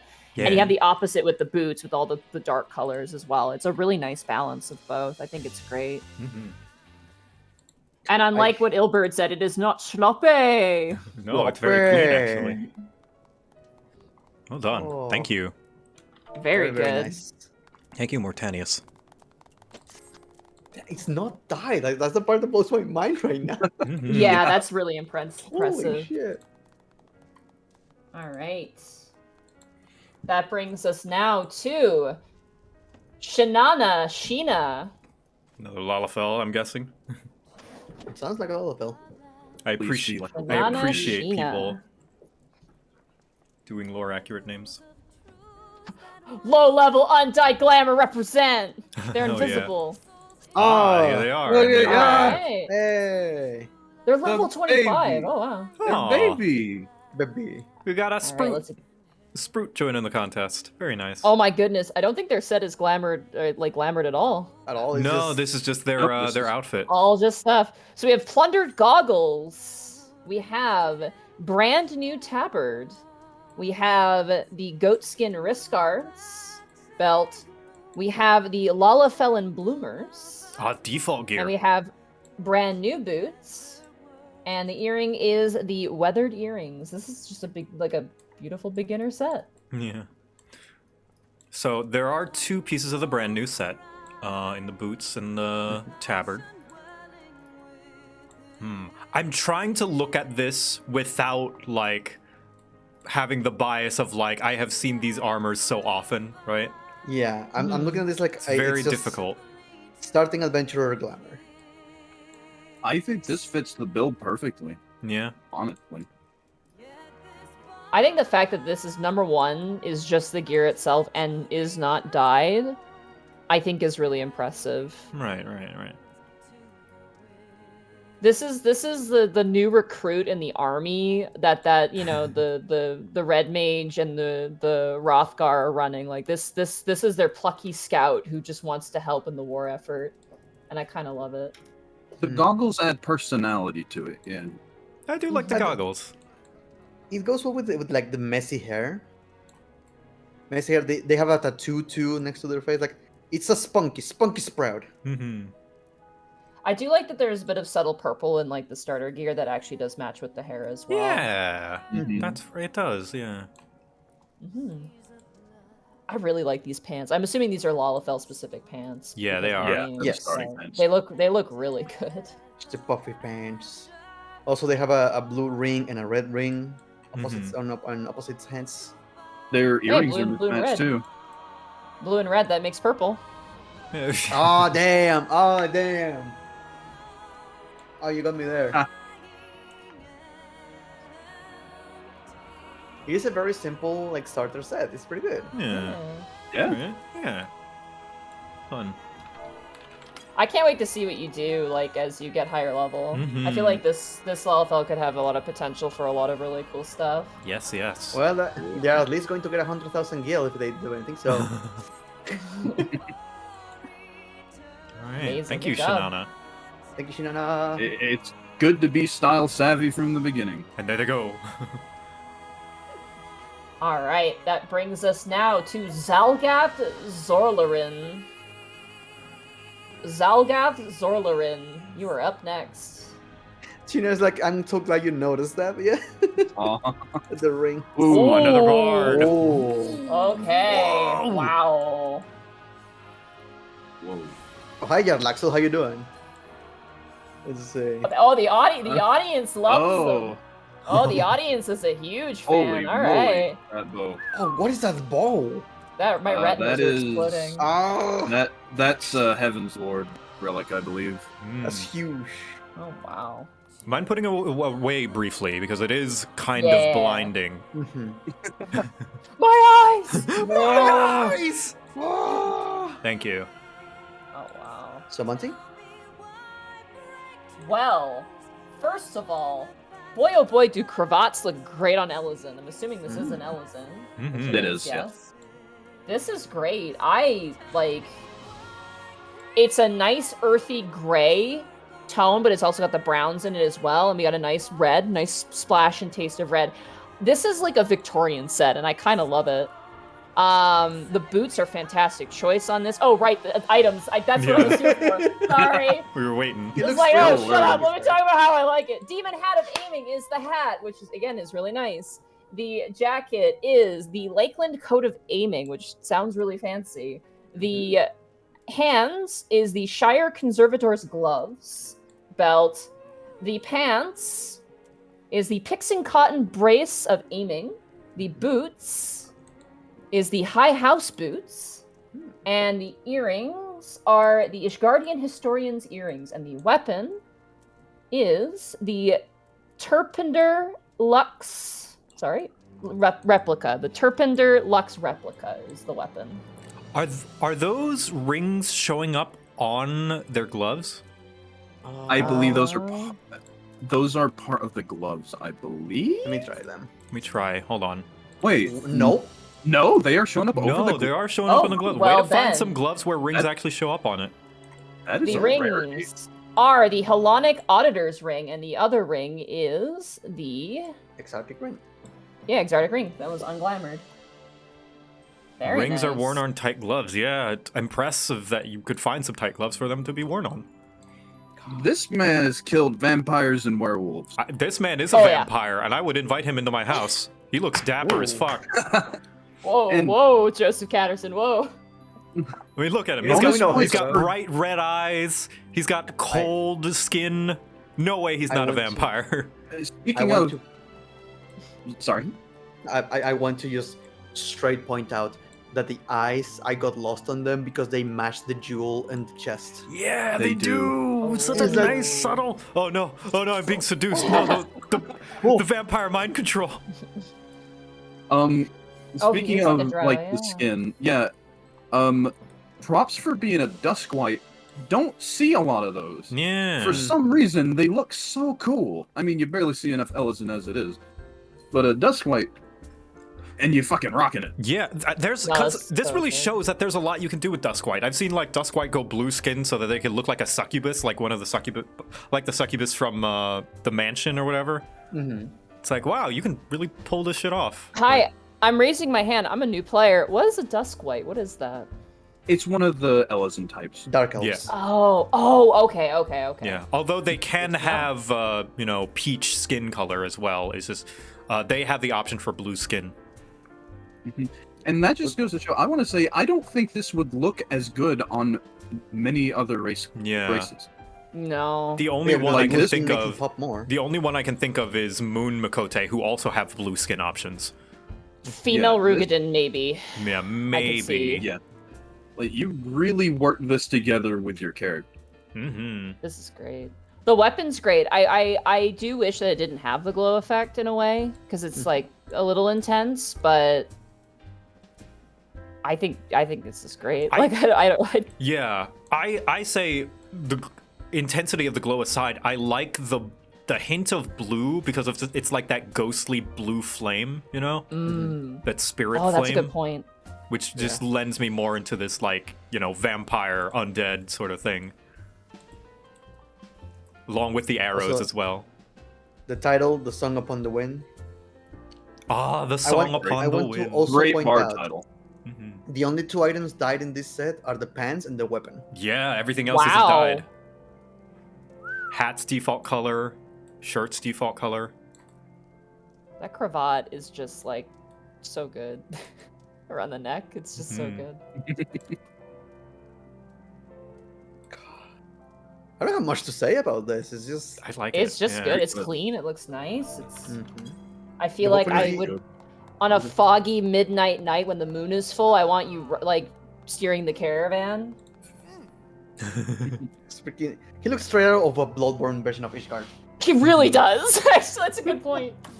He's a I Bloodborne actually boss. didn't know aiming had this top model because I'm only familiar with it from for healers and casters. Yeah. So thank you Very for letting nice. me know about that. Yeah. I might steal it. Oh, more! Steal everything! Steal All right, everything.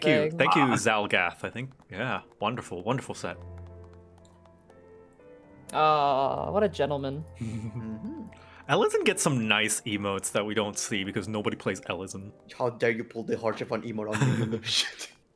Yes. All right, and second to last, we're in our last two contestants now. We have Mysterial Zoetica, or Zoetisa. I hope I said that correctly. If I didn't, I apologize. But Mysterial, if you could come out for us, please. I just hurt my finger. Fuck. Oh, you okay? Yeah. Just a little peeled. Oh, okay. Hi, teacher. Oh gosh. Oh no. Uh-oh, uh-oh, uh-oh, uh-oh. Hold him back. Hold him back. Uh-oh. I'm Uh-oh, about to Joseph risk Gaddison. everything. Speaking of Ellison. So, Monty? All right, I'm gonna do my job now. The weapon is the Edenmorn Index. The hat is the coral eyeglasses. The jacket is the Hainish wool autumn shirt. The gloves is the claws of the beast. Sorry, nice nail extensions there. Mhm. Belt. Our pants is the Southern Seas skirt. The boots is the number 2 type B boots. The earrings are the Edenmorn earrings. Oh, sorry, the Diaspore earrings of casting, I believe. Yep. And then the rings, because they are visible, is the. Sorry, one second. Diaspore ring of casting. And the Valerian wizard's ring.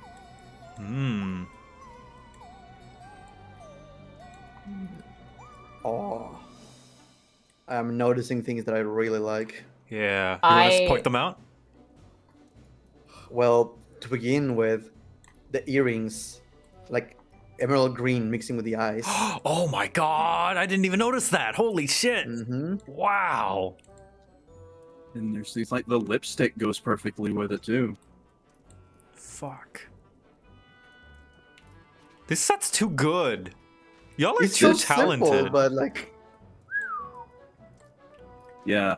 I don't want to say inappropriate things on the screen in front of a lot of people. TOS. So I'm just gonna say you look lovely. you look You lovely. look teacher. I mean, lovely and nice today. This is such an awesome gothic set. Like, I Yeah. love this so much. Like, if I showed my friend Darcy this set, she would play this game.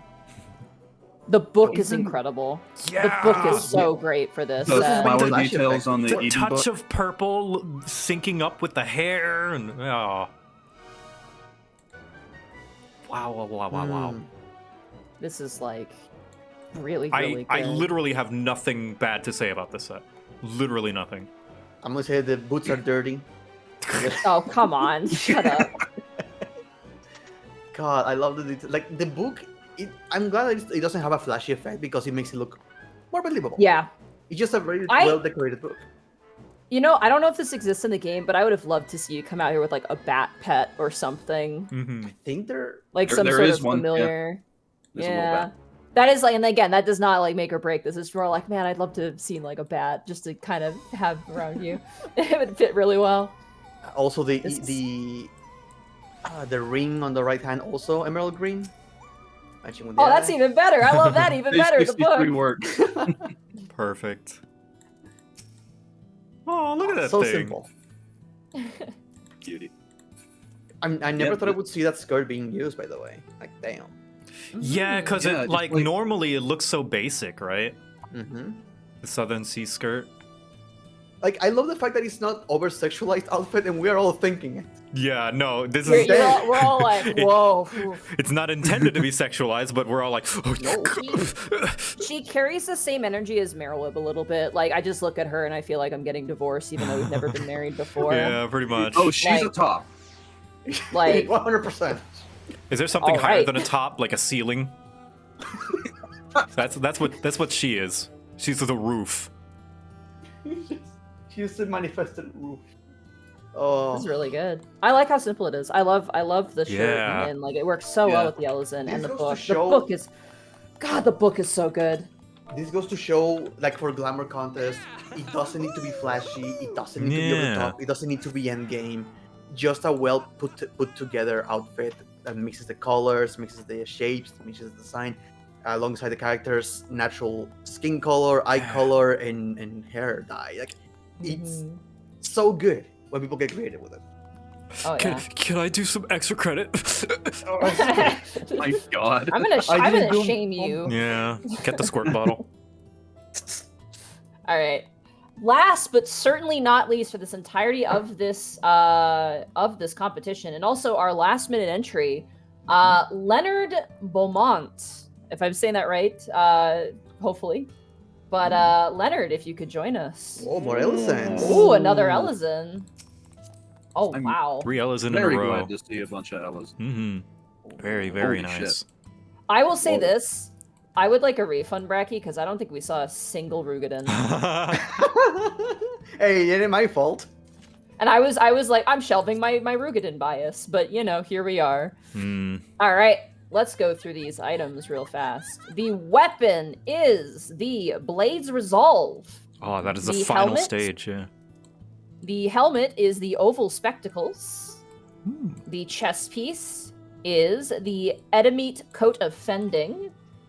The hands is the Cryptlurker's Gauntlets of Fending.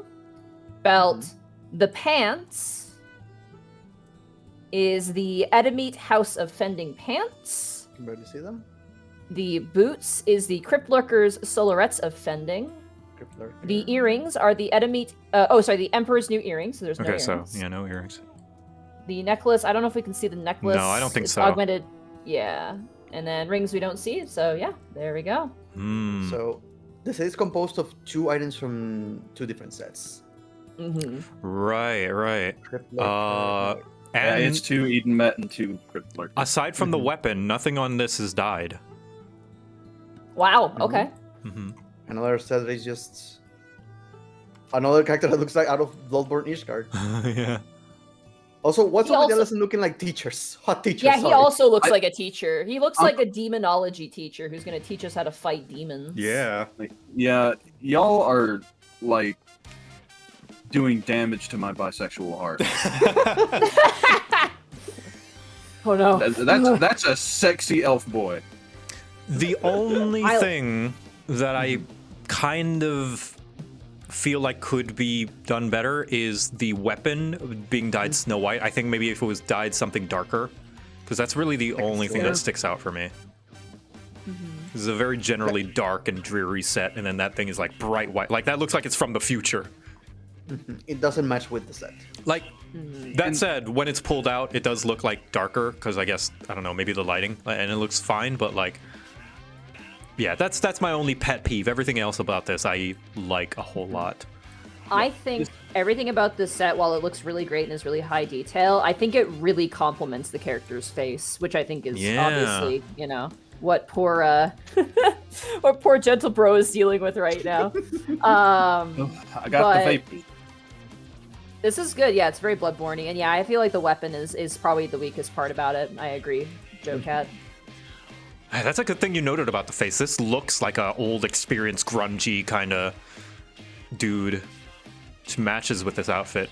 Very proper outfit. This is like this is such a bad comparison. But like this is like a Shadow the Hedgehog kind of character. Like and not in a bad way. You know what I mean? Like not like, but like they're your rival. They're your anti-hero rival character who comes in and helps you save the day at the end of the chapter, right? Like, you know what I mean? And they're just so cool. At the very end, when you're like, also kind of wanted to be there. Yeah, when at the very end after they've helped you and you're like, all right, well you still got to pay for your crimes. You've got to go to jail, and it's like, haha, nah, and he would jump away. Yeah, exactly. You're like, God damn, I hate to see him leave, but I love to see him walk away. I love to, that guy, just wagging your finger. Oh, that Leonard, he got away again. Wait, legacy tattoo? It's on the back, so we can't see it. Wait. Yeah, legacy tattoo would be on like between the shoulders. Yeah, people thought his cheek was the legacy tattoo. No, that's not. That's not a legacy tattoo. Fun fact, actually, JoCat, you'll find this really interesting. Our audio editor, Austin, who edits The Unexpectables, he's a legacy player. Yeah, you told me about this. Yeah, he is. Yeah. Oh, cool. I was like, what? Crazy. He's like, hey, you want to see my Gooboo? And he just pulls out the Gooboo and like the Chocobo, and I'm like, oh my god. Yeah, he played that game when it was at its worst. Yes, wonderful set. Great. Awesome. Good. Thank you, Leonard. Yeah, very good. Very cool. Very cool.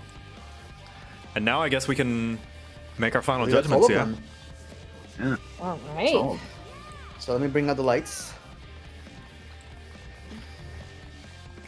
Man, I love that you can do like house changes when people are in here. Animal Crossing. Crossing. Having to leave Animal Crossing. Look at all you. Look at all those chickens. So, what's gonna happen is the three of you are going to choose your top three. Okay. And out of those people, I'll choose the three winners. Do we have to What pick happens which if order? we overlap? We can do. Let's do the order. I don't want them to overlap because I want the 9 people. I want more chances available, but better. Okay. If they overlap, let's try not to. Let's go by order. So let's do like we did before. Joe, you choose your 3 first. Okay. Gento, you choose your 3 later, second. And Monte, you choose your 3. Yeah, I'm gonna need a little bit of time to deliberate if that's okay. No worries. This is the time for people to leave AFK, go to the bathroom. This is time for the judges to start debating who they are going to be choosing. Yeah. I kind of hope they don't overlap, like to to give more people chances. Well, but if we're choosing one in person order. chooses, yeah, if we're doing that, then that should. I'm okay. Well, what if they do though? Like, what if we just feel so strongly about a set that it just so happens to overlap? Would you guys be okay with that? I mean, we could always talk privately and just be like, pick out unique, like, you know. Yeah, we can mute ourselves on stream. Yeah. More likely. So we man, could this is do that. hard. It's really hard. Like, This is the hardest part of the entire night, guys. yeah. And I will say, after we select a winner, I will have to go. Okay. No worries. I'm just saying, like, you guys choose your 3 favorite, and we are going to make it like from there. I don't need to. Think I know who I'm going. I'll put mine in order. I'll put them in the chat. I'm gonna put mine in order in our Discord chat here. So. All right. I'll do the same. Can there be a segment for honorable mentions? They're all honorable mentions in my heart. They're all. I think all of them are good in their own right.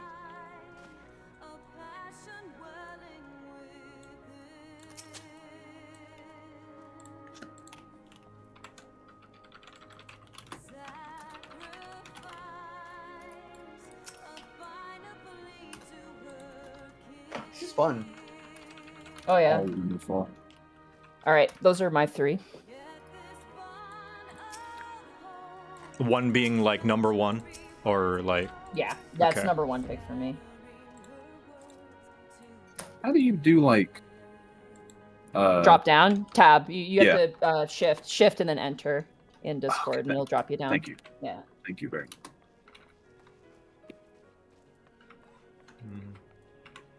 Yeah, Austin is a real OG. Like he's played a lot of MMOs.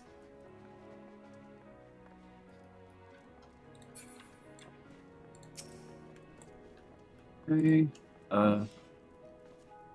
Also, can we just shout out to the audience, by the way? Yeah, thank you like for the people who've stuck around the whole time and have been really supportive of the people presenting themselves. Like, you guys Yeah. are like the real OGs, man. Like, you guys are great. Heck yeah. And for being patient with us when like there was a bit of a gaggle at the start.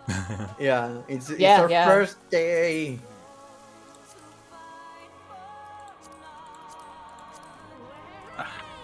Fumbling all over my tabs. No worries. So far, no repeats, so that's nice. Yeah, I'm looking at y'all's too, and then really thinking about it. Yeah, I wrote down a list of the ones that I really like stood out to me and I really enjoyed, so I could pick Mhm. from that list. I gotta keep tabbing in to see these people's names. I will say this to all of you on the shelf and under the shelf. You all look beautiful. Do not be mad if you're not chosen. You did all a great job. The reason it is so difficult is because you all did a great job. Yeah. Like, hot damn. I am It's so very difficult happy because there, you're all so ugly. Oh, I so can't. disgusting. I can't even look Damn. at you. Gross, disgusting. I wouldn't go through a dungeon unsynced Sastasha with any of you. Oh, man. Wow. Wow. Oh, man, Final that's... Fantasy 14 burns. Oh, you, sir, are very bald. Oh, damn. Yeah, those are my three. I gotta stand up for just a second. Once. No Yeah, worries. go do your thing. Okay. Yeah, we all had different people. Right. Nice. What a nice. Should we each go through which ones we picked? Maybe like from third to first for like the individual judges. That'd be kind of like the, and then Bracky can make the difficult choice of the top three. Correct. So whenever the judges are going to say your name, what I want you to do, if you hear your name, you're going to step down from the shelf or keep walking in front of the shelf and position yourself on the stage. Is that clear? Yeah. Return. Whatever. If your name is called, go on to the stage. Yes. You are all beautiful. So, Joe, who are your 3 chosen finalists? Okay, my chosen finalist, number 3. My third favorite is Fecta Minoris, with their purple, like, glam that fits so well with their outfit. The fact that they managed to make everything fit with that undyed shirt was wonderful, and I don't see a lot of purple red mages. Well done. My second favorite is Mysterio Zotica, because I have a soft spot for, I don't know, teachers. I love my teachers, and I respect them very, very much. And I just love learning. I love learning, and I love, books and reading. Clearly. I don't know if soft is the right terminology in this circumstance, but... And my number 1 favorite is Zalgath Zorlaren, for your wonderful looking, just... Oh my god, like, you look straight out of Castlevania, and, like, you're very handsome. Way to go with what your use of the blue skin Elezen and the red eye. Everything matches. Everything's so good. And undyed as well. Very, very good. Very Here, good. I gotta do this too. Hey. Yeah.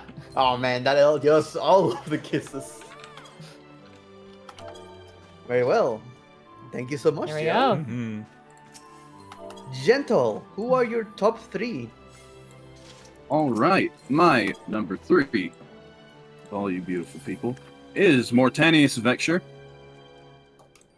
Okay. I absolutely love this mix of Dark Knight with this Far Eastern aesthetic. You look so awesome leading a battle or something, and I'm a sucker for that sword too. It's just an incredible look. Like, it all goes together so well. It's Again, very intimidating. Undyed, the entire set. Everything is undyed, yeah. So cool. All right, my number 2 will be Natasha Tenbei. That one. Patasha Tenbe. Patasha. Yeah. Hey. The color coordination on this is incredible, especially with like the hat and how it's blue on top, red on the bottom. It fits such a good roguish aesthetic. It's just perfect for ninja. And it's yeah. I'm sorry, I'm very bad at explaining myself, but I like it. No I worries. like that one.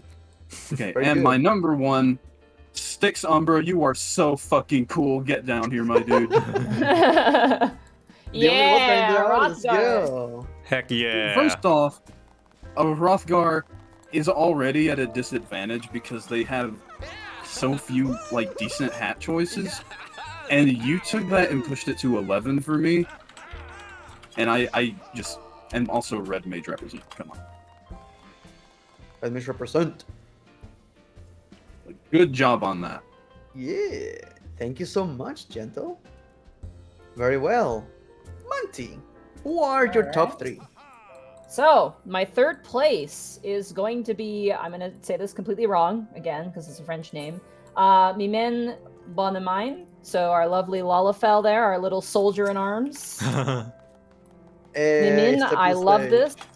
I love this set. I think it's so simple and so nice. It's got a lot of class. It's a nice uniform. It comes together really, really, really well.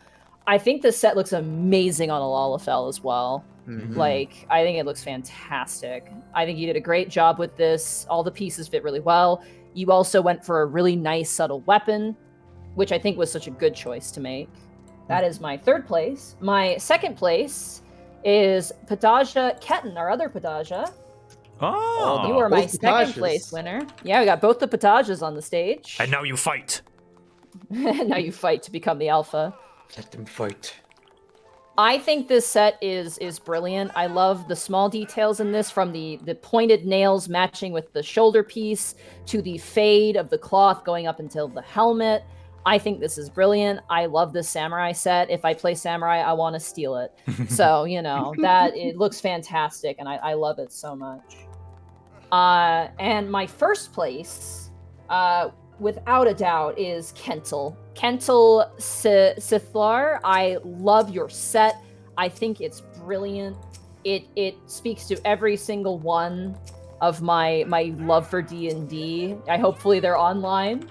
I hope they're here. Oh, there we go. There they are. There they Hey. are. I love everything about this set, from the way it looks on your character, from the way all the pieces come together, the fact that the hat and the jacket they're not part of the same set. Every little piece is picked up meticulously. There's a lot going on, but it all comes together and it looks it just knocked me out of the park. I love this set so much. It looks fantastic. Very well. And I Thank guess you our so Lord much, and guys. Savior, Bracky, you may pick the winners now, huh? I'll Yeah, do you that get the after I'm hardest done one. with the other people, because I don't want them to be waiting. Oh, So, yeah. For those who didn't make it, guys, once again, thank you so much for participating. Do not feel bad. This was a very hard choice for everyone, trust me. Yeah, oh Because god, it was. You all have beautiful glamours. Like, from the most simple ones to the most complicated ones, we gave you your the critique of your outfits, and we love them all. I thank you so much for participating. Thank you so much for being part of this. Hey, if you didn't make it this time, we might be thinking of doing more Glamour Contests at some point. I totally want I had to. a lot of fun with this. Coming out of your pocket. So do not move from where you are. I will give you your participation reward. Thank you so much for being part of this, guys. Aw. So here we go, Amelia. Here you have 100,000 gil. Just giving out, just like, here you go. Giant sacks, it's just like, yeah, slams it Here. on the table. There you are. Here's enough to buy a high-quality exarchic weapon. Amy Ricky- Bymasta has been visited by the ghosts of Christmas past, present, and future, and has now had a change of heart.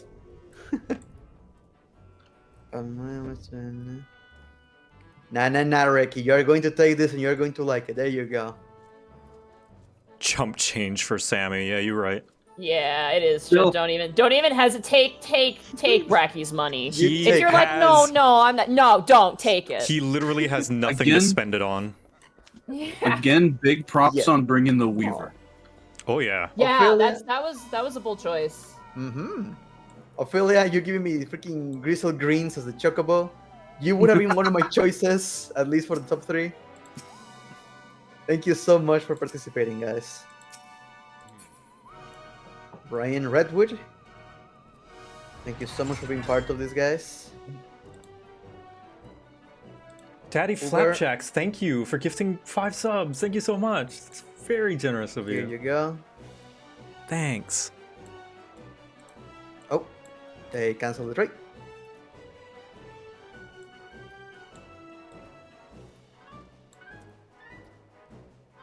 Take your participation reward and you like it. Donate it to the next sprout you see. Do it yourself. I ain't giving this. I'm a sprout. I'm a sprout. I'm not a sprout, but I used to be. Can I have money?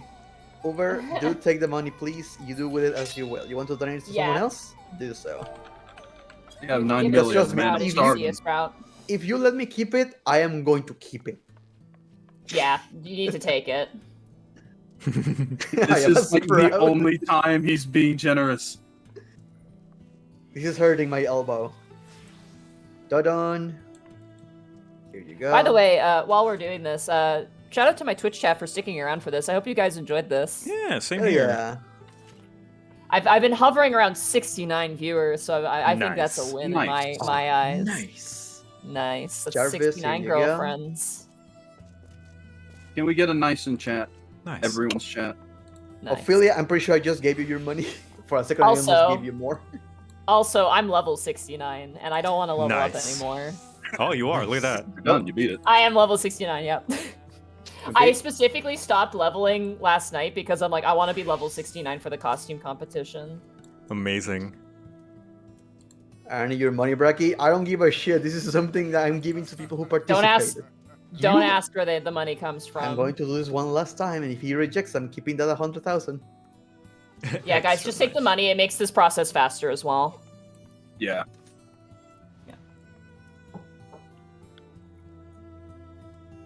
There you go. You took it. Oh. Ah. Yay! He's on free trial. Oh. Ophelia, you're Thanks. Thanks, Wimpy. You gave the money to Monty? Why? I should have kept it. Put that and I can spend that on the 50 gillion. Sorry. Chinana, I have mounts if you to buy buy, the game, let me know. Come look for me. I'll give you your money. I believe those are everyone. Yeah. Oh, Did we get Ophelia! Leonard?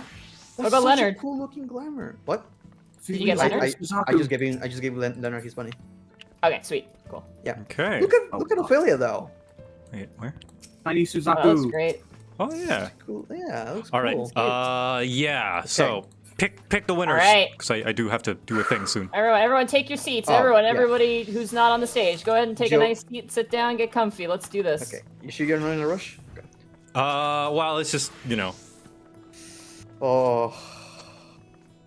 Thing is, it might take me a little bit. Oh, I have the level bias. Okay, let's see. Oh my god, a lot of people are giving me their fucking price. What?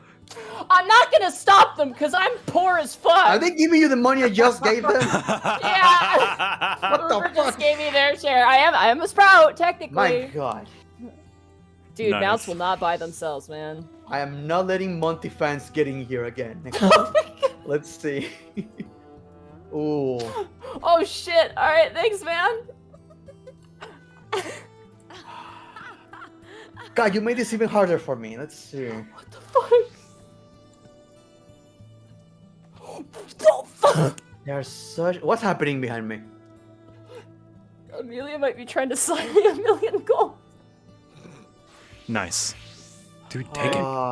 It's such a difficult because a lot of these sets, like they share common things we said before. Like some of them are not even dyed, and they manage to match multiple sets with one. Mm-hmm. Others Thanks, are Leonard. so simple that they work. God damn it!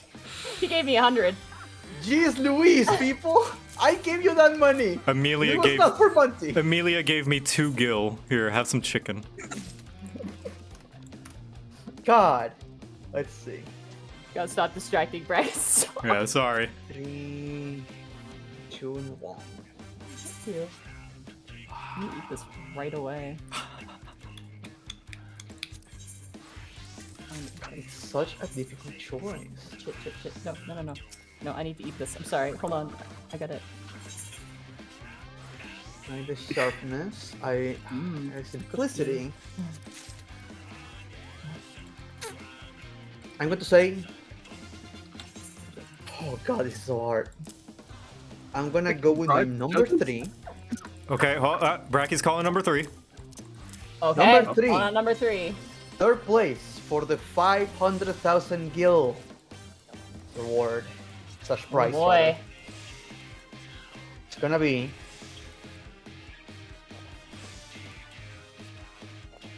for Mimine Bonmine. Hey! Yeah. Our soldier Larathor representative over here. Good job, Lieutenant. It's a great glamour though. It is. Yeah. Very good. Like, place yourself on the shelf.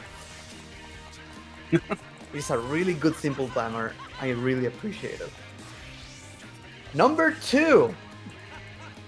Second place for the 1 million gil prize. Do not give it to Monty.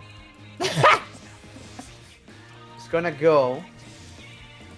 Thank you for the 69 kill. Oh my god, why is it so hard? It's really hard.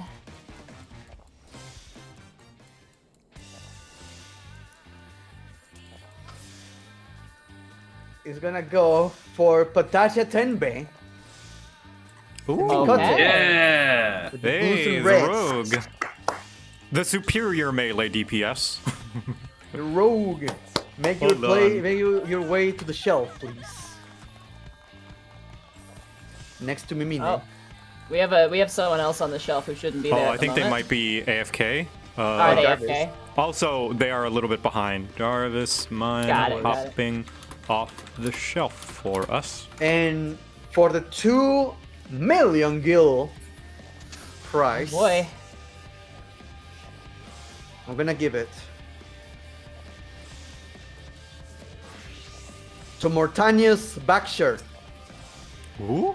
Our good old Doman Griffin over here. Oh, hey, Hell congrats. yeah. Hey, The there mix we of the go. colors, the usage for for the weapon mixed with an undyed set for the 2 million gil first prize. Well done. Congratulations, guys. Congratulations. As for the rest of you guys on the stage, get the hell out of my house. Let me give you your. Okay, Bracky, what the fuck? Let me give you your participation prize. Thank you so much for being part of this, guys. Hell yeah. Good job, guys. These were all amazing. Yeah, for real, y'all did incredible. Oh, I'm so new to this game that I'm just like, shit, you can look this cool? What the fuck?